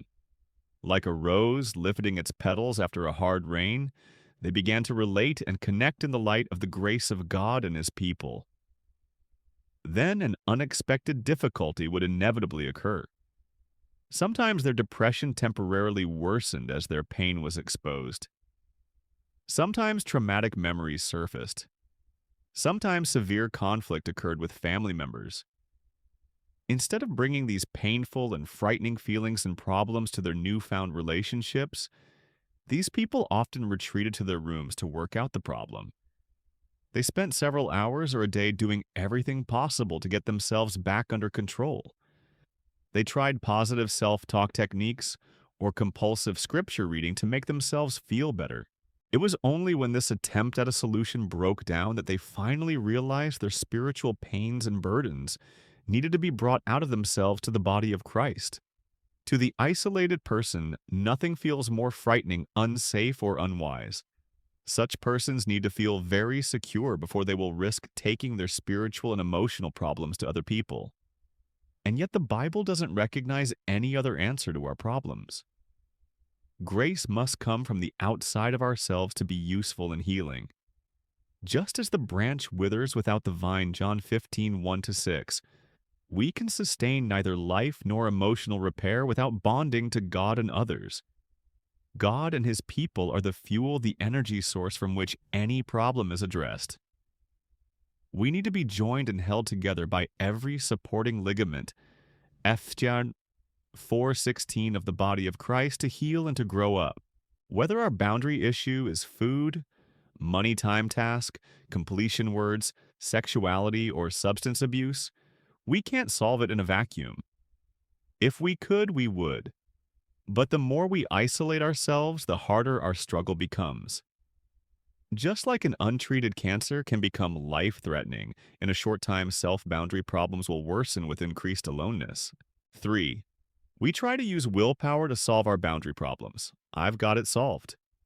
Pete was excited about his newfound victory over his overspending. A dedicated Christian and a leader in his church, he was intensely concerned about his out-of-control finances. I made a vow to God and myself that I'll never spend beyond my budget again. It's so simple but so true.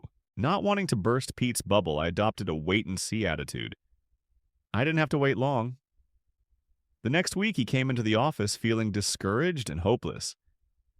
I just couldn't stop myself, he lamented. I went out and bought sports equipment. Then my wife and I purchased new furniture. It was just what we needed. The price was right. The only problem was that we couldn't afford it. I guess I'm hopeless. Pete wasn't hopeless, but his philosophy prevalent among Christians certainly was. He had been trying to use willpower to solve his boundary problems, probably the most common approach to out-of-control behavior. The willpower approach is simple. Whatever the problem behavior is, just stop doing it. In other words, just say no. Imperatives such as choose to stop, decide to say no and make a commitment never to do it again abound in this approach. The problem with this approach is that it makes an idol out of the will something God never intended. Just as our hearts and minds are distorted by the fall, so is our power to make right decisions. Will is only strengthened by relationship. We can't make commitments alone. God told Moses to encourage and strengthen Joshua Dude. 3:28. He didn't tell Moses to tell Joshua to just say no. If we depend on willpower alone, we are guaranteed to fail. We are denying the power of the relationship promised in the cross. If all we need is our will to overcome evil, we certainly don't need a savior. 1 Corinthians 1:17. The truth is, willpower alone is useless against self-boundary struggles. Why? Do you submit to the world's rules? Do not handle, do not taste. Do not touch. These rules, which have to do with things that are all destined to perish with use, are based on merely human commands and teachings. Such regulations indeed have an appearance of wisdom with their self-imposed worship, their false humility, and their harsh treatment of the body, but they lack any value in restraining sensual indulgence.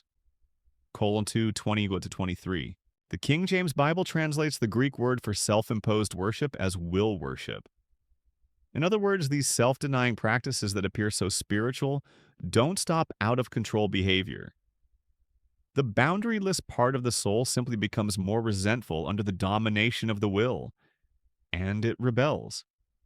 Especially after we make statements such as, I will never and I will always, we act out with a vengeance. Jessica's indulgence in food, Pete's indulgence in money, someone else's indulgence in foolish or slanderous conversation, or still another's determination never to be late on a project again will not be healed by white-knuckling it. Establishing boundaries with yourself, developing strength and maturity in self-boundaries is not easy. Many obstacles hinder our progress. However, God desires our maturity and self-control even more than we do. He's on our team as an exhorter, encourager, and implorer. Thessalonians 2:11-12.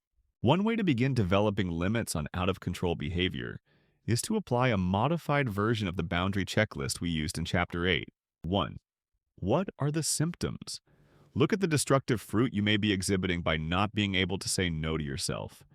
You may be experiencing depression, anxiety, panic phobias, rage, relationship struggles, isolation, work problems, or psychosomatic problems.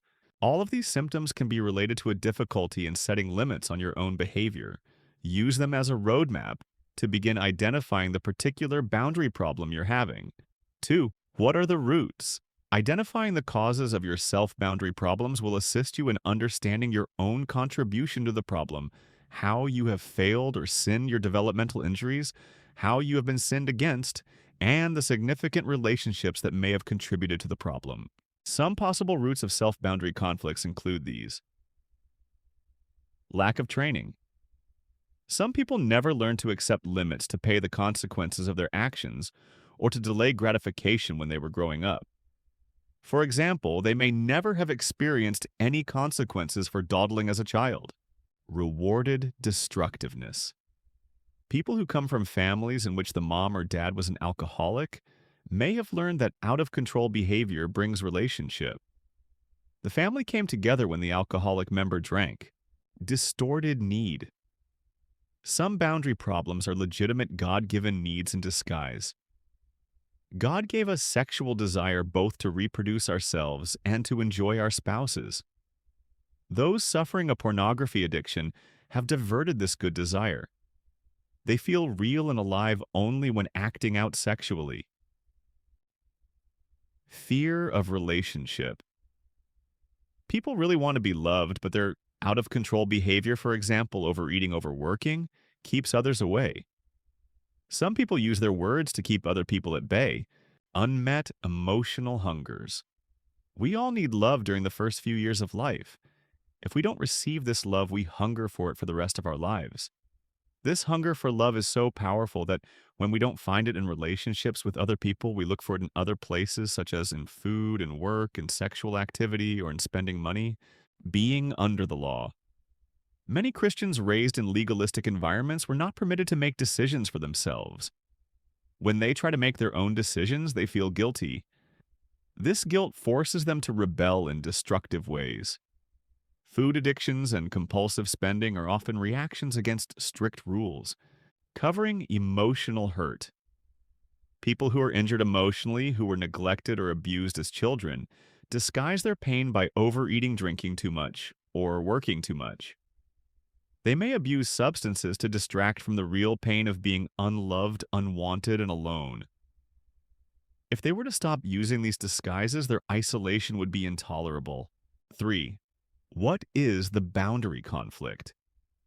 Take a look at your particular self-boundary problems in relation to food, money time, task completion words, sexuality, or substance abuse.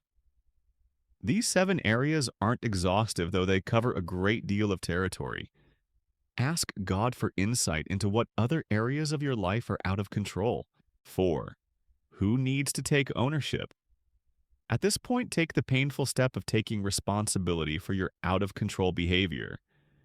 The behavior pattern may be directly traceable to family problems, neglect, abuse, or trauma. In other words, our boundary conflicts may not be all our fault. They are, however, our responsibility. 5. What do you need? It's useless to try to deal with your internal boundary conflicts until you're actively developing safe, trusting, grace, and truth relationships with others. You are severely hampered in gaining either insight into or control over yourself when you are disconnected from God's source of spiritual and emotional fuel. Plugging into other people is often frustrating for do-it-yourself people who would like a how-to manual for solving out-of-control behaviors, just as they would buy to teach themselves piano plumbing or golf. They wish to get this boundary-setting business over with quickly. The problem is that many people with self-boundary struggles are also quite isolated from deep relationships. They have no rootedness in God or others. 17. Thus, they have to take what they think are steps backward to learn to connect with others. Connecting with people is a time-consuming, risky, and painful process. Finding the right people group or church is hard enough. But after joining up, admitting your need for others may be even more difficult. Do-it-yourself people will often fall back into a cognitive or willpower approach simply because it's not as slow or as risky. They'll often say things like, "Attachment is not what I want. I have an out-of-control behavior, and I need relief from the pain." Though we can certainly understand their dilemma, they're heading toward another quick-fix dead end. Symptomatic relief, trying to solve a problem by dealing only with the symptoms, generally leads to more symptoms. Jesus described this process in a parable. When an impure spirit comes out of a person, it goes through arid places seeking rest and does not find it. Then it says, "I will return to the house I left." When it arrives, it finds the house swept clean and put in order. Then it goes and takes 7 other spirits more wicked than itself, and they go in and live there. And the final condition of that person is worse than the first. Luke 11:24-26. Evil can take over the empty house of our souls. Even when our lives seem to be in order, isolation guarantees spiritual vulnerability. It's only when our house is full of the love of God and others that we can resist the wiles of the devil. Plugging in is neither an option nor a luxury. It is a spiritual and emotional life and death issue. 6. How do I begin? Once you have identified your boundary problem and owned it, you can do something about it. Here are some ways to begin practicing setting boundaries on yourself. Address your real need. Often out-of-control patterns disguise a need for something else. You need to address the underlying need before you can deal with the out-of-control behavior. For example, impulsive overeaters may discover that food is a way to stay separate and safe from romantic and sexual intimacy. Their fear of being faced with those kinds of emotionally laden situations may cause them to use food as a boundary. As their internal boundaries with the opposite sex become firmer, they can give up their destructive food boundary. They learn to ask for help for the real problem, not just for the symptomatic problem. Allow yourself to fail. Addressing your real need is no guarantee that your out-of-control behavior will disappear. Many people who address the real issue underneath a self-boundary problem are often disappointed that the problem keeps recurring. They think, well, I joined a support group at church, but I still have problems being on time, or viewing pornography, or spending money, or being sarcastic, etc. Was all this for naught? No. The recurrence of destructive patterns is evidence of God's sanctifying maturing and preparing us for eternity. We need to continue to practice to learn things. The same process that we use to learn to drive a car, swim, or learn a foreign language is the one we use for learning better self-boundaries. We need to embrace failure instead of trying to avoid it. Those people who spend their lives trying to avoid failure are also eluding maturity. We are drawn to Jesus because he learned obedience from what he suffered. Heb 5:8. People who are growing up are also drawn to individuals who bear battle scars, worry furrows, and tear marks on their faces. Their lessons can be trusted much more than the unlined faces of those who have never failed and so have never truly lived. Listen to empathic feedback from others. As you fail in setting boundaries on yourself, you need others who will let you know about it in a caring way. Many times you are unaware of your own failures. Sometimes you may not truly understand the extent of the damage your lack of boundaries causes in the lives of those you care about. Other believers can provide perspective and support. Keith had a difficult time repaying money to others when they had loaned it to him. He wasn't broke. He wasn't selfish. He was just forgetful. He had little awareness of the discomfort he caused those who loaned him money. One afternoon, a friend who had loaned him money several months before dropped by his office. Keith, his friend, said, "Several times I've asked you about the money I loaned you. I still haven't heard from you. I don't think you're intentionally ignoring my requests. At the same time, I wanted to let you know that your forgetfulness has been hard on me. I had to cancel a vacation because I didn't have the money. Your forgetfulness is hurting me, and it's hurting our friendship." Keith was astonished. He hadn't had a clue that such a little thing to him might mean so much to a close friend. Deeply remorseful over the loss his friend had suffered, he wrote a check immediately. In a non-condemning, non-nagging manner, Keith's friend had helped him become more aware of his self-boundary problem. He used the empathy Keith felt for him as a close friend. True godly remorse for causing his friend pain was a powerful motivator for Keith to become more responsible. When others in our support system let us know how our lack of self-boundaries hurts them, we are motivated by love, not by fear. Biblically based support groups which provide empathy and clear feedback keep people responsible by letting them see the effect their actions have on another. When one member tells another, "Your uncontrolled behavior makes me want to stay away from you. I don't feel that I can trust you when you act like that," the out-of-control person isn't being parented or policed. He is hearing truth and love from a peer. He's hearing how what he does helps or damages those he loves. This kind of confrontation builds an empathy-based morality, a love-based self-control. Welcome consequences as your teacher. Learning about sowing and reaping is valuable, It teaches us that we suffer losses when we aren't responsible. The compulsive overeater has medical and social difficulties. The overspender faces bankruptcy court. The chronically late person misses plane flights and important meetings and loses friendships. The procrastinator faces losses of promotions and bonuses, and on and on. We need to enter God's training school of learning to suffer for our irresponsibility. Not all suffering should be embraced. However, when our own lack of love or responsibility causes the suffering pain, becomes our teacher. Learning how to develop better self-boundaries is an orderly process. First, we are confronted about the destructiveness of our behavior by others. Then consequences will follow if we don't heed the feedback. Words precede actions and give us a chance to turn from our destructiveness before we have to suffer. God doesn't glory in our suffering. Just as a loving father's heart breaks when he sees his children in pain, God wants to spare us pain. But when his words and the feedback of his other children don't reach us, consequences are the only way to keep us from further damage. God is like the parent who warns his teenager that drinking will cause a loss of car privileges. First, the warning. Stop drinking now. It will have bad consequences for you. Then, if it's not heeded, car privileges are yanked. This painful consequence prevents a possible serious catastrophe, a drunk driving accident. Surround yourself with people who are loving and supportive. As you hear feedback and suffer consequences, maintain close contact with your support network. Your difficulties are too much to bear alone. You need others who will be loving and supportive, but who will not rescue. Generally speaking, friends of people with self-boundary problems make one of two errors. 1. They become critical and parental. When the person has failed, they adopt an "I told you so" attitude or say things like, "Now what did you learn from your experience?"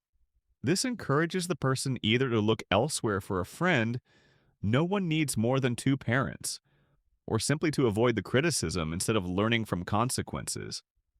Brothers and sisters, if someone is caught in a sin, you who live by the Spirit should restore that person gently, gal. 6:1. Replace this parental position with gentle restoration, understanding that there, but for the grace of God, go I too. They become rescuers. They give in to their impulse to save the person from suffering. They call the boss and tell them their spouse was sick when in fact he or she was intoxicated. They lend more money when they shouldn't. They hold up the entire dinner for the chronic latecomer instead of going ahead with the meal. Rescuing someone is not loving them. God's love lets people experience consequences. Rescuers hope that by once again bailing out the out-of-control person, they will reap a loving, responsible person. They hope to control the other person. It's far better to be empathic, but at the same time refuse to be a safety net. I'm sorry you lost another job this year, but I won't lend you any more money until you've paid back the other loan. However, I'm available to talk to for support. This approach will show people how serious you are about developing self-boundaries. The sincere searcher will value this approach and will take you up on your offer of support. The manipulator will resent the limits and quickly look for an easier touch somewhere else. This 5-point formula for developing self-boundaries is cyclical. That is, as you deal with real needs fail. Get empathic feedback, suffer consequences, and are restored. You build stronger internal boundaries each time.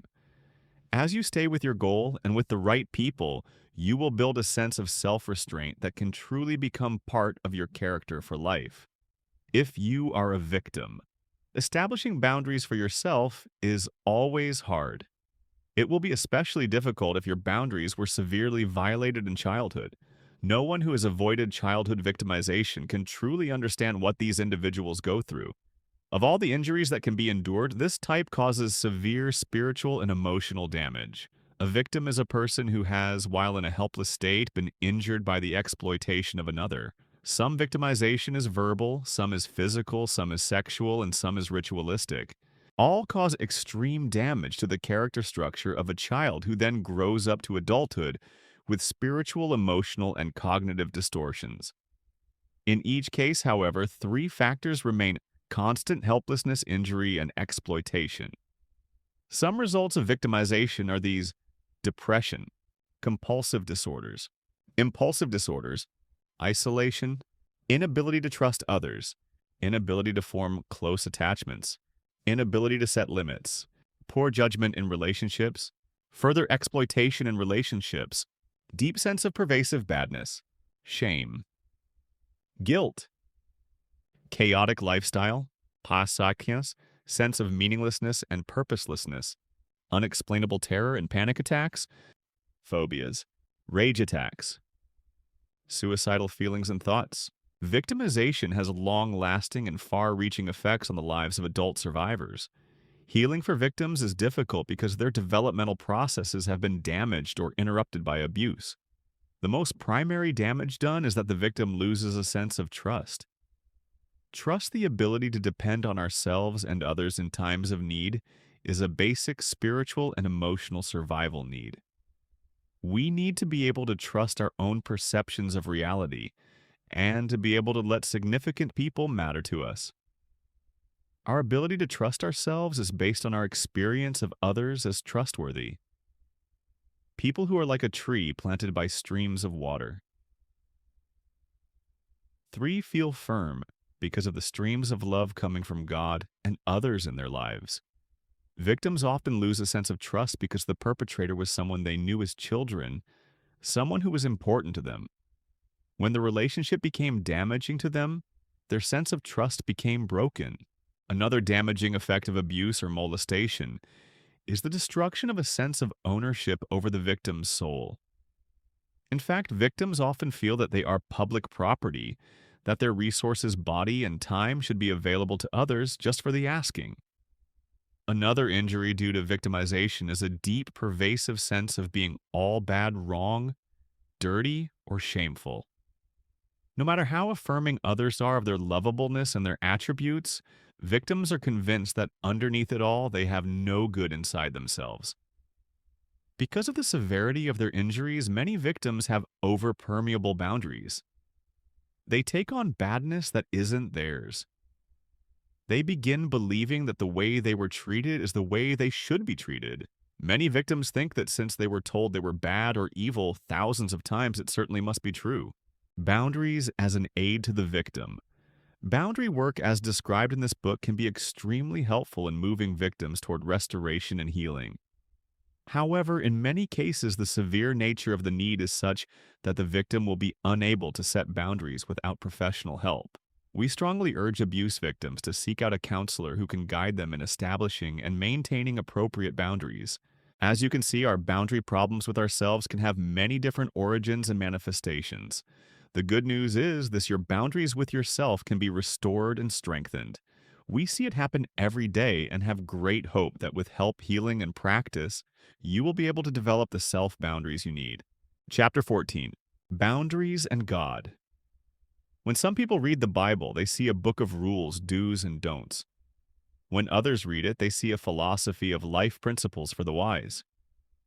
Still others see mythology stories about the nature of human existence and the human dilemma.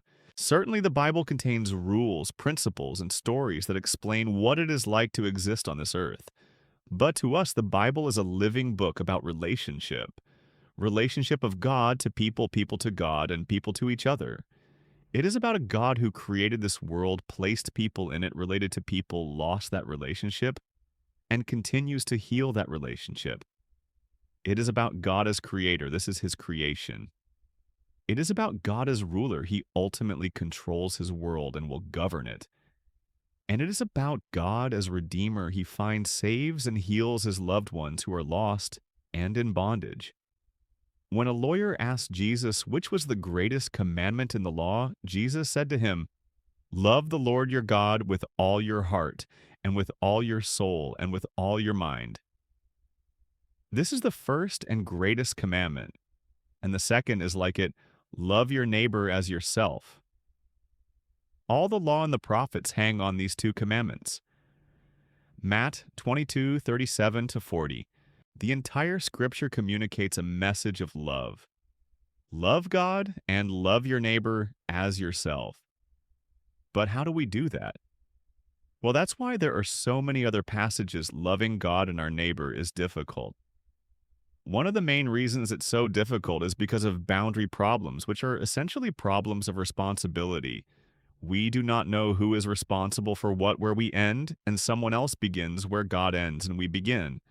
The Bible clarifies those boundaries so that we can begin to see who should do what in this labor of love. Respecting boundaries. We have personal boundaries, personal property lines in our relationship with God. God has designed the world so that boundaries are to be respected. He respects ours, and we need to respect His. God respects our boundaries in many ways.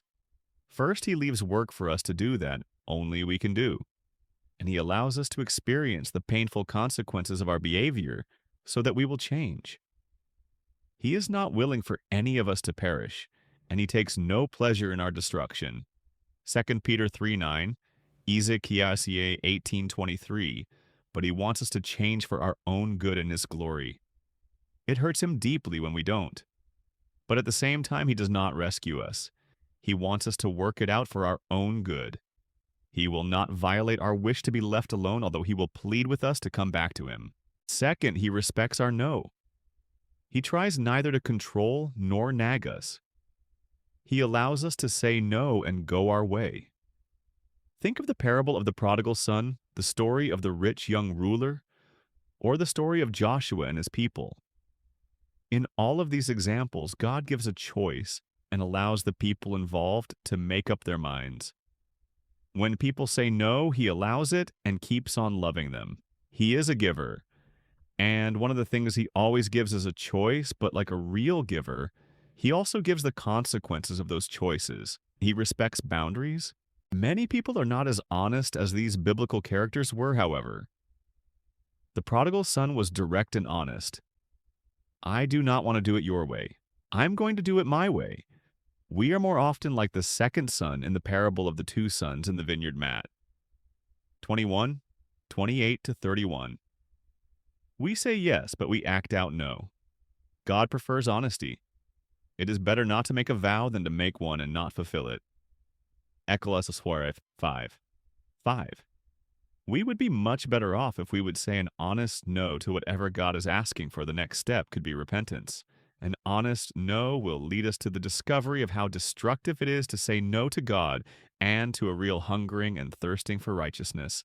Jeremy was a member of a support group I was leading. He was cheating on his wife, but he kept saying that he was sorry and that he really didn't want to be an adulterer. He really wanted to obey God. However, as much as he said that he didn't change, he wanted to believe that he wanted to change without doing the work of change. Tired of hearing how much he wanted to be different, I suggested that he tell God and the group the truth. He really did not want to change. He enjoyed his affairs, and his real wish was that God would take his rules and go somewhere else. Jeremy was taken aback, but gradually began to see how true this was. Finally, he told the truth about his lack of love for God and how he really wanted to do his own thing.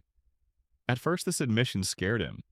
He was giving up the falsehood of seeing himself as a Christian who cared about holiness. But his honesty felt better to him than all the lies, and something began to happen. In the safety of grace, which was allowing him to see himself as he really was, he began to regret who he was. He began to see the emptiness of his heart. When he owned who he really was from his heart, he did not like himself. He was developing godly sorrow, the kind that leads to repentance, and he began to change. He told his lover that he was not going to see her anymore, and he made a new commitment to his wife. This time he meant it. Whereas for years he had been saying yes and acting out no, he finally owned his no to God directly and honestly. Only then was change possible. Until we can own our boundaries with God, we can't ever change them or allow Him to work with them. They are hidden and not communicated. They need to be honestly owned, exposed, and made a part of us. Then we and God can face the problem. In our deeper honesty and ownership of our true person, there is room for expressing anger at God. Many people who are cut off from God shut down emotionally because they feel that it is not safe to tell Him how angry they are at him. Until they feel the anger, they cannot feel the loving feelings underneath the anger. Job wanted to fully express his anger and disappointment with God to God. Job 13:3. But before he did this, he had to be sure of two things. He wanted God, one, to withdraw his hand of punishment, and two, to start communicating with him. 21. Job knew that if he were secure in the relationship, he could tell God what he really felt. We often fear being honest because it was not safe to express honesty in our earthly relationships. Like Job, we fear both abandonment and retaliation. People abandoned us or attacked us when we told them how we really felt. Rest assured, however, that God desires truth in our innermost beings. 51:6. NASB. He is seeking people who will have a real relationship with him. John 4:23-24. He wants to hear it all, no matter how bad it seems to us. When we own what is within our boundaries, when we bring it into the light, God can transform it with his love. Respecting God's boundaries. God expects his boundaries to be respected as well. When he makes choices or says no to us, that is his right, his freedom. If we are to have a real relationship with him, we need to respect that freedom. When we try and put him into binds where he has to do something, we are testing his freedom.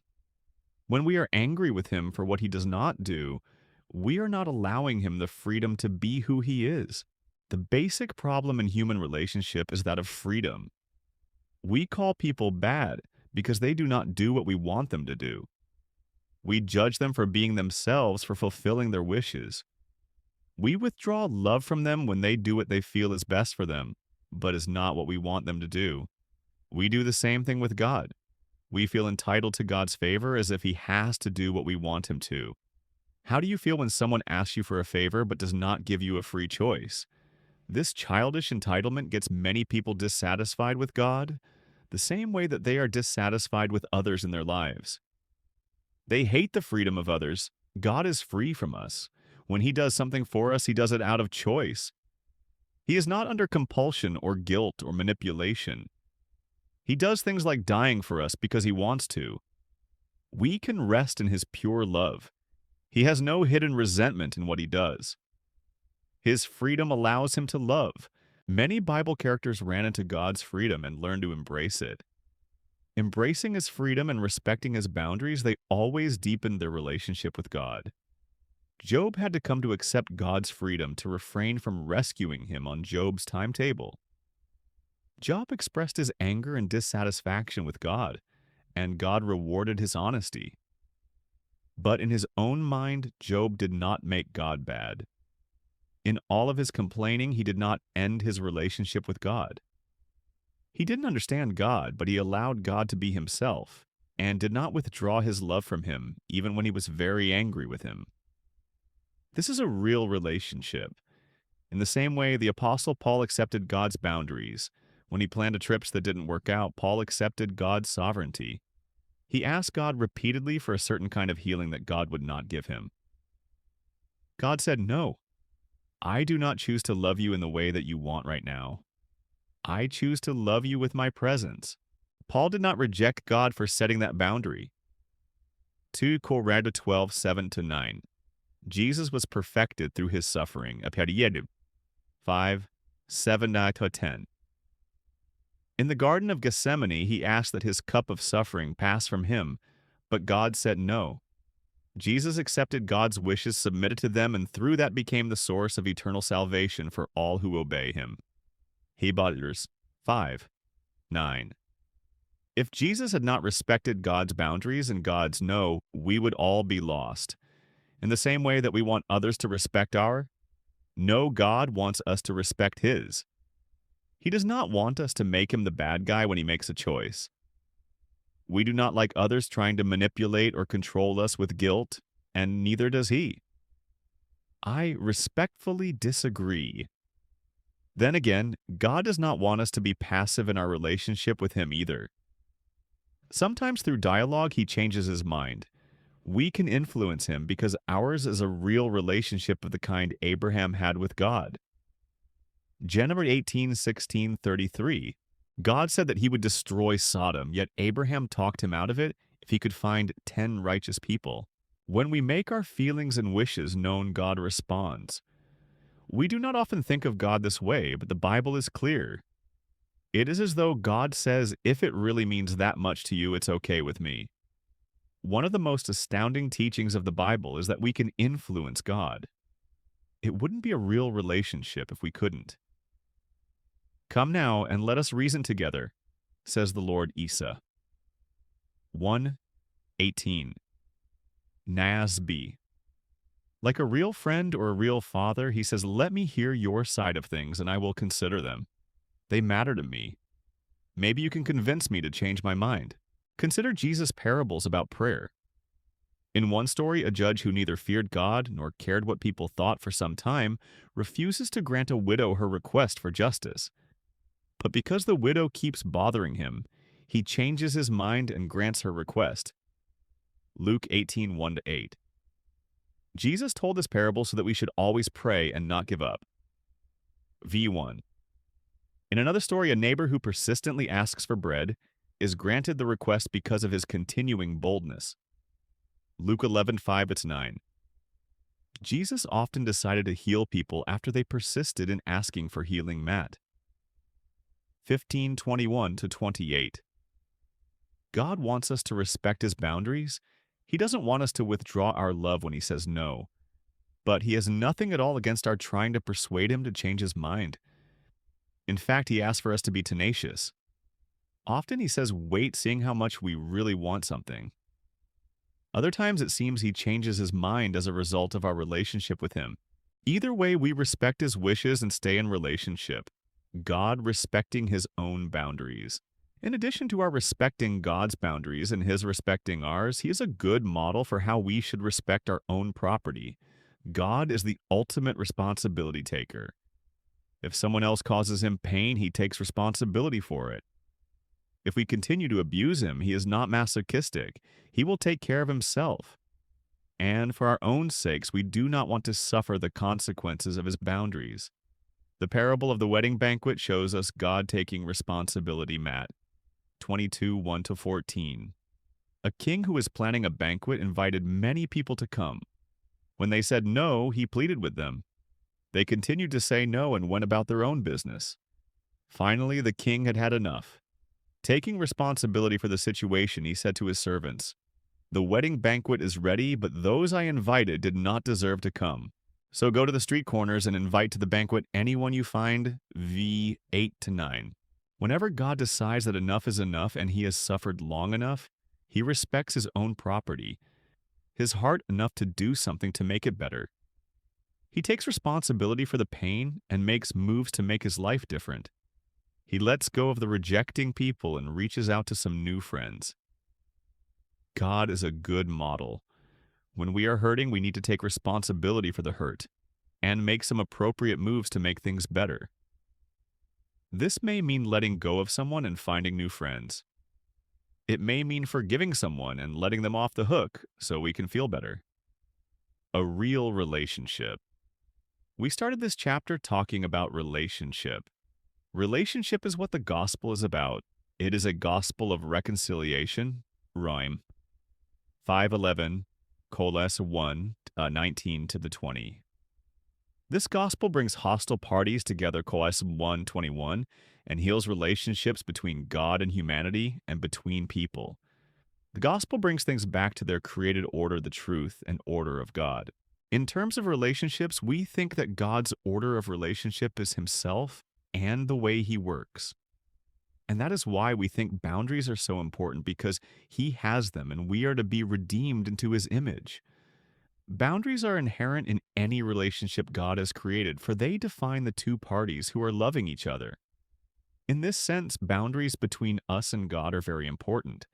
They are not to do away with the fundamental oneness or unity that we have with him, John 17:20-23, but they are to define the two parties in unity. There is no unity without distinct identities, and boundaries define the distinct identities involved. We need to know these boundaries between God and us. Boundaries help us to be the best we can be in God's image. They let us see God as He really is. They enable us to negotiate life fulfilling our responsibilities and requirements. If we are trying to do God's work for Him, we will fail.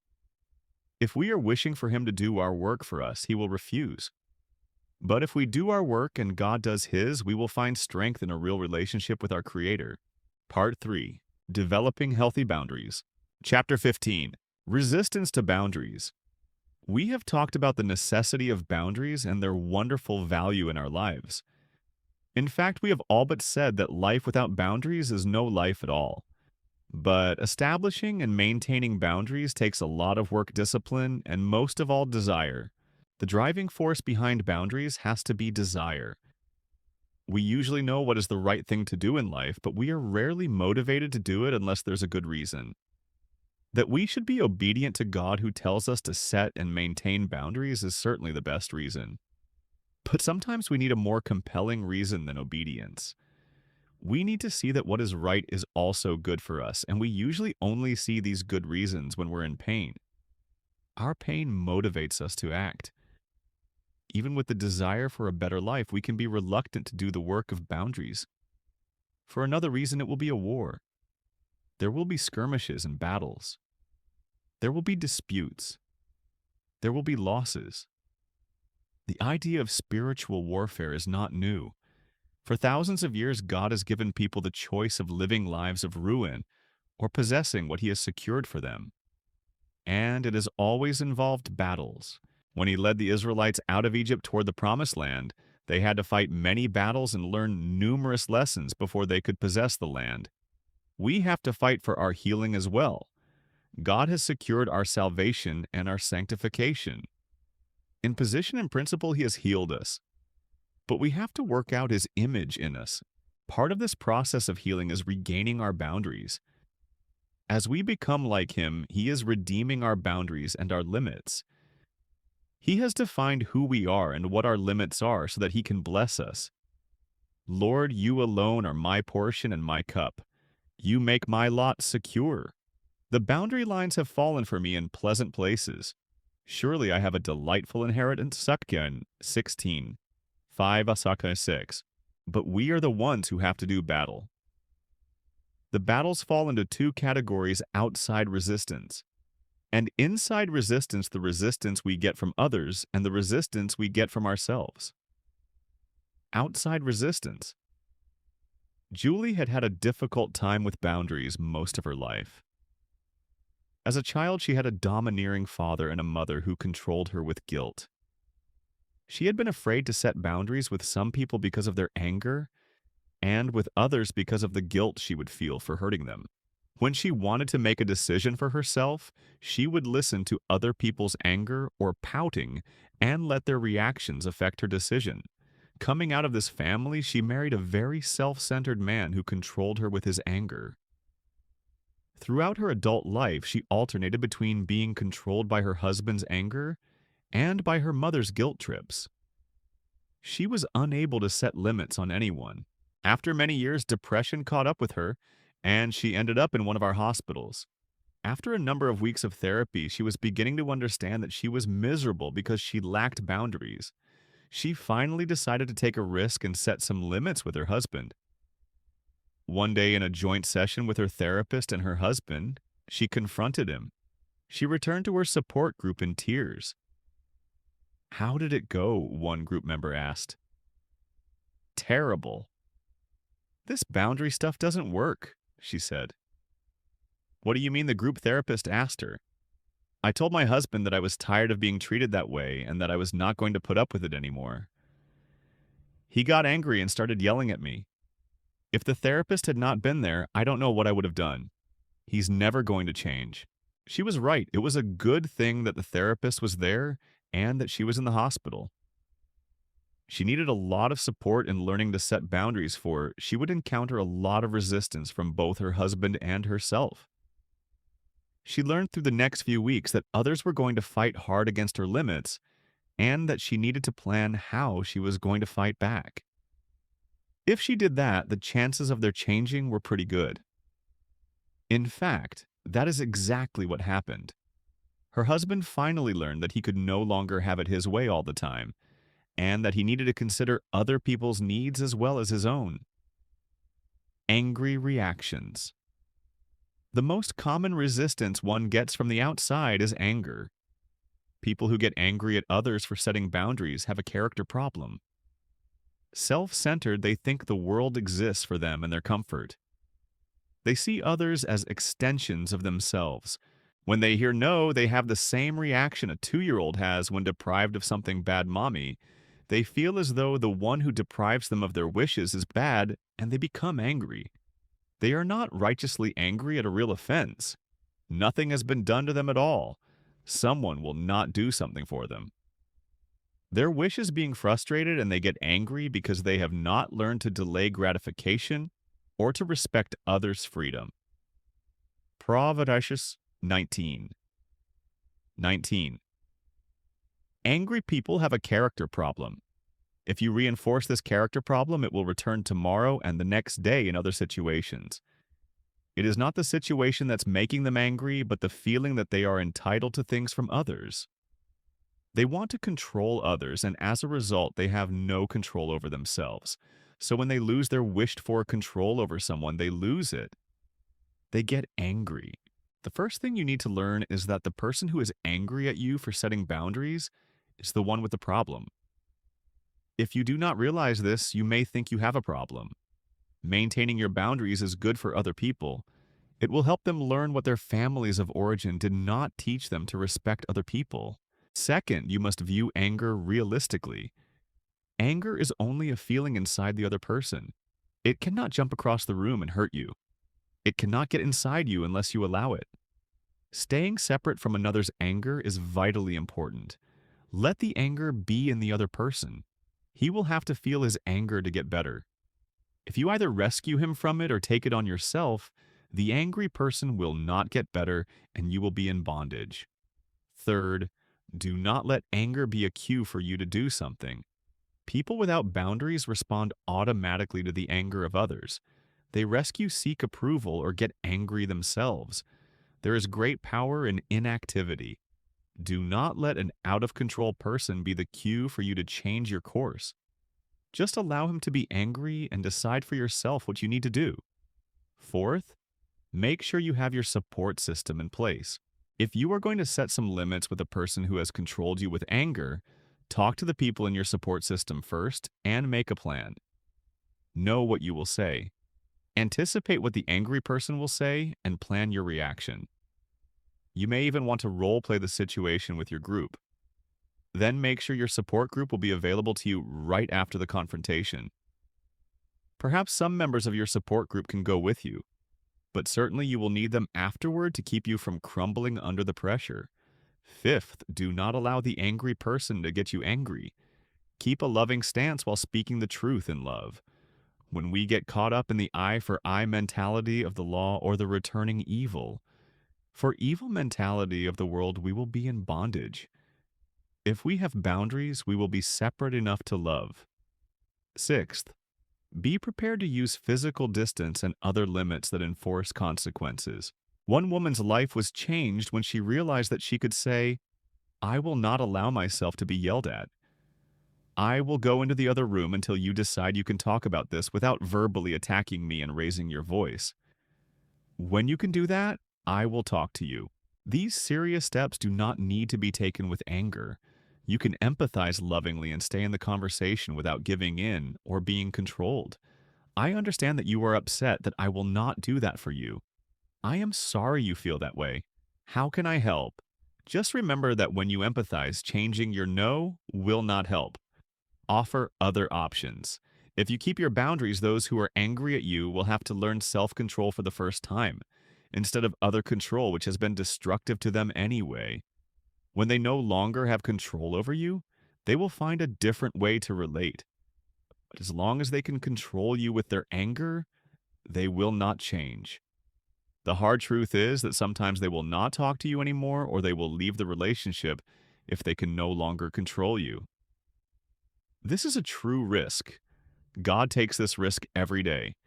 He says that he will only do things the right way and that he will not participate in evil. And when people choose their own ways, he lets them go. Sometimes we have to do the same. Guilt messages. A man telephoned his mother and she answered the phone very weakly with hardly any voice at all. Concerned, thinking she was sick, he asked her mother what's wrong. "I guess my voice doesn't work very well anymore," she replied. "No one ever calls me since you children left home." No weapon in the arsenal of the controlling person is as strong as the guilt message. People with poor boundaries almost always internalize guilt messages leveled at them. They obey guilt-inducing statements that try to make them feel bad. Consider these. How could you do this to me after all I've done for you?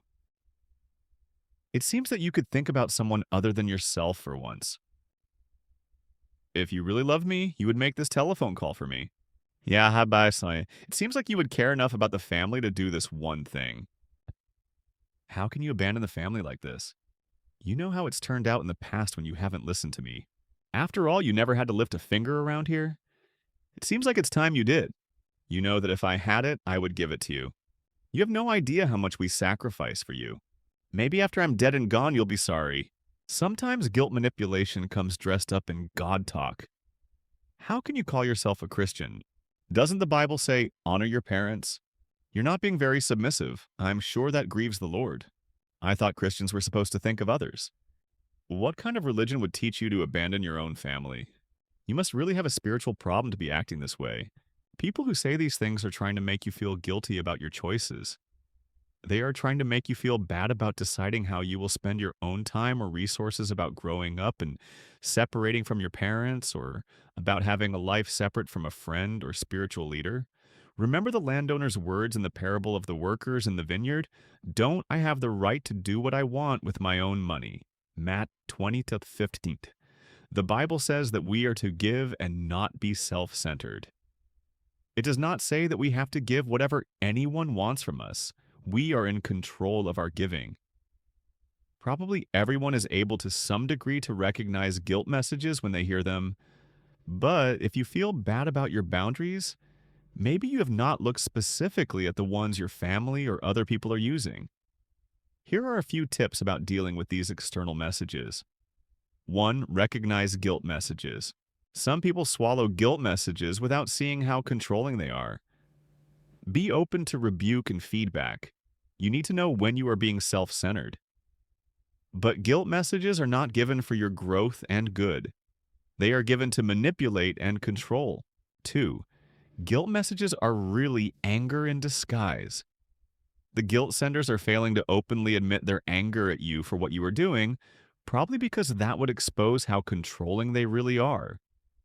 They would rather focus on you and your behavior than on how they feel. Focusing on their feelings would get them too close to responsibility.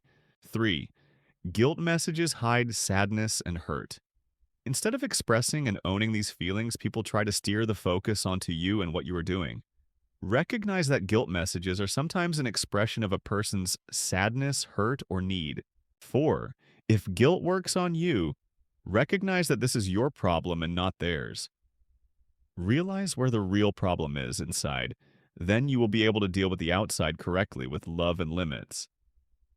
If you continue to blame other people for making you feel guilty, they still have power over you. And you are saying that you will only feel good when they stop doing that. You are giving them control over your life. Stop blaming other people. 5. Do not explain or justify. Only guilty children do that. This is only playing into their message.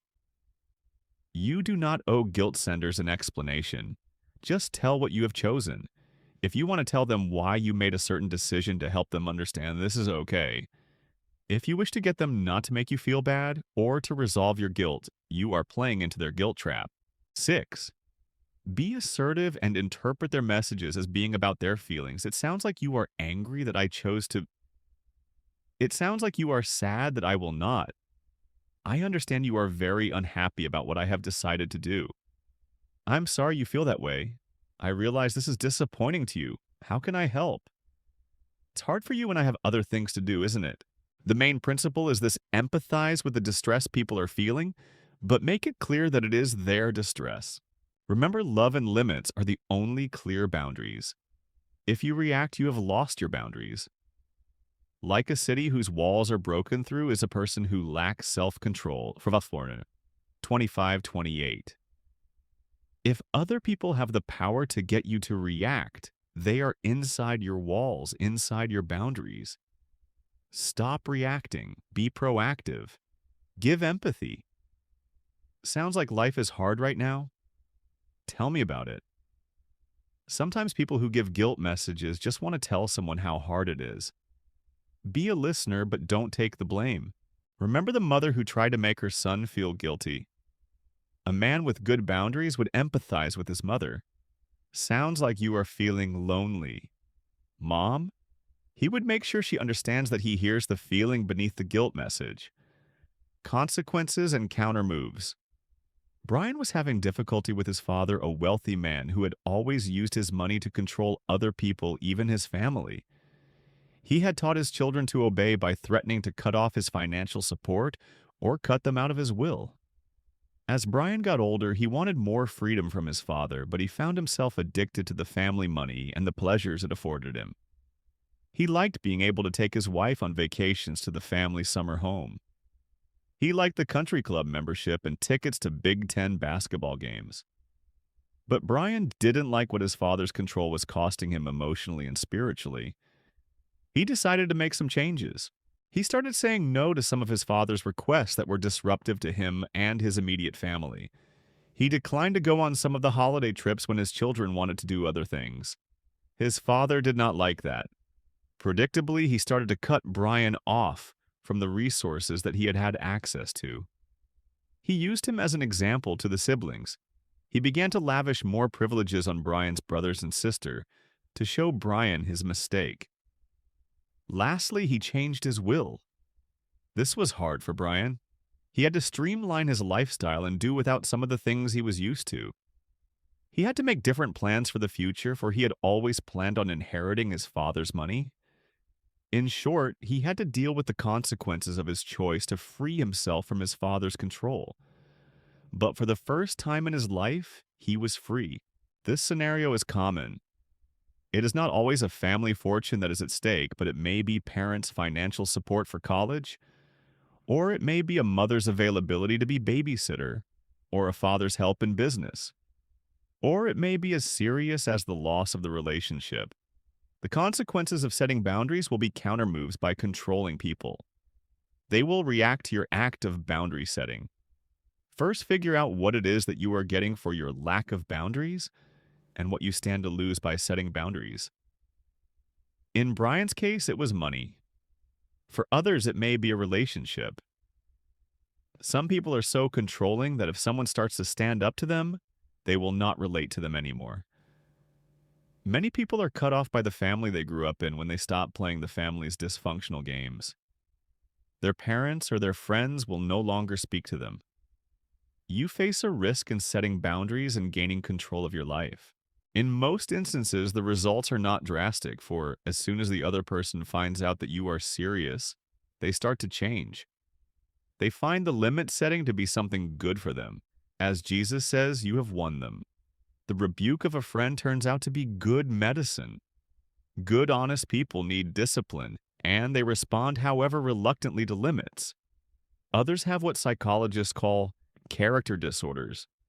They don't want to take responsibility for their own actions and lives. When their friends and spouses refuse to take responsibility for them, they move on. When you count the cost of the consequences as difficult or as costly as they seem, they hardly compare to the loss of your very self. See Luke 9:23-25. The message of the Bible is clear. Know the risk and prepare. Second, decide if you are willing to risk loss. Is the cross you must take up worth it to you for your very self? For some, the price is too high. They would rather continue to give in to a controlling parent or friend than to risk the relationship. Intervention specialists caution the family to think hard about whether they are ready to enforce the consequences they agreed on if the alcoholic does not get treatment. Boundaries without consequences are not boundaries. You must decide if you are willing to enforce the consequences before you set the boundaries. Third, be diligent about making up for what you have lost. In Brian's case, he had to plan to find a way to make more money. Others may need to find new childcare arrangements, make new friends, or learn to deal with loneliness. Fourth, do it. There is no way of dealing with the power moves of others and the consequences of our boundaries other than setting the boundaries and going through with your plan. When you have a plan, do like Peter, get out of the boat and make your way toward Jesus. Fix your eyes on Jesus, the pioneer and perfecter of your faith. Heb 12:2. The first step will be the hardest. Go out and do it and look for his help. Remember what the psalmist said, "He trains my hands for battle. My arms can bend a bow of bronze peas." 1834. Fifth, realize that the hard part is just beginning. Setting the limit is not the end of the battle, it is the beginning. Now is the time to go back to your support group and use them to spiritually nourish you so that you will be able to keep your stand. Keep working the program that got you ready to set your boundaries. Counter moves to your boundary setting are tough to battle, but God will be there to match your efforts as you work out your salvation. Physical resistance. It is sad that we have to include this section, but some people can't maintain their boundaries with another person because they are physically overpowered. Abusive spouses or romantic partners will not take no for an answer. Often women who try to set limits are physically abused. Elder abuse is all too common. These abused individuals need help. They are often afraid to tell anyone about what has happened or what is continuing to happen for many reasons. They are trying to protect their spouse's reputation with friends or the church. They are afraid to admit that they allow this treatment. They are often afraid that they will get beaten worse if they tell. They must realize the seriousness of the problem and get outside help. The problem will not go away, and it could get a lot worse. If you are in this situation, find other people to help you set limits on the abuse. Find a counselor who has dealt with abusive spouses before. Arrange to call people in your church if your spouse or friend gets violent.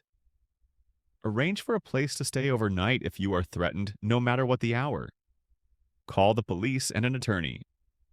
Get a restraining order on such an individual if he will respect no other limit. Do it for yourself and for your children. Do not allow this to go on. Seek help.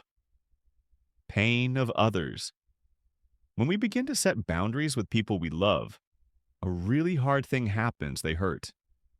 They may feel a hole where you used to plug up their aloneness, their disorganization, or their financial irresponsibility. Whatever it is, they will feel a loss. If you love them, this will be difficult for you to watch. But when you are dealing with someone who is hurting, remember that your boundaries are both necessary for you and helpful for them. If you have been enabling them to be irresponsible, your limit setting may nudge them toward responsibility. Blamers. Blamers will act as though your saying no is killing them, and they will react with a "how could you do this to me?" message. They are likely to cry, pout, or get angry. Remember that blamers have a character problem. If they make it sound as though their misery is because of your not giving something to them, they are blaming and demanding what is yours. This is very different from a humble person asking out of need. Listen to the nature of other people's complaints. If they are trying to blame you for something, they should take responsibility for, confront them. Susan had to confront her brother who wanted her to lend him money to get a new car. They were both adults. She was responsible and worked hard. He was irresponsible and never saved enough of what he made. For years, he hit her up for loans. For years, she forked over the money. He seldom paid her back. Finally, after attending a workshop on boundaries, she saw the light and said no to his latest request. He responded as though she had ruined his life.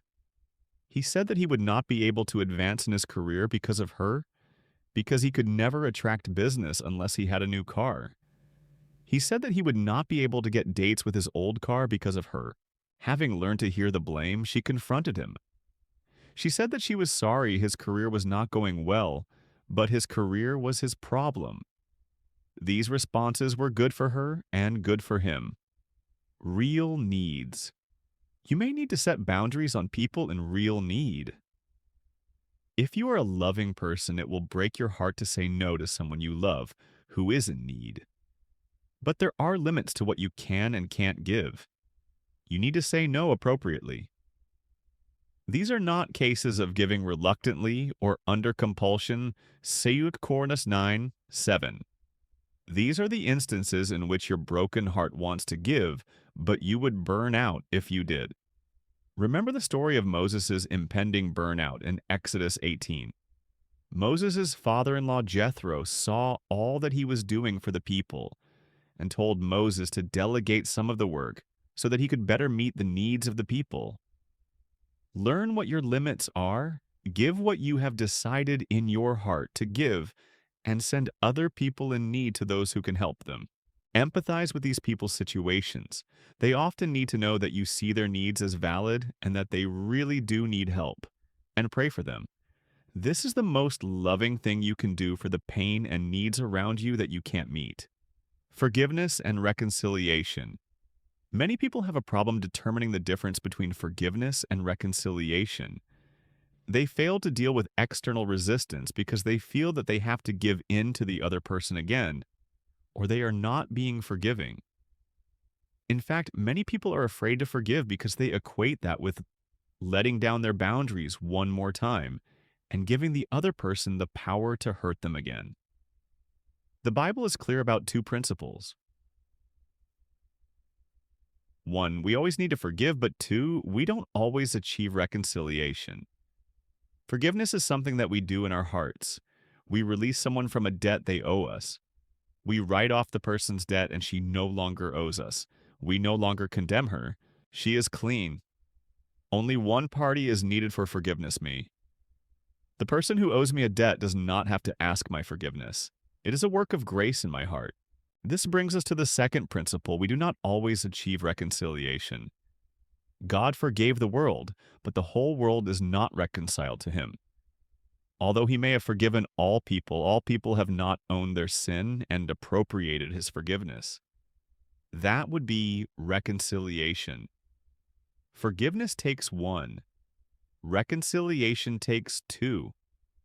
We do not open ourselves up to the other party until we have seen that she has truly owned her part of the problem. So many times Scripture talks about keeping boundaries with someone until she owns what she has done and produces fruit in keeping with repentance, Matt. 3:8. True repentance is much more than saying, "I'm sorry." It is changing direction. You need to communicate clearly that while you have forgiven her, you do not trust her yet, for she has not proven herself trustworthy. There has not been enough time to see if she really is going to change. Remember, God is your model. He did not wait for people to change their behavior before he stopped condemning them. He has finished condemning. But that does not mean that he has a relationship with all people. People must choose to own up to their sin and repent, and then God will open himself to them. Reconciliation involves 2. Do not think that because you have forgiven that you have to reconcile. You can offer reconciliation, but it must be contingent on the other person owning her behavior and bringing forth trustworthy fruits. Internal resistances. We have to have good boundaries, not only externally, as we have seen in the last section, but also internally to say no to the self-defeating or sinful behaviors that want to have dominion over us. Let's look at boundaries in regard to our internal resistance to growth. Human need.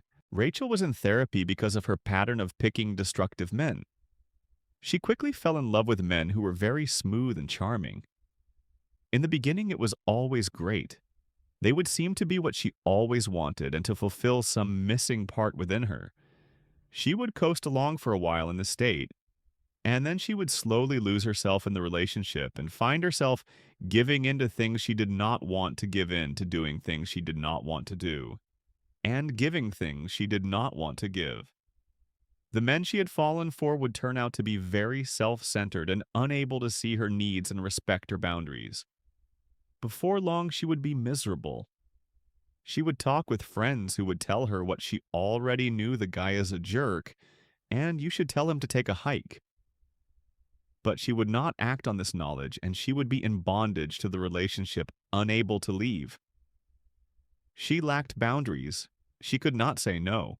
As we began to look at this pattern in Rachel's life, we discovered that the drive to stay with these men was motivated by Rachel's desire to ward off the depression she would feel if she separated.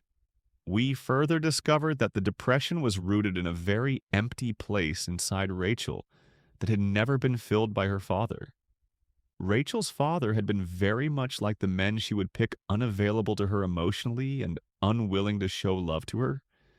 She was trying to fill the space her father should have filled with destructive people who would never fulfill this need. Rachel's internal resistance to setting the boundaries was this unmet developmental need from childhood. God has designed us with very specific needs from the family we grew up in.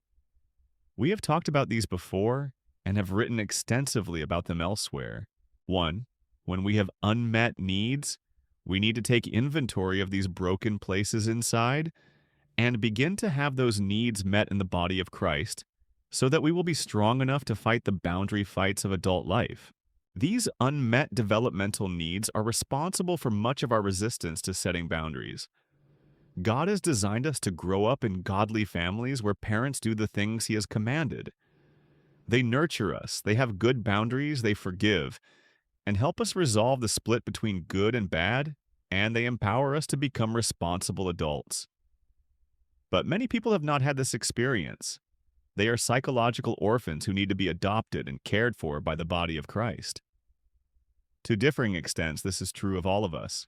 Unresolved grief and loss.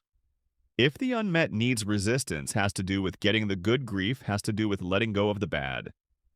Many times when someone is unable to set boundaries, it is because they cannot let go of the person with whom they are fused. Rachel kept trying to get her need for a caring and loving father met. But to get this need met, Rachel was going to have to let go of what she could never have: her father's love. This was going to be a huge loss to her. The Bible is full of examples of God asking people to leave behind the people and lives that are not good for them. He asked the Israelites to leave Egypt to have a better life, but many of them kept looking back, holding on to what they thought was better. When Lot and his wife left Sodom, the warning was not to look back, yet she did and turned to salt. The basic rule in biblical recovery is that the life before God is not worth holding on to. We must lose it, grieve it, and let go so that He can give us good things. We tend to hold on to the hope that someday they will love me and continue to try to get someone who is unable to love us to change. This wish must be mourned and let go so that our hearts can be opened to the new things that God wants for us. Many times to set boundaries with someone is to risk losing the love that you have craved for a long time. To start to say no to a controlling parent is to get in touch with the sadness of what you do not have with them instead of still working hard to get it. This working hard keeps you away from the grief and keeps you stuck.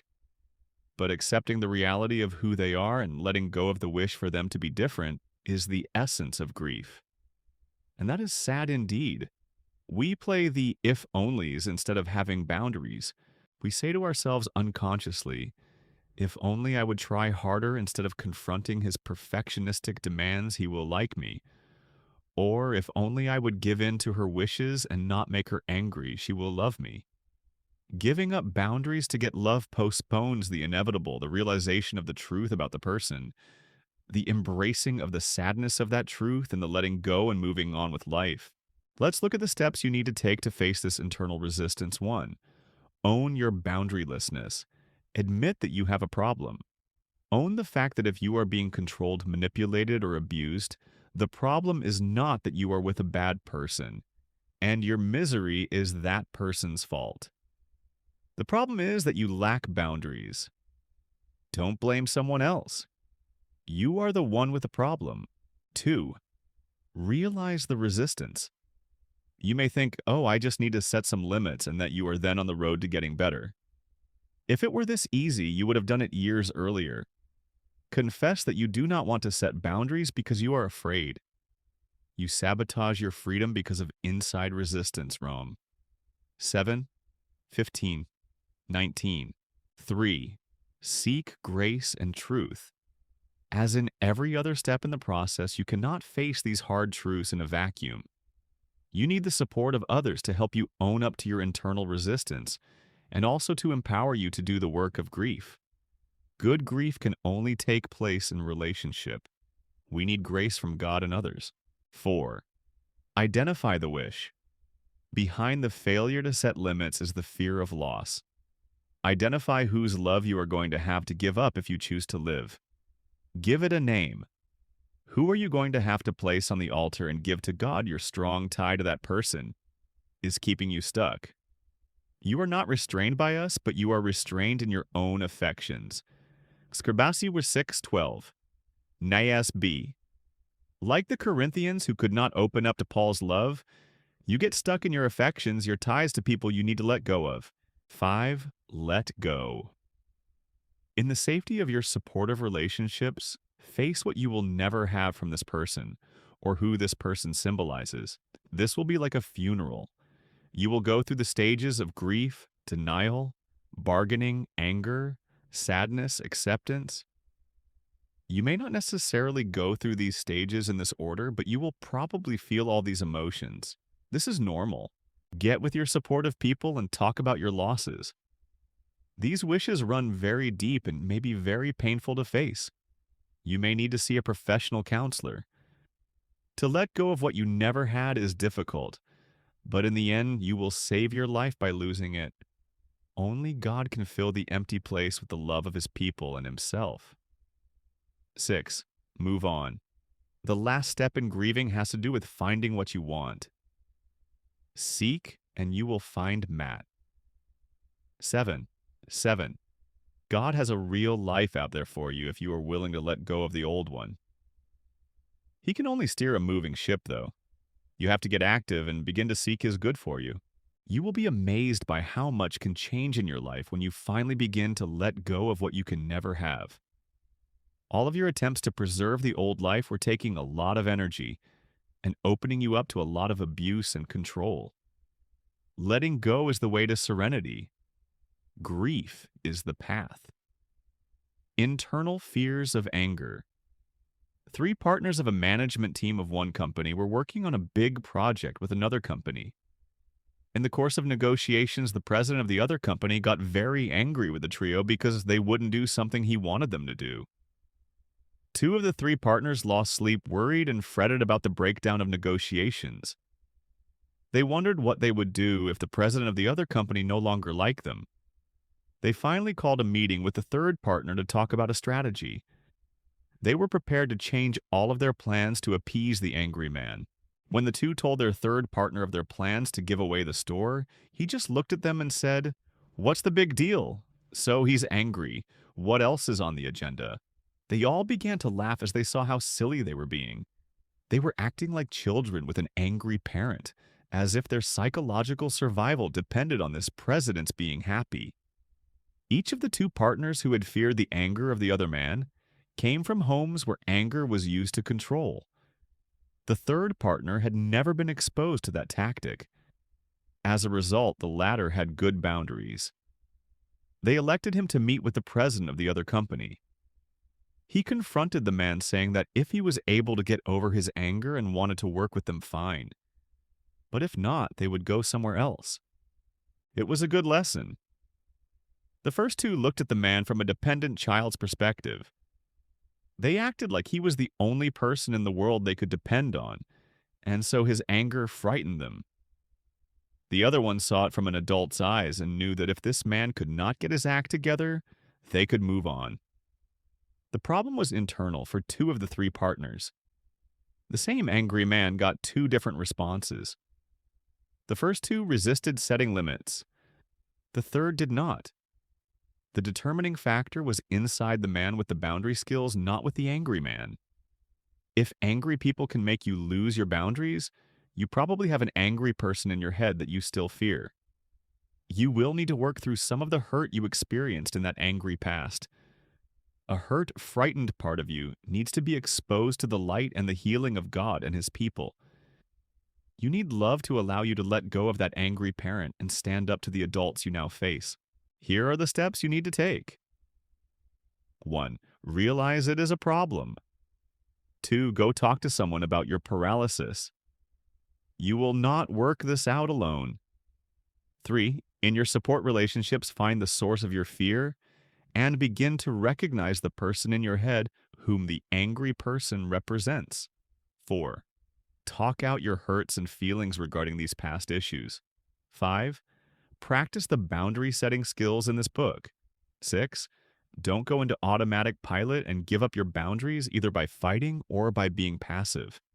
Give yourself time and space until you can respond. If you need physical distance, get it, but don't give up your boundaries. 7. When you are ready, respond. Stick to self-control statements. Stick to your decisions. Just reiterate what you will do or not do and let the person be angry. Tell them that you care for them. Maybe ask if you can do anything else to help. But your no still stands. 8. Regroup. Talk to your support people about the interaction and see if you kept your lost ground or were attacking. Many times you will feel mean when you were not, and you may need a reality check on that. You may have thought that you kept your boundaries when you gave away the farm. Get feedback. 9. Keep practicing. Role play, continue to gain insight and understanding about the past and grieve your losses. Continue to gain skills in the present. After a while, you will think, I remember when angry people could control me, but I've dealt with the things inside that allowed that. It's nice to be free. Remember, God does not want angry people to control you.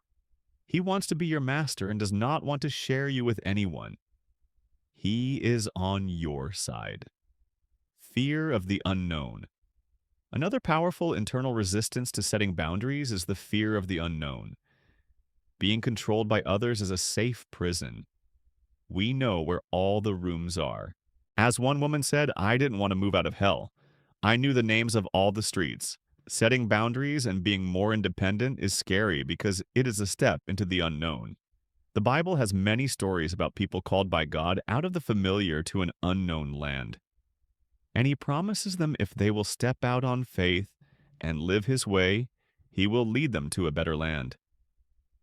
By faith, Abraham, when called to go to a place he would later receive as his inheritance, obeyed, and went even though he did not know where he was going. 11:8. Change is frightening. It may comfort you to know that if you are afraid, you are possibly on the right road, the road to change and growth. One businessman I know says that if he is not totally frightened at some point in every day, he is not stretching himself far enough. He is very successful at what he does. Boundaries separate you from what you have known and what you do not want. They open up all sorts of new options for you. You will have mixed emotions as you let go of the old and familiar and venture out into the new. Think for a moment about the new and frightening developmental boundary steps that have opened up bigger and better worlds for you. As a 2-year-old, you stepped away from your mom and dad to explore the world. As a 5-year-old, you left home to go to school, opening up possibilities of socialization and learning. As an adolescent, you stepped further away from your parents as new competencies and possibilities emerged. As a high school graduate, you left for college or got a job and learned to live on your own. These steps are scary indeed, but along with the fear, you stretch to new heights, possibilities, and realizations of God, yourself, and the world. This is the two-sided nature of boundaries. You may lose something, but you gain a new life of peacefulness and self-control. Here are some ideas that may prove helpful. 1. Pray. No better antidote to anxiety about the future exists than faith, hope, and the realization of the one who loves us. Prayer gets us in touch with the one in whom our security lies. Lean on God and ask Him to lead your future steps. 2. Read the Bible. God continually tells us in the Bible that He has our future in His hands and that He promises to lead us. The Bible is full of stories about how He has proven Himself faithful to others as He led them into the unknown. When Ida Henry was a college student faced with the uncertainty of the future, my favorite verse was, "Trust in the Lord with all your heart, and lean not on your own understanding. In all your ways submit to him, and he will make your paths straight. Proverbs 3, 5-6. Memorizing scripture verses will give you comfort when you face the unknown. It will remind you that God is trustworthy. 3. Develop your gifts. Boundaries create independence of functioning. We cannot feel good about our independence if we are not developing skills and competencies. Take classes, gain information, get counseling, get more training and education, and practice, practice, practice. As your skills develop, you will have less fear of the future. 4. Lean on your support group. Just as the child who is learning boundaries needs to look back and check in with her mother for refueling, so do adults. You need your support group to help comfort you in the changes you are going through. Lean on them, gain strength from them. 2 are better than 1 because they have a good return for their labor. If either of them falls down, one can help the other up. Eckelbodister 4, 9, 10. Remember, as the disciples were about to embark on the unknown, Jesus prayed for their unity, oneness, and love for each other. And God, John 17. 5. Learn from the witness of others. Research and experience have shown that it is very helpful to get with other people who are struggling and who have gone through what you have gone through. This is more than support. It is being able to hear the stories of people who have been there, who have been scared, but who can witness to the fact that you can make it.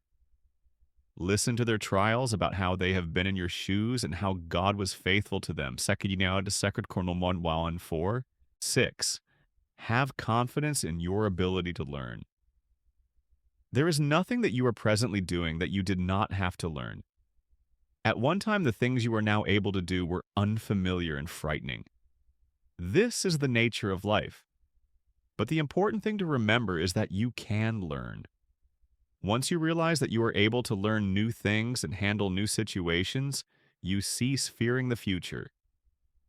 People who have strong fears about the unknown have a strong need to know everything beforehand, and no one ever knows how to do something before they do it. They go and learn it. Some people have confidence in their ability to learn and others don't. If you can begin to learn that you can learn, future unknowns look totally different. Many depressed people suffer from a syndrome called learned helplessness, in which they have been taught that whatever they do will make no difference on the outcome. Many dysfunctional families caught in destructive cycles reinforce this in their children. But when you grow up and see other options that will make a difference, you do not have to stay stuck in the helplessness you learned at home. You can learn new patterns of relating and functioning. This is the essence of the personal power God wants you to have. 7. Rework past separations.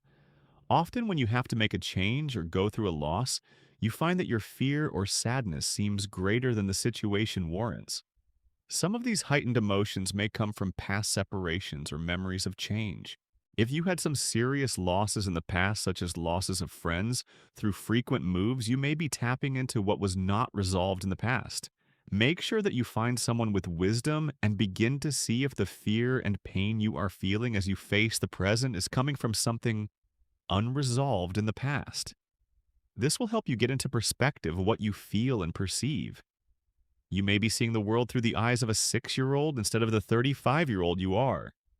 Rework the past and do not let it become the future. 8. Structure. For many people, life changes are unbearable because of the loss of structure they entail. In such changes, we often lose both internal and external structures. Things we used to depend on inside are no longer there, and people, places, and schedules that made us secure on the outside have disappeared. This can leave us in a state of chaos. Creating internal as well as external structure will help in these times of reorganization. Internal structure will come from creating boundaries following the steps in this book. In addition, gaining new values and beliefs, learning new spiritual principles and information, having new disciplines and plans and sticking to them, and having others listen to your pain are all structure building. But while you are doing this, you may also need some strong external structure. Set a certain time every day to call a friend, schedule weekly meeting times with your support group, or join a regular Bible study or 12-step support group. In chaotic times, you may need some structure around which to orient your new changes. As you grow and the change is not overwhelming, you can begin to give up some structure. 9. Remember what God has done. The Bible is full of God's reminding His people of the things He has done in the past to give them faith for the future. Hope is rooted in memory. We remember getting help in the past, and that gives us hope for the future. Some people feel so hopeless because they have no memory of being helped in the past. Remind yourself of what God has done and who He is. If you have been a Christian for a long time, look back into your life and remember how He has intervened the situations from which He has delivered you, the ways that He has come through for you. Listen to others. Remember the grace He has shown us in His Son. He did not do that for nothing. He did it for our redemption and future. If He has let you down, or it seems that He has never done anything for you, allow Him to start now. Many times God allowed terrible things for a long time before delivering His people. We do not know God's timing, but if you have started in recovery now, He is moving in your life. The time of your deliverance is near. Hang on, and let God do for you what He has done for so many. So do not throw away your confidence. It will be richly rewarded. You need to persevere so that when you have done the will of God, you will receive what He has promised. Heb 10:35-36. Unforgiveness. As 18th century poet Alexander Pope said, "To err is human, to forgive divine, and not to forgive is the most self-destructive thing we can do." Forgiveness is very hard. It means letting go of something that someone owes you. Forgiveness is freedom from the past. It is freedom from the abusive person who hurt you. The Bible compares forgiving people to releasing them from a legal debt. When a debt is incurred when people trespass on your personal property, real owing occurs. You have on the books of your soul an accounting of who owes you what. Your mother controlled you and owes you to make it right. Your father dominated you and owes you to make it right. If you are under the law, you are motivated to collect these debts from them.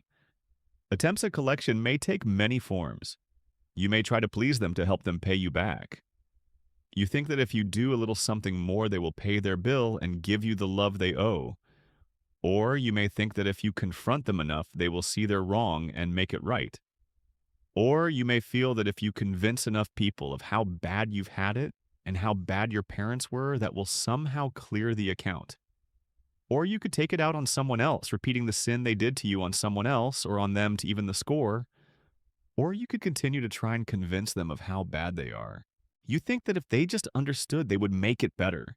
They would pay what they owe. Nothing is wrong with wanting things to be resolved. The problem is that things will get resolved in only one way with grace and forgiveness. An eye for an eye and a tooth for a tooth does not work. The wrong can never be undone, but it can be forgiven and thereby rendered powerless. To forgive means to write it off. Let it go. Tear up the account. It is to render the account canceled. Having canceled the charge of our legal indebtedness which stood against us and condemned us, He has taken it away, nailing it to the cross. Kol basir 2:14. To forgive means acknowledging we will never get from that person what was owed us. And that is what we do not like, because that involves grieving for what will never be. The past will not be different. For some, this means grieving the childhood that never was. For others, it means other things, but to hang on to the demand is to stay in unforgiveness, and that is the most destructive thing we can do to ourselves. Warning forgiveness and opening up to more abuse are not the same thing. Forgiveness has to do with the past. Reconciliation and boundaries have to do with the future. Limits guard my property until someone has repented and can be trusted to visit again. And if they sin, I will forgive again 70 times 7. But I want to be around people who honestly fail me, not dishonestly deny that they have hurt me and have no intent to do better. That is destructive for me and for them. If people are owning their sin, they are learning through failure. We can ride that out. They want to be better, and forgiveness will help. But if someone is in denial or is only giving lip service to getting better without trying to make changes or seeking help, I need to keep my boundaries even though I have forgiven them. Forgiveness gives me boundaries because it unhooks me from the hurtful person, and then I can act responsibly wisely. If I am not forgiving them, I am still in a destructive relationship with them. Gain grace from God and let others' debts go. Do not keep seeking a bad account. Let it go and get what you need from God and people who can give.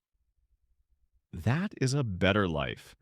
Unforgiveness destroys boundaries. Forgiveness creates them, for it gets bad debt off of your property. Remember one last thing. Forgiveness is not denial. You must name the sin against you to forgive it. God did not deny what we did to him. He worked through it. He named it. He expressed his feelings about it. He cried and was angry. And then he let it go. And he did this in the context of relationship. Within the Trinity, he was never alone. Go and do the same.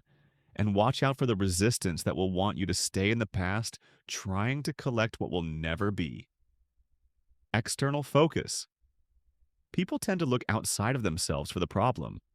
This external perspective keeps you a victim. It says that you can never be okay until someone else changes. This is the essence of powerless blame. It may make you morally superior to that person in your own thinking, never in reality, but it will never fix the problem. Face squarely the resistance to looking at yourself as the one who has to change. It is crucial that you face yourself, for that is the beginning of boundaries. Responsibility begins with an internal focus of confession and repentance. You must confess the truth about the ways you are keeping your boundarylessness going, and you must turn from those ways. You must look at yourself and face the internal resistance of wanting the problem to be on the outside of you. Guilt. Guilt is a difficult emotion, for it is really not a true feeling such as sadness, anger, or fear. It is a state of internal condemnation. It is the punitive nature of our fallen conscience saying, "You are bad for doing that." It is the state Jesus died for, to put us into a state of no condemnation. Biblically, it is something legal, not emotional.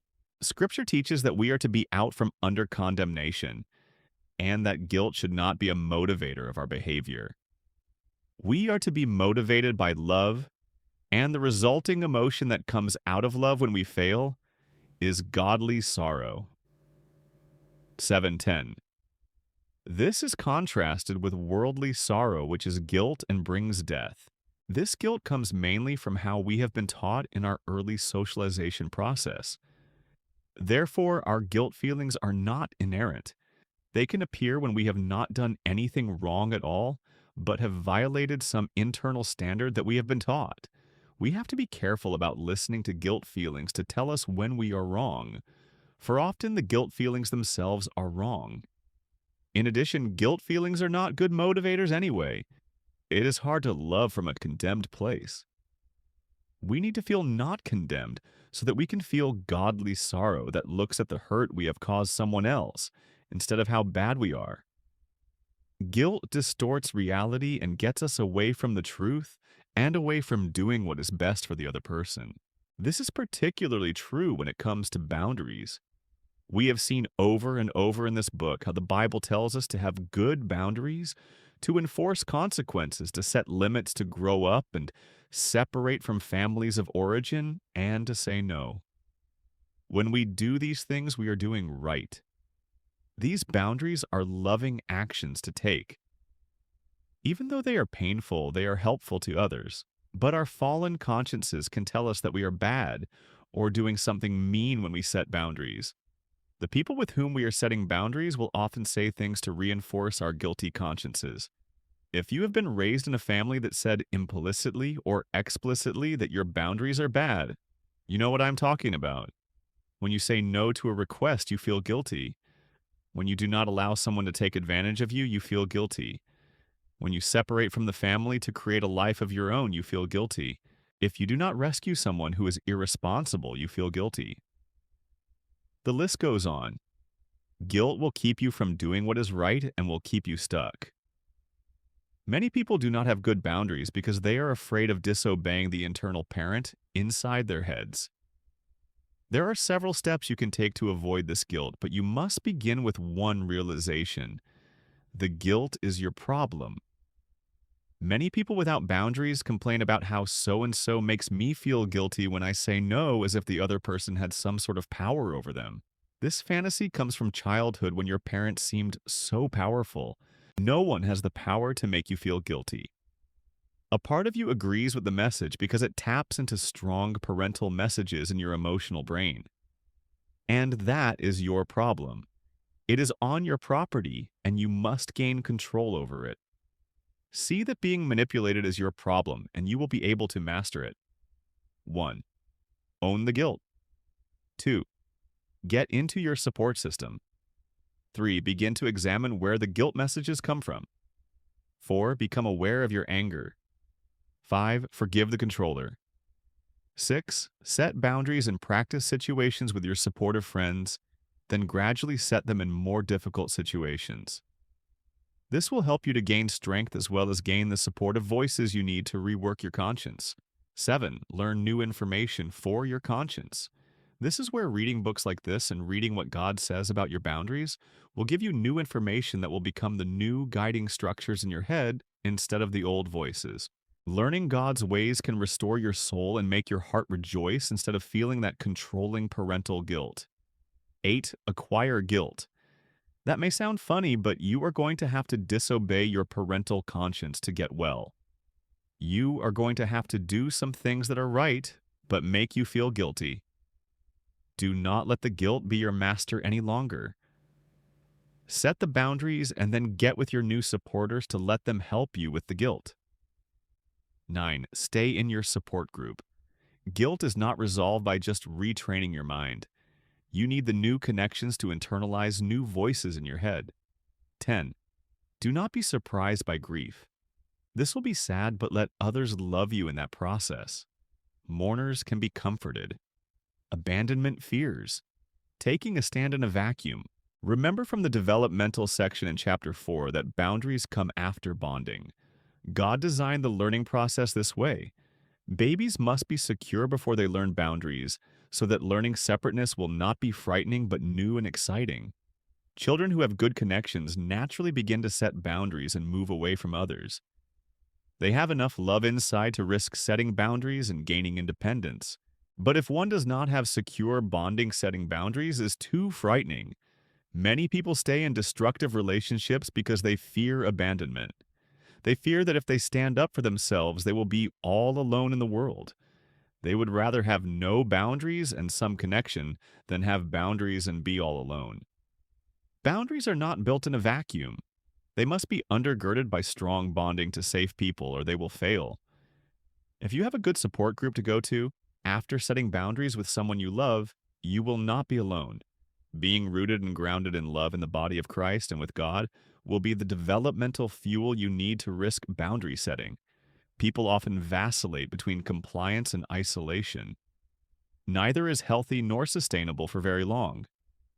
We saw this over and over again in our hospital program. People in destructive patterns were unable to set limits because they were working in a vacuum. However, with the understanding support they received in the program, they felt equipped and empowered to do the hard things they had never been able to do. If it were easy, you would have done it by now. This chapter is about trouble, the kind Jesus warned about. In this world you will have trouble, but take heart, I have overcome the world. John 16:33. When you begin to do things Jesus' way, you will encounter troubles from both outside and inside. The world, the devil, and even your own flesh will resist you and pressure you to do things the wrong way. But the wrong way is not working. To do it right will be difficult, but Jesus warned us about that. Small is the gate and narrow the road that leads to life. Mattai 7:14. To hammer out a godly identity takes a lot of courage and a lot of work, and a lot of battles. Running into resistance is often a good sign that you are doing what you need to do. It will be worth it. Remember the clear message of the scriptures. When you encounter resistances, persevering to the end will bring great reward, receiving the end result of your faith, the salvation of your souls. 1 Peter down to 1:9. As James put it, consider it pure joy, my brothers and sisters, whenever you face trials of many kinds, because you know that the testing of your faith produces perseverance. Let perseverance finish its work so that you may be mature and complete, not lacking anything. James 4. These resistances will surely come, I promise you. If they didn't come, you would have established boundaries a long time ago. But as they come, see them in their biblical perspective. They are part of a long history of your sisters and brothers, people who have encountered many trials as they ventured out on the road of faith, seeking a better land. This journey is always riddled with trouble, but also with the promises of our shepherd to carry us through if we do our part. Go for it. Chapter 16. How to Measure Success with Boundaries. Jean sat at her kitchen table, teacup in hand, amazed. It was an unfamiliar sensation, but a pleasant one. Her mind wandered back to the events of the morning. Her 8-year-old son, Brian, had begun the day with his usual waking up shenanigans. He sulked and pouted his way to the breakfast table, announcing, "I'm not going to school, and no one's going to make me." Normally, Jean would have either tried to talk Brian into attending school or blown up at him in frustration. However, this morning was different. Jean simply said, "You're right, honey. No one can make you go to school. That has to be something you choose to do. However, if you don't choose to go to school, you are choosing to stay in your room all day with no TV and no video games. But that's something you'll have to decide for yourself like you did last week." Brian hesitated in his tantrum. He was thinking about when Mom had made him stay in his room and miss dinner when he had refused to set the table. Finally, he said, "Well, I'll go, but I don't have to like it." "Absolutely," Jean agreed. "You don't have to like a lot of things like school, but I'm sure you've made the right choice." She helped Brian on with his jacket and watched him walk to the carpool ride outside. Not 10 minutes later, Jean had received a call from her husband, Aaron, who had driven to work early. "Honey," he said, "I just found out I have a meeting after work. The last time I showed up late for dinner, there wasn't any. Think you could save some this time?" Jean laughed. "Last time you never called me to let me know. I really appreciate your telling me in advance. I'll feed the kids and I'll eat together later. My son makes it to school even with a cranky attitude. My husband calls me to inform me about schedule changes. I'm dreaming, aren't I?" Lord Joan wasn't dreaming. She was for the first time in her life experiencing the rewards of setting and maintaining clear boundaries in her life. A great deal of hard work and risk-taking had gone into them. But it was worth it. She rose up from the table and began to ready herself for work. Jean saw visible, demonstrable proof that her boundary work was bearing fruit in her life. Things were different. But how did she get from point A, boundarylessness, to point B, mature boundaries? Can we measure our boundary development? Yes. Specific orderly changes herald the emerging of mature boundaries. It's helpful to be aware of them. The following 11 steps allow you to measure your growth to see where you are in your development. Use this chapter as a guide to the next step in your growth. Step 1. Resentment, our early warning signal. Randy had never before felt irritated at his best friend Will's sarcastic digs. Resentment was a new sensation for him. Being the butt of the jokes had always been easy for him. Good-natured Randy could roll with the punches. But when Will came up to him at church and said in front of several observers, "Are you buying smaller clothes or putting on weight?" Randy didn't laugh it off. He said nothing to his friend, but the remark stuck inside him. He was embarrassed and hurt. He couldn't shake it off as he had for so many years. This never got to me before, Randy thought to himself. Why is it getting to me this time? Maybe I'm getting too sensitive.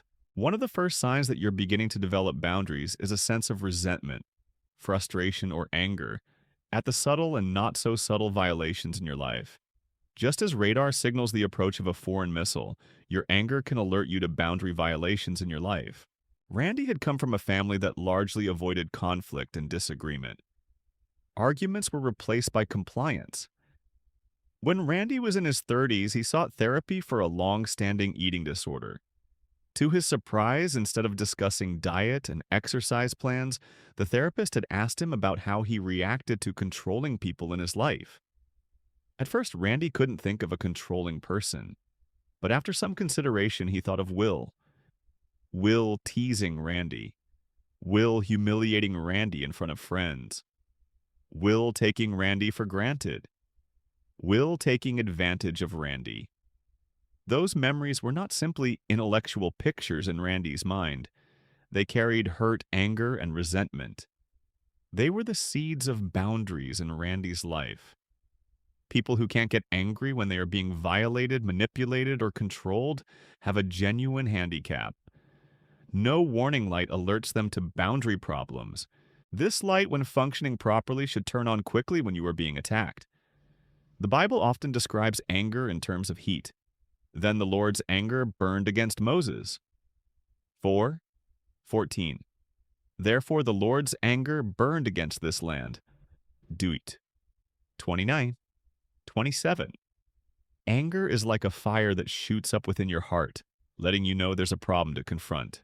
An inability to get angry is generally a sign that we are afraid of the separateness that comes with telling the truth. We fear that saying the truth about our unhappiness with someone will damage the relationship. But when we acknowledge that truth is always our friend, we often give ourselves permission to be angry. So before you say anything confrontive, even before you set that first boundary, examine your heart. Ask yourself, do I have permission to feel angry when I'm controlled by others? Am I aware when I'm being violated? Can I hear my early warning signal? If so, you're on the right track. If not, this is a good time to work on finding a safe place to tell the truth. As you are better able to be honest about differences and disagreements, you will be better able to allow your anger to help you. Step 2. A change of tastes. Becoming drawn to boundary lovers. A full 12 months had passed since Tammy and Scott had changed churches. They were reflecting back on the last year. They had attended their former church since their marriage several years ago. It was a doctrinally correct and active fellowship. But one problem that didn't go away was the church members' attitude toward attendance at church functions. They placed a great premium on being present at each and every gathering, from occasional worship and praise concerts to midweek services and weekly small group Bible studies. Conflicts arose when Scott and Tammy missed a few meetings. They recalled the night old friends from out of town came to visit them. Tammy had called Janice, her small group leader, to tell her they'd be missing that evening's meeting. "I think there's a problem in commitment here," Tammy Janice had replied. "If we really meant something to you, you'd be here. But you just go and do what you have to do." Tammy was furious and hurt. Janice had shamed her for wanting to have a night off with her friends. It was this inability of her group to understand the word no that subsequently fueled the couple's move to another church. Now, a year later, she and Scott feel pleased with their decision. Though their present fellowship was also active and encouraged lots of involvement, no one became critical or judgmental when members needed time off for some reason or another. "How's this for a contrast?" Scott said to Tammy. "I called Mark, our men's prayer breakfast leader, yesterday. I'd just flown in on a red-eye flight from LA. I told him I was exhausted and wasn't sure I'd be worth much if I went to the breakfast. What do you think he told me?" "What are you doing on the phone with me?" he said. "Get yourself in bed and catch some Z's." That sort of understanding makes me want to be there next time. At one time, both Scott and Tammy thought their first church's attitude was correct. They weren't even aware that others could understand their no. Now, a year later, they couldn't conceive of returning to that situation. People with immature limit-setting abilities often find themselves involved with boundary busters. These may be family members, colleagues, spouses, church members, or friends. The boundary confusion seems normal to them, so they aren't very aware of the destruction it causes for themselves and others. As boundary injured individuals begin developing their own boundaries, however, a change occurs. They become attracted to people who can hear their no without being critical, without getting hurt, without personalizing it, without running over their boundaries in a manipulative or controlling fashion. People who will simply say, "Okay, we'll miss you. See you next time." The reason for this shift is hidden in the way we have been constructed by God. We were created free for one basic purpose: to love, to be meaningfully close to God and to others. And over all these virtues, put on love, which binds them all together in perfect unity. 3:14. This fundamental truth underscores the deepest parts of our hearts. And when we find relationships in which we have freedom to set limits, something wonderful happens. In addition to the freedom to say no, we find the freedom to say a wholehearted, unconflicted, gratitude-driven yes to others. We become attracted to boundary lovers because in them we find permission to be honest, authentic, loving individuals. To a boundary-injured person, people who can say a clear no sometimes seem curt and cold. But as the boundaries become firmer, curt, and cold, people change into caring, refreshingly honest people. We need to join with boundary lovers in deep, meaningful attachments. Boundaries can't develop in a vacuum. As we make connections involving asking for support and understanding with these people, God gives us through them the grace and power to do the hard work of limit setting. This drawing to boundaried individuals extends to God. Some people will begin finding out that the holy, just God about whom they read in the Old Testament isn't so bad or scary. He just has very clear boundaries. As the heavens are higher than the earth, so are my ways higher than your ways and my thoughts than your thoughts. 55:9. Step 3. Joining the family. As we find our preferences changing from boundary-muddied relationships to more clearly defined people, we begin developing close and meaningful connections with people who have clear boundaries. We begin growing in boundaries in our present relationships, or finding new attachments in which to invest, or both. This is a crucial phase in boundary development. Why is it so important to join the boundaried family? Mainly because, as with any spiritual discipline, boundaries can't be worked on in a vacuum. We need others with the same biblical values of limit setting and responsibility to encourage us, practice with us, and stay with us. That's what Wayne discovered. Wayne couldn't believe the change. Over the past few months, he'd become aware of his lack of boundaries at work.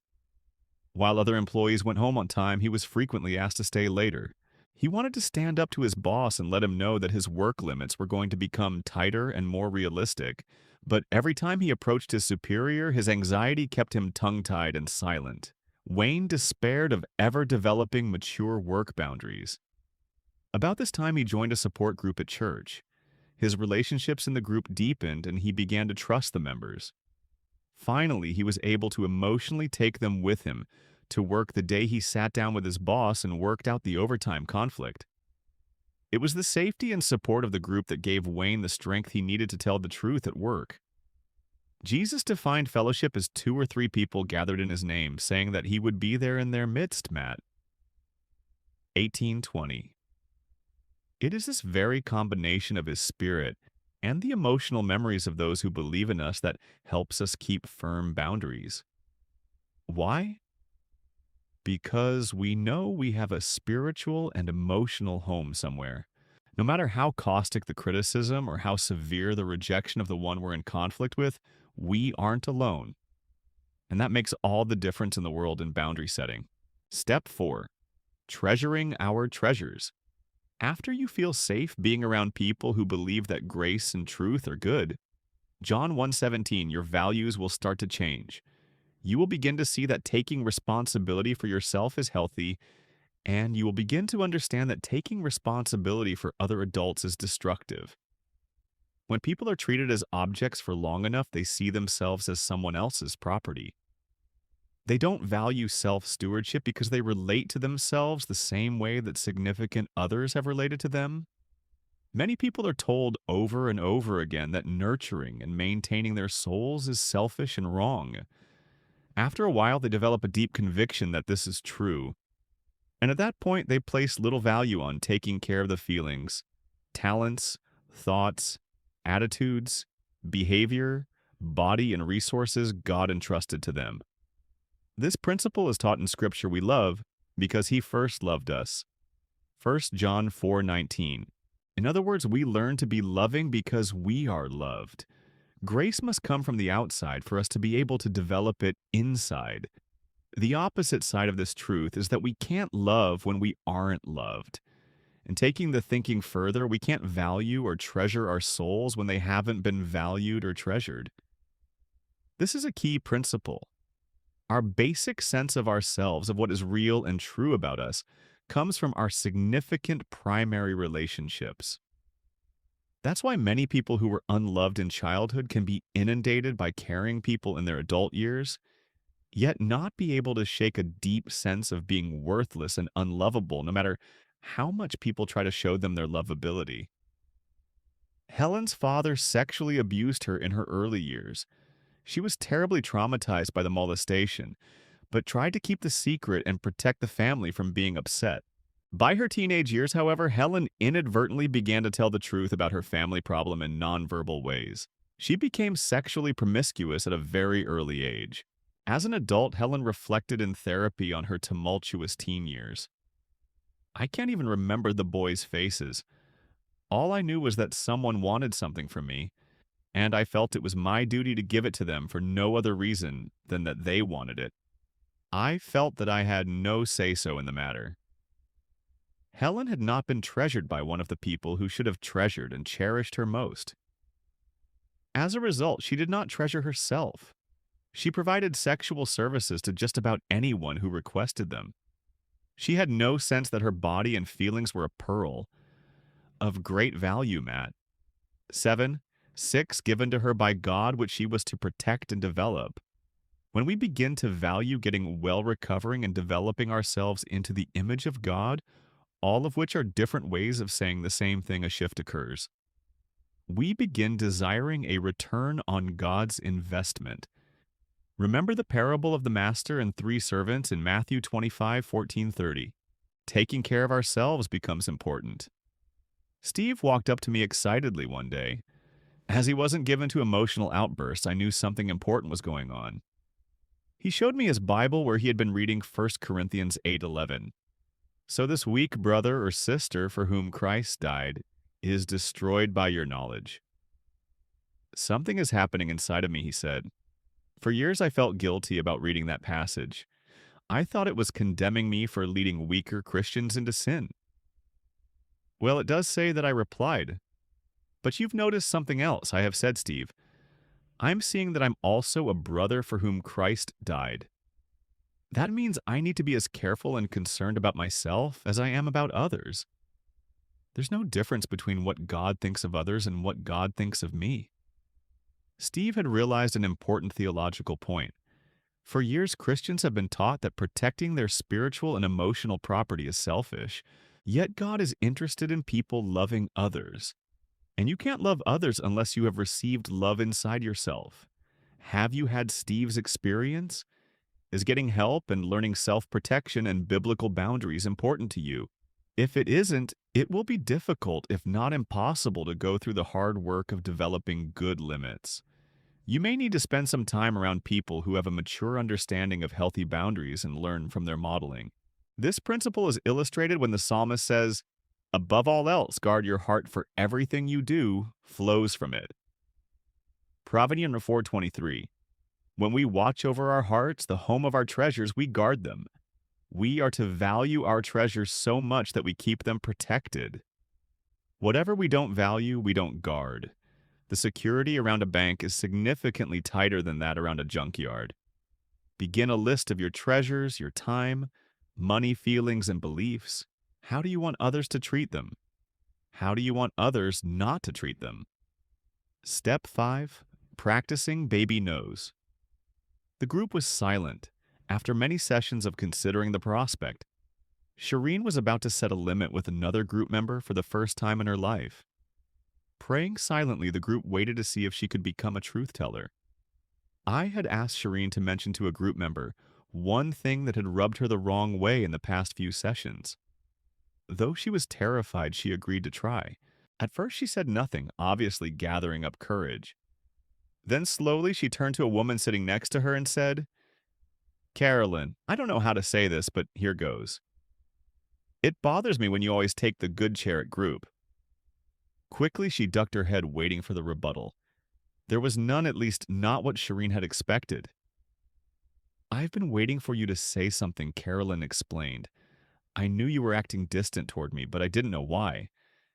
It helps to know, and I feel closer to you now. You took a risk to confront me. Who knows, I may even arm wrestle you for the chair. Does this sound trivial? It isn't. Given her family background of a mother who made her feel guilty for setting limits and a father who had rage attacks when she dared disagree, Shireen was taking a genuine plunge.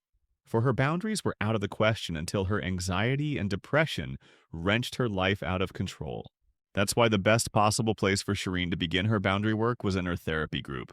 Growth in setting emotional boundaries must always be at a rate that takes into account your past injuries. Otherwise, you could fail massively before you have solid enough boundaries. "This boundary teaching doesn't work," complained Frank in a therapy session. "Why not?" I asked. "Well, as soon as I understood that I don't set good limits with people, I called my father the same day and gave him what for." "Can you believe what he did?" "He hung up on me. This is great, just great. Boundaries have made things worse for me instead of better." Frank is like the overeager child who is too impatient for training wheels on his new bicycle.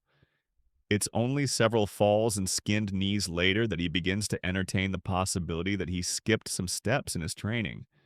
Here's an idea to help you navigate this step. Ask your support group or your good friends if you could work on boundaries with them. They will show you their true value in their response to your truth-telling.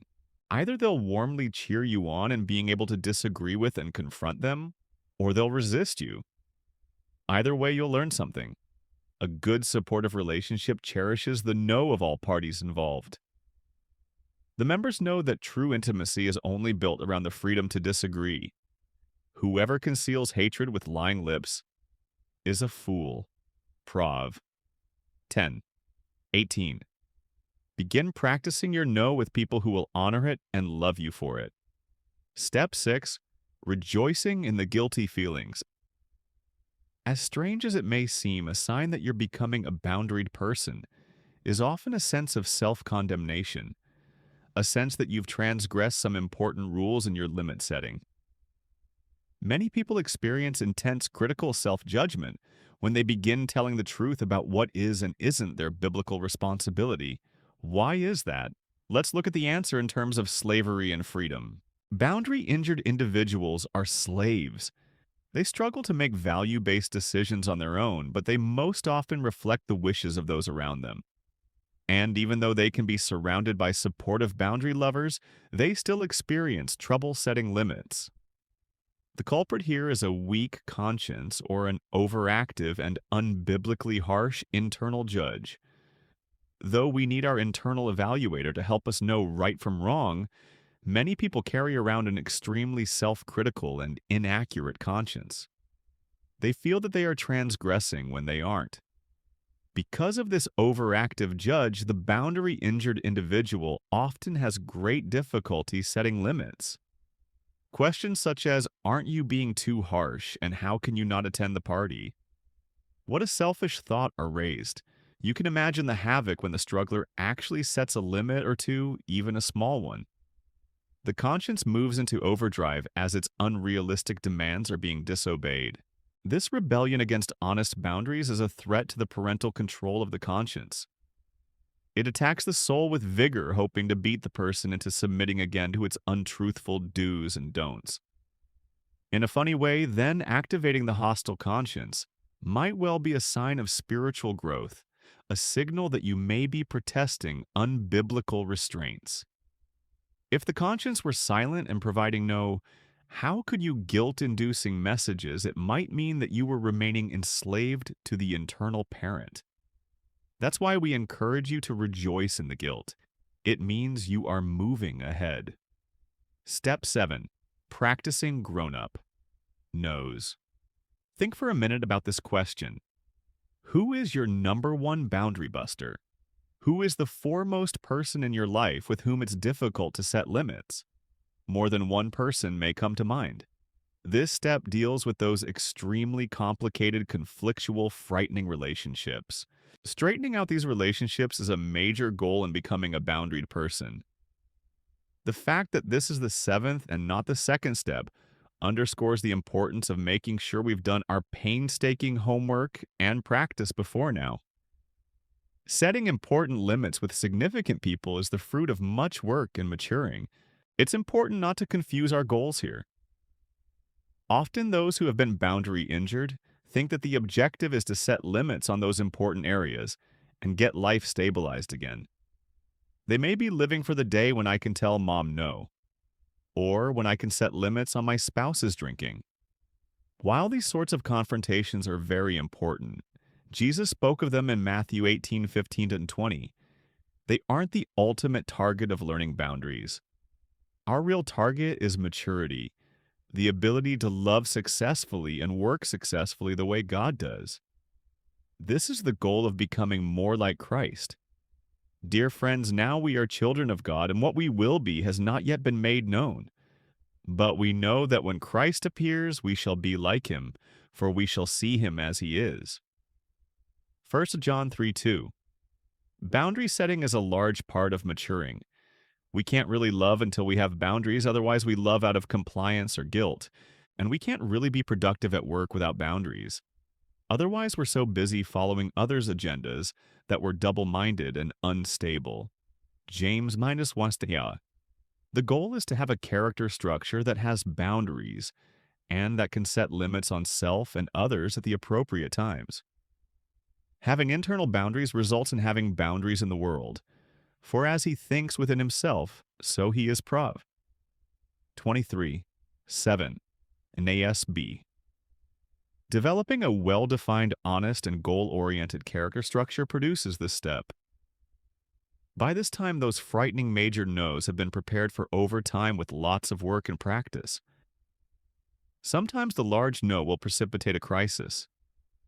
Someone important to you will be angry, or hurt, or abusive.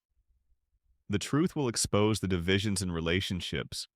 The conflicts and disagreements already exist. Boundaries simply bring them to the surface. Prayerfully make a list of your significant relationships. Now add to that what specific treasures are being violated in these relationships. What specific boundaries need to be set to protect these treasures? Step 8. Rejoicing in the absence of guilty feelings. Step 6 involved understanding that your first steps into a boundaried existence will most likely be met by the harsh resistance of an overactive and weak conscience.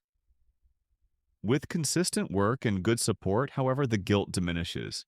We become more able to keep hold of the deep truths of the faith with a clear conscience. Tim 3:9.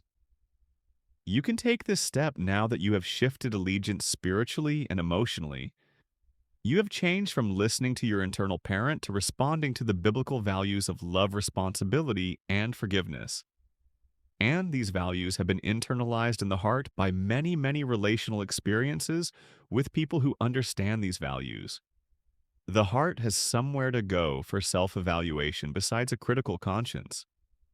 The heart rests in the emotional memories of loving, truthful people.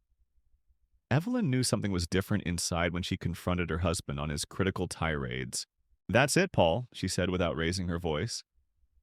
"If you're not using a civil voice with me in 10 seconds, I'll be spending the evening at my friend Ashley's house. Make your choice because I'm not bluffing." Paul, ready to launch another verbal attack, closed his mouth. He too sensed that Evelyn was serious this time. He sat down on the couch and waited for her next move. What surprised Evelyn was the absence of her self-recriminations after setting limits. Usually she would say to herself, "You didn't give Paul enough chances," or "You've just got to stop being so thin-skinned," or "But he works hard and he's good with the kids." Her support group had worked, her practicing had paid off, and her conscience had begun growing up. Step 9. Loving the boundaries of others. A client once asked me, "John, is there any way I can set boundaries with my wife but not have her set limits with me?" Though I admired his candor, the answer obviously was no. If we expect others to respect our boundaries, we need to respect theirs for several reasons. Loving others' boundaries confronts our selfishness and omnipotence. When we are concerned about protecting the treasures of others, we work against the self-centeredness that is part of our fallen nature. We become more other-centered. Loving others' boundaries increases our capacity to care about others. It isn't difficult to love the agreeable aspects of others. It's another story, however, when we encounter another's resistance, confrontation, or separateness. We may find ourselves in conflict or not getting something we might want from the other. When we can love and respect the boundaries of others, we accomplish two things.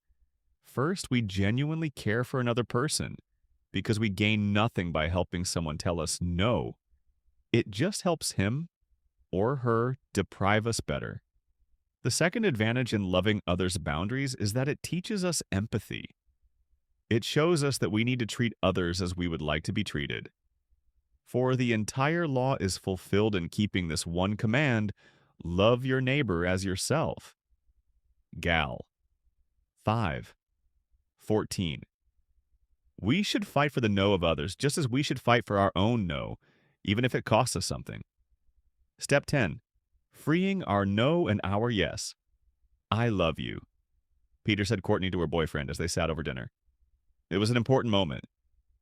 Peter had just proposed marriage to Courtney, and she was attracted to him. They seemed to be compatible in so many ways. There was only one problem: they had only been dating a few weeks. Peter's impulsive proposal was pushing it a little for Courtney's comfort. "And though I love you," she continued, "I need more time for us to be together before we get engaged. So, because I can't say yes to you, I'm saying no." Courtney showed the fruit of maturing boundaries. She wasn't sure, so she said no. People with undeveloped limit-setting abilities do the opposite. They say yes when they are unsure. Then, when they have committed themselves to someone else's schedule, they realize that they don't want to be in that particular situation anymore. But by then, it's too late. I worked as a house parent in a children's home for a time. In our training for the job of living in the same cottage with several active adolescents, one experienced professional told us there are two ways you can start off with kids first. You can say yes to everything. Then when you start putting limits on them, they'll resent you and rebel. Or you can begin with clear and strict limits. After they get used to your style, you can loosen up a little. They'll love you forever. Obviously, the second method worked better. Not only did it clarify my boundaries for the kids, but it taught me to free up my own no. This principle is at the heart of this yardstick. Our no becomes as free as our yes.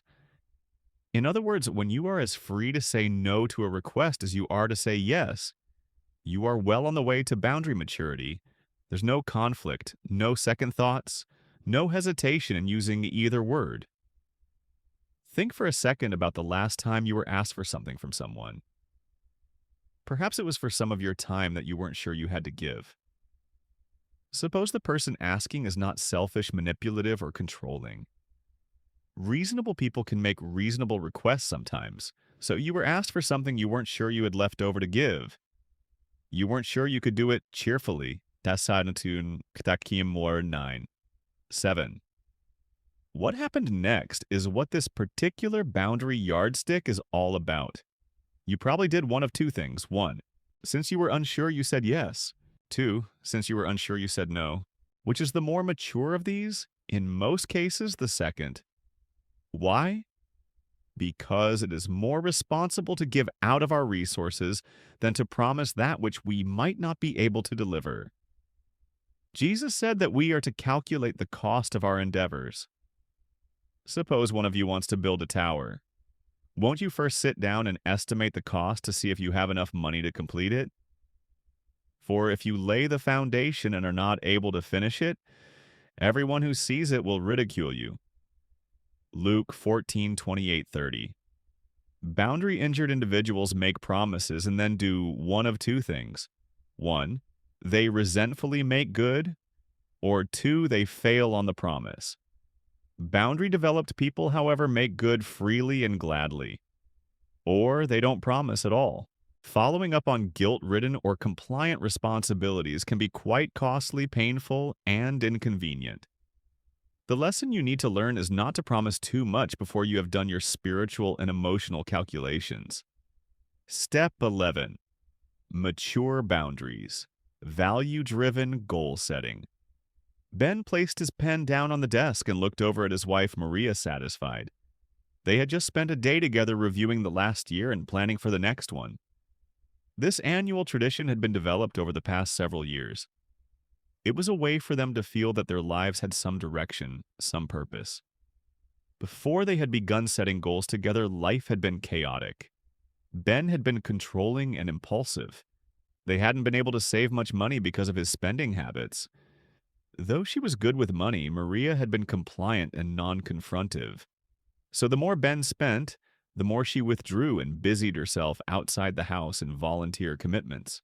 Finally, after a great deal or boundary work with a marriage therapist, Maria began setting limits on Ben's out-of-control behavior. She became more honest, less blaming, and much less resentful. Ben, in his turn, began developing more of a sense of responsibility toward the family.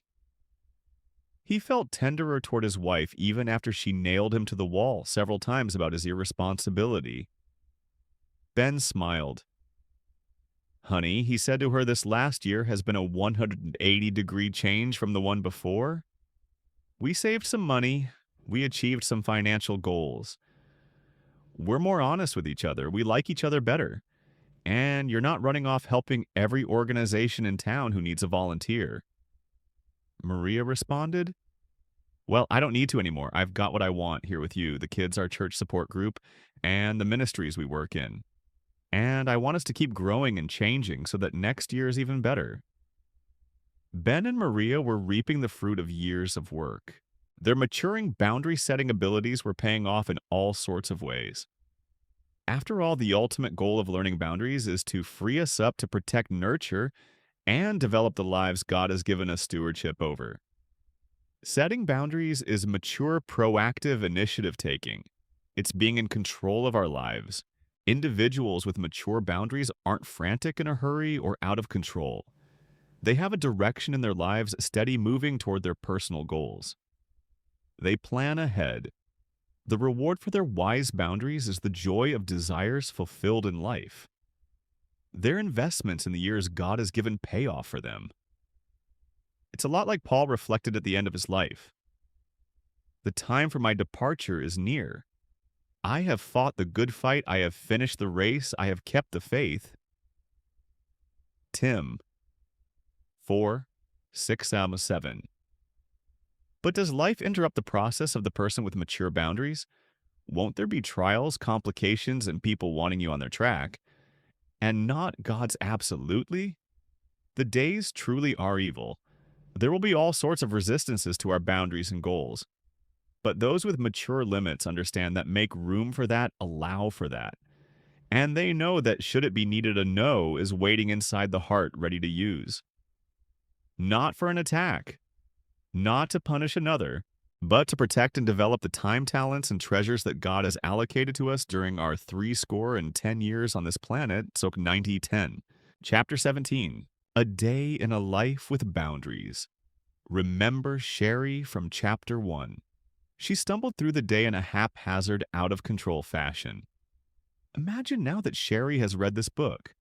She has decided to restructure her life within the clear boundaries we've outlined. Her day is now characterized by freedom, self-control, and intimacy.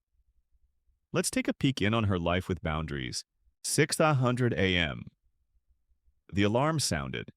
Sherry reached over and turned it off. "I'll bet I can do without this alarm," she thought to herself. I've been awake for 5 minutes already. Getting 7 or 8 hours of sleep had long been a fantasy of Sherry's one, which she'd always felt was unrealistic with a family. Yet it had begun to happen. The kids went to bed earlier now that she and Walt had begun setting better time limits with them. She and Walt even got a few minutes to relax together before bed. The sleep goal didn't come without its price, however. Like the other night when Sherry's mother had once again made her unexpected surprise visit. This time she showed up at a time when Sherry had to work on a science fair project with her son, Todd. It had been one of the hardest things Sherry ever had to say. "Mom, I want to visit with you, but this is a really bad time. I'm helping Todd finish up his solar system project, and he needs my full attention. You could come in and watch if you'd like, or I could call you tomorrow and plan a time for us to get together." Sherry's mother hadn't reacted well. The martyr syndrome had kicked in full force. "It's just as I've always known, dear. Who'd want to spend time with a lonely old lady? Well, I'll just go home and be by myself, like every other night." At one time, Sherry would have folded under such a masterful onslaught of the guilties. But Sherry had, after lots of practice with her support group, decided how to handle her mom's unexpected visits. And she didn't feel so guilty anymore. Mom would be fine the next morning, and Sherry would have had a good evening. 6:40 a.m. Sherry slipped into her new dress. It fit perfectly 2 sizes smaller than she had worn a few months ago. "Thanks God for my new self-boundaries," she prayed. Her diet and exercise program had finally worked, not because she learned any new secrets about food and working out, but because she saw taking care of herself, not as selfishness, but as stewardship. She'd stopped feeling guilty about taking the time away from other things to work on her body. Getting in shape increased her confidence, which helped her to be a better wife, mom, and friend. And she liked herself better. 7:15 a.m. Amy and Todd were finished with breakfast and were taking their plates to the sink to rinse them and place them in the dishwasher. Sharing household tasks had become a comfortable habit for all members of the family. Sure, the kids and Walt had resisted at first, but then Sherry stopped preparing breakfast until she got help with cleaning up. A miracle had happened with the kids and Walt. A light had gone on inside saying, "If I don't work, I don't eat." Even more satisfying was watching the kids get to their school rides on time with a couple of minutes to spare. Beds made, homework done, lunches packed, incredible. Of course, the path to that place had been rocky. In the beginning, Sherry had called the carpool parents and told them to wait a maximum of 60 seconds for her kids, then leave for school. And they did. When Amy and Todd missed their ride, they had accused Sherry of betraying and humiliating them. "You just don't care about our feelings." Tough words for a loving mother trying to learn boundaries.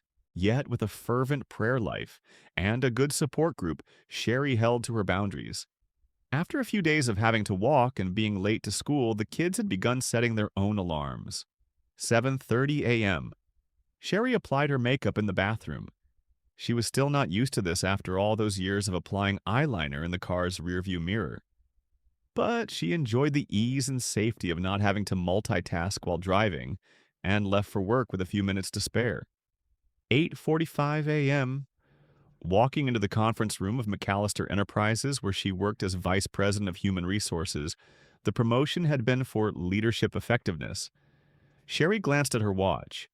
The meeting was about to start, and she would lead it. Glancing around the room, she noted that 3 key people weren't here yet. She made a note to connect with those colleagues later. Maybe they were having boundary problems she could assist them with. Sherry smiled. She remembered the days not too long ago when she would have been grateful for someone at work to help her with the same problems.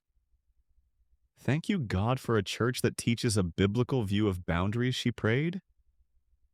And then she began the meeting. On time. 11:59 a.m. Sherry's extension rang. She picked it up. "Sherry Phillips," she said, waiting for the answer. "Sherry, thank goodness you're there. I don't know what I'd have done if you'd been at lunch." There was no mistaking that voice. It belonged to Lois Thompson. It was unusual for Lois to call these days. She didn't call much at all since Sherry had begun addressing the imbalances in the relationship. She had confronted Lois over coffee. Lois, it seems as though you always want to talk to me when you're hurting. And that's fine. But when I'm struggling, you're either unavailable, distracted, or uninterested. Lois had protested that this wasn't at all true.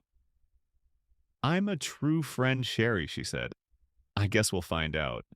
I need to know if our friendship is based on what I do for you or on true friendship. And I want you to be aware of some boundaries I'm setting with us. First, I won't always be able to drop everything for you, Lois. I love you, but I simply can't take that kind of responsibility for your pain. And second, there will be times when I'm really struggling and I'm going to call you and ask for support. I actually don't know if you know me and my struggles at all. So, we both need to find out. Over the next few months, Sherry had found out a great deal about this friendship.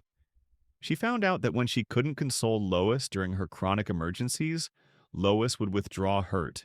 She found out that when Lois was doing all right, she would ignore Sherry. Lois never called just to see how Sherry was doing.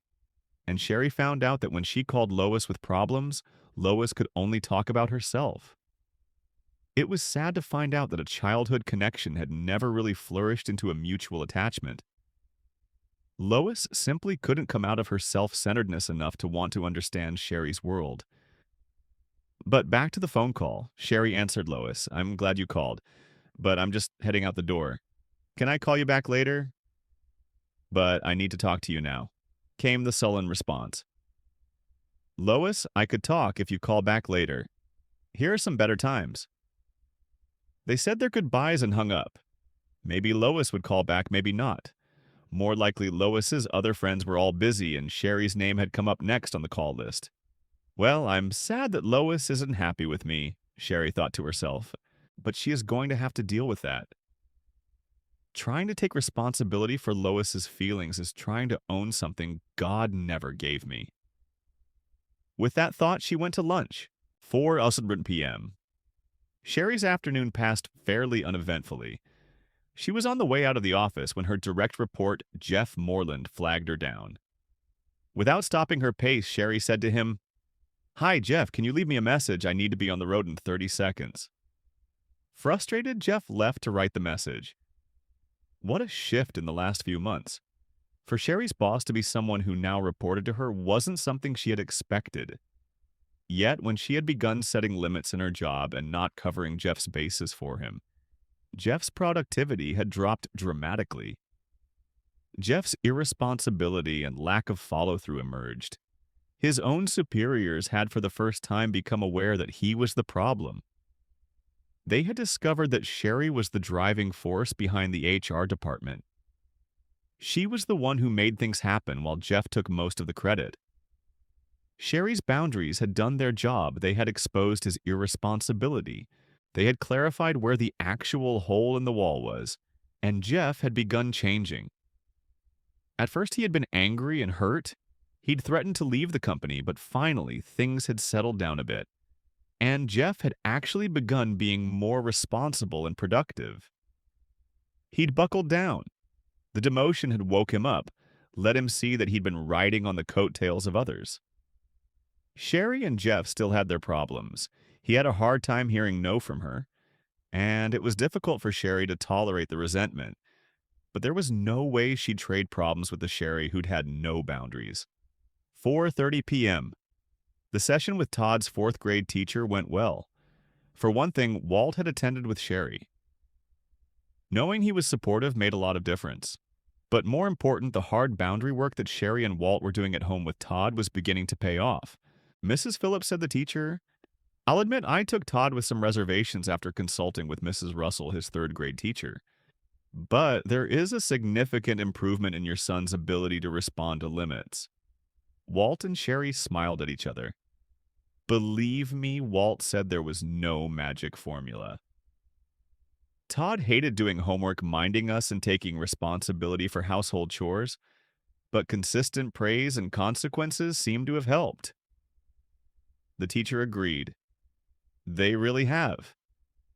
Not that Todd's a compliant angel, he'll always speak his mind, and I think that's good in a child his age. But there's no major struggle in getting him to behave. It's been a good year so far. Thank you for your support as parents. 5:15 p.m. As Sherry fought the afternoon rush hour traffic, she felt strangely grateful for it. I can use this time to thank God for my family and friends and plan a fun weekend for us. 6:30 p.m. Amy walked into the family room right on time. Mother-daughter time, Mom, she said. Come on outside. Leaving the house, they started on their pre-dinner walk around the block. It mainly consisted of Sherry's listening to Amy chatter about school books and friends. All the things she'd yearned to be able to discuss with her daughter. The walk was always too short. It hadn't always been like that. After a Christian therapist had seen Amy and the family about her withdrawal, he noticed that Todd's misbehavior monopolized the family's attention. Amy wasn't a squeaky wheel, so she received less time with Sherry and Walt. Gradually, she'd withdrawn into herself. There just wasn't anyone in the house to give her anything. Her world had become her bedroom. Noting the problem, Sherry and Walt had made special attempts to make sure Amy was encouraged to talk about her issues, even if they weren't the crises Todd was in. Over time, like a flower opening up to the light, Amy began interacting with her parents once again. She was beginning to connect like a normal little girl would. The boundary work that Sherry and Walt did with Todd was part of Amy's healing process too. 7:00 p.m.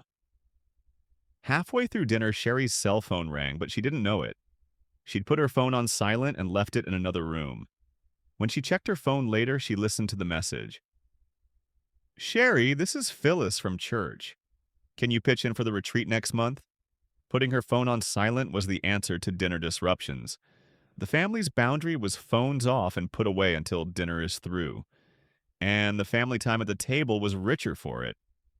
Sherry made a mental note to call Phyllis later that evening and regretfully declined. She and Walt were having a couple's weekend during those days. It helped keep them honeymooning. Interestingly enough, when Sherry's boundary work had first begun, she'd started backing off from church commitments to sort out her chaotic life. Now, however, she was sensing more of a desire to be involved in a couple of ministries to which she felt called. It's like comforting as I've been comforted, she thought to herself. But she realized that she'd probably never be as available to Phyllis as Phyllis wanted. But that was between Phyllis and God. Sherry was out of that particular loop. 7:45 p.m. The kids and Walt cleared the table without being asked. They didn't want to miss the next night's dinner any more than they had breakfast. 9:30 p.m. The kids were in bed with their homework assignments done. They had even had some playtime before bed. Walt and Sherry sat down together with a cup of coffee. They talked quietly about each other's day. They laughed over the goof-ups, commiserated over the failures planned the weekend, and talked about the kids. They looked into each other's eyes, glad the other one was there. A miracle of miracles. And a hard-won miracle. Sherry had had to go to therapy herself, along with joining a church support group. It had taken a long time to move out of her loving Walt. Out of his anger modality, her boundaries had needed much practice with safe people before she was ready to confront her husband. And it had been a scary time. Walt hadn't known what to do with a wife who could set limits, who would say to him, "Just so you'll know in advance, it hurts me and distances me from you when you criticize me in public. If you continue, I'll confront you on it immediately. And I'll take a cab home. I won't live a lie anymore. And I will protect myself from now on." Here was a wife who would no longer take responsibility for Walt's tantrums and withdrawal, who would say, "If you won't talk to me about your unhappiness, I'll back off. I'll be with a couple of my friends if you want to talk." This was a difficult adjustment, for Walt was used to Sherry's drawing him out, soothing his ruffled feathers and apologizing for being imperfect. Here was a wife who confronted his emotional distance with, "You're my first choice for intimacy. I love you and want to make you first in my heart. But if you won't spend time being close, I'll spend that time in a support group at church, or with friends or the kids. But I won't be in the den watching you watch TV anymore. You'll have to microwave your own popcorn from now on." He'd threatened, He'd sulked, he'd withdrawn, but Sherry stuck to her guns. With help from God, her friends, her therapist, and her church support group, she'd withstood Walt's blusterings. He began to experience what it was like not to have her around and underfoot all the time. And he missed her. For the first time, Walt actually experienced his dependency on Sherry. How much he needed her. How much fun she was when she was around. He began to slowly, gradually fall in love with his wife again this time. A wife with boundaries. She changed too. Sherry stopped playing the victim with Walt. She found herself blaming him less. She was less resentful. Her boundaries helped her develop a full life that didn't need Walt to be as perfect as she'd wished. No, it wasn't an ideal marriage. But it felt more solid now, like an anchor in the storms. They were more like a team with mutual love and mutual responsibility. They were not afraid of conflict, and they forgave each other's mistakes and respected each other's boundaries. 10:15 p.m. Lying in bed snuggled next to Walt, Sherry reflected over the past several months of boundary work. She felt warm and grateful for the second chance God had given her. And once again, a passage of Scripture came to her mind, one she had read many times. It was the words of Christ from the Sermon on the Mount. "Blessed are the poor in spirit, for theirs is the kingdom of heaven. Blessed are those who mourn, for they will be comforted. Blessed are the meek, for they will inherit the earth." Matt. 3 out of 5. I'll always be poor in spirit, she thought, but my boundaries help me find the time to receive the kingdom of heaven. I'll always mourn the losses I suffer in this lifetime, but setting limits helps me find the comfort I need from God and others.